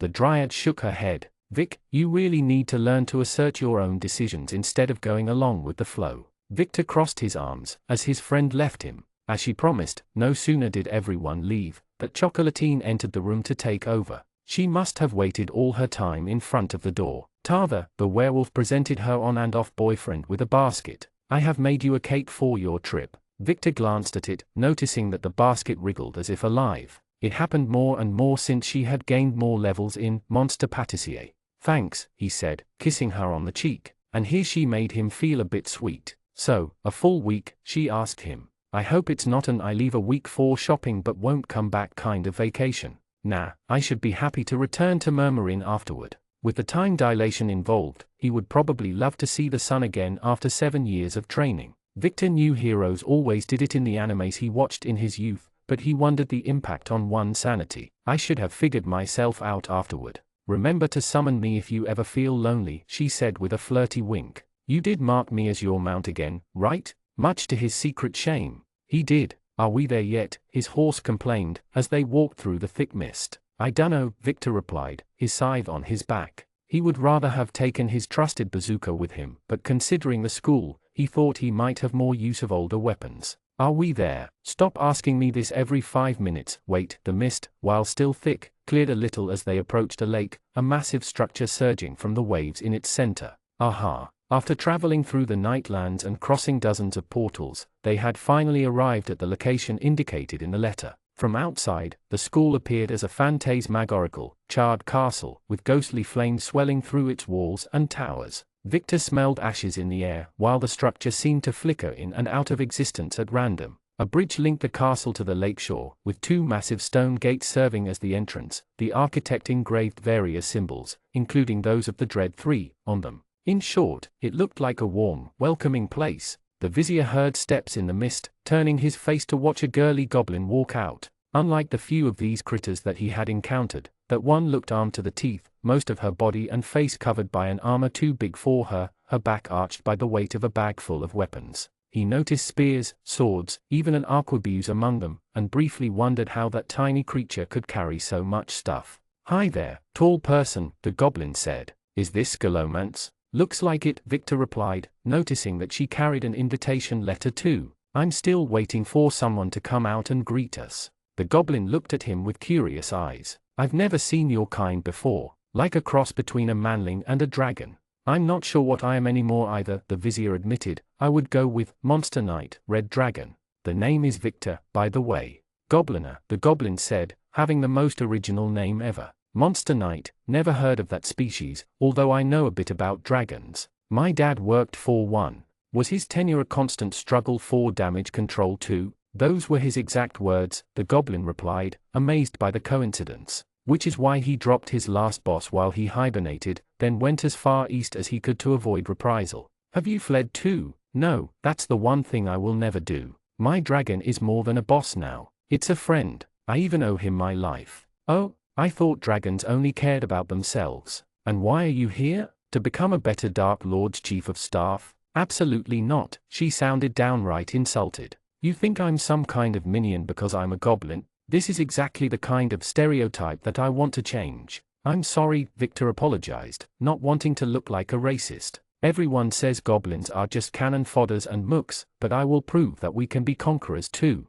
I have even gained levels in Bandit Queen. I swear that one day, I will even graduate to Dark Lord. While Victor listened to the critter going on a rant about goblin social mobility, the school's doors finally opened. Both students looked at the entrance, as a delicate creature walked out and crossed the bridge in their direction. A moth-like humanoid with golden wings and antennae, pristine grayish skin, and the most insolent dress he had seen since chocolatines. The magnificent lady looked at him with makeup shades under eyes, her silvery hair flowing to the wind. Isabel Moore? Victor did the sensible thing and immediately readied his scythe. After all, Venture killed her son. Dalton, she greeted him. I see that you still remember me. I would avoid pointing a weapon at a teacher if I were you though. A teacher? The Happy Land? Of course I remember you. You tried to eat me for dinner. Ah, the goblin mocked him. Class hasn't started, and the teacher already bullied you. I have no grudge against you for escaping my grasp, the archdevil said as if he was the guilty party, nor what your so-called master and his guests did to my company. Even if I felt vengeful, as a student under Death Jester's protection, I could not do anything to you in my capacity of a teacher at this academy, unless you provoke me first.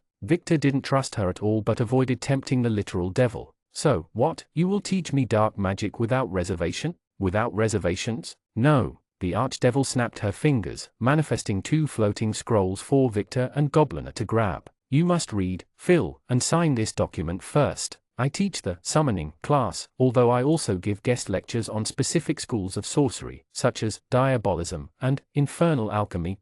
See invisibility, Victor cast the spell, to see if she had slipped words there or there. He patented that trick. Much to his surprise, though, the document was very straightforward. After pledging to respect its core values, ambition, cunning, and selfishness, he had to agree to spend 7 years in the school, more if he finished the curriculum as the class dunce. We used to have houses you could join, Isabel said, as the chief of staff kept reading, the demons, the devils, and the daemons. But our divine sponsors found that a competitive system, while expected, decreases the ability of our future overlords to cooperate. You can't conquer the world if you bicker with your fellows over grades and petty clans. Then why is the dunce forced to remain here? Victor asked. The Dread Three want to remind our students that their success will be built on the suffering of the less fortunate. I see. Victor reached the list of dozens of subjects that he could study, most of them with charming names like necromantic biology, infernal alchemy, demon summoning, conqueror economy, eldritch philosophy, or ritualistic magic. As advertised, most of the curriculum focused on statecraft and various forms of dark magic, with a few unique possibilities standing out, such as the required course, Cursed Artifact Crafting. Much to his surprise, some of the teachers' names belonged to the Dread Three. Did they personally provide educations to new students? You seem to struggle with the courses, Isabel said, her tone more curious than amused. What are your personal and professional objectives? I'm not sure, he admitted. I came here to figure it out. I guess reach level 60? It is fine not to know what kind of career you want to follow yet, the demon said. From bloodthirsty cartel leader to dictator or nihilistic anarchist, we make sure our students find the right path for them. Simply take what interests you. Statecraft and magic then, although some courses bugged him. Peasant mathematics. The goddess of tyranny, Varan, teaches how much students can tax their populations to hunger and poverty, without causing them to rebel. Which is, as it turned out, a very, very high rate. Damn, that was evil. I will skip that one, Victor said. Venture is against taxes. She bristled at the mention of the dragon, but not as much as he thought. His intuition told him that while she loathed the dragon, she didn't seem all that vengeful against Victor personally. You really do not have a grudge. A very wise spellcaster convinced me to stay wary of you, Isabel Moore said. And if you have been invited there, then you've almost caught up to my late brainino. Victor immediately figured out that spellcaster's likely identity, but kept it to himself. This might be the occasion to figure out what the like was up to. In fact, she smiled at him with a predatory smirk. I have other plans for you. Why did Victor have the feeling that she wanted to eat him, but not in the way he first thought?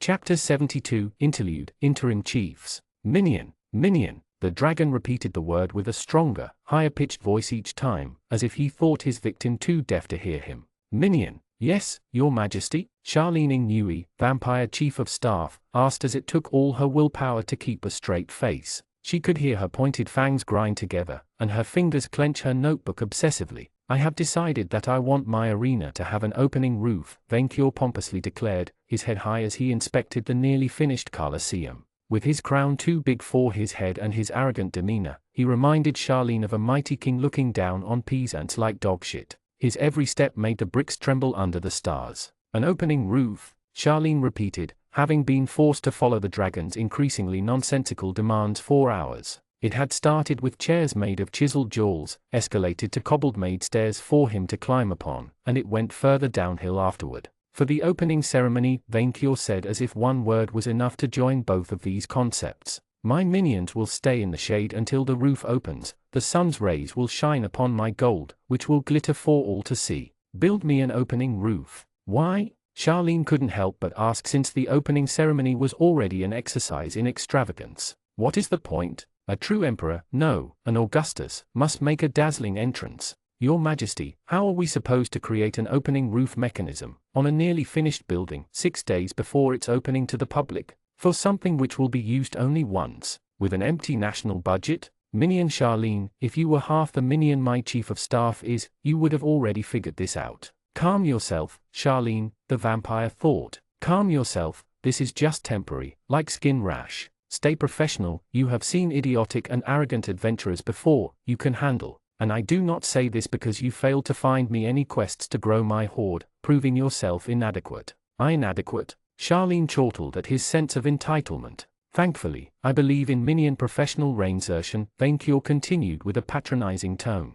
While you have made for a poor quest manager, I am certain that you can shine as my minion secretary of arena architecture. Charlene scribbled down this new promotion, next to Under Chief of Horde R&D, Grand Seneschal of the Castle Dusting, and holder of the Golden Mirror. To think she thought her situation had finally improved. She had spent years managing a dead-end adventurer guild in the middle of nowhere, trying desperately to climb the professional ladder, when by some twist of fate, she had become the leader in a newborn nation. A nation of madmen, rogues, and monsters, but a leader nonetheless. She had privileges, status, new classes, and even immortality. When Victor had departed for his holiday, she knew that the dragon would prove difficult, that without her sort of friend with benefits, that chaotic, aimless empire would collapse within a year. Yet in her heart, Charlene clung to the arrogant idea that she could help turn this nation into a model of bureaucratic efficiency, even without Vic's help. But the dragon was even worse than she thought. He wanted everything without paying for anything.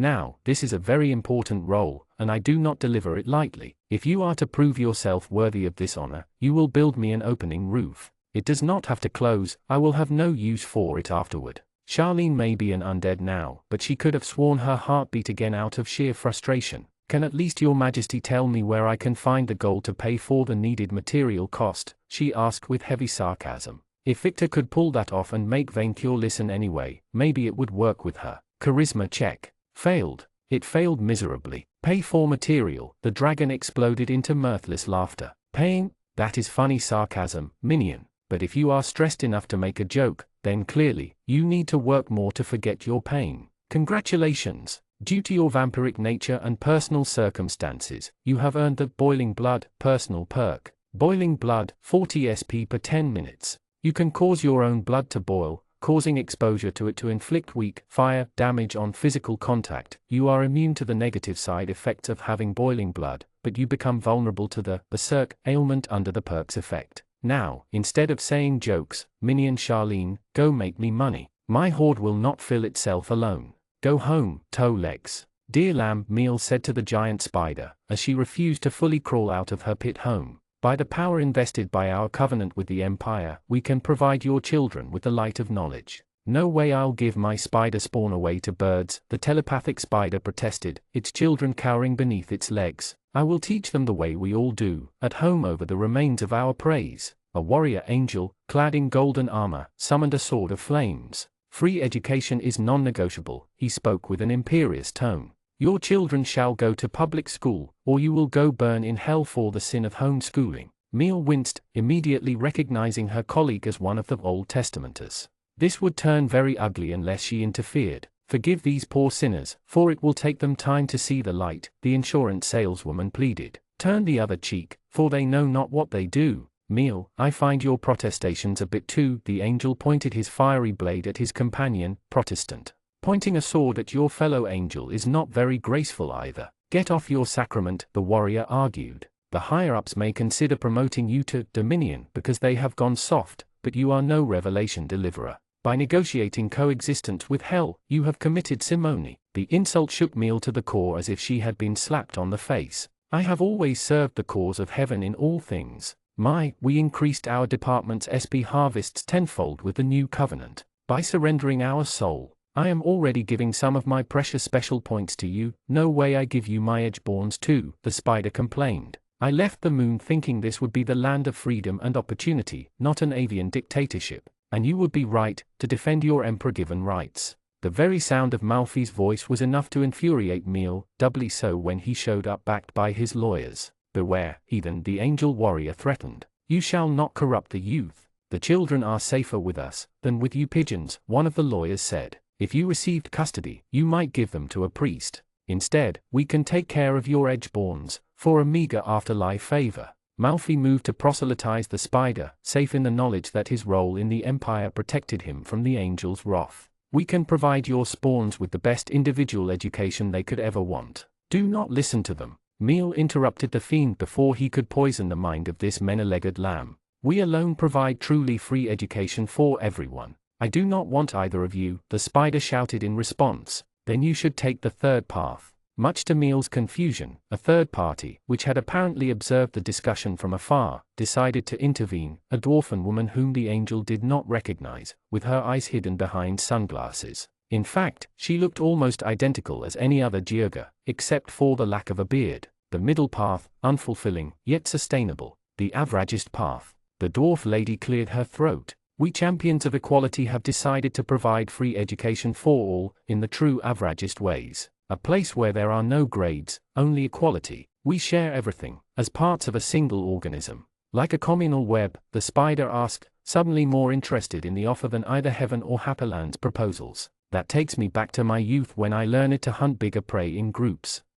Bringing down the tallest is the truest averagist endeavor. It is true my spider spawn need to learn how to socialize with the neighbors. Can you come inside my dark cavern, so we may discuss your school program? Of course. I must tell you that as Earthcore dwellers, our schools are adapted for nocturnal creatures. Amazing, the spider chittered. What about diet? My spider spawn are goblin intolerant. Both angels and fiends watched the scene in stunned silence, as the spider invited the dwarf in its home, and didn't even eat her. The Agavans are stealing our market share, Malfi protested, as furious as Meal herself. This is theft. We are the government, we must stop them. You have my vote, Meal said, and then continued before her unreasonable colleague could protest at allying with the rival planar company, under the condition that Happyland not be allowed to open private schools, recognizing the heavenly way as the only way. The message mortified Meal until the sight of Malfi's entire body turning red from fury made it worth it. Junior, please calm yourself, Allison tried to soothe the monstrous mimic, as the scene caused citizens to gather in the street. Babies, the creature barked back, gathering newborn jellies on its back while stomping the remains of a destroyed stand. Protect babies, sword babies? Buzz Jelly repeated, the famous explorer having hopped at Junior's side since it began its rampage. Coming. How did Victor tame this thing? It had been completely uncontrollable since the last slime rain brought new jellies to murmur in, smashing anything between itself and its new charges, and without Victor to keep it pacified, the creature's violent instincts had resurfaced. A poor orc shopkeeper had the misfortune of catching a fire jelly to make light, which enraged the giant mimic and made it overreact. "This is a disaster," the orc complained. "My shop is in ruins." "It's the advisors," a cobbled merchant in the crowd loudly complained. "Everything has been worse since the beloved Grand Vizier left. I'm sure they mislead the good Emperor Venkur with bad advice and mistreated the mimics.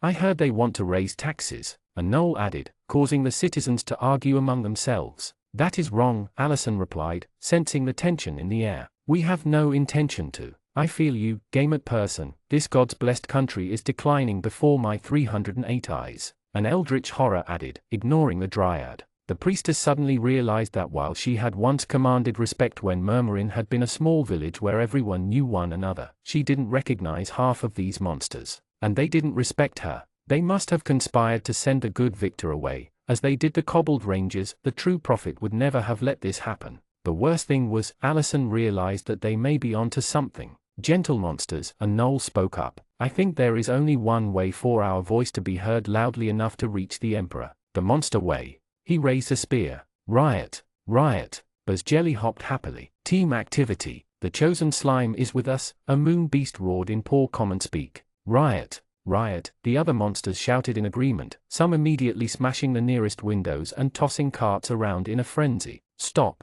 Allison pleaded, "only for someone to start a fire with a spell." She immediately moved to try to extinguish the flames before they spread. "Damn it! Damn you all!" Exhausted, Allison took solace in the one place where she always felt safe. Her temple, before the statue of her goddess. The dryad prayed harder than she had ever been to Cybele, but the love goddess, who had so many times answered her prayers directly, remained silent. The new cathedral, built months ago, remained eerily silent, until at long last, her best friend stepped into the room, more for her sake than the goddess. "What has Rollo missed?" the golem asked, always straight and to the point. "Rollo has seen smoke outside. You missed 16 murders, hundreds of wounded, riots, fires everywhere, hundreds of thousands of gold coins lost in property damage, heaven and Happyland threatening to go to war over proper youth education," Allison trailed, her voice breaking. Since she always favored conciliation, the rampant chaos drained her utterly. She would have rather talked to people over a drink than help quell the riots.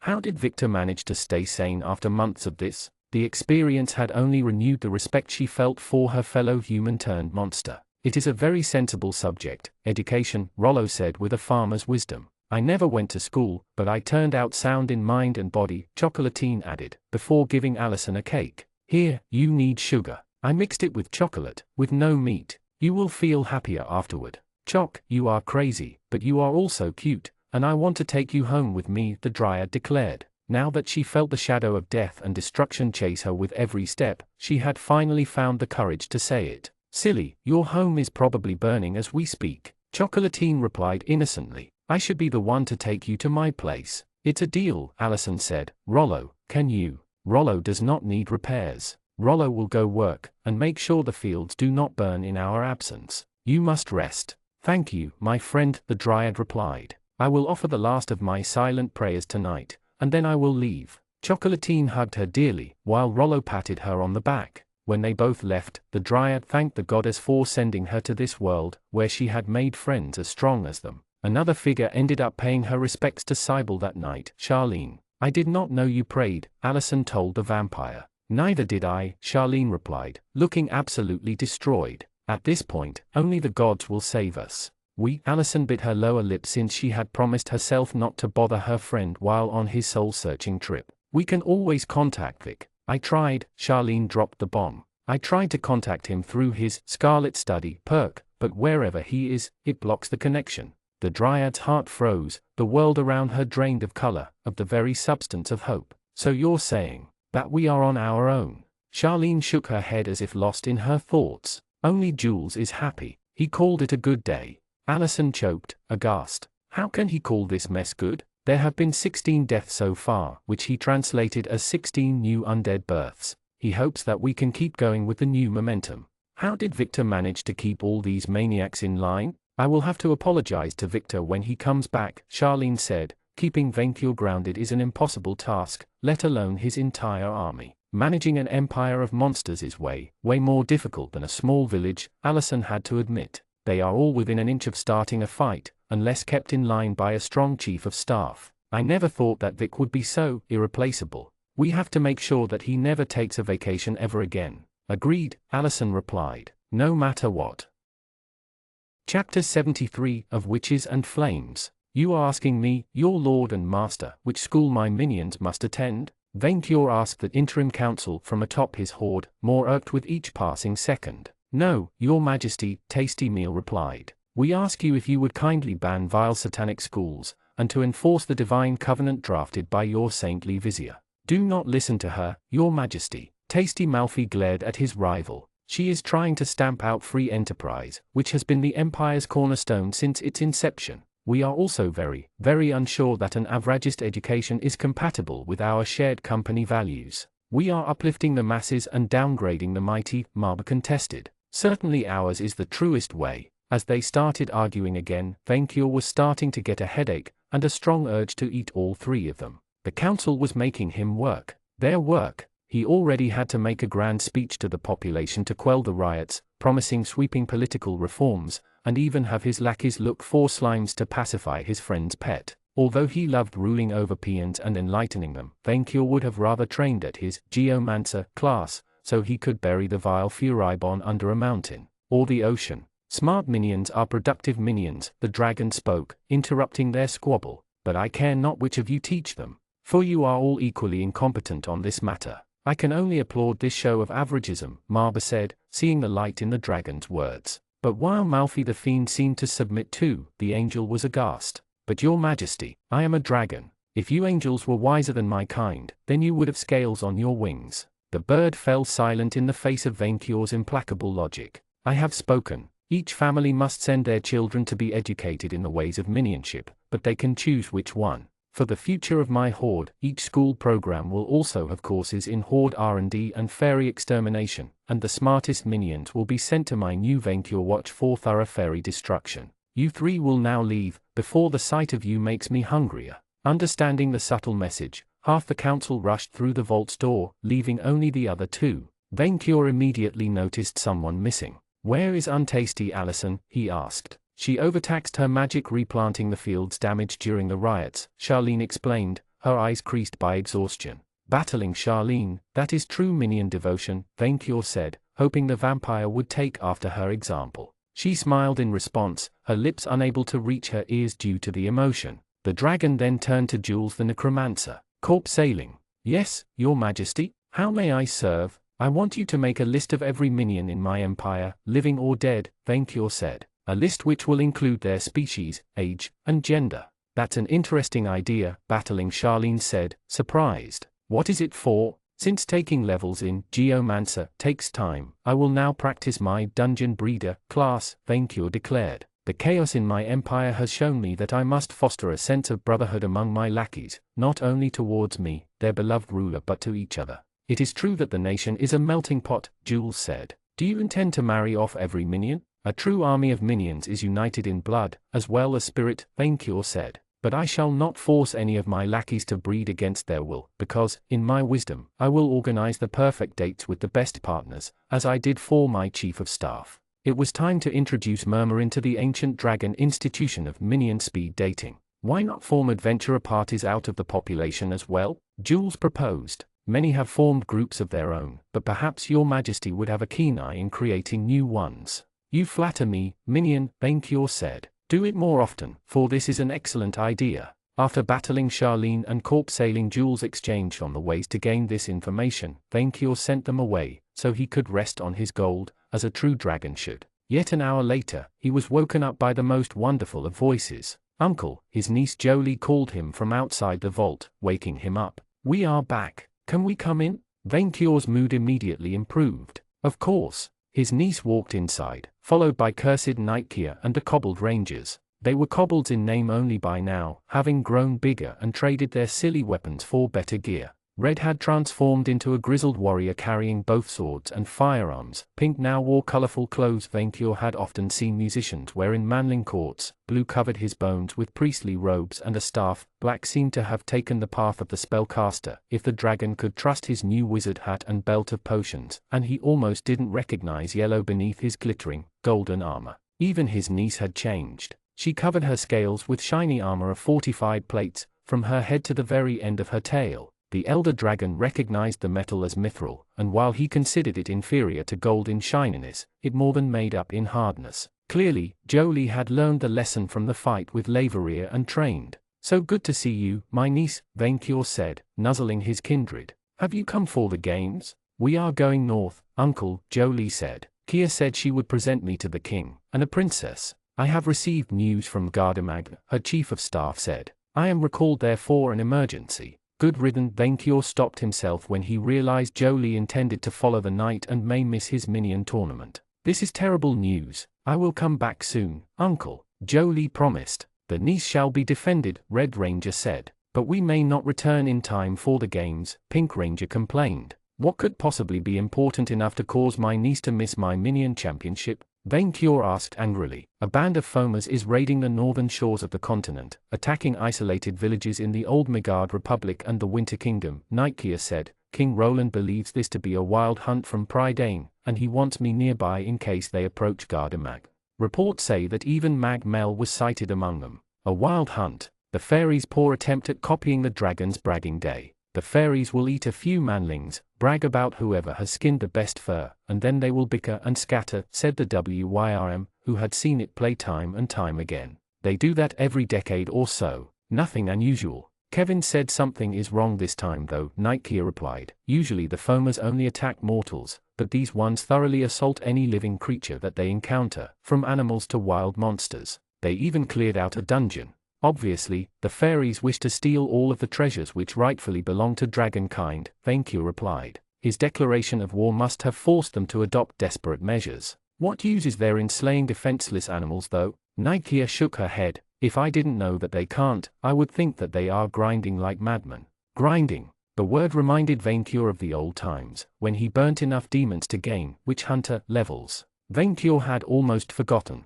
"Menu," the dragon said. "Detail me these classes." "Helsing, you have moved beyond hunting only spellcasters, and now intend to make most classical horrors extinct. If you are promoted to this class, your abilities will target more enemy types than spellcasters, and your resistance to damage will increase. Witchfinder General, your hatred of spellcasters has grown beyond simply hunting them yourself. Now you command entire crusades against witches. If you are promoted to this class, your ability to make spellcasters miserable will increase further, and your allies will join in the fun." The dragon considered the choice before him, before quickly deciding that with that dirty scum Lazyhero gone, he should no longer have any problem crushing vampires, and he already had an institute dedicated to researching ways to destroy fairies. Yet the rematch with the wicked Furibon, cursed forever may he be, approached. "I am now, and forever," Vainqueur declared, "a Witchfinder General." Once more, the system proved itself as dragon-oriented, in recognizing the superior ability of fire to solve every problem. "While you take care of the fairies, my minions will train to conquer the sea, save El Dorado, and destroy the evil Furibon," Vainqueur told Jolie and Kia. Again, Nightkia frowned, glanced down at Jolie, before shrugging. How could that manling treat the destruction of Furibon so carelessly? "In any case, once the Gold Slayer is defeated, I will lay waste to Prydain myself," the WYRM boasted. "There is a detail that your majesty should know," Nightkia said. "Witnesses apparently sighted a dragon among the wild hunt. A huge one." Vainqueur exploded into laughter. "A dragon working with fairies? Your witnesses must have sighted a wyvern or some drake. No true dragon would help a foamer." Jolie nodded. "I'm just saying, you can count on me whenever you intend to attack Prydain," the knight said, her tone almost begging. "But don't expect an easy fight either." "No, I expect, and will only settle for, complete decimation," Vainqueur said with fury. The foamers had threatened his niece, his minions, and his horde. The dragon would do what his kind should have done eons ago, and teach them a lesson they would never forget. "We shouldn't be long, anyway," Kia said. "The Warband does not have the power to threaten Dragonmc, so King Roland will release me when it inevitably returns to Prydain." "Make sure to return in time for my minion tournament," Vainqueur insisted. Oh, uncle, I have an idea," Jolie said. "A minion battle." "A minion battle?" Kia raised an eyebrow. "An ancient dragon ritual where two dragons select a team of minions each and have them fight for supremacy," Vainqueur said. "The dragon with the most minions standing at the end wins." "Uncle, can I?" "Jolie, I forbid you from making yourself a minion of that manling," Vainqueur insisted. You will act like a true dragon should be, barking orders to non-dragons. As his niece narrowed her head in disappointment, Vaincure's thoughts turned to his favorite minion. Barely a day had passed, but he wondered what he was up to. He hoped that he could find a way to breed, because considering what Vaincure planned for him, manling Victor would need to practice. Chapter 74, Victor Dalton and the School of Necromancy. Varan, goddess of war and fire, knew how to set the stage. To graduate from this academy, each of you must craft a personal artifact, according to our guidelines, she declared, the ceiling flickering with phantom flames. Hiding her whole body behind a thick shell, she looked more like an infernal, fire-powered golem than a dwarf. The Solomonary's grimoire is the classic, but I would prefer more imaginative proposals for this session. Like a gun, or a sword, with a gun. As one of the students sitting in the amphitheater, Victor scribbled down every damn word of this cursed artifact crafting class. His classmate, Gobliner, raised a hand to ask questions. Can a ballista work? She asked. If it is magical, nigh indestructible, and destructive, the goddess replied. The essence of artifact creation is to pour your soul into the task. Literally, creating an artifact means surrendering part of your life force, of your max HP, and imbuing it with a personal touch. What kind of artifacts did you make in your heyday? A regal, crowned imp asked.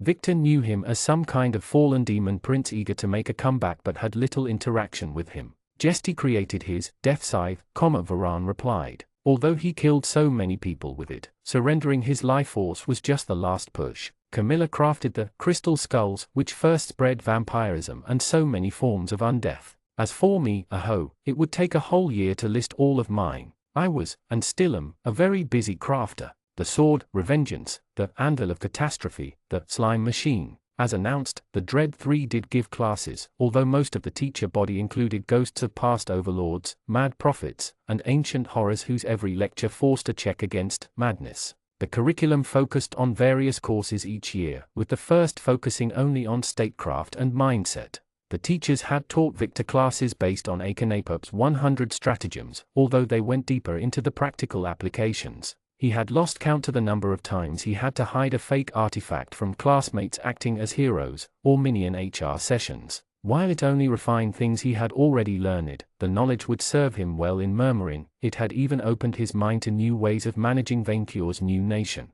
For the second year, the teachers would finally teach the students sorcery, item crafting, and more practical skills. After spending a good hour listing and detailing some of her proudest artifacts, Varan began to explain the process of crafting one. Victor scribbled down some ideas. Since the process would take years, he had to quickly settle on a concept. When the class ended with Varan turning into a pillar of flames, the students left the amphitheater into the dark, dimly lit corridors of the school. See you at the Infernal Alchemy course, Vic, Gobliner told him. Nah, I'm attending the Necromancy course, Victor replied. Partly because he liked the subject, and mostly because Isabel Moore gave the lecture on Infernal Alchemy. You must be the only one, she said, before leaving him to find the class on his own. As Victor walked around the windowless school, he mused that the worst part wasn't the lack of sun, the constant company of unethical psychos, the unnerving presence of Isabel Moore, or the intense work schedule. No, what Victor struggled with was a more primal, intimate problem: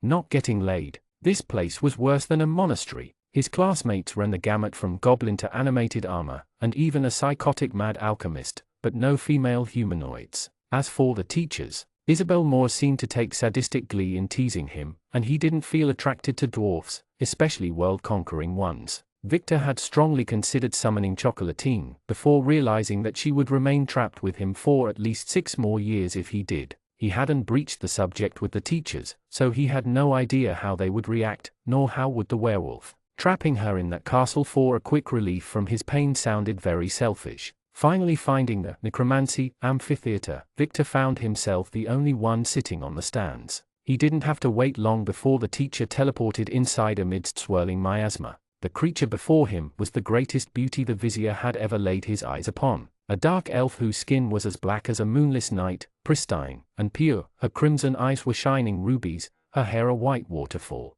Her wizard robes fit her perfect, voluptuous curves in an entirely supernatural way. She smiled at him, vampire fangs whom he would have happily sink into his neck and minion. When he realized who he was looking at, Victor forced himself to focus on another mental picture, namely, Vaincure. Somehow, imagining the dragon barking at him immediately broke the elf spell over him. Forced abstinence was slowly driving him mad. You are the only student? Camilla, goddess of death, plagues, and the undead, asked with a disappointed face. Apparently, I dunno why though. Since undead have become accepted, necromancy no longer has a, Camilla considered the word, bad boy appeal. Being a nice, mass murderator is no longer a popular career choice. Everybody wants to be some kind of crafter shieldsman nowadays, Victor deadpanned. But I'm all about the classics. And for that, Victor Dalton, you have my sincere gratitude, the goddess said with kindness. Thanks to your efforts, the cause of the Undethstrile revolution is making headway in the Mistral continent, and your devotion shall not go unrewarded.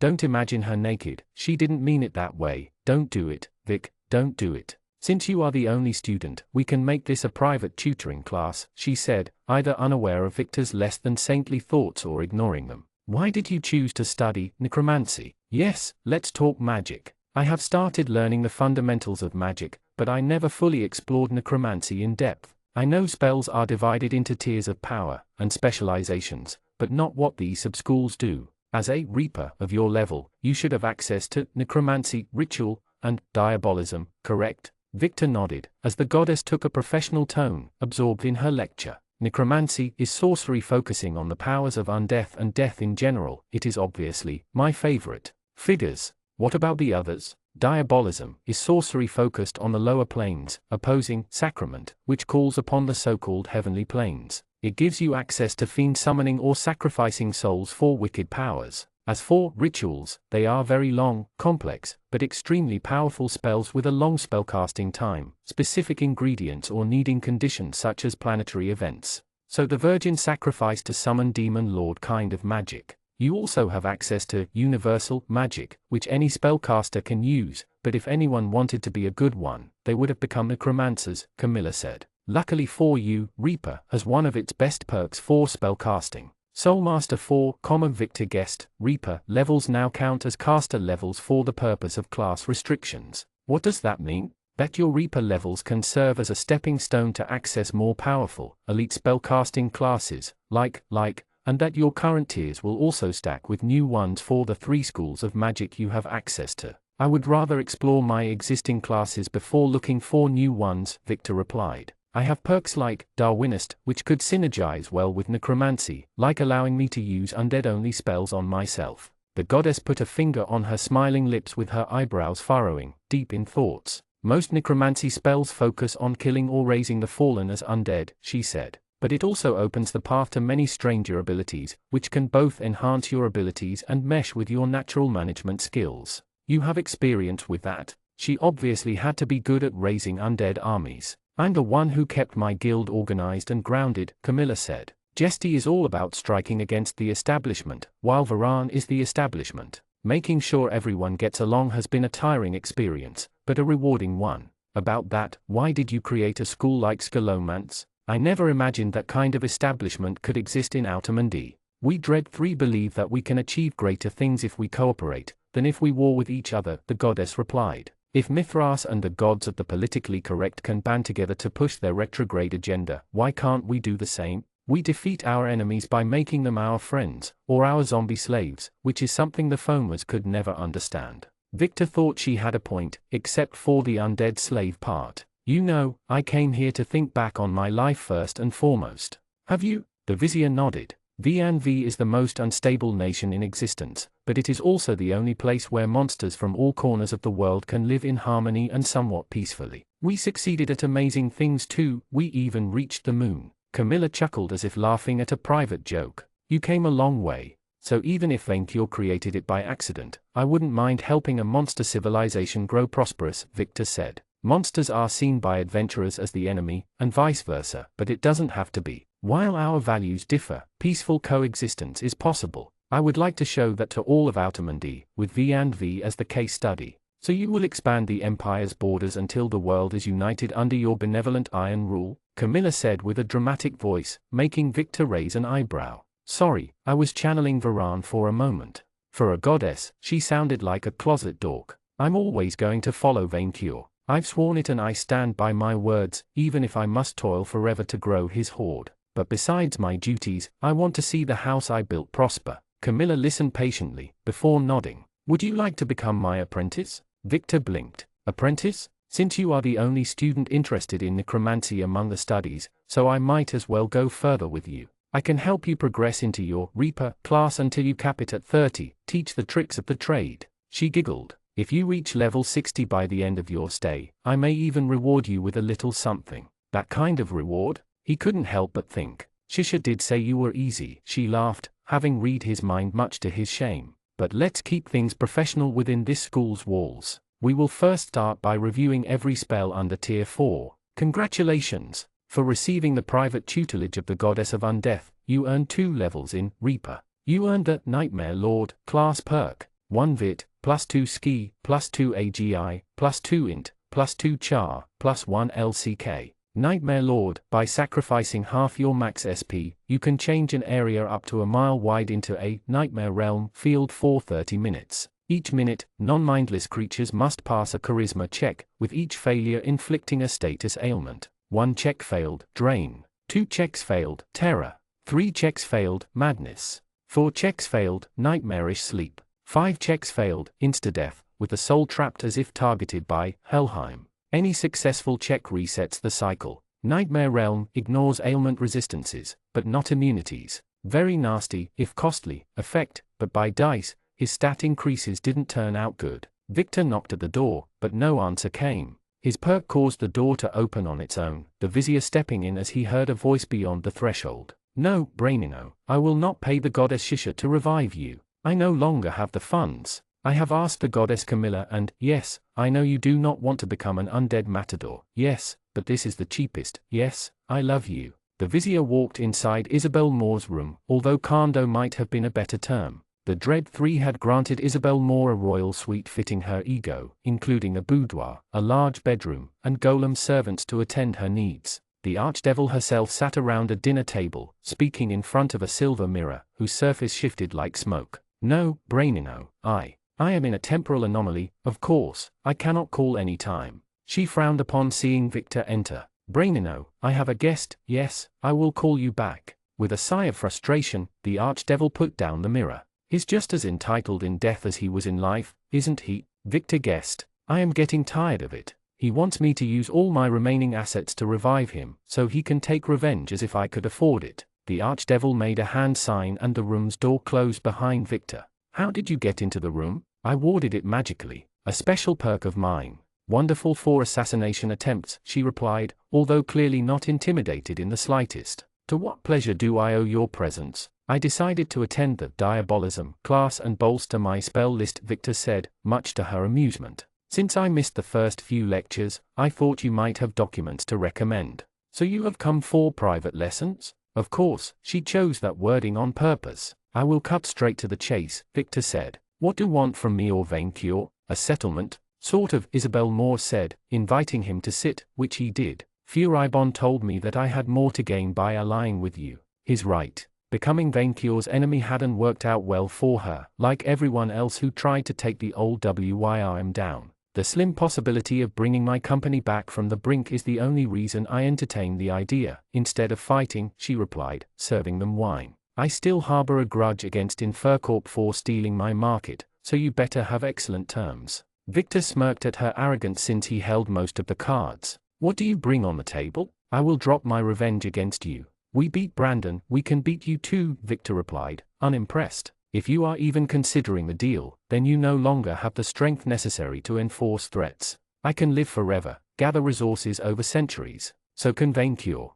Who do you think will be in a better position in the long term? Then let me rephrase, the archdevil said. Tell me what you want, and I will tell you what I want, and we will see if our goals can align. We indeed need you to drop your vendetta, but also soldiers, magical weapons, anything which can help our country prosper in the long term, Victor said. Have you considered a merger? A merger? Isabel snickered. With those upstarts of Infercorp? Never. Then I have a proposal, Victor said. Why not become one of the Empire's officials? Like a governor? You want me to bow to the dragon? Her expression twisted into one of absolute disgust. With favorable terms, Victor said. You will be granted a permanent foothold in Ishphania or the new territories we intend to annex in the future. While not as large as what more controlled, you could administer a region of our empire as you see fit so long as you remain loyal, provide soldiers and support for our wars. You will be allowed to offer services in the Empire like Malfi, and granted protection from adventurers trying to unseat you.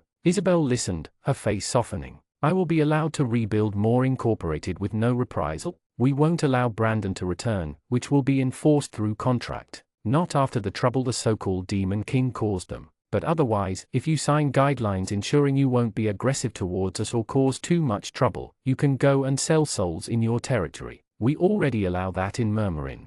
This is not optimal, she said, but these are generous starting terms. I am surprised why you even offer them if you are truly in a strong position. As a wise goddess said, I defeat my enemies when I make them friends. The answer seemed to satisfy her. Let's discuss the fine print then, she said, serving them both wine. They ended up talking 4 hours about the details of a peace settlement, eventually reaching out an agreement. She has a prodigious appetite, Victor thought, as the archdevil wanted no less than an area the size of Indiana and complete autonomy. The vizier, a hard bargainer himself, eventually talked her down into accepting an area the size of Maryland and with oversight, albeit a lax one. In exchange, the archdevil accepted to swear fealty to Vencure and VNV in general, provide access to her resources, her web of contacts, and as he expected, she had an ace up her sleeve. You know Furibon's current location in the New World? I knew this would interest you, she said, sensing an opportunity. Now, I am not giving up an old ally to his demise for free, even if he abandoned my son.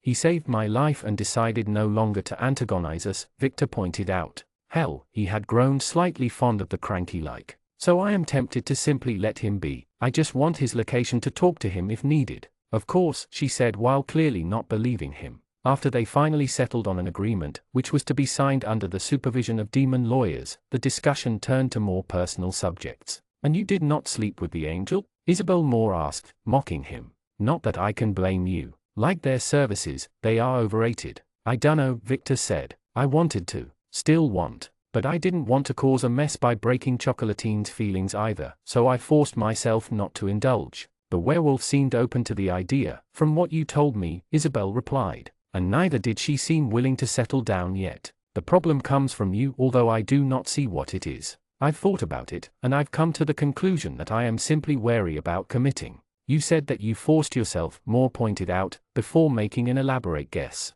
I understand. You want to return to your homeworld, and deep down you are afraid that if you attach yourself to one or more women, then it will end in tears. Victor nodded. I even considered asking one of the Dread Three if they could send me back after Vencure and I are done with the foamers. My advice is, do whatever you want. I spent my whole existence building a career, never taking vacations, sacrificing my youth to build my company. Before I knew it, centuries had passed, and I had an ungrateful brat for a son and no time left. Besides, you should have no problem enjoying yourself. Come again? You are nothing like the scrawny twerp that you were when we first met, she said. Now you are strong, confident, and even dashing. The way you negotiate advantageous terms without disrespecting me, you would make for the perfect diplomat. I thought I would have to put on my charm to gain more concessions. I may still. Victor guessed managing VNV did improve his confidence, and he had had a major increase in charisma lately. You said considered, the archdevil noticed, not consider.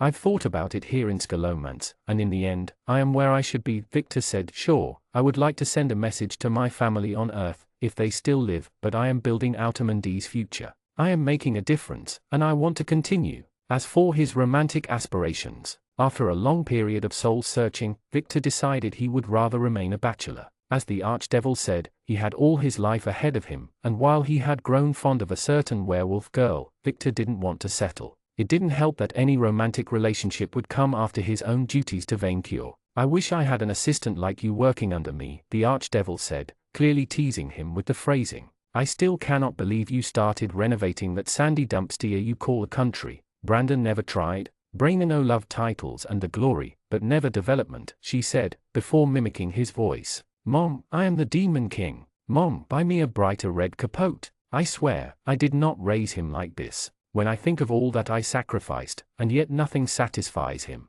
I trust that the settlement will make up for the mess he causes. I might have actually won more than what I started with, the archdevil said. A flourishing, populated region under my direct control is worth more than a countrywide desert left to the whims of an unruly son. The mirror let out a sound similar to a phone, causing the archdevil to sigh as her son called her. I can solve this, Victor said. You can? She raised an eyebrow. Victor brazenly took the mirror, and simply threw it away. The fall shattered it while Isabel's eyes bulged at the sight, ending the buzzing sound. The silence caused the Archdevil's features to soften, while Golem's servants worked to pick it back up. "The mirror's price will be coming out of your grade," she said. "Guess I will need more private lessons then," he joked, before realizing his mistake. "Don't imagine her naked, don't imagine her naked." Her amused eyes met his own, and it was all over. "Congratulations! For sleeping with 20 women since you arrived in Outermundy, almost all of them monsters. Your romantic perk has evolved into seducer.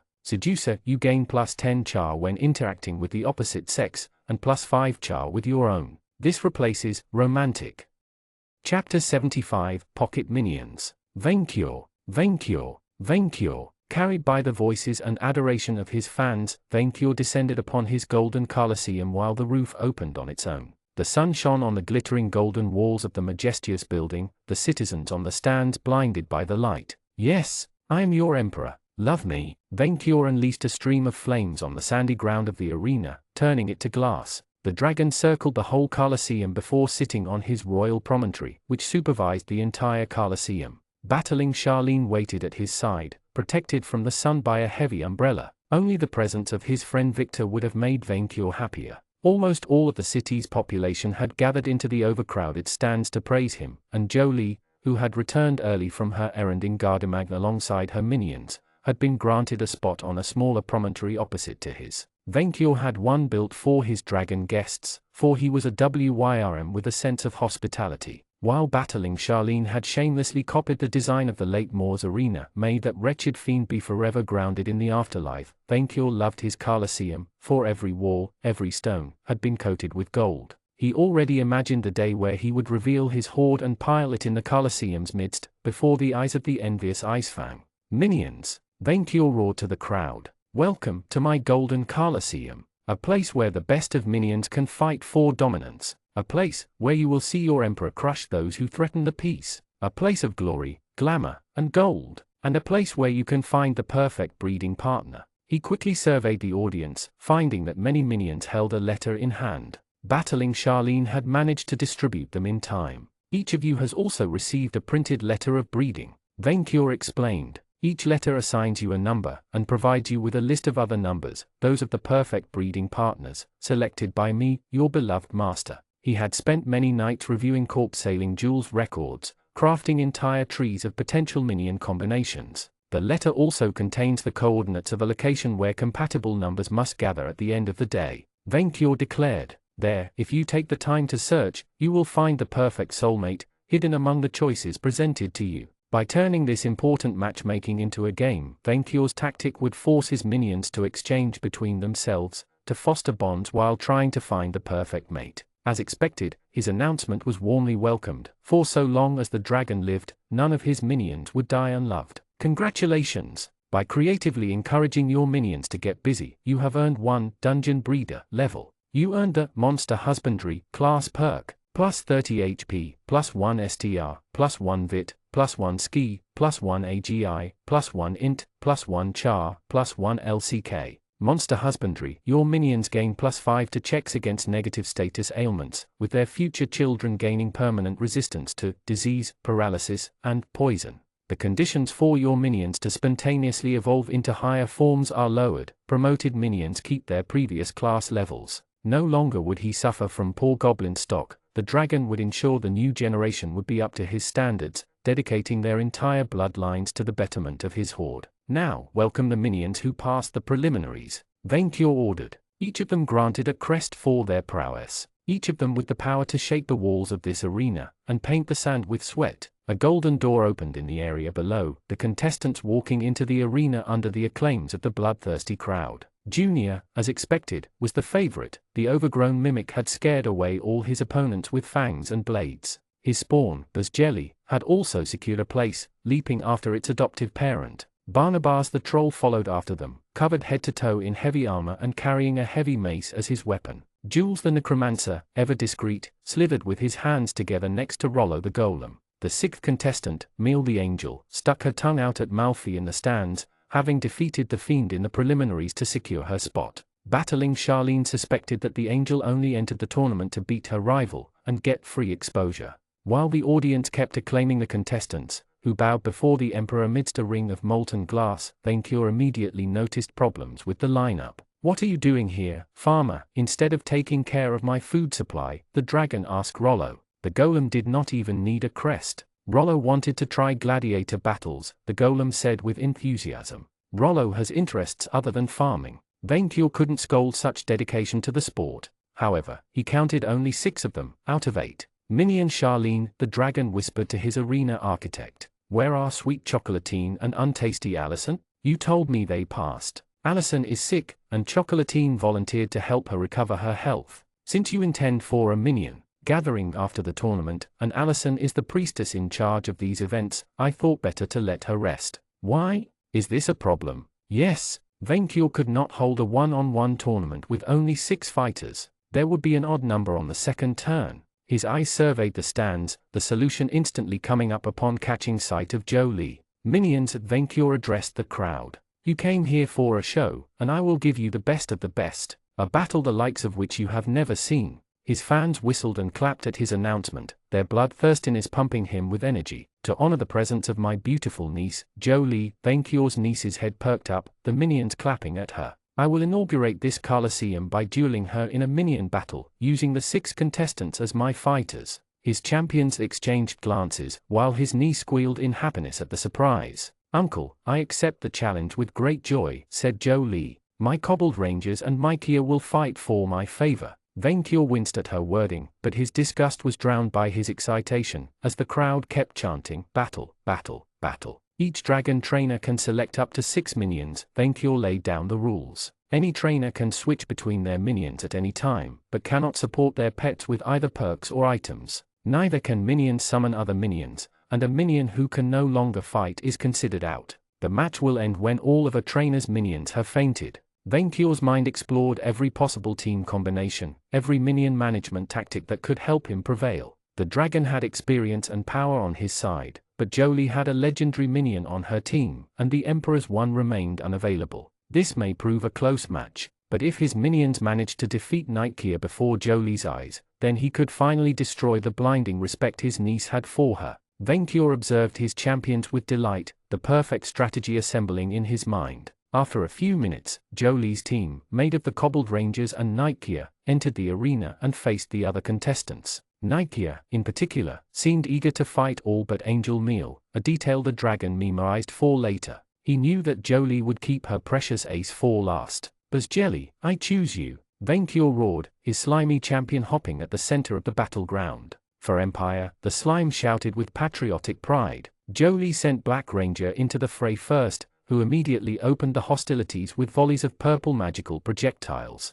The jelly hopped around them, while the grown-up kobold escalated to throwing lightning bolts, arrows of flame, and basic spells. Vainkyur briefly marveled at how quickly the reptile had mastered magic, and found himself vexed that he himself still struggled with geomancy. "Slime, use tackle," Vainkyur ordered, giving his old kobold minion no mercy in this battle. "Find a chink in his defense, and smash him," Space said. Moving almost faster than the eyes could follow, the tiny slime hit poor Black Ranger and ferociously slammed him against a golden wall. When Buzz unstuck itself, the reptile lay defeated, his bones broken by the brutal attack. "Black Ranger is battling," Charlene began, as Vainkyur glared at her for her complete lack of enthusiasm in her announcements. "Black Ranger is unable to continue. The victory belongs to the slime. I recall my jelly, and send Angel Meal to take its place," Vainkyur announced while the crowd cheered for their chosen slime, to shake things up. "Blue, go crush that puny angel," Jolie said in return.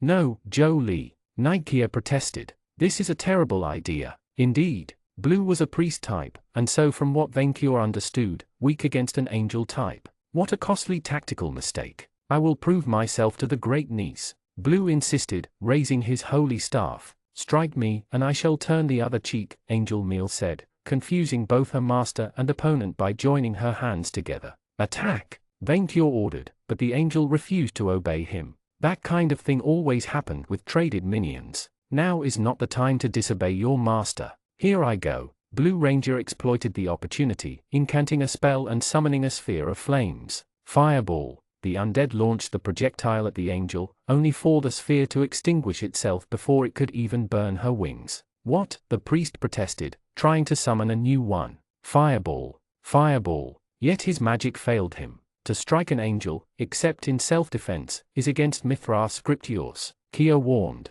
He won't grant you his power if you attack first. This is ridiculous, Blue complained. I can lose my phenomenal cosmic power by breaking a stupid rule? I knew I should have turned to the Moon Man. By striking against heaven, thou undead shall be punished, Angel Meal said, tightening her hands. Judgment. A beam of light, weaker than the one Nightkia once used on Venkyr long ago, fell from the skies and hit Blue in the head. When the shining flash weakened, the poor ranger laid unconscious in the middle of a small crater. Blue Ranger cannot continue, Charlene decided. Meal is the victor. Excellent, my bird of victory. Venkyr congratulated his minion, most of the audience clapping while the fiends remained silent. You have followed my perfect strategy to the letter. You planned this, uncle? Jolie asked with amazement. Of course, Venkyr said. No need to trouble her young mind with the thought that he may be fallible. I owe this victory to my superior heavenly education and afterlife insurance. Tasty Meal spoke to the audience. You too can take care of your soul, by subscribe. Next, Venkyr roared before the angel could bore him to sleep. Junior. Treasure treasure, the Excalitrop replied in mimic speak, while Pink Ranger took the field against it with a harp in hands. Pet of my minion, go easy on my bard, Venkyr asked, who while ruthless in a game, still wanted Sweet Pink to sing his praise later. I will not tolerate you harming her too grievously. Not that he needed it, for Junior seemed to hesitate at striking the bard on its own, perhaps moved by a strange kind of familiarity. In response, Pink began to sing a powerful lullaby about swords coming to punish the naughty mimics. The Excalitrop stumbled, threatening to fall asleep, and forcing Venkyr to recall it for later. This time, the dragon sent Barnabas. The troll wasted no time in trying to smash poor Pink with his mace, but the smaller reptile proved herself slippery and quick, dodging attacks while stringing her harp. The musical instrument released powerful shockwaves. Yet every time the sonic attack seemed to damage Barnabas, his bones put themselves back in place, or his wounds closed.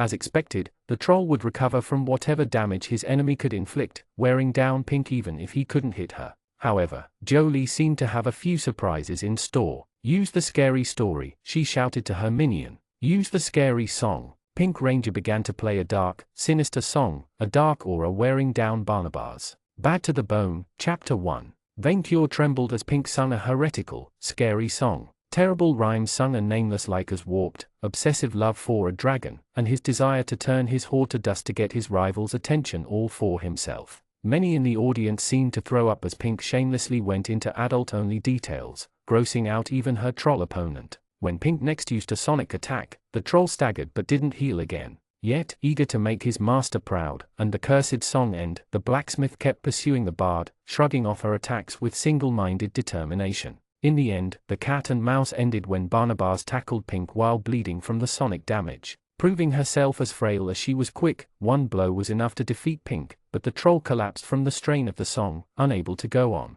Double knockout. Battling Charlene decided when neither contestant could rise up. Venkyr's first loss of minion, but he still held the lead. The struggle wasn't to win, but to keep most of his team in reserve for when Nightkia would take the field. Cobbled minions dragged the wounded contestants off the area to recover. Prepare to face your doom. Yellow readied himself for battle, clad in golden armor and carrying a sword of light. An undead paladin. Battling Charlene seemed astonished. It's possible to be both. Venkyr hesitated to send Angel Meal, before deciding to keep her in reserve for the true threat. He hesitated between which minions to use when one of them volunteered on its own. Sword. Junior grabbed its sword lure with a hand to wield it. Yellow took a step back in fear at the sight of the bigger swordsman, but held steadfast in his resolve. Elemental Saber. Fire. Junior wreathed his sword lure in flames and raised it high under the sunlight. Both fighters exchanged a series of parries and swings, Yellow showing surprising finesse, while Junior embodied relentless power.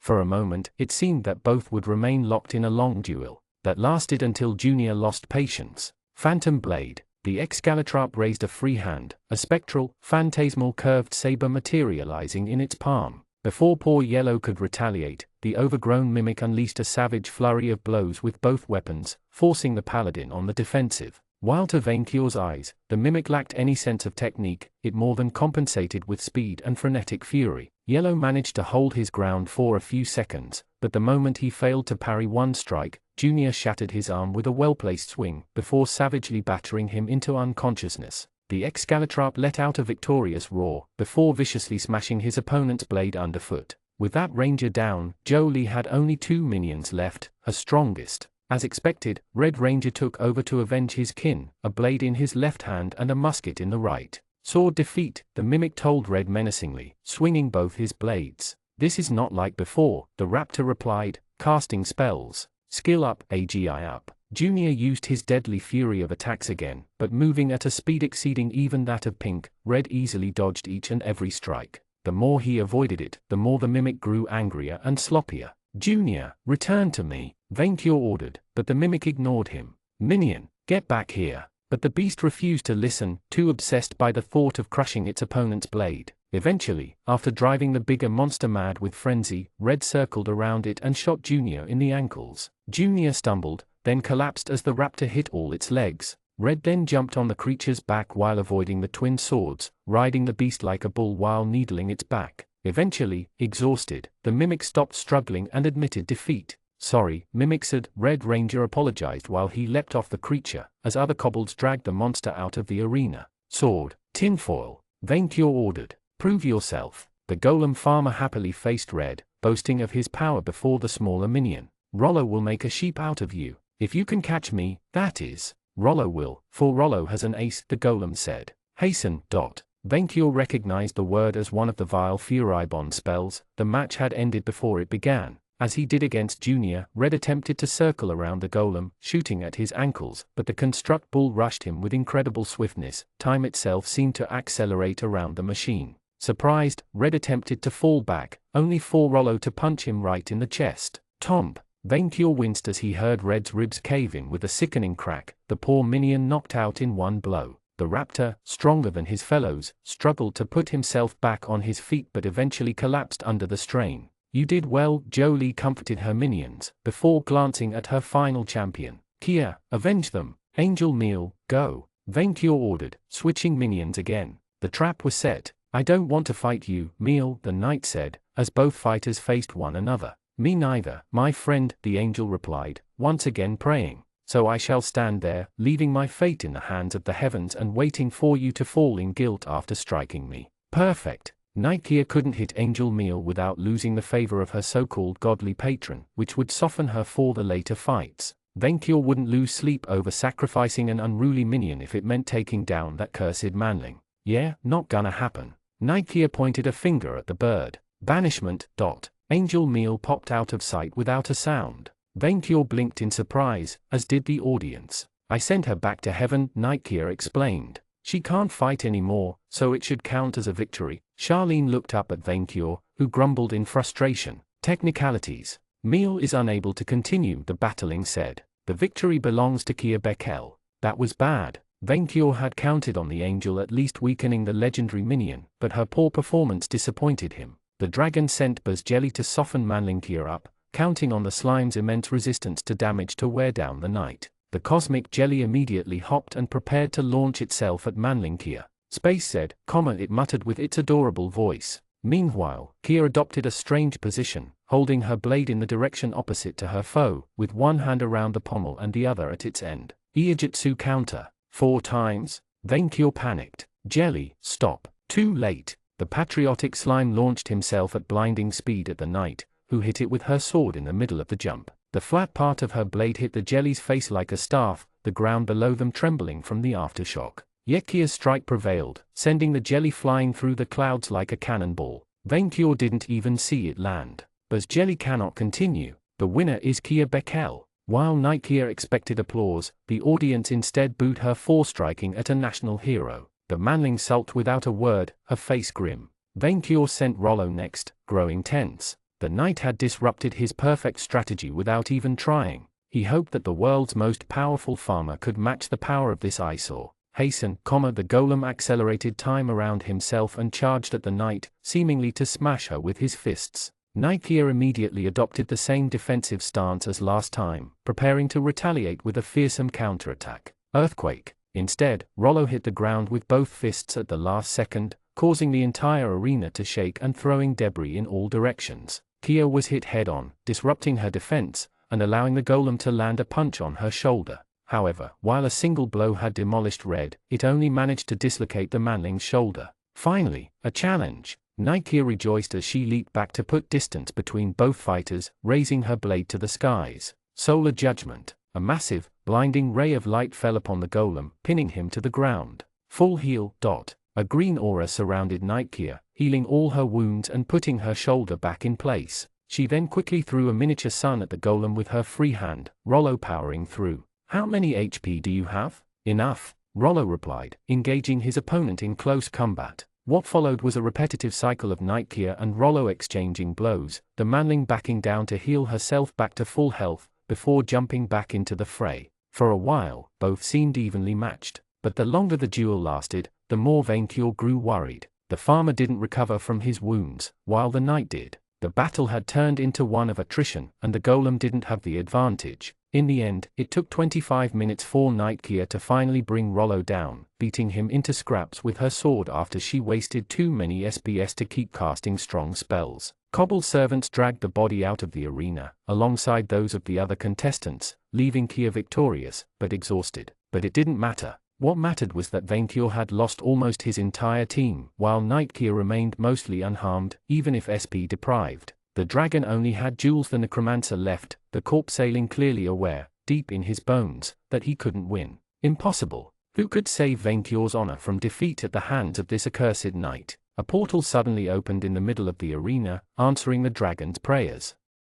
Chapter 76, Graduation Day. "This is an excellent idea for an artifact," Isabel Moore said. "But without Hell's prime contract to which all souls are bound, it will never work. You will need to summon and convince all demons of the Ars Goetia. Can you teach me?" Victor asked, waiting for the foul price she would certainly ask. "Yes," she sensually crossed her legs, "but not for free. I have nothing to offer," Victor began his well-oiled speech, "but my body and soul." "Then strip. And that is how you animate a flesh golem," Camilla told Victor, as the necromancer sewed dozens of corpses into a single giant. As you can see, while the process is similar to animating zombies, the crossing of necrotic streams makes it much more difficult. "You call that a death trap?" Death Jester complained, after examining the poisoned bloody spikes. "You aren't supposed to give the captive an escape route." "Again? What? That was 30 of them so far." How many trapped hallways would Victor have to design before he gained a level in Architect? "Congratulations. For judiciously training your soul Fu, you earned a level in Reaper. More shall not be sent over plane," the specter of Brandon Moore shouted, having stolen enough life energy from Isabel to regain some amount of corporeal substance. "How could you do that to your own mother?" Victor said, disgusted. Cock-blocking him was one thing, but that part was beyond irredeemable. "She is my mother, my property. I do what I want with it." "This will be a true test of your necromancy skills," Camilla told him, putting her hands on his shoulders. "Remember what I taught you, use your soul, channel your spirit. Dalton, for sheathing your sword where you shouldn't have, you shall perish by Maud's own." "Like Happyland I will," Victor replied, spell casting with his scythe. "I will send you back where you belong, Brainino, to your mother's basement." "You saved my life back then," Gobliner told him, after catching him in a hallway. "You could have let Jack Frost freeze me to death, but you didn't. Why? I don't understand." "It's just," Victor shook his head, "after years of intense academic rivalry, I guess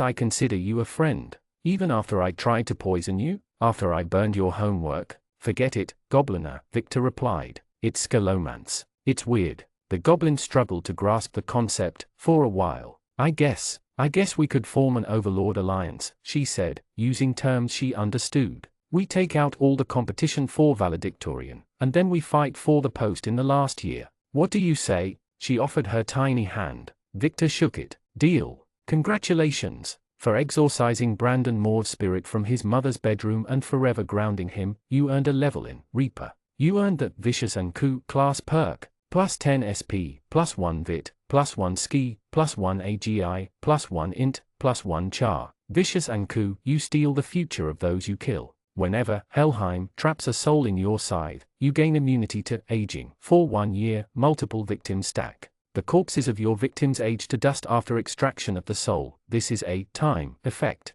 "Guys, I'm immortal." "Shush," Gobliner told him, as she finished reading the Book of the Wicked, while the tentacled Liberian glared at them both. I have an Eldritch Philosophy exam tomorrow. Sorry, I can't hear you over the sound of my ill-gotten eternal youth. The library's books wailed in response to his bragging, much to Gobliner's annoyance. Chocolatine de Gevoden cannot answer your summon right now. Again? Did the time anomaly interfere with his perk, or had something gone wrong in Murmurin? He had tried to contact people 4 months, to no avail. If only he could leave the school grounds. Well, in that case, he had no choice but to use this newly crafted, Diabolist, Tier 4 spell he designed. He couldn't believe nobody else thought of it before him, or maybe they simply never lived long enough to distribute that spell. Succubus Booty Call. Victor cast in his bedroom, a pentagram of crimson light manifesting on the ground as a winged, curvaceous shape appeared within it. Congratulations! For inventing new soul-based spells to fulfill your darkest desires, you earned a level in Reaper. Plus 30 HP, plus 10 SP, plus 1 ski, plus 1 AGI, plus 1 int, plus 1 char. Gobliner, I don't want to fight you. Victor panted as his blood dripped on his scythe. Neither do I, the goblin he had once called a friend replied, her sword too, red with Victor's blood. But I won't let you get in my way. We were supposed to unite against the headmaster and expose his treachery. Victor protested. You weren't supposed to join him. I must avenge my clan and kill that paladin. Only Sabla can give me the power needed, the power of time itself. I thought we were friends. We're not friends, Gobliner snarled. There can only be one valedictorian. So that's it, Victor glared back at her. From now on, we're enemies. Congratulations. For fighting an up and rising goblin overlord into a bitter tie, you earned a level in Reaper. You earned the Soul Master V class perk. Plus 1 Vit, plus 1 Ski, plus 1 AGI, plus 1 Int, plus 1 Char, plus 1 LCK. Soul Master V, you can now learn and use Necromancy, Rituals, and Diabolism spells up to Tier V. Reaper levels now count as caster levels for the purpose of class restrictions, and if a class grants you a spellcasting tier in your specialized schools of magic, they will stack with Soul Master V. This replaces Soul Master 4. From the outer gate, we call upon the guidance of Yog-Sothoth, Victor chanted alongside 5 other students, all of them surrounding a sacrificial goat. Line our brains with eyes, so that we may glimpse the cosmic truth. Ritual of Eldritch Insight. But something was wrong, the energies, the streams of energies didn't align. The stars weren't right. They weren't summoning Yog-Sothoth. They were summoning something ancient, something inhuman, something racist. Congratulations! For accidentally summoning and befriending Xulhu through an ancient, foul ritual, you earned a level in Reaper. Plus 30 HP, plus 10 SP, plus 1 Vit, plus 1 Ski, plus 1 AGI, plus 1 Int, plus 1 Char, plus 1 LCK. Brains, the ancient, mummified Gal asked, as the eldritch spirit settled in its rotten flesh. Babies? Victor glanced at Camilla, who was raising a thumbs up in pride. Babies' brains, the Gal asked again, with a hopeful look on its face. Congratulations! For reviving the ancient order of the Gals to oppose the headmaster's machinations, you earned a level in Reaper. You earned the Reanimator class perk. Plus 10 SP, plus 1 Ski, plus 1 AGI, plus 1 Int, plus 1 Char, plus 1 LCK. Reanimator, by sacrificing money or items, you can revive a living being as an intelligent undead. Alternatively, you can place back one of the souls trapped in your side inside a corpse, the resulting undead retaining the original soul's class levels. The funds needed to revive someone depends on the soul's value, whom you intuitively understand. This replaces animate dead. You, the dark, demonic figure of the headmaster, glared at the 2 students. The teachers of the school laid frozen in time, while the worm-like abomination powering the time distortion strained against its bindings. Gobliner, how do you betray me? I was never on your side, the goblin replied. We planned this since the beginning, Victor added. Your plan to free the time worm of Sabla failed before it even started. The beginning? No, the wicked fiend showed his fangs. It can't be. That's right, Gobliner said. We staged a fake rivalry for 3 years straight. The headmaster let out a roar of pure rage and frustration, as both students prepared themselves for the final battle. Congratulations! For saving the Nightlands from the time worm of Sabla, and finally defeating the headmaster, you earned 2 levels in Reaper. You earned the Soul Master 6 class perk. Plus 60 HP, plus 10 SP, plus 1 Vit, plus 2 Ski, plus 2 AGI, plus 2 Int, plus 2 Char, plus 1 LCK. Soul Master 6, you can now learn and use Necromancy, Rituals, and Diabolism spells up to Tier 6. Reaper levels now count as caster levels for the purpose of class restrictions, and if a class grants you a spellcasting tier in your specialized schools of magic, they will stack with Soulmaster 6. This replaces Soulmaster V. As he stood on the amphitheater stage, watched by students, teachers, and 3 deities, Victor held his breath. Gobliner remained at his side, just as tense. 7 years had passed, although he hadn't physically aged much since acquiring the Vicious and Coup perk. Life was just that dangerous at Scalomance. 7 years practicing dark magic until he could cast spells all the way to tier 6. 7 years working on a dark artifact, foiling the headmaster's dark intrigues, and offering his body to all kinds of extraplanar outsiders. 7 years, Victor muttered. So many adventurers, you could fill a whole book, Gobliner whispered back, before chuckling. If we censor the Shoggoth in the basement, don't remind me. He still showered 3 times a day, even after the stink left. 7 years, damn it. 7 years leading up to this moment. You two have been the best students of this session, Varan acclaimed them. Gobliner has proven herself the most promising bandit overlord of her generation, while you, Victor, have become a skilled necromancer. Both of you reached level 60 under this roof, which is almost as much as the champion of Mithras. You bring glory to this ancient institution. Yet it is now time to decide a valedictorian, who will be granted access to the prestigious Weathermaker spellcaster class, Isabel said. The Dread 3 will make that decision. We'll vote on your chosen artifact, Death Jester said. The best made one will win. I promise not to favor my apprentice in this case, Camilla added. You should have claimed them both like me, Death Jester pointed out. Since you go both ways. Shut up, Jesty, the Dark Elf replied, although more amused than annoyed. Now, show us the fruits of your labor. Good luck, Victor wished to his friend, shaking her hand. May the better one win. You too, Vic. Since she went first, she wasted no time in showing off her treasure, a long, one-handed black mishmash of a sharp sword and a primitive rifle, made of the purest alloys. I present you the ultimate fusion of the 2 best weapons in the world, the Deathgun Blade, Gobliner boasted. This powerful artifact combines the brutality of a sword with the modern savagery of a gun. It can fire an unlimited number of unholy energy bullets which bypass any resistance to that element, and thanks to its corrupted star metal alloy, the sword itself cut through anything. Anything? Varan asked, immediately seduced by the weapon. This is the most powerful weapon ever created, perfect to conquer the world, and it can think for itself. It can subtly corrupt the wielder, making him as malicious as the previous holder. This way, one may kill a warlord, only to become the next one. That way, only the strongest wielder keeps the sword, Varan whistled, ensuring every new warlord is more powerful than the last. This is a very good concept, Death Jester said, albeit a classical one. I wish you had shaken up the formula a little, but it's a proven strategy. But does it have any utility outside of combat? Camilla asked. It is not made for combat, but victory, Gobliner boasted, but the goddess still noticed the chink in the presentation and kept asking questions. As expected, Victor's rival had perfected the combat part, exalting all the way it could help kill heroes in direct confrontation. This weapon was certainly the best, most dangerous sword in the realms,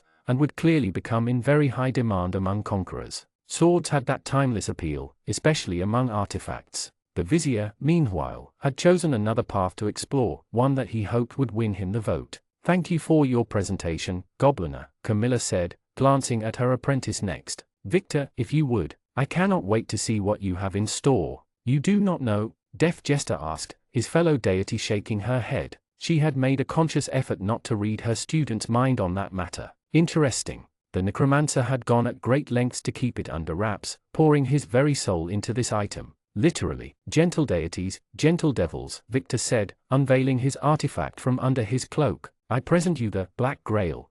A chalice made of bones coated in black, soul steel metal. The artifact could be held with one hand. Its maker had crafted a dragon-like face on its surface, with 2 rubies for eyes. A cup? Varan asked, immediately disappointed. This cup is the most powerful, insidious, and versatile weapon of mass destruction ever seen in Outermundy. This is a revolution. Victor put the chalice on the ground, but a demonstration would be quicker. Putting the chalice on the ground, he slightly cut his wrist with his scythe, drawing a few ounces of blood and pouring them into the cup. The audience watched, mesmerized, as the blood turned into a black mud through the power of the Grail. Once blood is shed, the chalice turns it into a black substance, Victor said. If this black blood is poured from the cup onto a corpse, it immediately revives it as they were right before their demise. This is not undeath? Camilla asked. The person looks alive, but its body is actually animated by the chalice power, preventing them from aging. We will call these pseudo-undead, arisen. They no longer age, but appear living to themselves and others.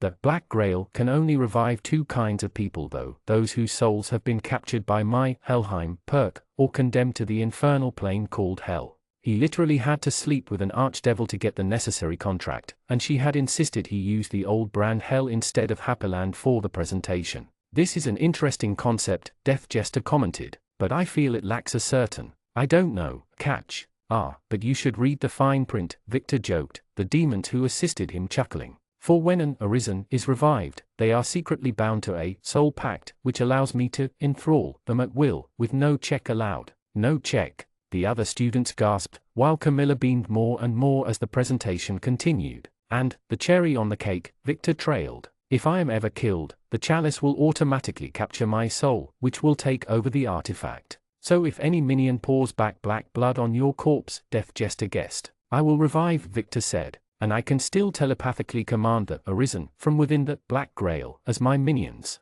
This is brilliant. Varan understood the implications. You can loan it to a warlord to raise back armies, again and again, unaware that you can snatch away his soldiers at any moment. The artifact will attract the attention of all sorts of suckers eager to raise their loved ones, and since the revived are not aware of the catch, Death Jester muttered, you can turn people into time bombs. Even if the catch becomes known, desperate people will still flock to it. And arisen are one of the most advanced forms of undead that I have heard of, Camilla said. Well done. The students and teachers applauded Victor, who bowed politely. He recovered the cup and stood next to Gobliner. It is now time for the vote, said Isabel Moore. What will our patrons choose? The choice couldn't be more obvious to me, Camilla spoke up first. While the Deathgun Blade is certainly a very fine artifact, it lacks the sheer potential of its competition. My vote goes to Victor. I am very tempted to vote for the Black Grail, too, Varan said, Gobliner fidgeting. I am very, very tempted, but Victor tensed, while his goblin competitor rejoiced. I cannot vote against an unholy gun, the goddess said. I choose the Deathgun Blade. All eyes settled on Death Jester, who would cast the final vote. The silence became unbearable, as the deity seemed intent on dragging out the tension. Varan, he finally spoke up. Yes? Do you remember what I told you back in our last session? Death Jester asked, the goddess sinking in her chair. Because too many guns. Victor's heart skipped a beat. Could it be? The valedictorian of this year, the god of crime pointed his index finger at the vizier, is Victor Dalton of Murmurin. The amphitheater exploded into cheers and applause, leaving Victor speechless, especially since the gods were the most vocal about it. While clearly disappointed, Gobliner ended up congratulating him as well. All these years of raising the dead to master the essence of souls, and opening his mind through eldritch rituals, had finally paid off. Congrats, Vic, Gobliner said. You have been the best frenemy a goblin could hope for. You too will stay in contact, I hope. The two had become thick as thieves over all their adventures. I mean, we still have that Jack Frost loose end to deal with. I'm sure he will come back to haunt us again. Sure, Gobliner replied. If you ever come across my new empire, I will have a few jobs for you, but no squids. No squids, Victor fist bumped her. As promised, Camilla said upon approaching her protege before touching his shoulder. The physical contact made him shiver in both pleasure and subconscious fear. Here is a little reward. Victor sensed a mark appear on his back, another joining the collection. Claimed by Camilla, when you level up, you have an additional 10% chance to gain a vitality or agility point. You automatically gain the secondary, undead, type, including all of its strengths and vulnerabilities. Perk conflict detected. Priority affected the oldest perk. Changed to undead, type negated by Darwinist. I believe it was long overdue, the goddess said. I did make a proposal to get your soul when you first died. That will be difficult now, but I encourage my followers to haunt the realm of the living however they can. So, what happens now? Victor asked, eyeing Isabel Moore, who would follow him to Murmurin. What happens next? Camilla repeated with a coy smile. It's all up to you. I would like to continue our necromancy lessons, Victor said. I intend to cap Reaper after gaining a heroic crest, and to master necromancy as a whole. I feel like I only scratched the potential of sorcery here. With pleasure, Camilla said. I believe that you have great potential, and I would enjoy furthering your education, but those are extra hours, and I have a revolution to manage. I will not be as available as I was in this academy. Neither will I put in the effort for free. Do you want my money or liquid assets? She laughed at his brazen, dirty joke. "Oh, I have a few errands a champion of undeath could make on my behalf, especially in the New World," the Death Goddess said. "Your artifact might find an audience there, but we shall see when the time comes." Well, here ended Victor's vacation. He wondered what happened to Murmurin in his absence. He hoped it was still standing.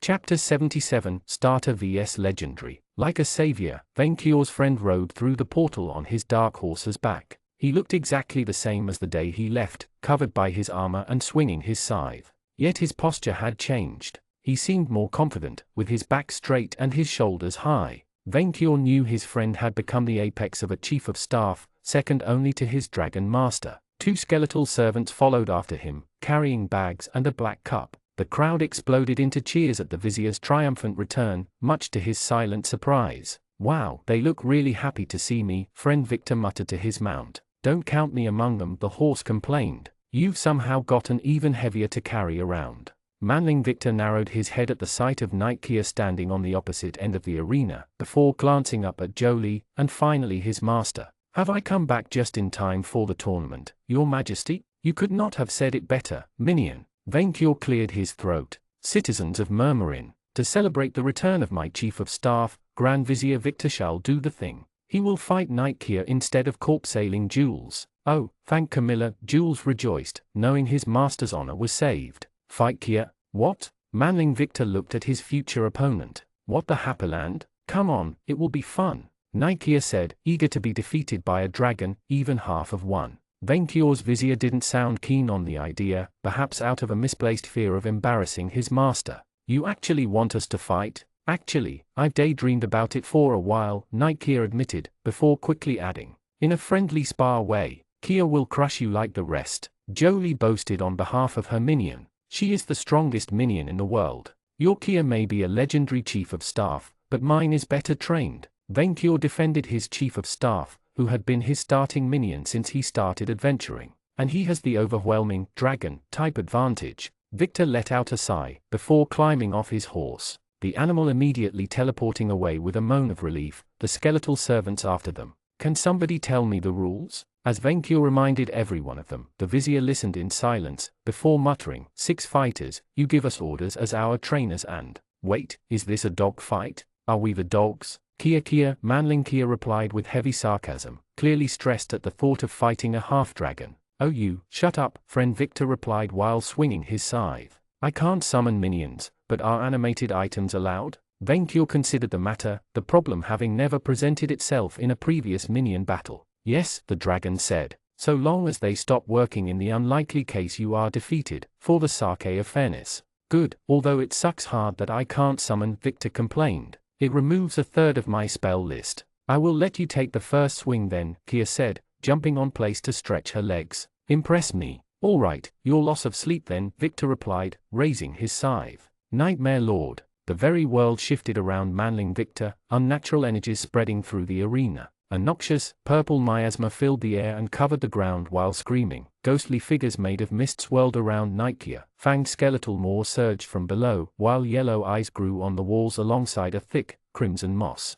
Keir backed down. As the Colosseum became alive, the walls growing decorations such as mosaics of whispering humanoid skulls. The strange effect stopped right at the border of the arena before it could spread to the stands, although the phantom eyes glanced at the citizens in the stands with hunger. Of course, the minions cheered at the spectacle. "Best special effects. Crush her, Lord Victor. Show her." "What the?" Nightkeer bristled, as the mist ghosts passed through her chest, turning her skin whiter. "Keir, use the beam." Jolie barked orders to her minion. "The sunbeam." Her chief of staff raised her sword, calling upon her last reserves of SP to use her most powerful ability, Solar Judgment. "Minion, dodge," Venkior ordered, but his minion disobeyed. "Spirit Shield." A purple, spherical barrier of ghostly energy surrounded Manling Victor, deflecting the pillar of light. Victor's summoned skulls. 24 floating golden skulls, Venkior approved of his minion's taste, appeared around the shield, before flinging themselves at Nightkeer. The paladin adopted the defensive pose she used against Buzz and Rolo, expecting a physical attack. Instead, the skulls opened their mouths and fired ghostly rays at her. The knight deflected the beams with her sword, but the skulls soon circled her and attacked from all directions. Meanwhile, the arena's specters kept draining the legendary minion. True breath of life, protection from holy, necromantic ward, eldritch benediction, fallen auspices, elemental veil, vorpal blade, Manling Victor replied, casting spells to reinforce himself from the safety of his shield. Fear aura, breath of plagues. All your minion stats have been raised by 1 stage. Your minion will now resist fire, earth, wind, and water.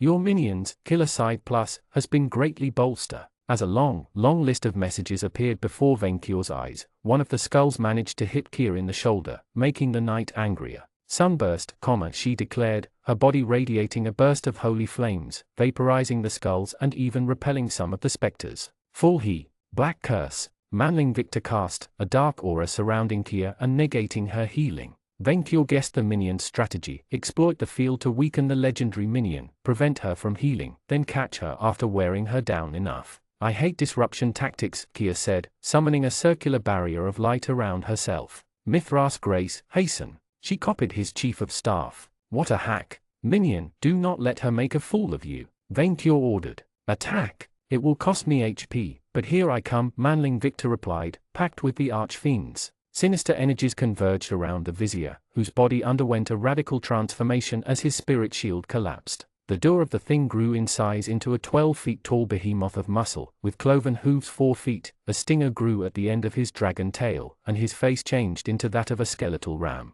His armor and side grew to fit his new size, turning him into a fearsome figure. While the few angels in the audience recoiled and booed at the sight, the fiends in the audience became all but possessed. Venkyor, meanwhile, was furious. Minion, what, your majesty? Demonling Victor replied, his voice transformed into a guttural growl. You were supposed to become closer to the majesty of dragons, not to livestock. Oh, you know that spell? Nikia replied, more curious than surprised. It's been years since I saw a wizard cast it. Don't you go to hell if you die afterward, though? Not if you have soul stock options, Demonling Victor spoke, as a dark aura surrounding Nikia. Death Hex. With a dragon-like roar, Demonling Victor charged at his rival, carried on by Venkyor's cheers. And charge he did. Even if tainted by livestock blood, his chief of staff moved faster than ever before, almost as much as the Moor insect in his prime. He crossed the light barrier as if it wasn't there, and raised his scythe for the kill. Nikia, worn down by the misty specters swarming the arena, shrouded her sword in light and parried the blow. Even with the difference in size, the warrior matched the vizier in strength. Even if Venkyor hated to admit it, she had been one of the few beings capable of harming him, and it showed. Demonling Victor parried the strike, as both fighters engaged in a deadly dance of blades. Nikia, moving in manlingly fast, dodged the side time and time again, while the vizier parried a few swings. The paladin proved herself too difficult to counter, her blade piercing his armor on half a dozen occasions. Yet at no point did she manage to shed blood, much to her frustration. While he slowly pushed his foe against the arena's walls with a flurry of attacks, Demonling Victor failed to get past the knight's guard. She hopped around the demonic chief of staff like a slime, her speed slightly exceeding his own. Freezing edge. The warrior's sword released a chilly glow before piercing Demonling Victor's hide again. This time, the sword cut deep and made the chief of staff snarl in pain. I knew it. Your perk doesn't cover elemental weaknesses, only type-determined ones. Envious, Victor replied, the chilling edge of the sword vanishing to reappear around the vizier's side instead. Before Nikia could recover from the surprise, Demonling Victor hit her in the chest with a cheap shot, the sheer strength of the blow propelling her against a wall. Jolie let out a squeal of horror, worried for her minion, while Victor's wounds healed on their own. Nikia almost immediately stood back to her feet, avoiding a new swing by lowering herself. Victor's scythe slashed through the wall like butter, much to Venkyor's horror. The knight reapplied the chilling effect to her blade and attempted to backstab her foe, but Demonling Victor acted quicker. He summoned a wall of bones below his feet, rising above the blade before it could pierce his hide. Then, using the high ground, he leaped on the knight and attempted to crush her under his heavier body. The knight barely managed to dodge, with the Demodragon instantly forcing her on the defensive with a series of vicious attacks.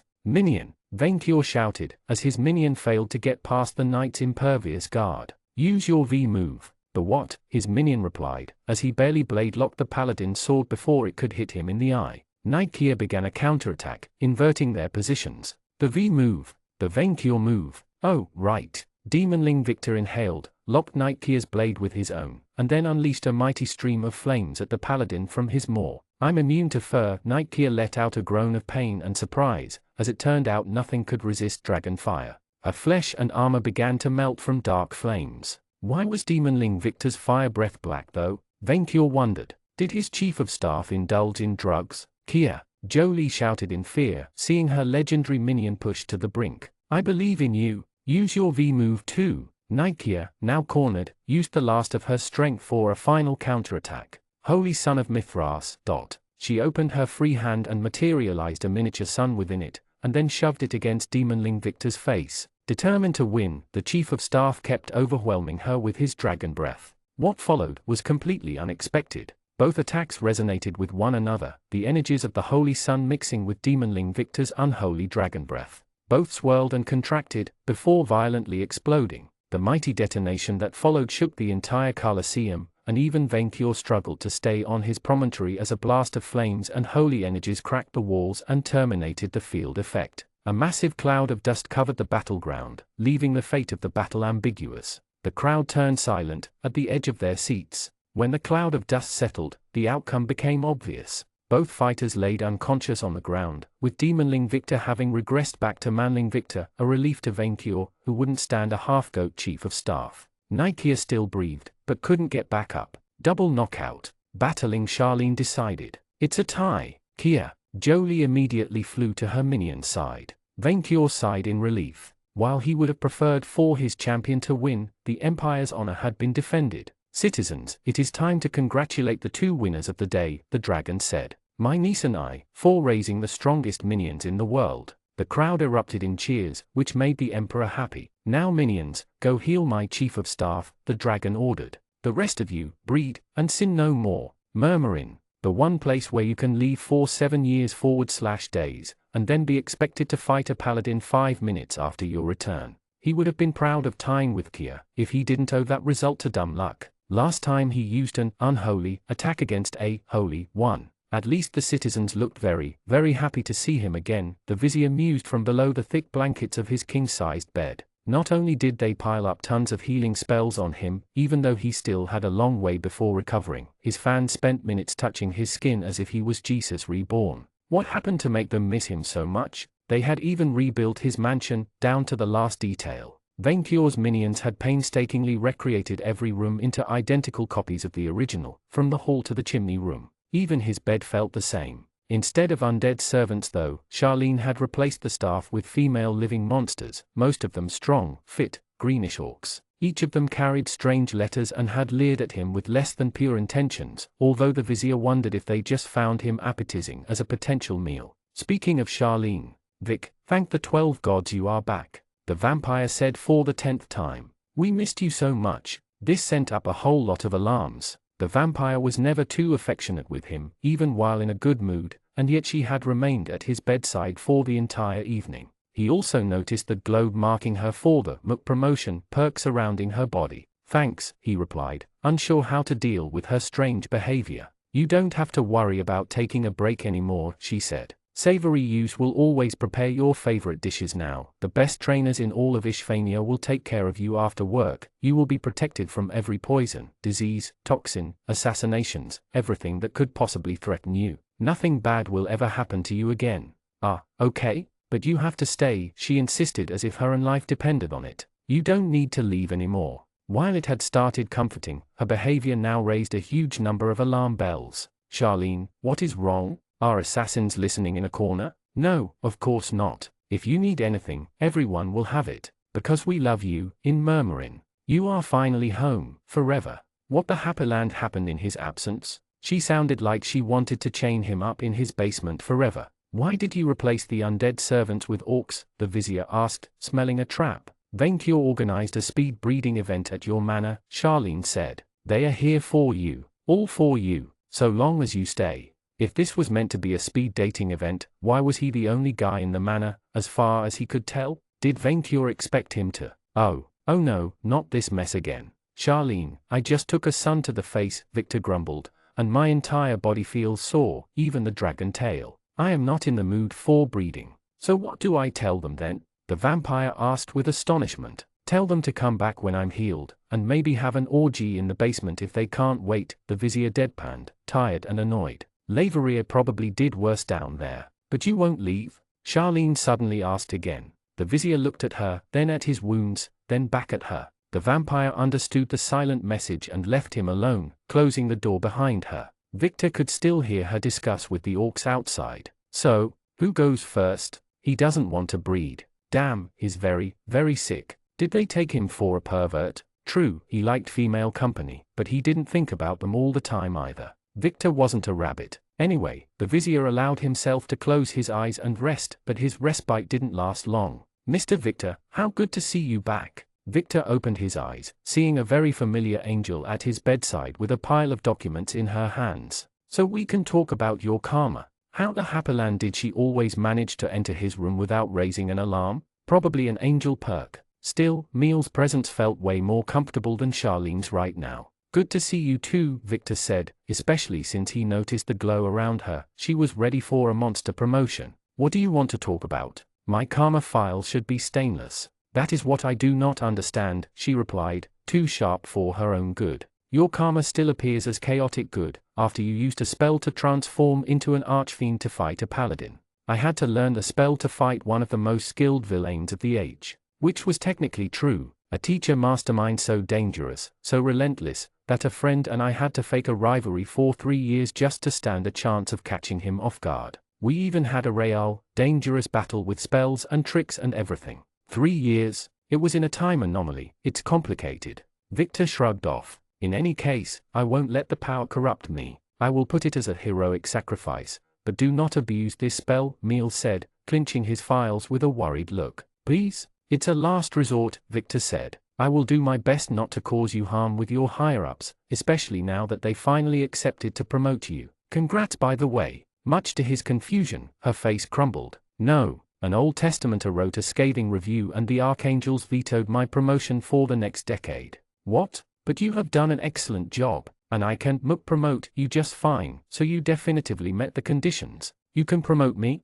Her head perked up before she caught herself. No, I cannot. I cannot have a mortal promote me, it's against the rules. Look at me, Victor said. I can literally transform into a demon, and still keep my good karma, because I chose what's right, over what is ordered. Because I buried my hands deep in trash, so others could keep their own clean. The angel listened, before frowning at him. Mr. Victor. Yes, the armor you wield, she said. I asked my superiors about it. They said that it applies the cursed ailment to pure souls who follow the path of goodness. Yes, then, if your karma remains truly pure, why are you not cursed? You do not seem to have immunity to it. Victor was tempted to tell the truth. He truly was. Diabolical mastermind, activated. You gain a +30 check bonus to get away with your insurance fraud. But then, reflexes honed over 7 years of eldritch philosophy classes kicked in. Well, that's exactly my point, the vizier replied. Heaven's methods are outdated. The angel's frown deepened. Excuse me, if heaven considers me good karma, but my armor doesn't, then it means karma is fundamentally subjective, Victor argued, and thus useless as an objective measurement of one's worth. But that's impossible, the angel protested. Our karma analysis has been refined over centuries. It is even confirmed by the system ruling Outermundy. Then how do you explain the contradiction? Or the fact that someone's karma can suddenly change from good to neutral or evil through only one action? That one action can condemn you forever to Happyland, even if you change your mind afterward. Does that system seems fair to you? Meal remained silent, pondering the weight of his words. I'm just saying that instead of following the judgment of someone else, you should do what you, yourself, believe is right. Because in a purely subjective world, this is the only true answer. You are right, Mr. Victor, the angel believed his helpful lie. I should follow what I feel is right, instead of bowing to outdated regulations. My methods are unconventional, but they brought the most SP to heaven since the karma and insurance.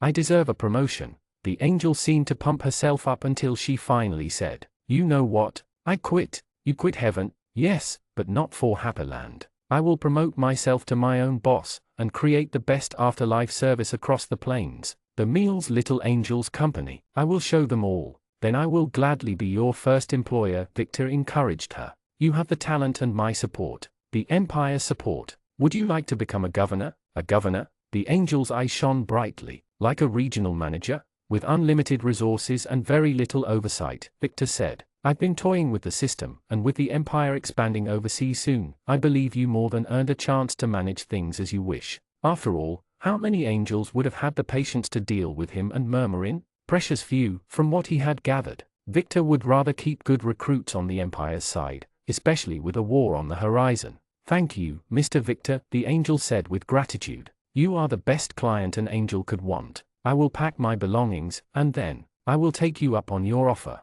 The angel vanished in a flash of feathers, leaving Victor alone. The vizier wondered how she would react to Isabel more, though. He would keep their territories as far from the other as possible. Someone knocked on the door. Yes? Victor called. Athetic, it's me. Chocolatine called out. I'm with Allison. Come in. Victor replied, relieved to hear the werewolf safe and sound. Ever since he failed to contact her through his perk, the vizier had worried if something had happened to her. Chocolatine entered the room dressed like the Little Riding Hood and with a huge basket in hands, while Allison waved a hand at the vizier from beyond the threshold. Then the dryad politely closed the door, giving the two some privacy. And they would need privacy. I baked you a medicine cake to help you recover, Chocolatine said, after kissing the vizier on the cheek and sitting on the bed. I hope you like it. That woman was sugar. Bad for the health, but sweet. That was what Victor thought until he opened the basket. A scaled hand stood on top of the bloody cake like a twisted candle. Oh, I mixed them up. She immediately took back his cake and put it out of his sight, as if ashamed of it.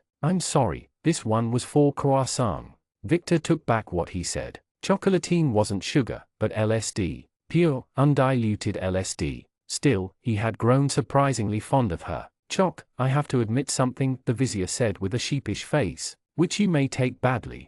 Me too, she replied with the exact same tone. We go at the same time. Both inhaled, and then quickly said, I cuddled Allison. I cuddled Satan. Satan? Chocolatine blinked. Who's that? Not actually Satan, but an archfiend, and her cousin, and her trainee. Then you cooked them with beans and ate them, the werewolf asked with morbid curiosity. Is that how you transformed into a demon? Can I do it too? No, Victor protested. No, you can't. Oh, she said, very disappointed but not mad at him either. So, you and Allison? She was really lonely and burning out with all the city management work. I invited her home to console her, and I was lonely because you were gone and we had broken up and one thing led to another, and you're not mad? That's why I asked for a break, no, so we could both figure ourselves out. Thing is, I did, one eldritch philosophy class at a time. The werewolf listened in silence, suddenly tense and dreading his answer. I really like you more than I should, Victor admitted.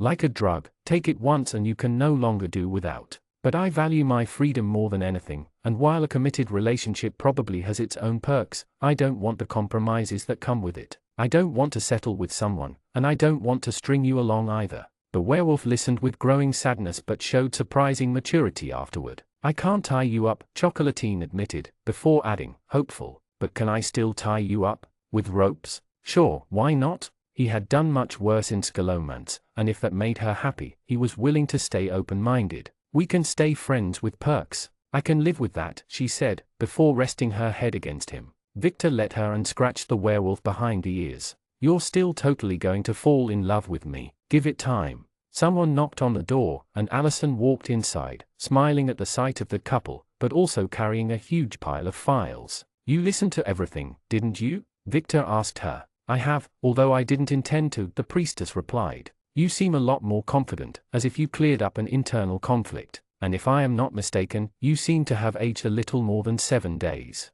I have, Victor replied. I'm no longer on the fence about what I want with my life. Good, because no way I'm filling in for you as a chief of staff, ever again, she said, all but dumping the paper pile on the bed. Here are the incident reports for the last week. I must also inform you that I covered the entire mansion with protection spells and that you may wish to avoid the basement for a few days. It will smell terrible. And you're fine with, Victor trailed, glancing at Chocolatine and then back at the dryad. Vic, I am a priestess of the goddess of pleasure, Allison replied. If anything, free love is my religious service. Goddamn hippies. Victor grabbed the papers with one hand, while still cuddling Chocolatine with the other. I guess it's too early for a democratic council, he thought upon reading the long list of catastrophes. Definitively local governors. 7 days, Allison. Victor complained as he went through the reports. I left for 7 days. I also forgot the damage bill. The dryad handed him another paper with far too many zeros. Charlene said you would find the budget to cover it. That was his student debt all over again. Vaincured Best Dragon Knight's Bane. Level 56 Augustus 27 / Witchfinder General 10 / Kaiser 15 / Dungeon Breeder 3 / Geomancer 1. Type Dragon. Party V&V. 6635. Victor Minion Dalton. Level 60 Monster Knight Red Dragon 20 / Reaper 29 / Moriarty 9 / Chaos Rider 2. Type Humanoid / Dragon. Party V&V. 1305. Chapter 78 The Storm. After so long, the fateful day had come. The piggybank ship, after a long time being repaired, was now ready to cross the ocean and reach the new world. The golden aircraft shone brightly under the sun, Vaincured marveling at his own perfect reflection on its surface. His elite lackeys, from Charlene to Malfi and his pocket minions, observed him with awe, fear, and hope. For the road to El Dorado would soon open. Congratulations! For successfully causing your minions to breed on an incredibly large scale, you earned a level in Dungeon Breeder. Plus 10 SP, plus 1 STR, plus 1 VIT, plus 1 Ski, plus 1 Char, plus 1 LCK. Vaincured should have felt happy about this, but something bothered him since morning. He couldn't put his claw on what? Attention was in the air, an invisible weight on his wings. It must have been the presence of Nightkia, who had kept pestering Manling Victor for a rematch since she recovered. Jolie had stayed at her other minions' bedside, to cheer them up until they recovered. You were going very easy on me, Victor whispered to her. I could tell. True, and Rollo exhausted me beforehand, the knight replied, unable to accept her defeat. But that doesn't diminish your accomplishment either. Do you know how long it has been since anyone could even slightly push me? Imagine if we fought at full strength. Sensing the spotlight getting away from him, Vaincured cleared his throat, interrupting the discussion. Today is a great day, the dragon began his speech. I, Vaincured Knight's Bane, will do what no dragon has done in the past. I will cross the ocean alongside my chief of staff and a crew of loyal dwarfs. The empire of Murmurin, at last, shall expand beyond the horizon. For the international revolution. Marva raised a fist in support. While Vaincured expected his minions to rejoice, only Marva, Buzz, and Junior did so. The rest glanced fearfully at Manling Victor as if fearing he would not return. In response, the chief of staff handed them floating skulls, similar to those he summoned against Nightkia. These are whispering skulls, which allow long-distance communication, Manling Victor explained.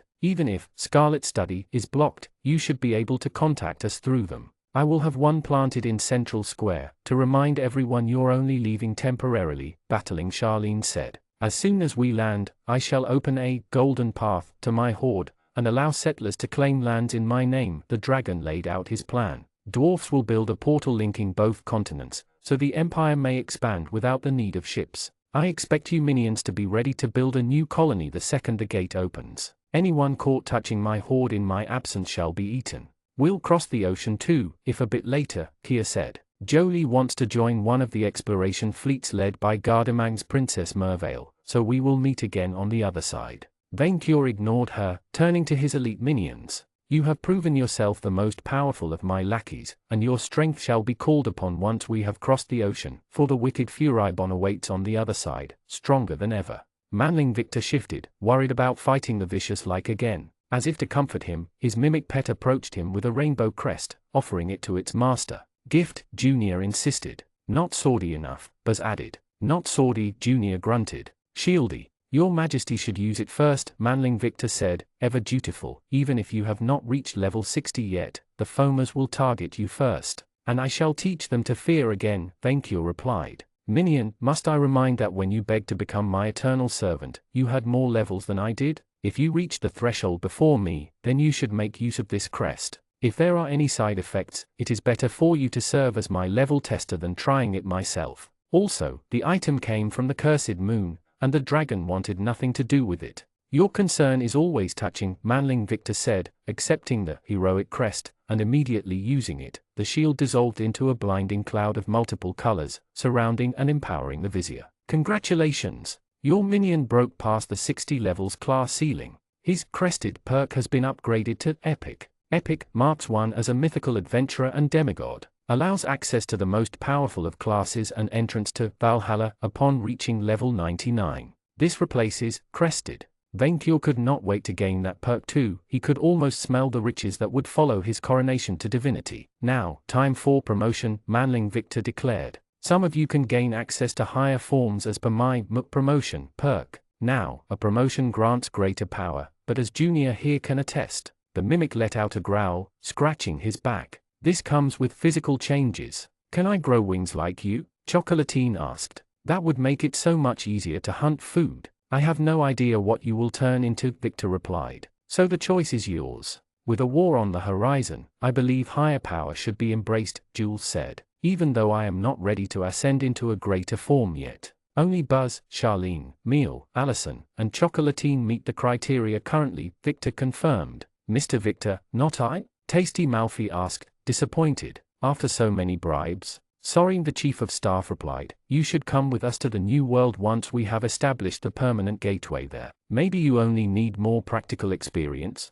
So will the others who are not yet fit to lead my armies, Vainkyur added. The dragon had organized the tournament to test the strength of his servants, and while some like Rollo the Golem had proven themselves powerful, most needed more training to match the fairy lords. I will have all of you become worthy of becoming my minion generals. Allison sighed. Just go through with it, Vic. The Chief of Staff activated his perk, 5 minions immediately undergoing a transformation before Vainkyur's eyes. Meal the angel grew taller, thicker, and gained 2 new sets of wings in addition to her existing ones. The lowest set of wings, however, belonged to bats instead of birds. Her once pristine white skin darkened a bit, and her eyelids developed an unnatural dark shade. Untasty Allison grew sweet-smelling flowers all over her body, from her hair to shoulders. Antler-like horns of wood grew from her head, taking the shape of a small crown. Buzz Jelly, who had bravely crossed space and fought off the lead wasteland on the moon, transformed into a slime of liquid steel, strong, yet flexible. Sweet Chocolatine's transformation was most disappointing.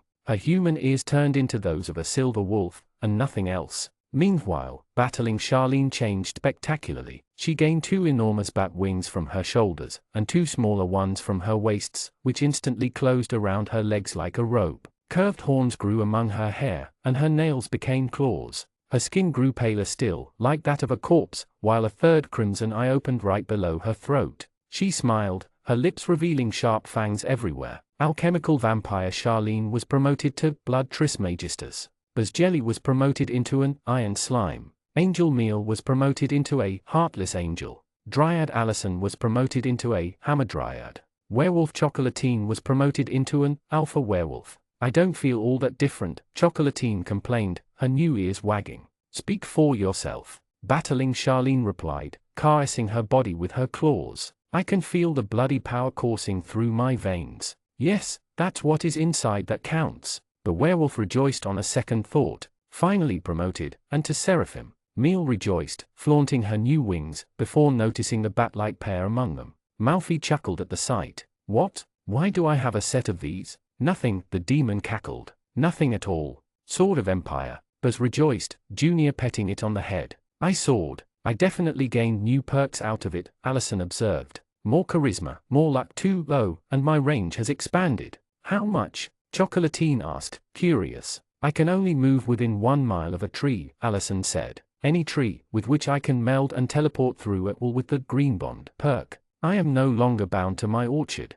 You should check your new abilities before we open the portal, Manling Victor said, and welcome the new Western governor, when she deigned showing up. Mr. Victor, you should have that woman killed, Malfi said with a grumble. She is treacherous, old money, and most importantly, competition. She's outdated. For once, I agree with the fiend, Flying Meal said. Giving governor power to an archfiend of her caliber, this is bound to backfire. Vainkyur, who hadn't paid attention to that part, frowned. If a new minion wishes to become another meat shield against the fairies, then I welcome them with open arms, the dragon said, proud of his all-inclusive policy. At least limit her powers. Meal protested. Like red tape. Nothing better than red tape. Well, if you hadn't shown me that a democratic council didn't work in Murmurin, maybe I would have considered it, Manling Victor replied. But since Iron Fists can maintain order here, she will have the freedom to do as she wishes within her borders, within reasons. Same as you for your territory. If it comes to it, Meal, I will kill that fiend myself, Nightkia reassured the angel, but not much. Do you agree with this?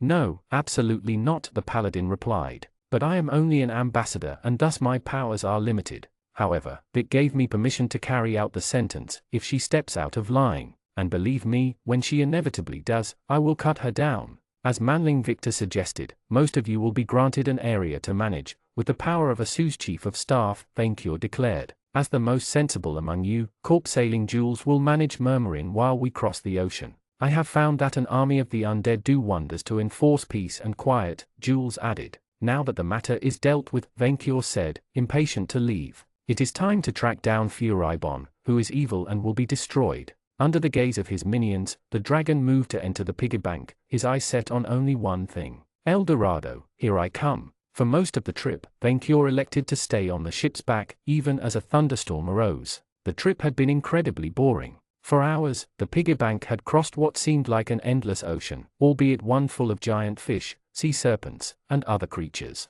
Vainkyur thought they would stop at this large island called Atlantis on their way, but the ship only passed by its coast. The dragon understood the need for quickness to reach Furibon before he could poison El Dorado, but he wouldn't have minded a little activity. Beyond the dark thunderclouds and the raging waters below, the dragon had nothing to entertain himself with. Yet, why did he feel such disquiet in the atmosphere? His dragon instinct kept telling him something terrible would happen soon. Eventually, his loyal friend emerged from the ship, struggling against the wind to join his master. The weather is not very good, but the Dioga captain said that we should reach the Dagger coast soon, Manling Victor said. I heard it is full of pirates, but nothing we cannot handle. If thieves are eager to donate their money to me, I will gladly accept, the dragon replied. Afterward, we will make a stop at the Thouten Empire in the south, the vizier said. From what I gathered, they could help us find El Dorado since they are familiar with the jungle. Vainkyur only vaguely listened, for he couldn't help but glance around, at the thunderous skies.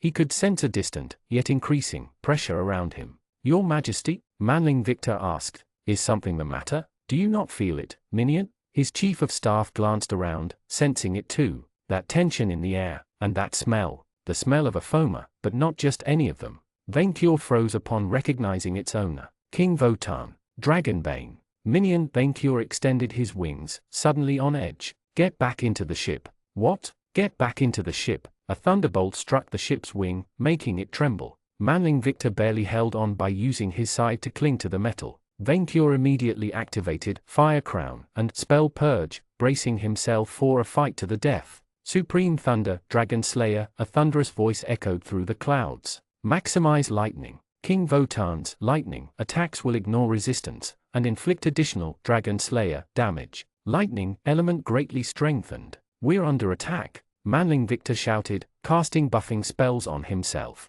By King Votan, Vainkyur added with a fiery roar, glaring at the thunderclouds to look for the challenger, the worst of the fairies. Huh? A foamer? Then why did the name appear on? Friend Victor didn't finish his answer, as the enemy flew into sight, emerging from the thundercloud seething with bloodlust. A titan among the foamers, King Votan was a giant who matched Vainkyur himself in size. Riding a giant, six-legged silver horse racing on the air currents, he looked even more fearsome. His skin was silver, but without the metal's shininess, and he wore very little in the way of clothing beside a winged helmet and a regal mantle which couldn't match the beauty of Vainkyur's own. Mostly because the foamer wove it with dragon scales. Votan's visage superficially looked like that of a manling, with a long golden wizard beard. But while his right eye had turned white, the skin still bearing the scar of Grandrake's claws, the left one radiated with a golden glow. A 20-foot-long crimson spear, shaped from a WYRM's spine, cackled with lightning in his hand, hungry for blood. Following in his wake were his thralls, the Valkyries, armored, vicious copies of princesses meant to bait dragons. The creatures flew through the skies thanks to white wings. Each carried a spear and a shield, their face hidden behind a closed helmet. Vainkyur Nightsbane. The Storm Lord spoke as he reached the piggy bank, his voice booming and imperious. His Valkyries immediately formed a defensive line between their master and the ship. I have come for your head. Vainkyur responded by blasting him with a fireball, a projectile which Votan swiftly deflected with his spear. The dragon's eyes bulged in surprise. No one can deflect dragon fire. Not even that cursed golem could fully resist it. You declared war on my kind and broke the peace agreement, which bound my Gungnir to my trophy wall. The fairy lord spoke without condemnation, only vicious eagerness to fight. This is retaliation for your transgression, and me settling a debt. Here to lose another eye then? Vainkyur taunted him. I will complete Grandrake's set. You are welcome to try. Charged attack. His spear coursed with almighty lightning. Once, Vainkyur wouldn't have cared, confident that he could take even this infamous dragon slayer and come out on top. Grandrake once demolished him, and the Emperor had grown bigger than the princess hunting pioneer. And yet something felt dramatically different about this fairy. Vainkyur could sense the raw, absolute power within the spear, an overwhelming strength which he knew, deep in his bones, could harm him. The dragon, spurned by an ancient survival instinct, immediately flew toward the mighty Foma to cast him down from his horse. He unleashed a stronger breath, but 3 Valkyries instantly formed a triangular barrier of light to protect their creator. To Vainkyur's surprise, the shield held against his flames, although barely. The dragon let out a roar and decided to charge through that protection, trusting his spell purge to shatter it. 4 Valkyries moved to intercept him, cladding their spears in light. Friend Victor immediately flew after his master, repelling the flyers before they could stab him in the back with his scythe. Shining majesty, Vainkyur roared, his scales unleashing a brilliant flash. A perfect picture of his marvelous horde burnt the Valkyries, blinding them with glory. The dragon's mere touch caused the shield to collapse into nothingness, incinerating the Foma's minions. Yet they had brought their master enough time. There it comes, the Storm King shouted over the sound of roaring thunder, as he raised his spear to the skies, the supreme lightning, which guarantees victory. Vainkyur didn't have time to react, as the skies turned white. Spirit shield. Friend Victor summoned a purple shield above them, just as a massive, mountain-sized thunderbolt fell from the skies upon both fighters and the piggybank. Ragnarok. A flash of light swallowed Vainkyur upon impact, and then, silence. Chapter 79, Dragon on the Shore. When Victor regained consciousness, it was with a mouthful of sand, and his armor drenched in salt water. His entire body was in pain, his nerves scrambled by the dragon-slaying lightning. His head hurt, and his ears struggled to distinguish sound from his newfound tinnitus. Final problem activated. You survived with 1 HP, and your body will look dead thanks to a powerful illusion effect. Troll regeneration activated. You gained the regen status. Master's shield activated. What about Vainkyur? His own Darwinist perk had protected him from the Dragon Slayer additional damage, but the dragon must have suffered it head-on. If the sheer power had brought Victor so low and would have one-shot him without final problem, he dared not imagine what the dragon endured. From whatever signals he received from his body, he was face down on the sand, battered by waves and rain, his scythe within reach of his hand, but his legs buried. He had to rise up, find his friend. Is he dead? A female voice asked. They were here, right next to him. Victor laid still, not giving any hint of survival away. I think so, another woman replied, her voice cold and vaguely Swedish sounding. Yes. Is the corpse still warm? No. Why? His Majesty Votan said no desecration of the dead. But with our hours, we never had fun. Enough prattle, my Valkyries. The thunderous voice of King Votan boomed from above, the very air crackling with lightning. The Foma clearly brimmed with impatience. Have you found Nightsburn's corpse? No, your majesty. Victor managed to move his head just enough to get a glimpse of the attackers. As he expected, 2 armored Valkyries stood right next to him, spears ready to impale him at any time. His vision was too blurry, even for monster insight to activate. The current must have carried him north, into the high sea. The Foma, Votan, mused from above. Valkyries, gather. Until I have the dragon's skull tied to my horse, the hunt goes on. The 2 women muttered something about overworking under their breath, before blowing sand into Victor's helmet with their wings. He heard them fly away, the sound of thunderbolts, the winds, and lightning flashes growing weaker. Victor waited a long while until the thunder had become a distant sound, and his regeneration patched him up enough to move his legs out of the sand. The vizier rose up and observed his surroundings. From the look of it, he had ended up on a sand and rock island, barely capable of sustaining a few palm trees before the storm turned them into fire sticks. A faint rain kept drenching him, washing away the sand from his armor. Hundreds of electrified fish laid on the sand, the victims of Votan's Ragnarok, and unfortunately, Victor noticed a few members of the dwarf crew among them. Unlike him, they weren't faking death. Thankfully, he also noticed his black grail left on the shore, so he could maybe raise them. But damn, the remnants of a wing of the piggybank laid as a testament of the attack's overwhelming savagery. Very far into the horizon, Victor could see violent thunderclouds move towards the high sea. The storm followed this King Votan everywhere he went, as he relentlessly searched for Vainkyur. They had moved far away, but Victor had no guarantee they wouldn't return. He had to find Vainkyur, and quickly. Where was he anyway? The foamer believed the current had dragged him away, but Master's shield needed close proximity to activate. Victor immediately guessed what happened, and cast a spell on the shore. Naglfar, hundreds of pallid, corpse-like hands, appeared on the beach and began to excavate the sand. Over a few minutes, the tip of Vaincure's horn began to appear, the dragon buried right under the foamer's nose. Charlene, we have been attacked. Victor attempted to contact her through the whispering skull, but received no tonality. Scarlet study.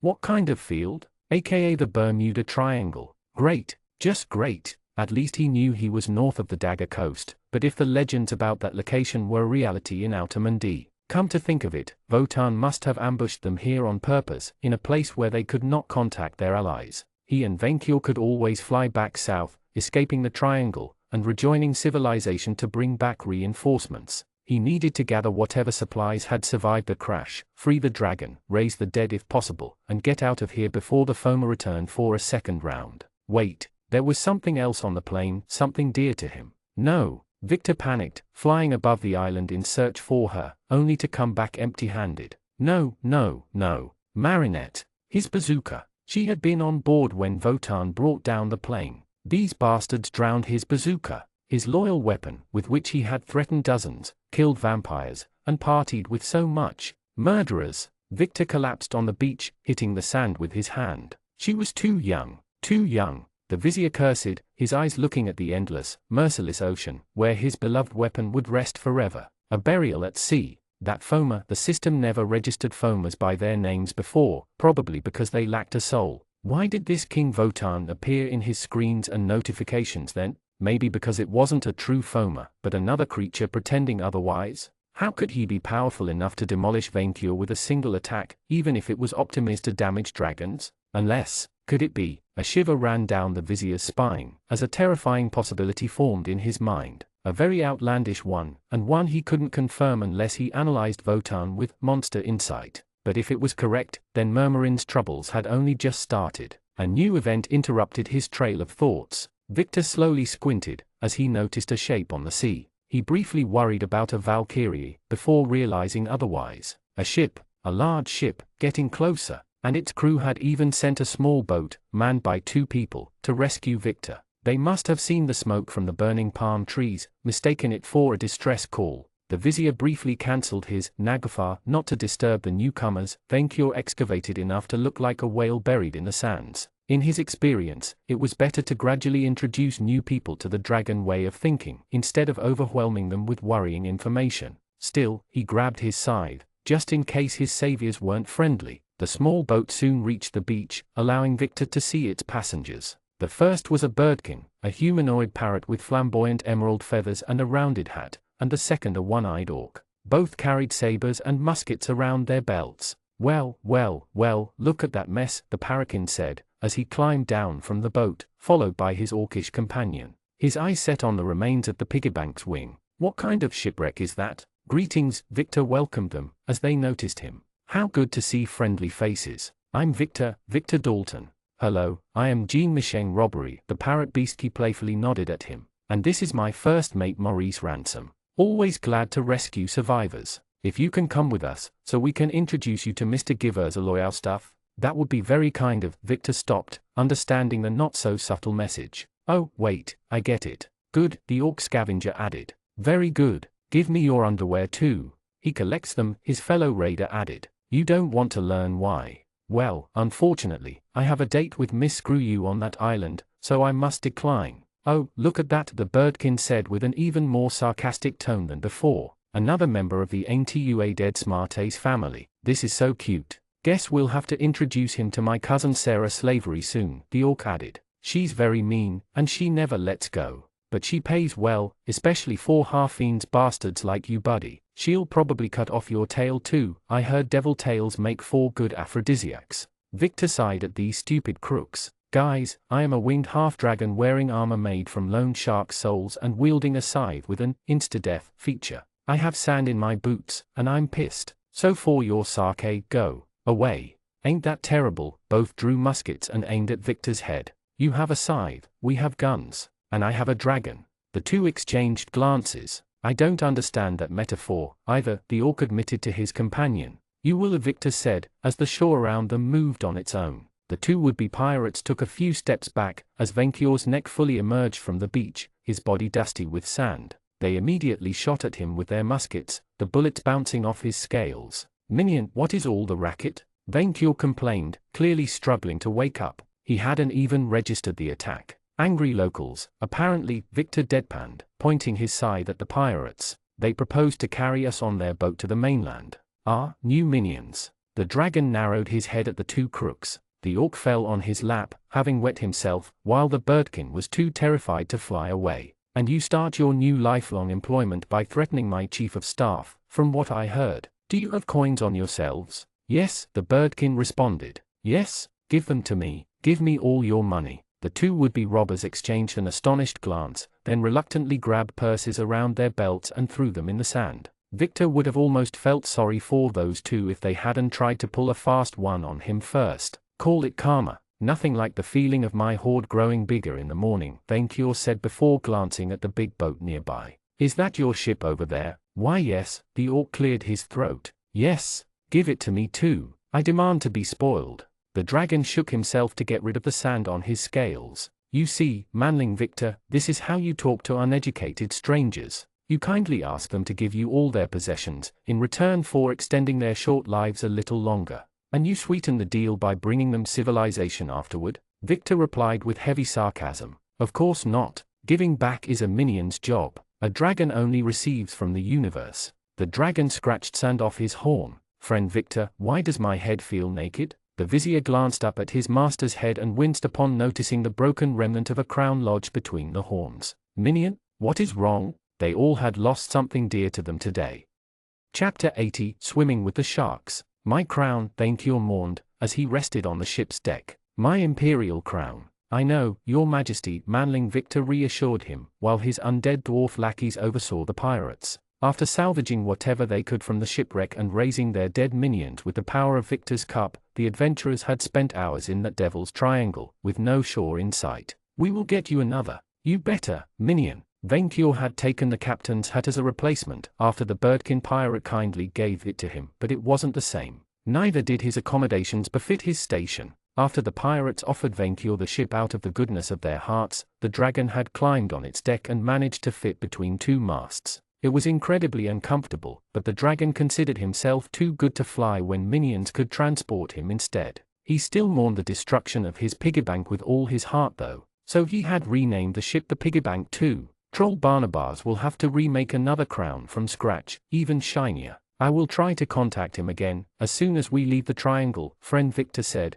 turning to the two pirates who tried to rob him. How far are we from civilization? I dunno, traveling in the triangle is weird, the birdkin grumbled. The currents, magnetic forces, and even the skies change at random. We rarely venture there, and only after storms wreck ships there, the orc added. And it would be way faster if our ship didn't have weight in excess, the birdkin said, glancing at the dragon. The emperor wondered if he was supposed to understand something before brushing it off. That is not an answer, Venkior replied, his bitterness making him sound raspier. Give us a few days, until we find the way out again, the birdkin said hurriedly. Then we can reach the pirate city of Port Dam and resupply there. And then you'll let us go, the orc asked, pleading. Of course not, Venkior replied. Minionship is for life and death. I used to think averagism was the only form of equality, a revived dwarf muttered. I stand corrected. Undead averagism, where all are equal in death, is the purest equality of all. How about we make everyone undead? Another dwarf added. Like his fellows, except a paler skin, he looked as he did in life. Patience, my equal fellow. Patience. All comes to death. Obviously, the exchange made the living work harder to reach civilization. I tell you, friend Victor, Votan will pay tenfold for this humiliation. Venkior hadn't felt so vengeful since battling Lazyhero. Actually, who was that guy? Friend Victor asked. We were lucky to survive one round, but I'm pretty sure he will come back for another. He is a foamer who styles himself as King Votan. Venkior loathed the title since he had copied it from the dragons. When they were younger, when fairies and dragons fought one another, my fellow Grandrake taught him his place and took his eye. I assume they didn't see eye to eye afterward, manling Victor joked. Ever since he has hunted my kindred so he could practice his vengeance against his target, Venkior said. Once he had disdained the foamer's victims as handicapped dragons but now knew better. By using fake princesses called Valkyries, he lured many of my kindred to their death. We nicknamed him Dragonbane, but he retired to his northern domain after the fairies sued for peace. Until your majesty declared war on them again, Victor finished. I'm surprised he didn't break his agreement like Melegears. Wotan is many things, but tricky and treacherous he is not. When he gives his word, he abides by it, and he only believes in strength. Venkior remembered the battle, and the pain he felt from the foamer's lightning. Stronger he has grown, if he can wound my pristine scales. But his previous tactic only worked because of the surprise. The dragon would take him down next time they crossed paths. About that, there's something that bothers me, friend Victor said. He used charged attack right before using his devastating lightning attack. Like me with my breath, Venkior nodded. Yes, like you. You believe Wotan copied my classes? The thought made Venkior restless, enough to sway the ship. Which is impossible, since as far as I know, you need a soul to gain levels, and the foamers have none. Minion, before I arrived, was it not believed that dragons could not gain levels too? Venkior reminded his servant. As a true detective who had solved Furibon's conspiracies, he knew not to exclude a possibility because it invalidated prior facts. Yeah, and foamers can create corrupted crests, Manling Victor added. Even if it seems difficult to believe, they could have exploited a flaw in the system to empower themselves with classes. If I'm correct, then the worst is yet to come. I will not abide by fairies stealing from the dragon-made system, Venkior declared. I defeated them with or without classes, and I will do it again. We need to return to Murmurin, prepare our defense. No, Manling Victor paused. No, obviously, Furibon sent Wotan to delay us, so he could corrupt El Dorado as he did with the entire planet Moon. Venkior enlightened his minion on the wider conspiracy. Us turning back from our quest is exactly what he wants. His vizier remained silent in awe of his master's deductive power before putting his hand on his helmet in a sign of respect. Your Majesty, leaving Murmurin. My minions can take care of themselves. Venkior brushed off his lackey's worries. If we cannot expect them to defend my horde and empire in our absence, then how can we ever feel safe? You have to learn to trust, my dear Victor. Yes, but the sound of a bell interrupted the chief of staff, as the watchkeeper sounded the alarm. Were sharks in the water? Venkior glanced over the deck, noticing at least 30 shark fins quickly surrounding the ship from all directions.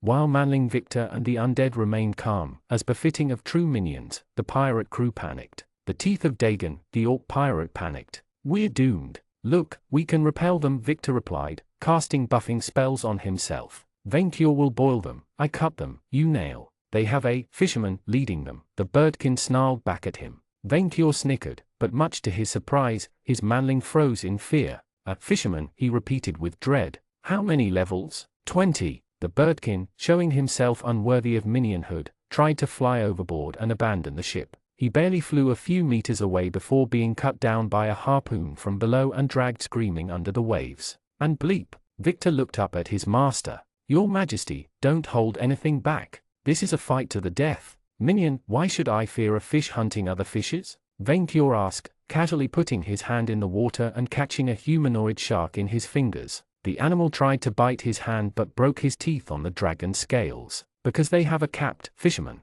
Victor parried a wee-shark's teeth, as one of the creatures jumped overboard and attempted to bite his head off. By swirling on himself, the chief of staff tossed him overboard. Yet half a dozen blue sharkmen climbed on the ship, assaulting the crew with fangs and tridents. An enormous, white-skinned wereshark leaped from the waters, making the entire deck tremble. Blasphemous markings covered his hide, and a necklace of fangs glittered around his neck. You mammals will fear the wrath of Hajamb, chosen of Lord Dagon, he roared while brandishing the harpoon which killed the birdkin. I will rip your legs with my steel-cutting teeth. Haja? Manling Victor said, seemingly recognizing the creature. The shark captain immediately stopped barking threats, his crimson eye squinting upon noticing the chief of staff. Vic, is that you? Haja. Victor rushed to the sharkman's side, his fear turning to joy. Vic, you son of a mammal. The wereshark and Venkior's chief of staff immediately underwent a strange kind of brotherly hug. What are you doing here? Wait, is that your boss over here? We crashed on an island nearby, and we've recruited this ship's crew. And indeed, the dragon is my master.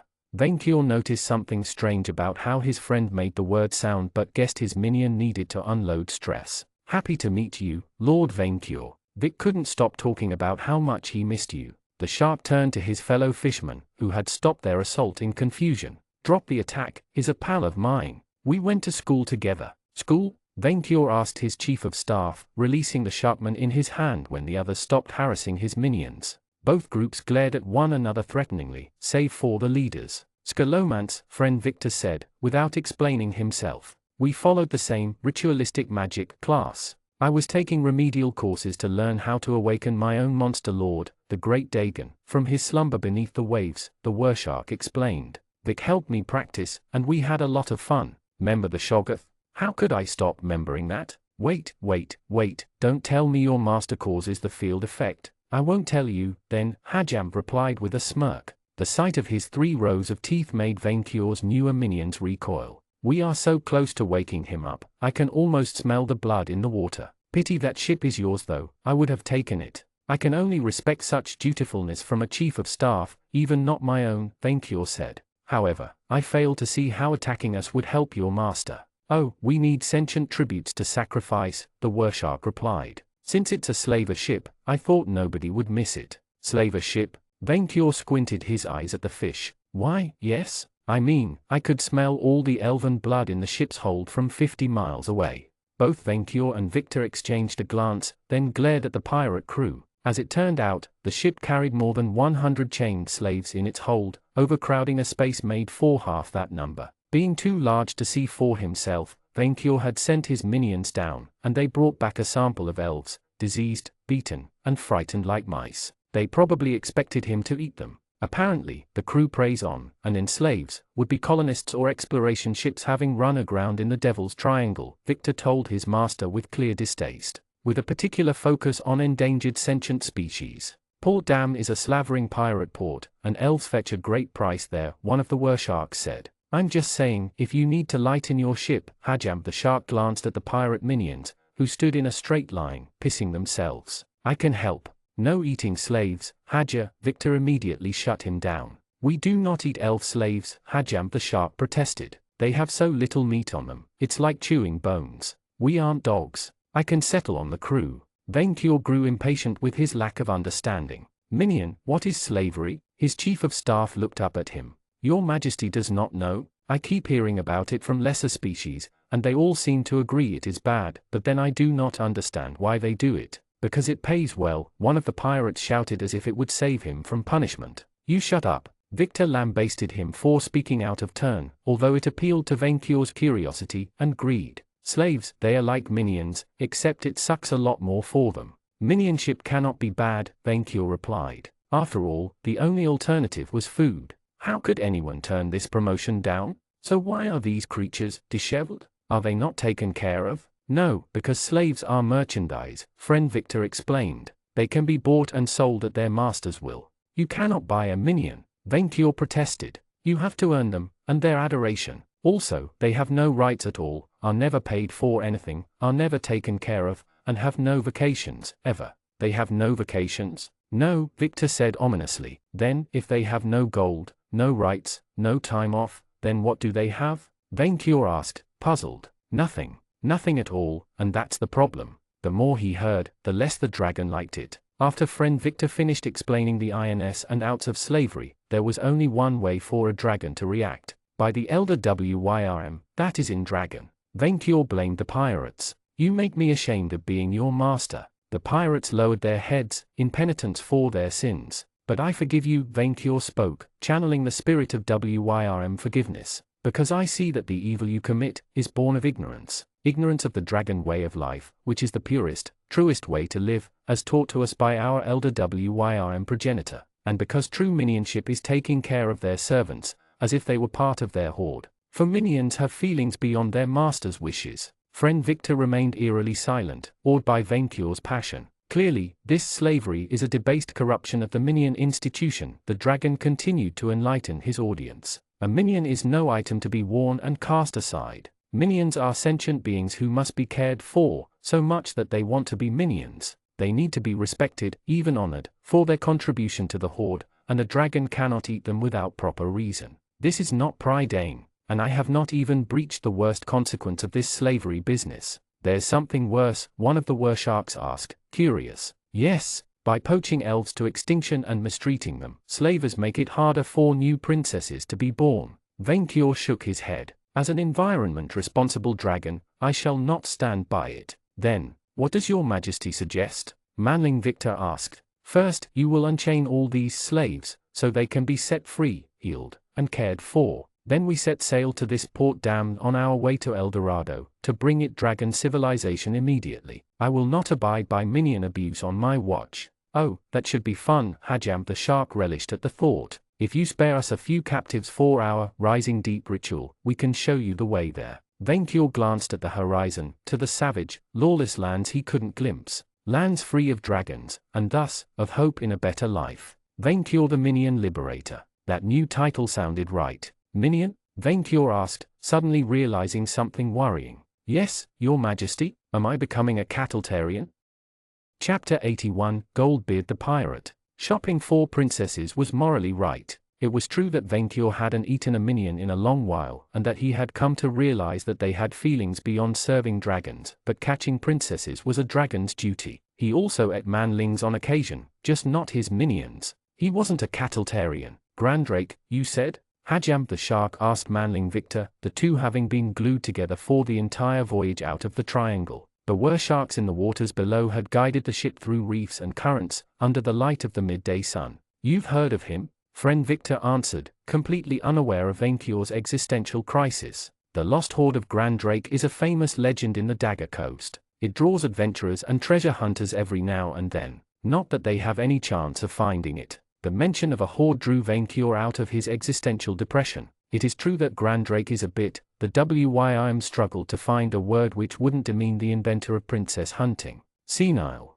Dragons can become senile with age? Manling Victor asked, obviously horrified that his own beloved master might forget him. Not age, Vainkyur protested, as if the noble dragon race wasted away with age, instead of growing ever more powerful. A curse from a princess's Magaikian lover. As if a princess did not want to be shown off as a priceless trophy. Yes, indeed. How strange, Victor said with sarcasm, obviously horrified. Grandrake suffered one of the greatest ignominies known to dragonkind, Vainkyur said. He forgot the location of his first hoard, including his favorite princess. She must have grown into a queen by now. Why did you say nobody could find it? Manling Victor asked Hajam. Because I know where it is, the were-shark replied. And unless they are a dragon and can fly, they aren't going to claim it anytime soon. A flying lair for the hoard? Why hadn't Vainkyur thought of that? Minion, we shall make a stop to that place on our way to El Dorado and recover the lost hoard. To return it to its previous owner? Of course not. An abandoned hoard is free for all dragons to claim for themselves. And there might be a weapon we can use against Votan there, Manling Victor said, ever dutiful. Finally, Vainkyur's vizier crossed his arms and meditated. The dragon assumed that he contacted Murmurin through his Scarlet Study perk. The dragon left his servant to his duty, watching the sea until they finally reached a large, tropical island. The locals had built an immense port, the biggest Vainkyur had ever seen. On its shores, hundreds, maybe more ships similar to the Piggybank 2 had dropped their anchors there, while a group of them formed a defensive perimeter around the bay. Even from a distance, Vainkyur could smell wonderful scents coming from this place: spices, meat, elves, and most importantly, gold aplenty. Here is Port Dam, Hajam the shark said. The most rotten place on Outer Mundi. You can't trade there if you've half a soul. Vainkyur quickly realized why the locals had fallen so low as to corrupt the institution of minionship. The surplus of gold had corrupted them, and without a dragon to provide a tribute to, they had let their wealth go to their heads. So Vainkyur would relieve them of it. Well, as expected, unrest followed after we lost contact, but Jules handled it, Manling Victor said, after emerging from his trance. Our army has grown by 100 sentient zombies, 55 ghosts, and 1 Penanggalan.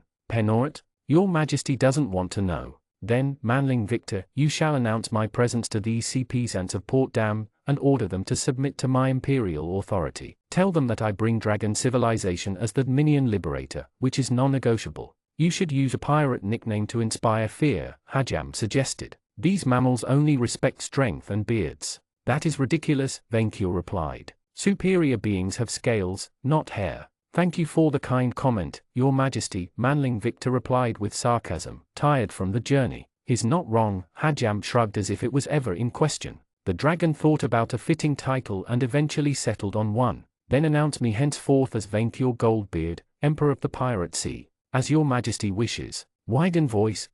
Manling Victor finished to cast a spell, his words now resonating across the sea. People of Port Dam, I am Victor Dalton, Grand Vizier of the V&V Empire, Ishphania, and the Albane Mountains. His Majesty, the great dragon Vainkyur Goldbeard Knightsbane, Emperor of the Pirate Sea and Minion Liberator, has come to conquer your city and free all the slaves. Tell them to give me all their gold too, Vainkyur said. For the baby coin's safety, the Empire will also take a one-time tribute of gold in exchange for bringing you dragon civilization. Think of the baby coins. The baby coins. I shall give them a few hours to submit, the dragon decided, feeling merciful. I think we won't have to wait that long, and they don't seem to want dragon civilization. Manling Victor pointed a finger at the defensive perimeter of ships, all of them moving towards the piggy bank too. Vainkyur heard the sound of firearms in the distance and then watched black spheres landing in the water near their own ship. Cannonballs. How quaint. Then I shall give these pirates a taste of my power, Vainkyur declared, deciding to start with his weakest ability. Geomancy. Geomancy activated.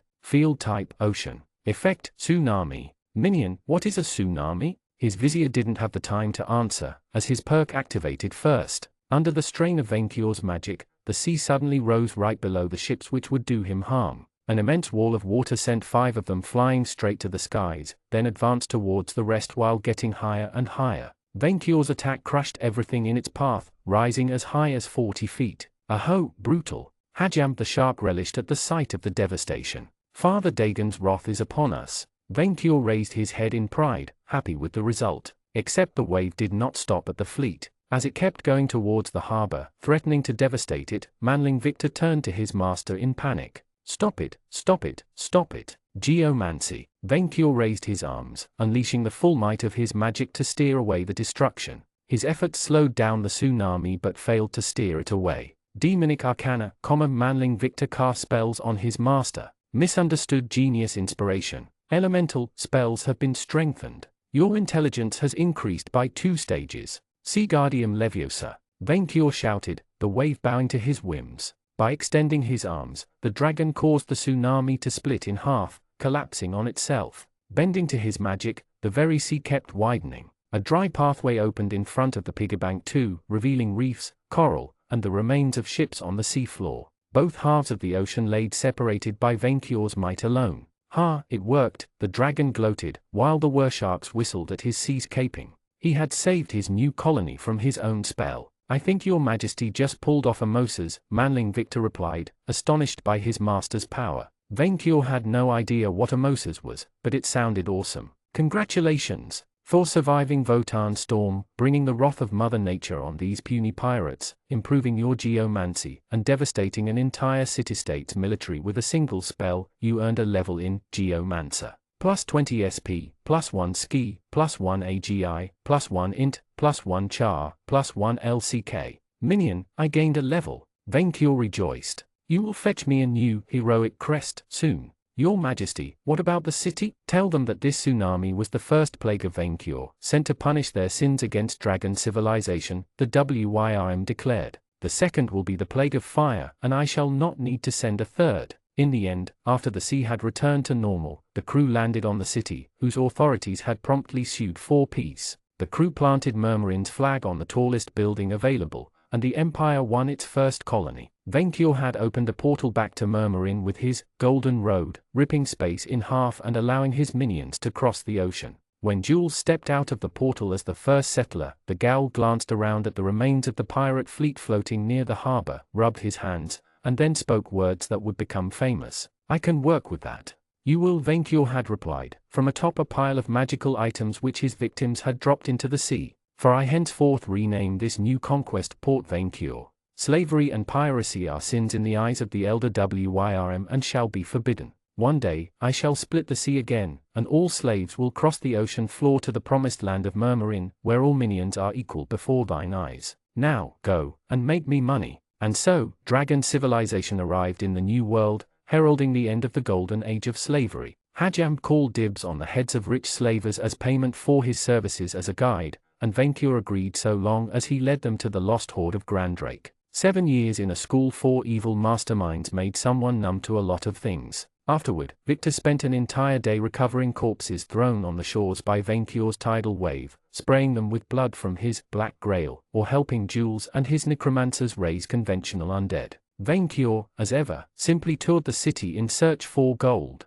Arise, my child. Victor spilled black blood on the corpse of a pirate, his magic restoring the corpse to life, or an illusion of it. Funny how almost everyone in a pirate city was bound to Happy Land. I'm alive, the pirate, a rat beastky, couldn't believe it, as he looked up at Victor. Are you? I am not Jesus, Mithras, Death, or whatever god you were about to name, Victor interrupted him. Why did everyone ask that? See the scythe? I was about to say Orc noob, the man said, looking at the shipwrecks on the shore. Is this Japan? The vizier frowned. No, it is not. Oh. The pirate sounded disappointed. Can you kill me again then? Maybe it will work next time. Victor remained silent, before pointing a finger at a dwarf-made, rounded metallic vehicle crushing the harbor's pavement below its legs. The machine looked superficially like a cross between a tank and a spider, with a heavy cannon and loudspeakers on its back. Class and gender equality shall be enforced, Mara shouted through the loudspeakers, as the machine patrolled the docks. Embrace averagism or be eradicated. We come to help. Is that a car cart? The undead asked, before rushing at it to die again. Sweet. By now, Victor had stopped caring. He just moved on with the next corpse, silently praying this one didn't worship the esoteric order of the New World. Congratulations, for being Scalomance valedictorian, surviving a meeting with King Votan, helping your master control his magic, and then mass raising an army of undead. You have earned a level in the ultra-prestigious Weathermaker class. You earned the Devil Archmage class perk. Plus 30 HP, 10 SP, plus 1 STR, plus 1 VIT, plus 2 INT, plus 1 CHAR, plus 2 LCK. Devil Archmage you can learn and cast spells 1 tier above your current one. You can also learn and cast spells with the Evil, Fiend, and Weather trays, but only those equal or below your current tier access. If they belong to an exclusive school of magic, you count as if you met the other requirements. So he had access to 7th tier spells? Sweet. And the stat bonus didn't look too shabby either. I see that you enjoy your new class. The goddess Camilla manifested in a puff of smoke near him, observing the harbor with interest. I sensed a strong influx of necromancy, and I see that I underestimated it. Underestimate? They almost sank Jamaica. If you could lend me a hand in raising these people, that would be great. I have limits to what I can do without causing Mithras and other gods to knock on my door, she said, and she sounded genuinely saddened by her chosen's burden. On the bright side, you should gain experience, although not enough for a new level. Victor would rather have this mess done quicker. He doubted a new level would make the difference against King Votan. Camilla seemed to notice his anguish and materialized a bag full of scrolls for him. These are spells mattering to your specializations, especially Weather, the goddess said. If you master them in tandem with Vaincure's own Geomancer abilities, it should give you an edge against the Fairy Lord. About that, I have a very important question. Victor turned dead serious. Do the foamers have class levels? I cannot say, the goddess replied, her tone just as dreary as his. Sabler is shrouding my sight on their activities, and his cultists have started flocking to Prydain, which makes me worried. Worried enough to inform Victor directly. Any suggestion? Deliver your Black Grail to the High Priest of the Thousand Empire, south of the Dagger Coast, the goddess replied. In exchange for the opportunity to study it, and upon learning that I favor both of you, he should provide help, both to reach El Dorado, and in your war against the foamers. If Vaincore doesn't pick a fight with Furibon on the way there, the like already reached the Golden City days ago, Camilla said, almost absent-mindedly, and I do not think he will leave it either. Chapter 82 Raiders of the Lost Hoard. Vaincore had to give it to Grand Drake. Nobody would try to steal a hoard hidden there. Springing from both the waters and the air, a huge tornado formed an impenetrable barrier of swirling winds in the middle of the ocean. Unlike other similar phenomenons, this particular twister did not move from its particular spot, far south of Port Vaincore. The island is in the eye of the tornado, Hajam said, swimming in the water while Vaincore and his chief of staff flew over him. The only way to get inside is to fly through it. At least, my shark said that's how Grand Drake kept getting in. Grand Drake is a lightning dragon, Vaincore said. A mere storm could never harm him. Having left his new conquest to his minions, the dragon had decided to immediately claim the treasure while he could. according to his most prized minion, 1 day later and they could reach the New World's southern continent, where new minions, gold, and Furibon awaited them. This is clearly supernatural in origin, Manling Victor noted, now carrying a bag of scrolls on his back. If it has held 4 years, I will brave the storm and summon you on the other side, minion, Vainkyur declared. You lack the strength and vitality to make your way through without sinking. Actually, if your majesty would give me a few seconds, I could perhaps end the storm on my own. The minion raised his scythe, wielding it like a wizard's staff. Weather control, clear skies. Manling Victor's scythe surged with dark energies, releasing a wave of magic over the sea. The tornado collapsed on its own, the unnatural winds dispersing over the horizon and revealing a small tropical island smaller than the city of Murmurin. A dense forest of palm trees covered most of its surface, and a small, pointy mountain stood proud in its middle. Minion, with your control of the weather and my ability to bend the cosmos to my geomantic will, we shall redraw the maps as I see fit. Vainkyur boasted for both of them. Hajamb whistled. Look, if you ever need help in sinking an island beneath the waves, just give me a summoning call. I'm sure Lord Dagon would enjoy laying waste to landwalkers after I wake him up. And for assisting the Empire, you shall be spared, Vainkyur agreed. All those wishing to lay waste to Prydain are welcomed in my armies. I'm sure my boss will spoil us after his long nap, the Sharkman replied. Anyway, a fish's gotta go do his duty. Continue south and you'll reach the Thoughton's capital of Kukulkan in no time. Been nice to see you again, Vic. Before you go, the vizier said. Why didn't you tell me you were a fisherman? I thought you would think less of me, the Sharkman replied. I mean, we have a terrible reputation. Most think we have to eat human babies to get a class this powerful. Is it true that when you reach level 20, yes, we can do that with fishes? All aquatic creatures even. Manling Victor shivered. Man, that's evil. Guess how I got invited to Scalomance? And on these words, the Sharkman swam away, followed by his retinue. Vainkyur flew towards the island, hungry for gold. He could only imagine the fortune the good Grand Drake had accumulated before his unfortunate curse. The old Wym said he had gathered a most impressive hoard, one he would have bragged about for centuries. Bleep. His Virgin Princess radar went into overdrive. Princesses. Vainkyur's head twisted, possessed by his dragon instinct. Many princesses. More than he had ever sensed in a single location. Your Majesty. Later, Vainkyur surged towards the island while ignoring his minion, his mighty wings blowing tropical trees. Princesses. The hunting season had begun. Victor watched Vainkyur crash onto the forest's island with a sigh, birds and other critters fleeing the forest as the dragon rampaged through. Thank Monster Knight, he didn't develop that particular dragon weakness. Then again, he mused as he flew over the island's sandy shores, looking for a cavern where Grand Drake could have hidden his hoard. Pretty women in general are my kryptonite. The vizier didn't have to look for long, for he found one of the strangest sights on a beach. A garden of giant, overgrown crimson mushrooms, turned into improvised houses. He could see whole cultures of enormous fungi, enough to sustain a small settlement. A woman tended to them, near the frontier with the forest.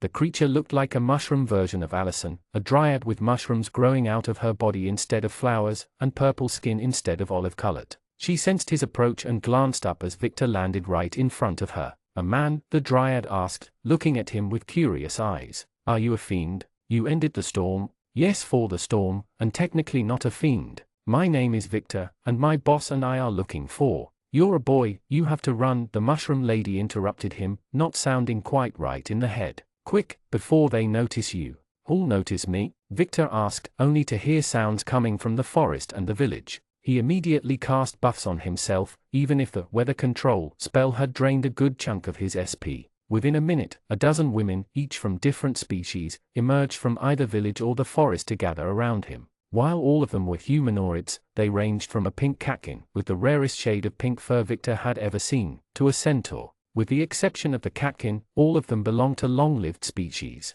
Unlike the dryad though, they looked far from healthy. While they probably used to be strikingly fair maiden, they looked disheveled, sick, dirty, and malnourished. Their nails had grown into claws, and their teeth had turned yellowish. They gazed at him as if he was some kind of alien traveler, and worryingly, they had a certain crazy glint at the edge of their eyes, and not the cute, chocolatine kind. Hello there, traveler. The leader, an elf dressed like an Amazon, grinned at him in a way that should have felt reassuring, but wasn't, at all. According to her fur-made clothes, she must have been forced to survive on the island for a long while. I am Elf Princess, from the Sablaris Empire. Victor Dalton, the vizier replied with a frown. She sounded as if she thought the elf empire still existed. Don't you have a name? We forgot them, the centaur admitted. The dragon called us by our species, and it stuck. I'm Centaur Princess. You're looking for the treasure too, are you not? The catkin asked, the vizier reluctantly nodding. He had a very bad feeling about this meeting. We are the horde, the bragworthiest a dragon could ever gather, Elf Princess said. Meanwhile, the mushroom lady kept making discreet signs to Victor in the background. A horde of 40 princesses, each from a different species. I only count a dozen of you. The vizier let his sentence unfinished, as he tried to make sense of the mushroom dryad sign messages. Get away. Not right. In the head? Most died of old age, or hunger, Cat Princess said. The dragon left us here 4 decades. I lost 2 of my 9 lives on this backwater island. Without mushroom, we would have starved to death, Elf Princess agreed, the dryad stopping making hand signs when her fellow turned to her.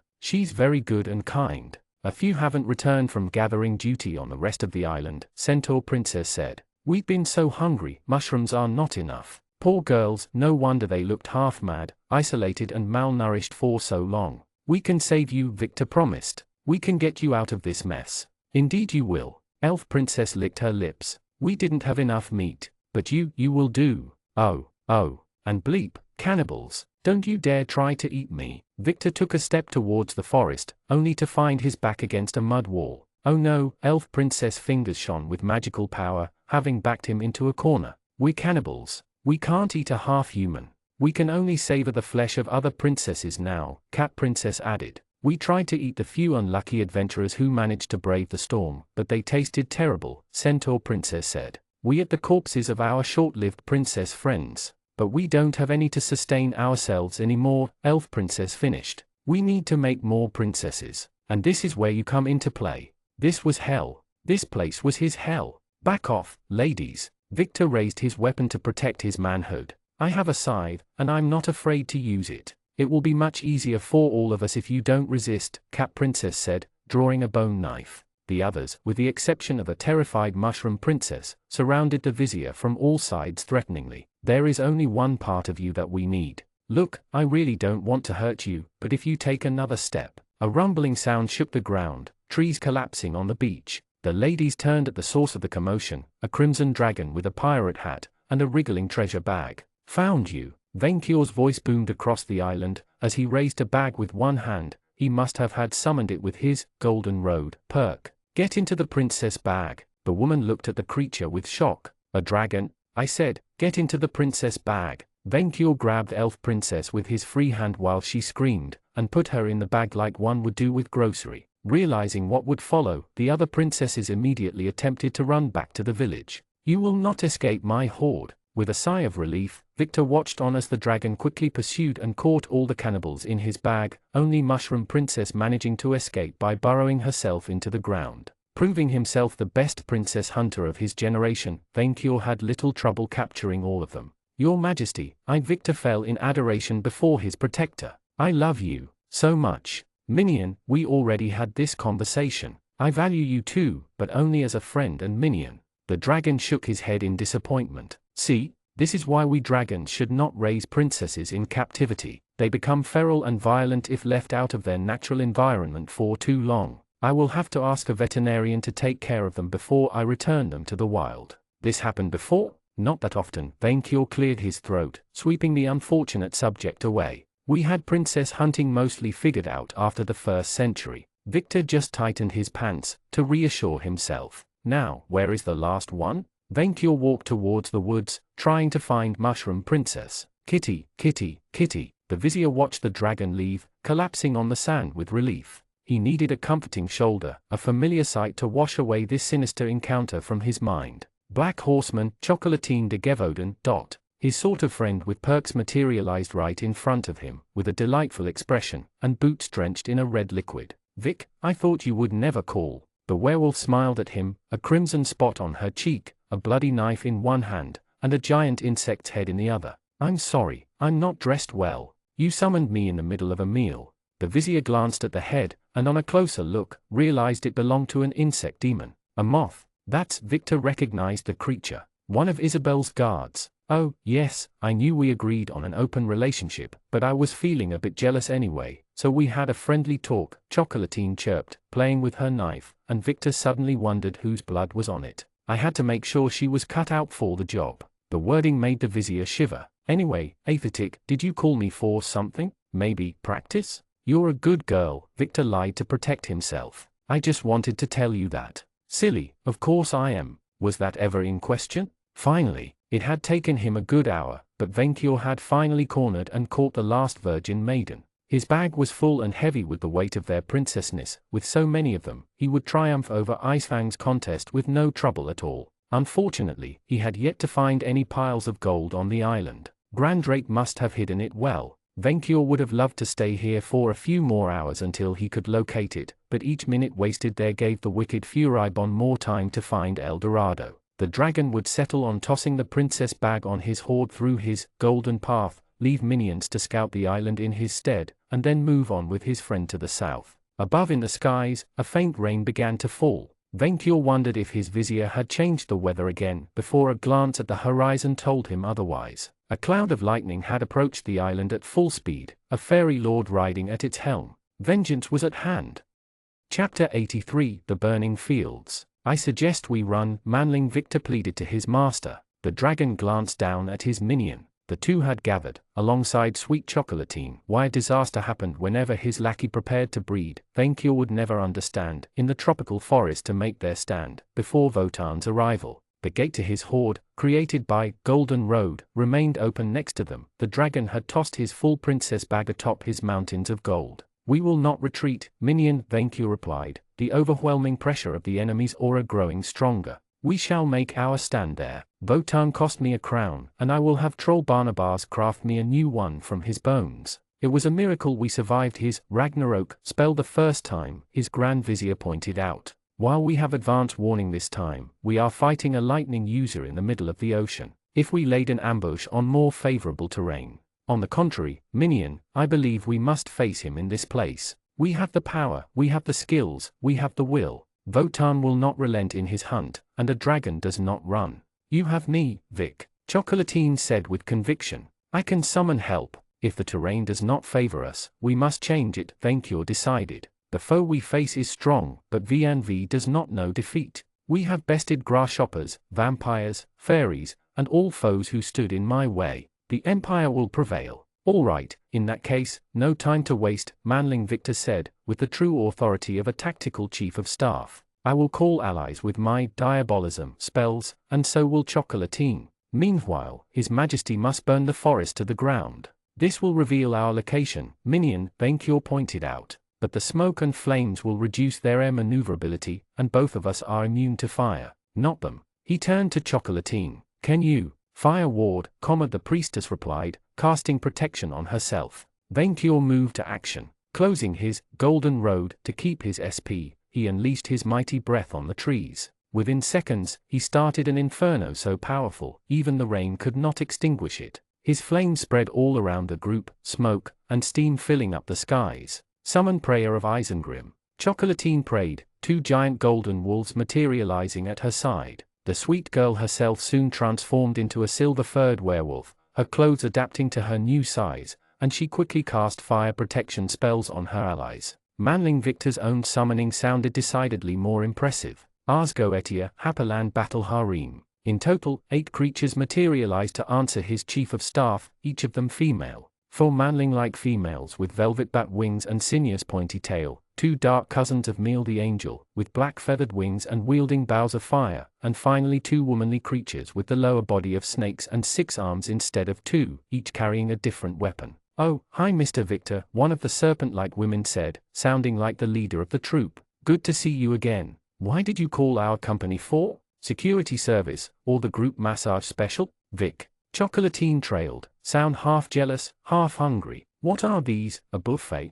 Succubi are not good at fighting. We find the term succubi old-fashioned and racially demeaning, one of the Batwing demoness replied. We prefer the term horizontal angels. I swear they are very good at close combat, Manling Victor said. I checked. Also, battle special. Oh, one of the winged creatures said, disappointed. The happiness of our major shareholders is the paramount goal of our VIP security company, the second snake creature said. Vainqueur found it very pleasing to see his minion had recruited more scaled creatures. Ladies, form a perimeter. I cannot cast protection spells on His Majesty since your spell purge will remove them, Manling Victor lamented, raising his hands at the skies. But I can take away that storm, control weather, sunny day. Obeying the might of Manling Victor's sorcery, the rainy clouds dispersed, letting the bright sun shine strong in the skies. Good, now, Spirit Shield. The minion summoned his protective barrier around himself, but no sooner did he do so, than dark clouds and lightning bolts reappeared.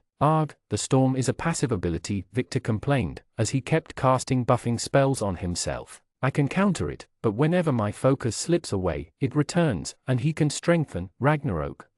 Once, Vainqueur would have flown straight to the enemy, fearlessly engaged him in aerial combat without bothering to prepare. He would have fought Votan the dragon way. But Bat Laveria had taught him a very important lesson when she had almost trapped the dragon in a bottle, that some foes could hurt him, and underestimating them could be fatal. If Votan had trained all his life to fight dragons, then Vainqueur would defeat him as a dragon tactician. Then minions, you shall protect my vizier, while he clears the weather, Vainqueur declared with his commander voice. Do not let Votan summon his lightning. Fire crown, spell purge. As flames surrounded his body, incinerating his captain's hat but leaving his kingly mantle unharmed, Manling Victor once again cleared the skies of the thunderstorm, only for an arrow of light to pierce the smoke clouds, aiming straight at Manling Victor. Heartseeker spear. Victory fist, Vainqueur said as he flew towards the projectile, deflecting it from its course with his hands. An electrical shroud around the weapon damaged his claws slightly, but the spear landed on cindered trees nearby, having widely missed its targets. Here came Dragonbane.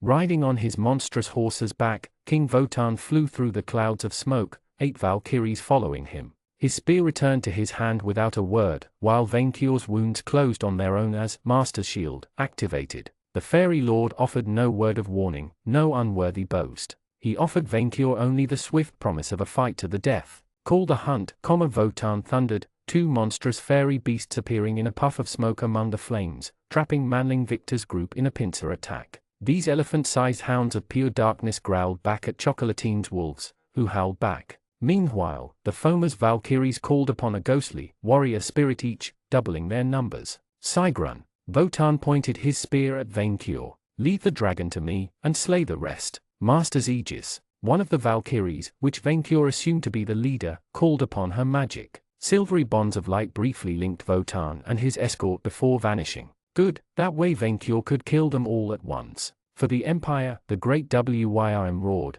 as he lunged at Votan in the skies, leaving his minions to fight in the burning forest. For my horde, Victory Roar activated. All enemies had their strength lowered by 1 stage. Stat decrease negated by King Votan's Foma arrogance. The dragon and the fairy lord circled one another above the burning forest, while on the ground their minions fiercely engaged one another amidst the flames. Vainqueur opened his mouth to unleash a devastating fireball, opening the hostilities. The fairy lord called upon a shield of swirling winds, deflecting the flames around his horse and himself. He charged at the dragon, intending to pierce his hide, and Vainqueur welcomed the closer proximity. Trusting in his abilities, the emperor attempted to grab the spear and disarm Votan, pulling him from his horse. But the fairy lord, sensing a trap, immediately backed down, the dragon pursuing him relentlessly. You fight better, Knight's Bane, but not well enough. King Votan enhanced his spear and lightning, clearly intending to replicate the strategy that allowed him to surprise Vainqueur last time.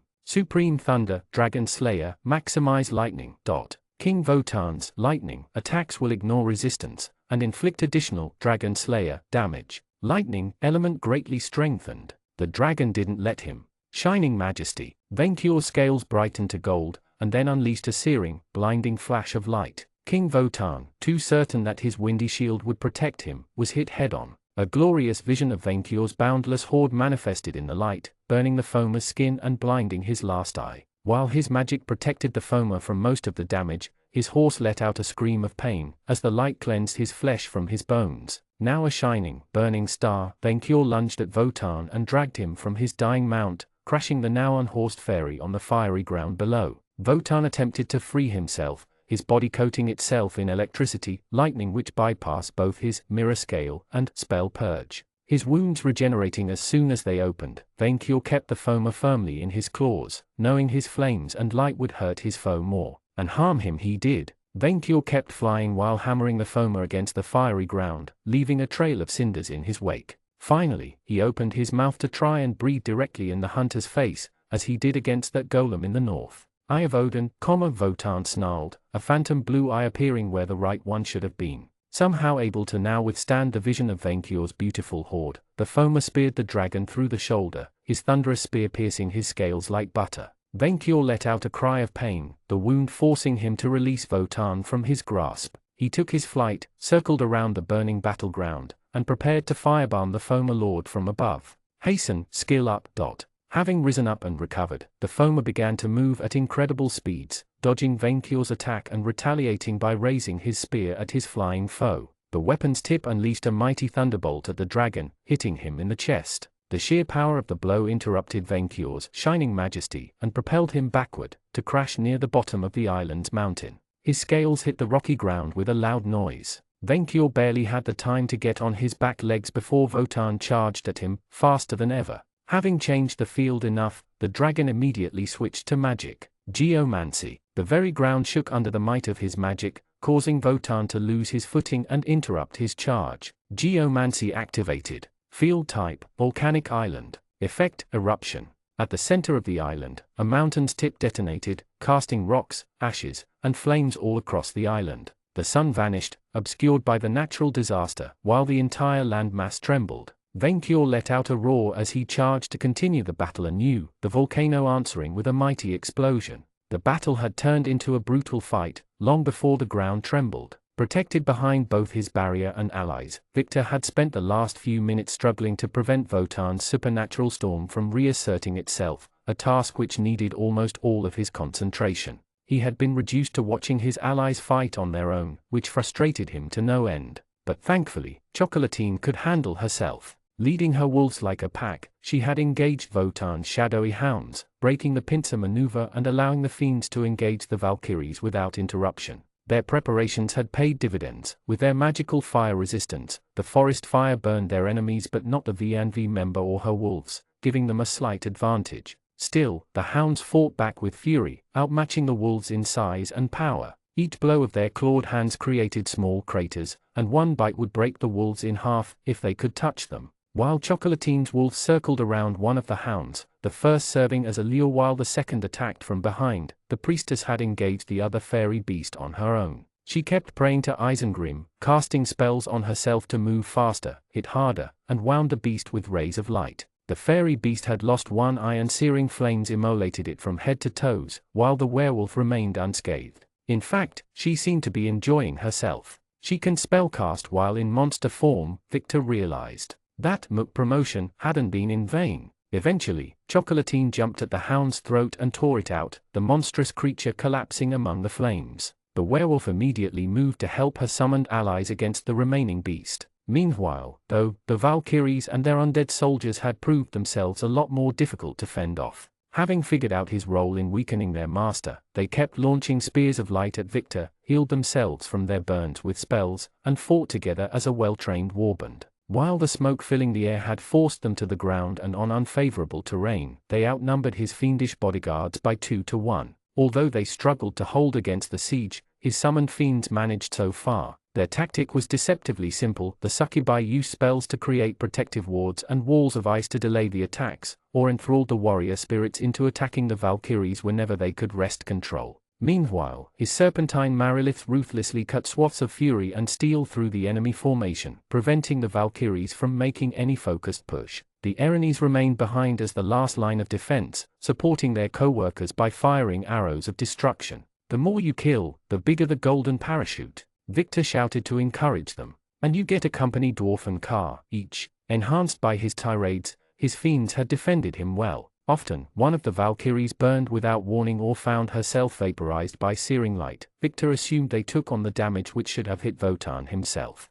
The more he observed, the more he had grown convinced some of them had levels in a variant of his own Monster Knight. Master's Aegis effect was too close to Master's Shield for it to be a coincidence. How long could they hold? How long would it take for Vainqueur to defeat the Foma? The mountain exploded in an orgy of smoke and flames, answering his question. The vizier's concentration allowed him to maintain the weather effect, but as the skies darkened and the very ground beneath his feet trembled, he realized the island was doomed. The eruption would wipe away its entire surface, leaving nothing but ashes behind. Meanwhile, Victor could see the flashes of his master fighting Wotan at the bottom of the mountain. Watching the duel of the titans from the distance was something to behold, but the hunter pushed Vainkyur away from his allies, and closer to the devastating eruption. Without his regeneration, the dragon might die from attrition or the island's destruction, even without the Foma activating Ragnarok. In spite of the distance, Victor tried to use his Monster Insight perk on Wotan to check his class Foma theory, and much to his horror, instead of nothing, the system provided him with a screen. Storm King Wotan,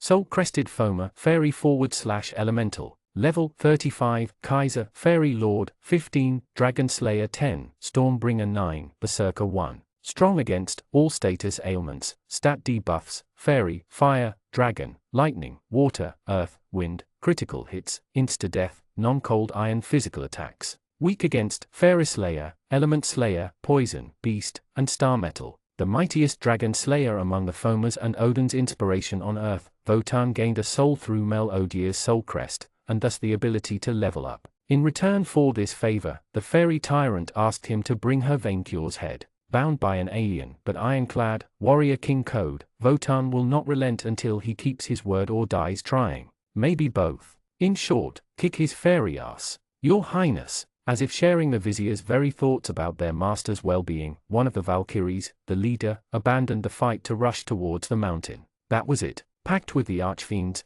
Victor cast his best diabolism spells, his body transforming into a paragon of demonic majesty. You sacrificed half your HP to gain the power of an archfiend. Troll regeneration activated. Best combo ever, but it cost him his focus on the weather, allowing lightning to once more crackle in the skies. No time to waste. Evacuate the island, Victor ordered, dispelling his shield and cutting down a warrior spirit in his way, his side gorging itself on his soul. I will go help Vainkyur. But Chocolatine began to protest as her wolves chewed the last fairy hound to death, but he didn't give her time to complain.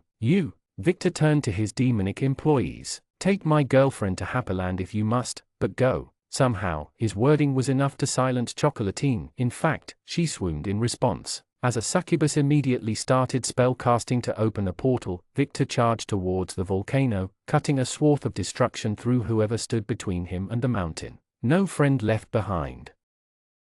Chapter 84, A Clash of Kings. Fire and Ashes. That was what Vainkyur's world had been reduced to, as he kept battling that Foma who just wouldn't die. The dragon ignored the pain, as Wotan's spear gored through the scales on his chest, shedding golden blood. The spear still embedded in his body, the dragon grabbed the fairy lord's neck and lifted him above the fiery mountain, through clouds of pyroclastic flows. They went through a whirlwind of ashes, melting Wotan's pristine skin. The fairy lord's body radiated lightning, the electricity surging through Vainkyur's body and threatening to make him lose control of his flight. While he held Wotan with one hand, the dragon had to use all his strength in the other to prevent his spear from progressing deeper into his body. The WYRM quickly reached the highest point he could, right above the raging volcano. The eruption sent debris and stones the size of houses flying through the skies, each powerful enough to bring Vainkyur down. Finally, as he sensed the lava below, Vainkyur opened his mouth and unleashed a fireball right in that dirty Foma's face. Releasing his hold as the blast hit, the dragon propelled Wotan towards the crater, carried by a giant fireball. Beforehand, Vainkyur would have gloated, spoke to the food, boasted about his inevitable victory. But now, he only had roars to offer. If Wotan would not rest until he died, then the dragon too would fight to the end. As lightning thundered in the background, Vainkyur flew down, falling upon the Foma like a fiery comet. His claws cleaved through the fairy lord's torso, accelerating the descent. Both crashed through the crater's edge and onto the raging lava below, an arena of molten rock and heat, the private baths of a red dragon, and the best arena where to make a final stand. His lower body below the lava and his royal mantle now ashes, Vainkyur raised his fists to finish the fight the gladiator way. Wotan's upper half rose from the fiery hell too, his mantle consumed by the flames, his helmet melted on his face, changing his appearance from that of a dignified manling to an incarnation of fury. His spear had fallen during the crash, embedded into the crater's edge. The fairy raised a hand to summon it to his side, but Vainkyur didn't give him the time. With a furious roar, the dragon punched Wotan in the face, tossing him backward against a wall of molten stone, and shaking up the entire mountain. And keep pummeling the fairy's face, Vainkyur did. He hit him twice, then thrice. Driven by grim determination, Wotan clenched his teeth and retaliated with a punch of his own, hitting Vainkyur squarely in his beautiful face. The two titans exchanged blows, each attack causing the crater to tremble. Walls of stones collapsed around them, bursts of lava sprayed their scales and skin, and fresh blood mixed with the magma. But no matter how hard Vainkyur hit his enemy, the foamer kept coming. And while the dragon had his foe beaten in punching expertise, Wotan moved faster and resisted blows better. The dragon felt organs he didn't know he had itch, bones break, scales torn apart. Pushed back, Vainkyur decided to use his remaining SP for a final push to victory. Shining Majesty. His scales flashed bright, searing the foamer's flesh and disorienting him at a critical moment. Even if he could see through the illusion, the light was all too powerful. Pushed by the knowledge granted to him by the system, Vainkyur took a step back to build momentum, raising his fist to deck Wotan in the face. Holy Spear. A spear of light hit Vainkyur right in the right eye, blurring his vision. Vainkyur roared in unbearable agony, as a Valkyrie descended into the crater and the pain cancelled his Shining Majesty. The dragon opened his mouth at her to blast her with flames. He couldn't finish. His hands moving like snakes, Wotan forcefully closed the dragon's maw shut, turned around, and threw Vainkyur against the crater's edge. Tons of stone collapsed on the dragon, keeping him down. The sharp agony of his wounded eye didn't help either. Sigrun, thank you, Wotan said, with a tone that reminded Vainkyur of how he often spoke to his prized chief of staff. Now leave, and live. I cannot abandon your highness in a place like this. My storm has returned, Wotan said, flying through some magical power above the lava and finally calling back his spear to his hand. The sound of thunderbolts dwarfed even the tremors of the eruption in strength. I can finally call the supreme lightning of victory. You will kill us both if you use your attack here, you stupid fairy. Vainkyur snarled as he struggled to free himself from the rubbles, knowing that the bolt would cause the crater to collapse and bury them all alive. Good. The disdainful word surprised the dragon, who knew foamers prized their own life above all others. Yet that primal fear that drove the fairies on was nowhere to be seen in the warrior's single eye. You are the greatest threat to the foamer race since Barlow's foolish war on the mortals, Knight's Bane, Wotan declared, sounding proud of fighting such a powerful opponent. If you are to die here, buried under the earth by your own foolishness, then my life is a small price to pay. Now that I have a soul, I no longer fear a warrior's death.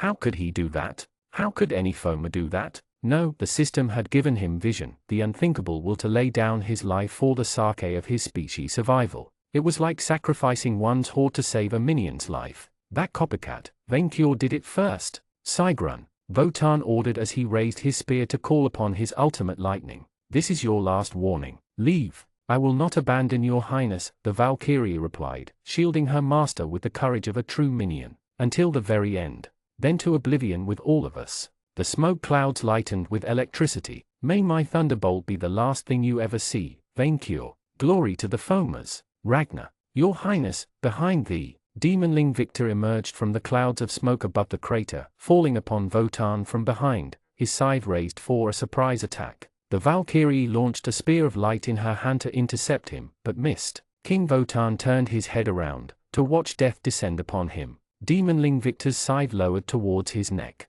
Splash! Blood splattered King Wotan's body, as Demonling Victor's scythe cut through his Valkyrie's flesh, gorging itself on her soul. Unable to stop Vainkyur's minion in time, the fairy thrall had flown in the scythe's way, taking the fatal blow for her master. Her aging body fell towards the magma, while Wotan turned around. A swing of his spear sent Victor crashing against the crater's edge, breaking his bones and wings with a loud, sickening noise. Sigrun. Wotan let out a roar of fury as he failed to recover his servant's corpse before it fell into the magma, vanishing beneath waves of lava. Sigrun. Panicking at the sight of his wing-broken servant barely hanging to the crater's edge, Vainkyur managed to free himself from the rubble, preparing to take flight and rescue his friend. What is this? King Wotan's face twisted into a manling expression, which Vainkyur recognized as pain and confusion. This feeling of weakness? What have you done to me? The foamer's anguish at losing his chief of staff almost made Vainkyur pity him. Almost. The pain is unbearable.